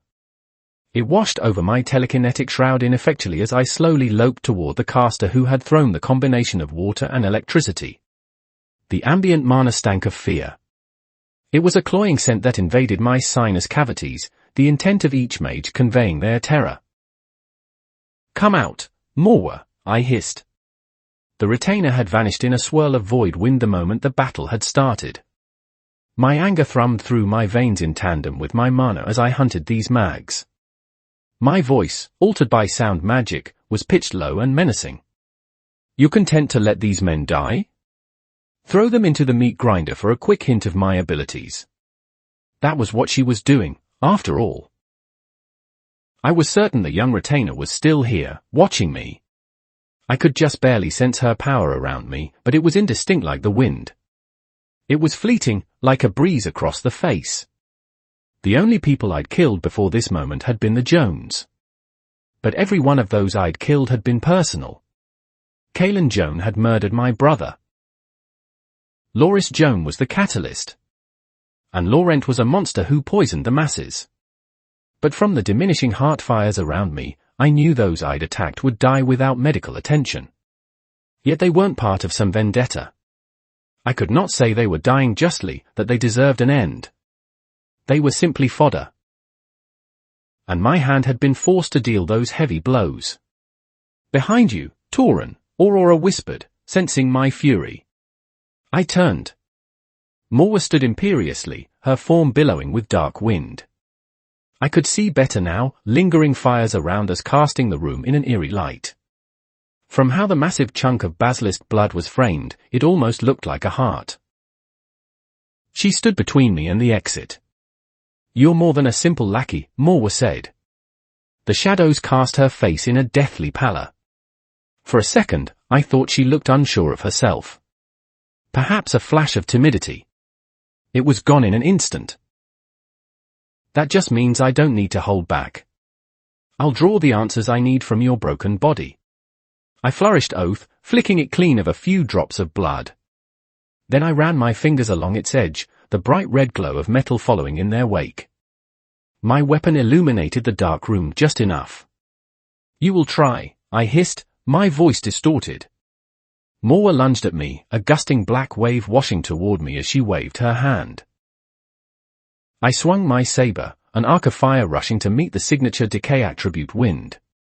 I saw as Morwa charged forward, her body writhing with dark mist. I leapt forward, following in the wake of my attack. Morwa jumped to meet me, her eyes alight. I felt the weight of her mana around me, a knot forming in my throat. Before we could clash mid-air, I lashed myself downward, pulling toward the floor with a yank of telekinesis. I dipped beneath my foe, lashing out with oath in the meantime. I felt my saber rebound off something hard before I lurched downward, hurtling toward the massive chunk of crystallized basilisk blood. I twisted in midair, using a few psychokinetic punches to blow away incoming darts of void wind. I had to use more mana for each shove than Morwa did, meaning I was running at a deficit. "You are disadvantaged in this small room," Aurora said, echoing my thoughts. "You need to get to higher ground." I ducked behind the massive block of crimson crystal, a torrent of void wind following a heartbeat later. As I expected, the crystal rebuffed the decaying aspect of Morwa's void wind. "I need to get to the surface." I whirled, building up a layer of fire over my fist. I slammed my knuckles into the massive chunk of crimson material. As expected, the basilisk blood rocketed off toward the source of the void wind, splitting it in two like a rock amidst a stream. It smashed into the opposing wall, making the entire room shake and dust seep from the ceiling. I barely had time to spin as a shape darted in from the side, flowing with unnatural grace. I raised oath in a defensive maneuver as Morwa came in close, having neatly dodged the rocketing crystal. She didn't have a conventional weapon. Instead, a mass of wriggling black vines seemed to move on their own accord, their wispy forms somehow solid. They sparked as they rebounded off oath, but my stance was already broken. Sensing an opening, the retainer darted in, tendrils of void wind writhing around her like an octopus's tentacles. Instinctively, I tried to slam a telekinetic shove against the woman to gain distance. Her tendrils, seeming to react to my mana automatically, lurched to the side, smashing through my white flashes before they could even land. More rushed in close, her tendrils of void wind latching onto my arms. The compressive force around my wrist made me drop Oath, the saber clattering to the ground. My telekinetic shroud simmered and decayed as she pulled me close, her lips stretched into a grin. "It seems I'll need to take my time," she began. "Ripping the answers from your..." I reared my head back, building up a sound shroud over my forehead, before slamming it into Moa's nose. Her void wind tentacles tried to intercept me, but I was too close. Her nose crunched with a satisfying sound, the sound mana around my skull injected directly into her own. She grunted in pain, spraying dark blood as she reeled. But it wasn't enough to free my hands from her swaying tendrils of void wind. I grunted, feeling my flesh begin to wither as Moa's tendrils broke through my telekinetic shroud. I jumped up, planting my boots on Moa's stomach.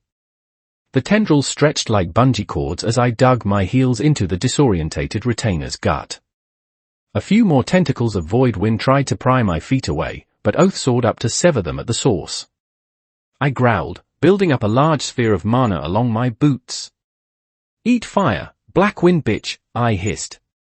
Then the fireball on the soles of my boots detonated. The explosion sent the two of us flying in opposite directions, smoke and decay attribute mana flaring in the room.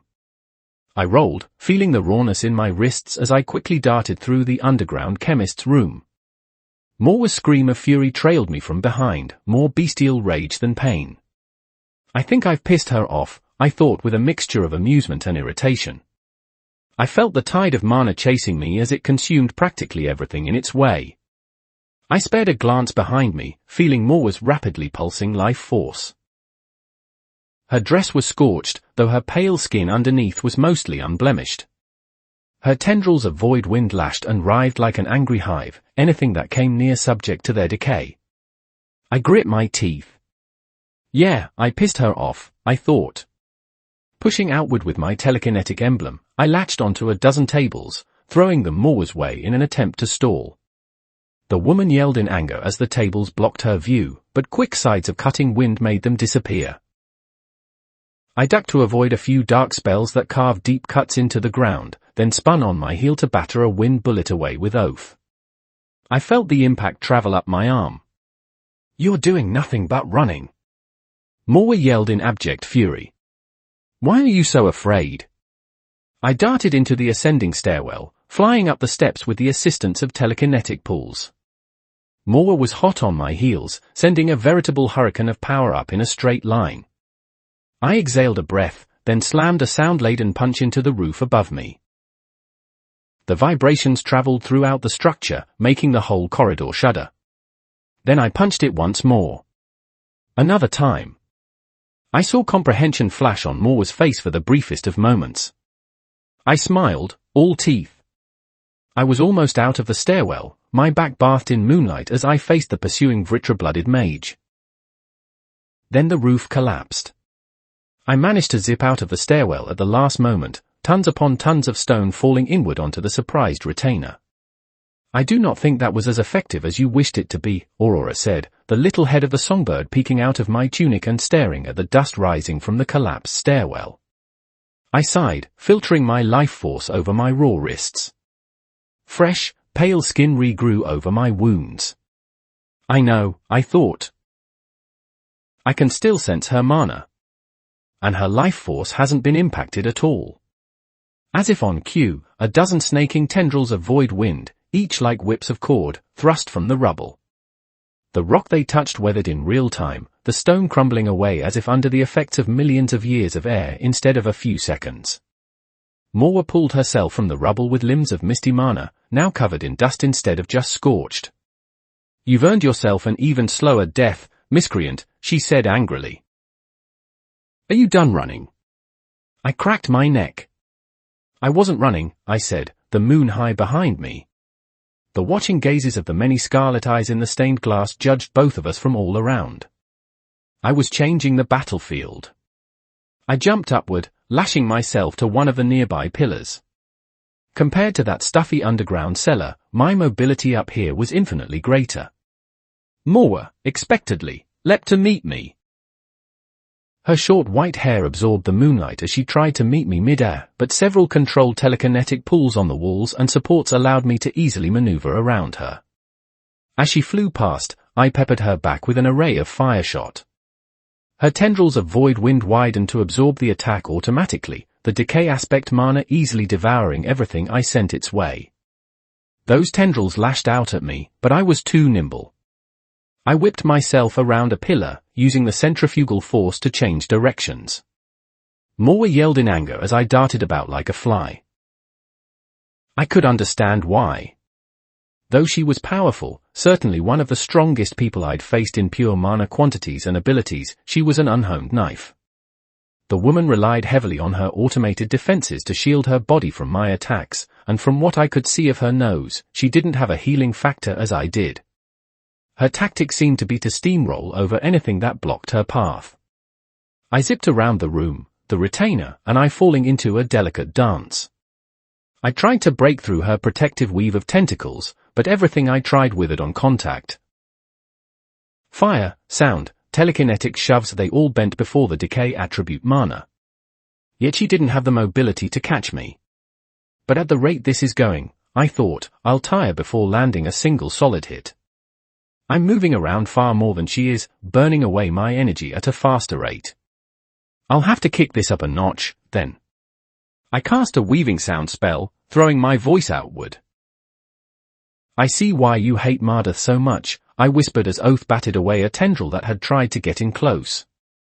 He surrendered to you at the Victoriad, declaring himself beyond your station. I pulled myself downward to avoid a few sides of wind. They severed one of the support pillars clean in two. My enhanced ears heard the structure groaning, the already decrepit temple bemoaning its abuse. Too much decay attribute mana had been thrown around in this place, which was already weakening. I fought Mardath, I said quietly, remembering the utter beatdown I'd experienced at his hands. I know what his power represents. How strong he truly is. Are you going to keep yapping, whelp? Moa yelled, sounding a bit frantic. She's younger than Tauren was when he took his life, I thought with a note of pity. While talented and skilled, Moa failed to keep her cool during this fight. It made her reckless. It made the stench of her uncertainty waft through her intent. She doesn't have practice controlling her emotions. And she hasn't fought nearly as much as one in a retainer position should have. And I was about to capitalize on that weakness. I know why you search for him, I said, landing squarely near the altar. Moa paused, her tendrils holding her aloft near one of the overseeing balconies. That same indecision flickered across her face. Because we both know you would have died on that Victoriad field had Mardath thought you worth his time. Moa's skin, as pale as the moonlight, shifted to a midnight black as she rushed me, quick as a bullet. Her mana output doubled, then tripled as she engaged some sort of rune. She blurred to my senses as she accelerated, a roar shaking the foundations of the church. But the difference was that I was calm. I felt Aurora's touch as I fell into my acquire phase, the familiar rush of power and insight washing through my veins. Moa's tendrils wrapped over themselves like intertwining cords, the mass spinning in unison like a drill to gore me. If that hit me, it wouldn't matter if I was in my first phase. I would be dead. But I wasn't going to let that happen. A buzz of red plasma built around my fist as Moa approached, no longer a smudge to the eye. Our eyes met for the briefest of instants as she hurtled toward me at full speed. Her scarlet pupils, under the effect of this form of hers, shifted to a brighter yellow. They were insensate with rage. I concentrated on narrowing my telekinetic senses into a smaller bubble. Then I shoved as much mana as I could manage into a simple psychokinetic tug. It appeared in a white flash near Moa's foot.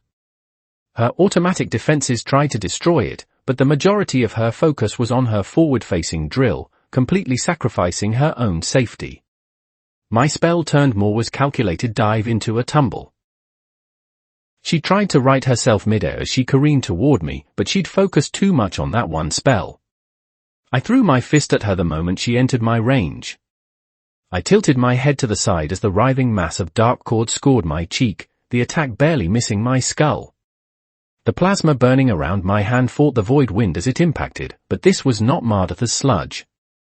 It was far, far weaker. My knuckles broke through, though the burning red plasma around my fist had deteriorated significantly. It didn't matter. My fist buried itself deeply in Morwa's stomach. I could feel the air being driven from her lungs, the burning edge of my knuckles scorching her skin. Something in her body cracked as my attack made contact with her bare skin. The retainer's tendrils lashed out wildly, trying to score me, too. They groped at my arm, eating away at my telekinetic shroud and exposing the skin underneath. One latched onto my mask, but I ignored it. In the barest instant of contact, I added another telekinetic punch to the ridges of my knuckles. Then I followed through, stepping forward and engaging my entire body as I pushed upward with the force of a nascent Azura. Morwa shot toward the ceiling with the speed of a cannonball, crashing through the decrepit roof with the sound of splintering wood. My mask was ripped away with her, leaving my face bare to the chill winter air. I exhaled, the adrenaline catching up with me as my arm shook. My muscles burned from both exertion and having the skin stripped away. I almost didn't notice upon shifting into my acquire phase, Aurora's relic had changed back into a simple feather. Though my body was burning from fatigue I hadn't realized I'd been feeling, I slammed a telekinetic push into the ground, rocketing up through the same hole Morwa's body had made.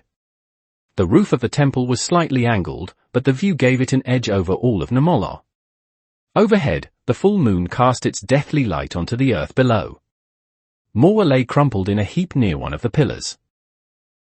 She'd barely avoided being impaled by one of the crenellations, but part of me wondered if she would have preferred that. The woman spit up blood, her midnight black skin shifting back to that pale tone. She looked up at me as I stalked forward, uncomprehending. Then the fear set in. She lashed out with a wild hand, void wind seeping toward me like a wave. But this wasn't the focused, deadly spell from before. Now it was flimsy, cobbled together as a last-ditch effort. I waved my hand, throwing a wave of plasma to meet it. The two mixed and mingled, before cancelling each other out. The retainer of Etriel wasn't a threat any longer. If she were more patient and less tied to her emotions, perhaps she could match me blow for blow. But her fighting style was unwieldy and brash.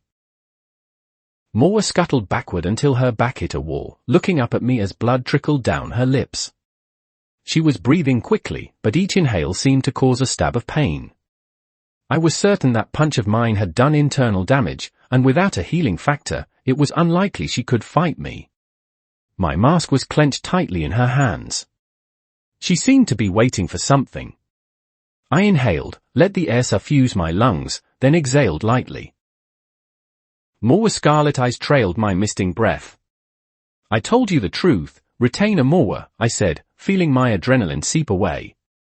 I fought Mardath. I knelt, looking her in the eye.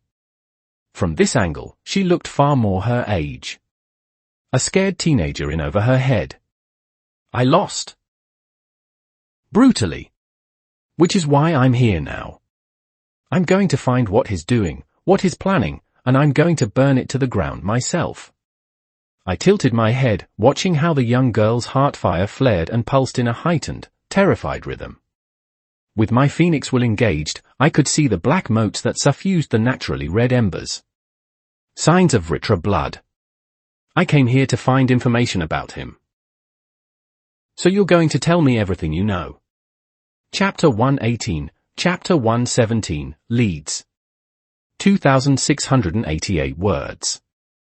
Morwa. I coughed, my body rattling as blood streamed down my chin. Pain lanced through my stomach, but it was somehow distant. I pulled myself against the wall, the cold snow underneath me biting through my tattered dress. I groaned slightly, my mind trying to catch up with what was happening. I felt the overwhelming urge to run. I wasn't the predator anymore. I should be, but this monster in front of me watched with the calculating eyes of a bird of prey. They burned me with every tracing movement over my skin. I'm not going to ask again, the mage said, crouching in front of me. What do you know of Mardath? You'll have to try harder than that, I forced out, trying to appear strong. My scythe, Melsry, had told me over and over again that the only way I could be strong was to break those that broke me first. You'll have to. Do to you what you threatened to me, the man asked, cocking his head. He seemed eerily calm, something that only made me shudder more. I found myself wishing I hadn't ripped his mask off. Somehow, the hard angles of his face seemed more terrifying than the old vicar's mask. There was a scar stretching over one of his brows, and runes burned under his eyes like hot coals. That's how Mardath operates, you know. By torture. I lowered my eyes, wincing as I exhaled. Do what you will, I hissed. He plodded forward, loping like a brimstone lion. I froze as he neared, and not from the cold.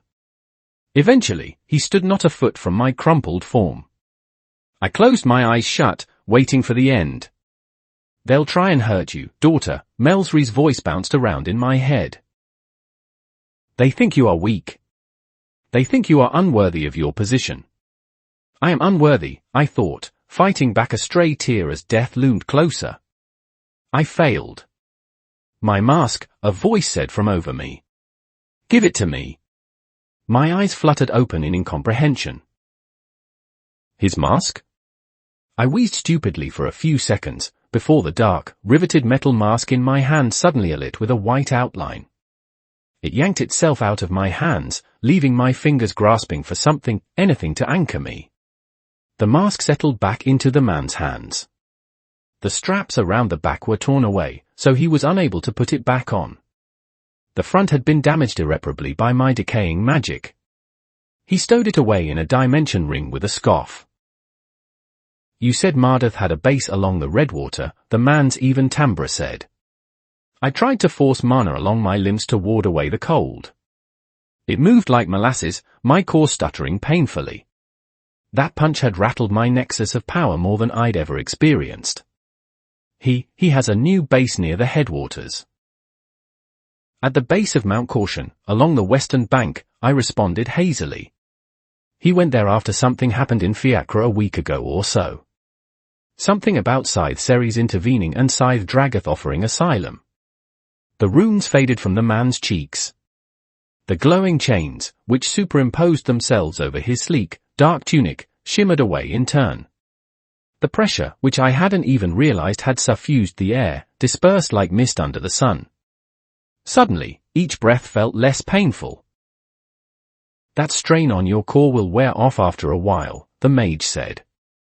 Under the moonlight, I was able to see that his hair, which was tied off into a short tail, was a strawberry blonde color. There was a little streak of some other color in there, too. Was that red?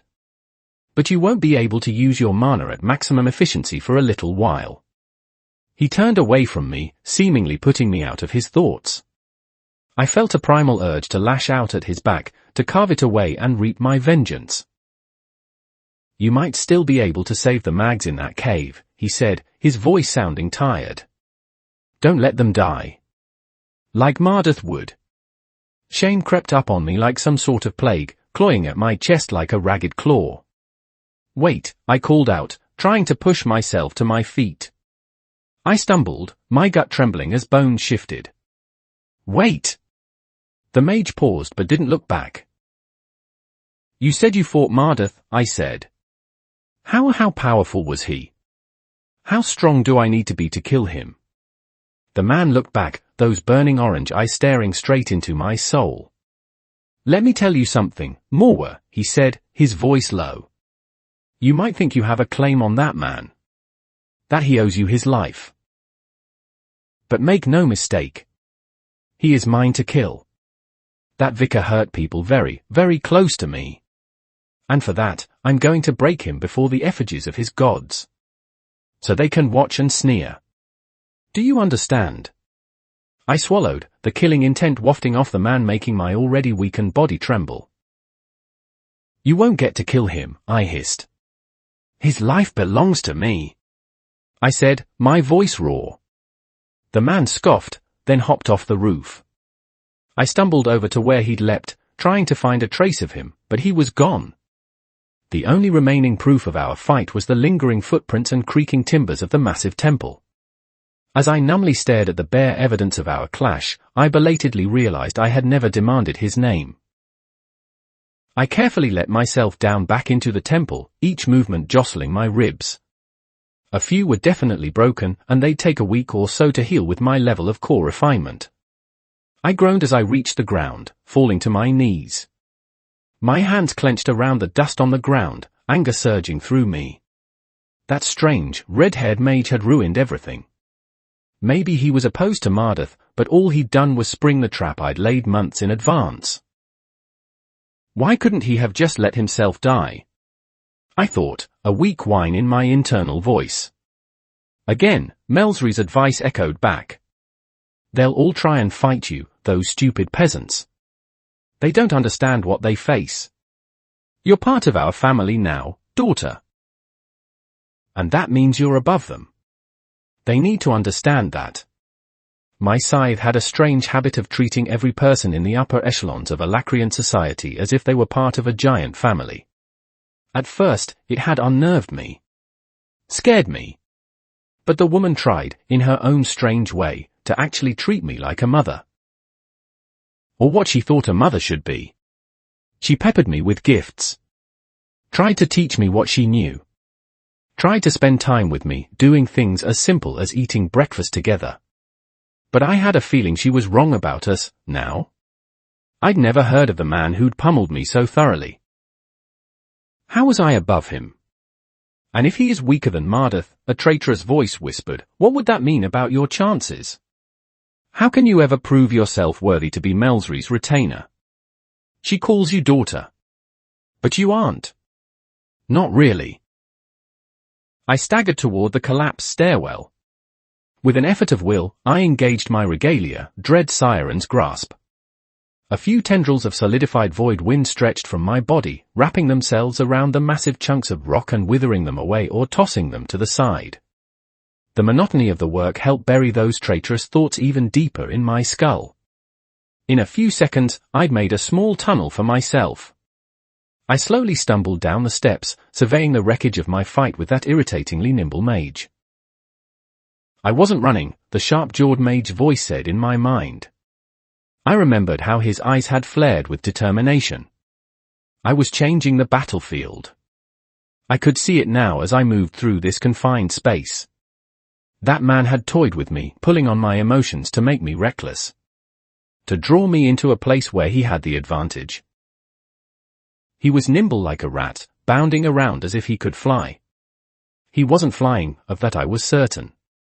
My further thoughts cut off as I realized something was wrong. When I'd chased my foe out of this room, at least 2 of the mags Melsry had assigned to me were still alive. They'd been wounded, true, but alive. I couldn't sense their mana signatures anymore. I burst into the massive cavern, my eye searching for threats. Mana thrummed weakly along my channels, my mind ready for a fight. Instead, my hands drooped in uncomprehension. The bodies of all 5 mags who had accompanied me were splashed with blood, deep cuts along their necks illuminating how they'd been assassinated. Their eyes stared up unblinkingly in the empty air. During my fight with the fire-wielding mage, someone had snuck in here and stolen the object I'd invested so much time in guarding. The massive, heart-shaped chunk of basilisk blood no longer rested in the chamber. Torn down. My clothes fluttered around me as I fell from the top of the temple. With a barest telekinetic push, I softened my fall. I raised a hand to my forearm as I called on my life force, slowly healing the damage Morwa had done to my body. I felt the fatigue setting in. I wasn't in danger of using up my excess life force quite yet, but drawing on that reserve always made me feel a strange sort of tiredness.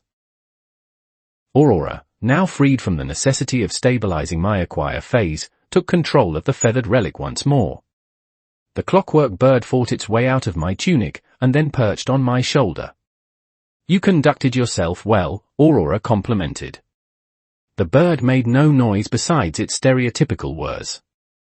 You kept your cool and maneuvered that confrontation expertly. though you may have gotten more information had you pressed your advantage. She was barely a girl, I thought tiredly. Torturing her is not a line I'm willing to cross. I can't become what I seek to destroy. You make a fair point, my bond allowed. Though I worry what sort of consequences this will have for you in the future. Perhaps it would have been wiser to simply kill Morwa, but that came with its own troubles. Murdering a retainer in their home city would only bring Scythe Melsry's retribution. I hoped the worst I'd have to deal with would only be Morwa's attention, and not anyone higher up. It's a lose-lose situation, I thought. The best outcome would have been escaping, or perhaps avoiding being caught in the first place.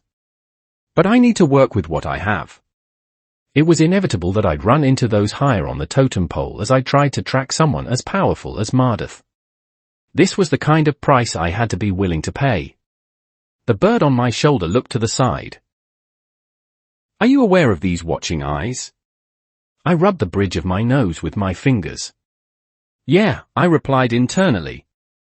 I just wanted to put it off as long as possible. Xander, I said aloud, looking directly where I felt the watching presence, there might not be any canals here for me to throw your corpse into, but I'm sure I can find something creative, I said, referencing the threat I'd always used on him. Mount Nishan isn't that far away. How does a bath in lava sound? Hesitantly, the moss-haired mage stepped from the shadows. His eyes were wide and slightly disbelieving as he looked me up and down. Lady Shaunt's ever-persistent spy had managed to find me in Namolo at last. It seemed Renee wasn't so ready to let me kill myself as she let on. He opened his mouth, closed it, then opened it again. You won, he said stupidly. Against a retainer. I only saw the end, but on the top of that temple, it was clear. I couldn't believe my eyes. I told your boss that I was far stronger than I let on, I said, sweeping past the spy. He stood straight as a rod for several seconds, clearly debating what to do next, before finally trailing after me like a whipped dog begging for food. Considering she sent you after me, should I assume she still wants me alive? Well, the poor man said uncertainly, yes. That's good, I replied, plodding toward the central teleportation gate. They didn't operate this late in the night, so I'd have to wait for the morning to pay the fee to return to Fiacra. So, why are you still following me? The hesitant mage hurried to keep up with me. He wasn't scared, exactly, which was worth the credit. While you were interrogating retainer Morwa, the man said, seeming to be baffled he was even saying the words, another mage infiltrated that underground base. I considered giving chase, but it wasn't in my mission. I ground my teeth, thinking of what Morwa had said. She expected someone to come back for Mardatha's experiments, but I'd interrupted that process. Had someone from Mardatha's close circle capitalized on my distraction? Where did they go? I asked, knowing it was likely a lost cause. Which direction? Xander pointed to the west hesitantly. I saw them disappear into the buildings that way. But it was several minutes ago. They might be too far gone. Aurora's clockwork bird left my shoulder with a shrill chirp, soaring up into the sky. Allow me, Tauren, my bond said over our mental tether. A bird's eye view may give you the clues you need. We both knew she was unlikely to spot anything. I suspected Aurora was trying to spare me any more energy tonight, giving me a chance to rest instead of immediately taking up pursuit. Okay, I responded tiredly as the bird zipped off westward. Xander watched it go with a curious frown on his face. Well, I know where I need to investigate next, I thought, mentally cataloguing everything I'd learned. Mardath was using basilisk blood to invigorate his drug somehow and had been for a long time. That felt important, but I couldn't put my finger on why. And I'll have to find the time to investigate that base Morwa told me about. I felt the flash of mana as Mag started to rush toward my current location. I sighed. It was about time someone came to investigate the disturbance retainer Morwa and I said, simultaneously withdrawing my mana into myself. Granted, nobody wanted to get in the way of that kind of fight, but the response time had been extremely late. probably because we'd clashed in the middle of a less populated area, as well as it being well past midnight. Xander quickly activated whatever cloaking spell form he had, shrouding himself in obscurity. He looked at me uncertainly. "I'm leaving," I said, sighing slightly. "You should get back to your boss." Before I bounded up into the rooftops, I spared a quick glance behind me. The decrepit temple, already weathered and beaten by the unrelenting fist of time, seemed to droop. The magnitude of the fight within had crippled a surprising number of the remaining support beams, and I was surprised it was still standing tall. I remembered Hofel describing it to me way back in Fiacre. He'd said it was beautiful on the outside. I tried to see it. For that smallest fraction of time, I tried to envision this aged structure as something wonderful. Those tall, stretching buttresses. The intricate crenellations, all emblazoned with imagery of basilisks and serpents. The stained glass, no longer pristine. I couldn't see the wonder any longer. I scoffed, turning back to the road. Then I leapt up into the rooftops, watching as half a dozen battlemages converged on the temple. Chapter 119, Chapter 118, Concert Preparations. 3,840 words. Torin Down. "Have you made sure to polish your instrument?" the harsh voice asked. The microfiber cloths we provided should have been more than sufficient. "Yes," I replied. "Did you practice for 20 minutes this morning, as recommended?" "Yes," came my bland response. "And did you make sure to keep yourself hidden from the attending guests? We can't afford for them to see you before your initial reveal." "Yeah, I did," I said, tired. Unfortunately, I hadn't seen Renee since I left her to track down leads in Nemolo. The man in front of me, Denvish, was the event organizer assigned to me by Bloodstone Elixirs. His job was to make sure everything was perfect for my upcoming performance, and he was damn good at his job. Maybe a little too good. From the way he grilled his employees over the smallest details to the constant buzzing presence over my shoulder, he'd quickly become a bother. The past couple of weeks had been a constant routine of research, violin practice, assimilation, and then more practice. "Have you made sure to iron your clothes before wearing them today?" the middle-aged man asked once more. "We can't afford a single wrinkle on your vest." He was fond of always claiming, "We can't afford this," as if he were somehow part of his internal equation. I'd quickly learned that even if you did everything to the letter, this irritating planner would still somehow find something to gripe about. I wore a dark grey dress shirt tucked into matching slate-colored trousers. Instead of boots, I wore black Oxford shoes, something I was unused to. The ensemble created a look of sleek elegance, not a stitch out of place. With my hair tied back into a short tail, I looked like a proper gentleman. But the cherry on top of my current dress was my maroon-colored vest. The custom-made waistcoat was a weave of expensive thread that stood out against the darker colors of my clothes. A stylized insignia was emblazoned in deep orange over my breast and again mirrored in greater scale on the back of the waistcoat. The sigil of named Blood Darn had changed. Before, it depicted a simple dagger with rivers of runes streaming from the edge. But I'd been reborn in the relic tombs. My first sculpting marked something fundamental in my self-evolution, growing into something new. It was only right my blood insignia shifted to match this change. When setting out to alter my house insignia, the first thing that flashed in my mind was that strange rune that had appeared over the portal frame in the undead zone when I'd finally imbued it with life force. It was a stylized depiction of a heart, though if one tilted their head, it almost looked like it was ablaze with fire. I'd known, almost instinctually, that it was a runic representation of life force. I'd taken that rune and integrated it into my new insignia. Now, a dagger thrust through that emblazoned heart. If you peered close enough, you could see a strange hexagonal symbol on the hilt of the knife. The organ leaked runes instead of blood on either side, the same glyphs that had always accompanied named Blood Darn. "Your blood was forged in the relic tombs," Arlen, the aged Darn steward, had always said. "And that is why you honor it with your sigil." How right he was, I thought absently. Not just forged, but reforged.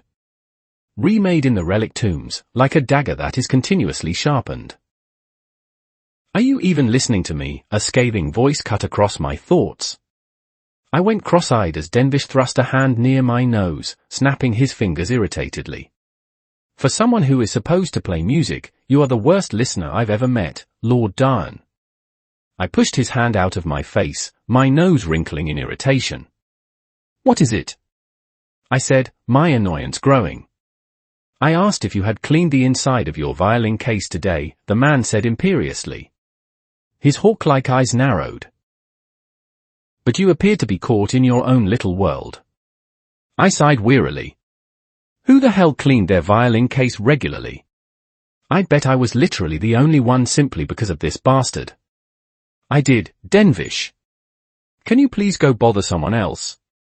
The man opened his mouth, no doubt to admonish me for trying to shoo him away before he spotted something behind me. Hey, he called, marching off toward a man who was setting up a tent pole. You aren't angling that properly, you fool. I groaned in relief, grateful that the man was finally out of the way. We were currently in a hastily conjured earthen encampment on the Fiacran plain outside the city. The mags hired by Bloodstone Elixirs had done a remarkable job at setting up a mock stadium in record time, raising seats, stands, and an entire stage from the ground. It wasn't perfect, of course, but with the decorations and little embellishments here and there, the imperfections were easy to look over. I was currently in a little tent behind the main stage. Considering today was the concert day, I'd been careful to arrive early, well before any prospective crowd. Renee had been true to her word, there wasn't an entrance fee to listen to my music, though there were seats that were closer to the front of the stage that needed a premium to reserve. Though that irritated me, it wasn't a battle I had the time or energy to fight right now. A shadow darted through the flaps of my tent, wearing a close-fitting black ensemble. They raised their hand dramatically, clearly planning on saying something grand. Hey, Nereni, I said, completely ignoring her theatrics.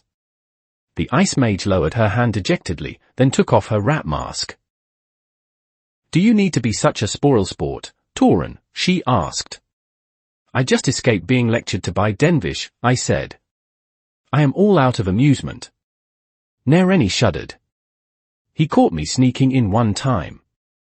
Instead of throwing me out, he tried to make me decorate the seats. Did it work? I asked, feeling curious. Nereni scoffed. PFFF no.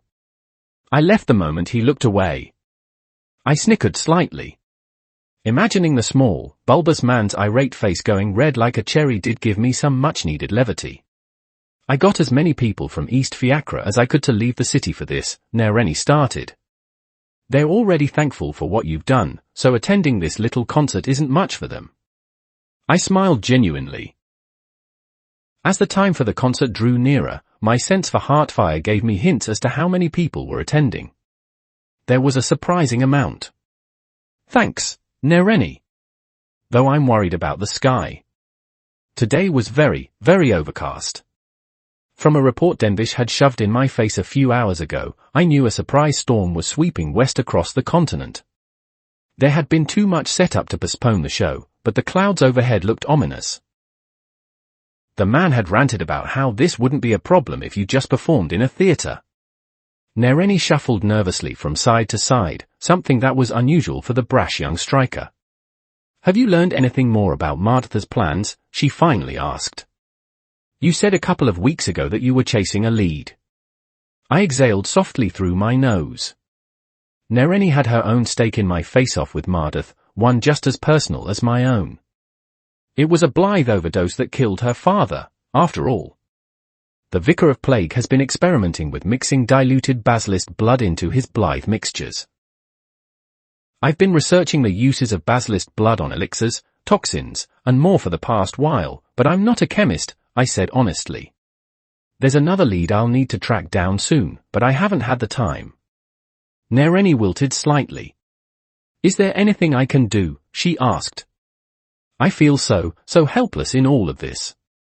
I'm used to making a difference, you know.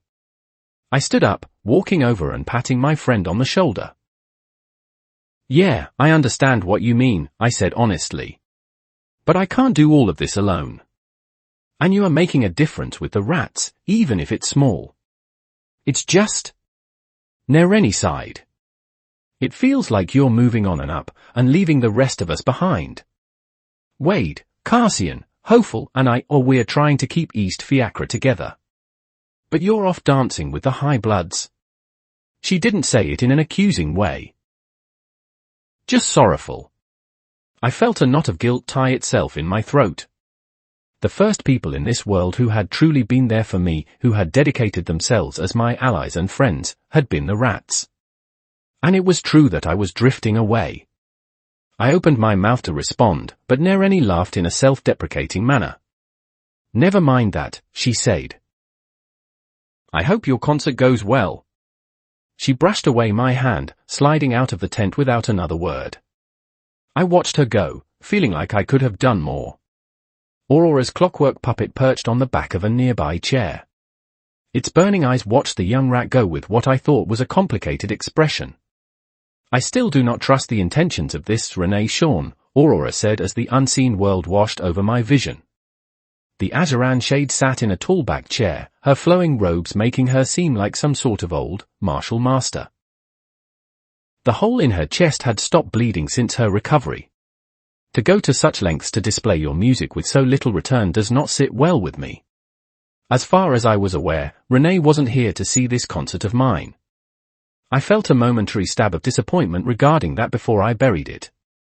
You're thinking about the rats and how she manipulated them, I posited internally. You think she's still trying to do the same with me? Manipulate me into some sort of position somehow. I do, Aurora said honestly. I have not seen the woman myself, but from what you explained to me, she is a deadly tactician. A master strategist. And a mage with a mind for business. And there is not enough profit involved in this for its viability. At least not that I can see. I wish to meet her myself to gauge her intentions. I'd told Aurora about the Sovereign's quarrel match I'd had with the dark-haired CEO and her deductions regarding my thought process, as well as my initial agreement with Renee in the depths of Trelza's clinic. I'd insisted that the woman shared a note of idealism akin to my own, but Aurora still maintained her doubts. Maybe there is another reason for her to sponsor my music, I acknowledged with a sigh. But even if there is a secondary objective she wishes to accomplish, I am certain that it's not solely due to that. She does have a soft spot in her heart. Aurora shifted slightly. From the look on her face, I knew she didn't truly buy it. I was still more idealistic than the Phoenix. I wasn't sure if she saw that as a strength or a weakness. Before the conversation continued, another familiar figure entered the tent. The unseen world washed away from my vision as Severin Denoir approached, looking me up and down. You look good in that outfit, he said appraisingly. The maroon complements your hair well. I snorted. Says the man who only wears teal and black, I retorted. I didn't think you knew what fashion was. The Denoir heir let himself down into a nearby chair. We'd kept a semi-regular correspondence over the past couple of weeks as I'd been invested in my research and practice. I have a few more papers on the effects of basilisk blood on man-imbibed elixirs, he said, withdrawing a stack of paper from his dimension ring. With a bare effort of my telekinetic emblem, I latched onto the proffered papers, then drew them into my own ring. Thanks, Severin, I said. I'd quickly run out of comprehensive material at the Fiacran libraries and had called in a bit of a favor from the high blood heir. Any updates on that spell form of yours? My friend had been experimenting and testing the mechanics of his djinn-bestowed spell form these past few weeks as well. He'd gone on several short ascents, marking the ins and outs of what he could do. It mainly allowed him to change the output destination of dissension portals, not unlike the djinn compass Arthur would eventually find. But I didn't get a response. I frowned, turning to look at the white-haired striker. Severin. What exactly is your bond like? He asked quietly. When you connect with Lady Dawn, how does it feel to you? How does it impact your mind? Your thought process? I furrowed my brows, confused by this avenue of questioning. Aurora, piloting her steampunk sparrow, hopped off her chair and glided over to my shoulder. I do not believe you understand the gravity of what you ask, Artificer, the little construct said. The bond between us is as entrenched as the soul. It runs thicker than blood, deeper than any magic you know. Severin seemed disconcerted by Aurora's response. I did discover something new about my spell form, he said slowly, but I don't know how to understand it. And this was the best way I could think of how. I leaned forward slightly, intrigued. What do you mean? This last time I used my spell form, I kept it active for far longer than I usually do. It was on my list of tests. How long could I keep a portal active? Would the mana drain remain the same throughout my use of it? That kind of thing. He inhaled, his fists clenched. But the longer I kept a portal destination changed, the more I felt something buzzing in the back of my mind. Something that wasn't me or my mana.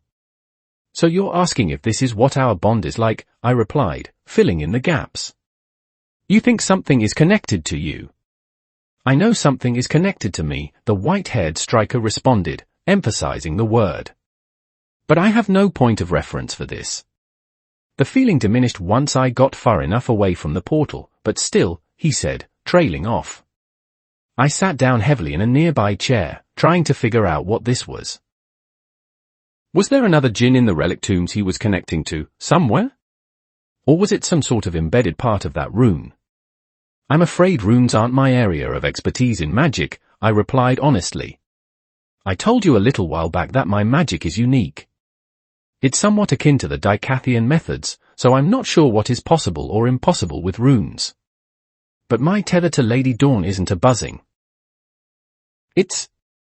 I paused, trying to formulate the words. But how did one describe sight to one who has never seen? Sound to a person who has been deaf their whole life? It's like a whole other sense, I said, hoping I could articulate this properly. Like smell. Or touch. But instead of an extension of the body, it's an extension of the mind. A tether that's always there, one that you recognize by sheer instinct.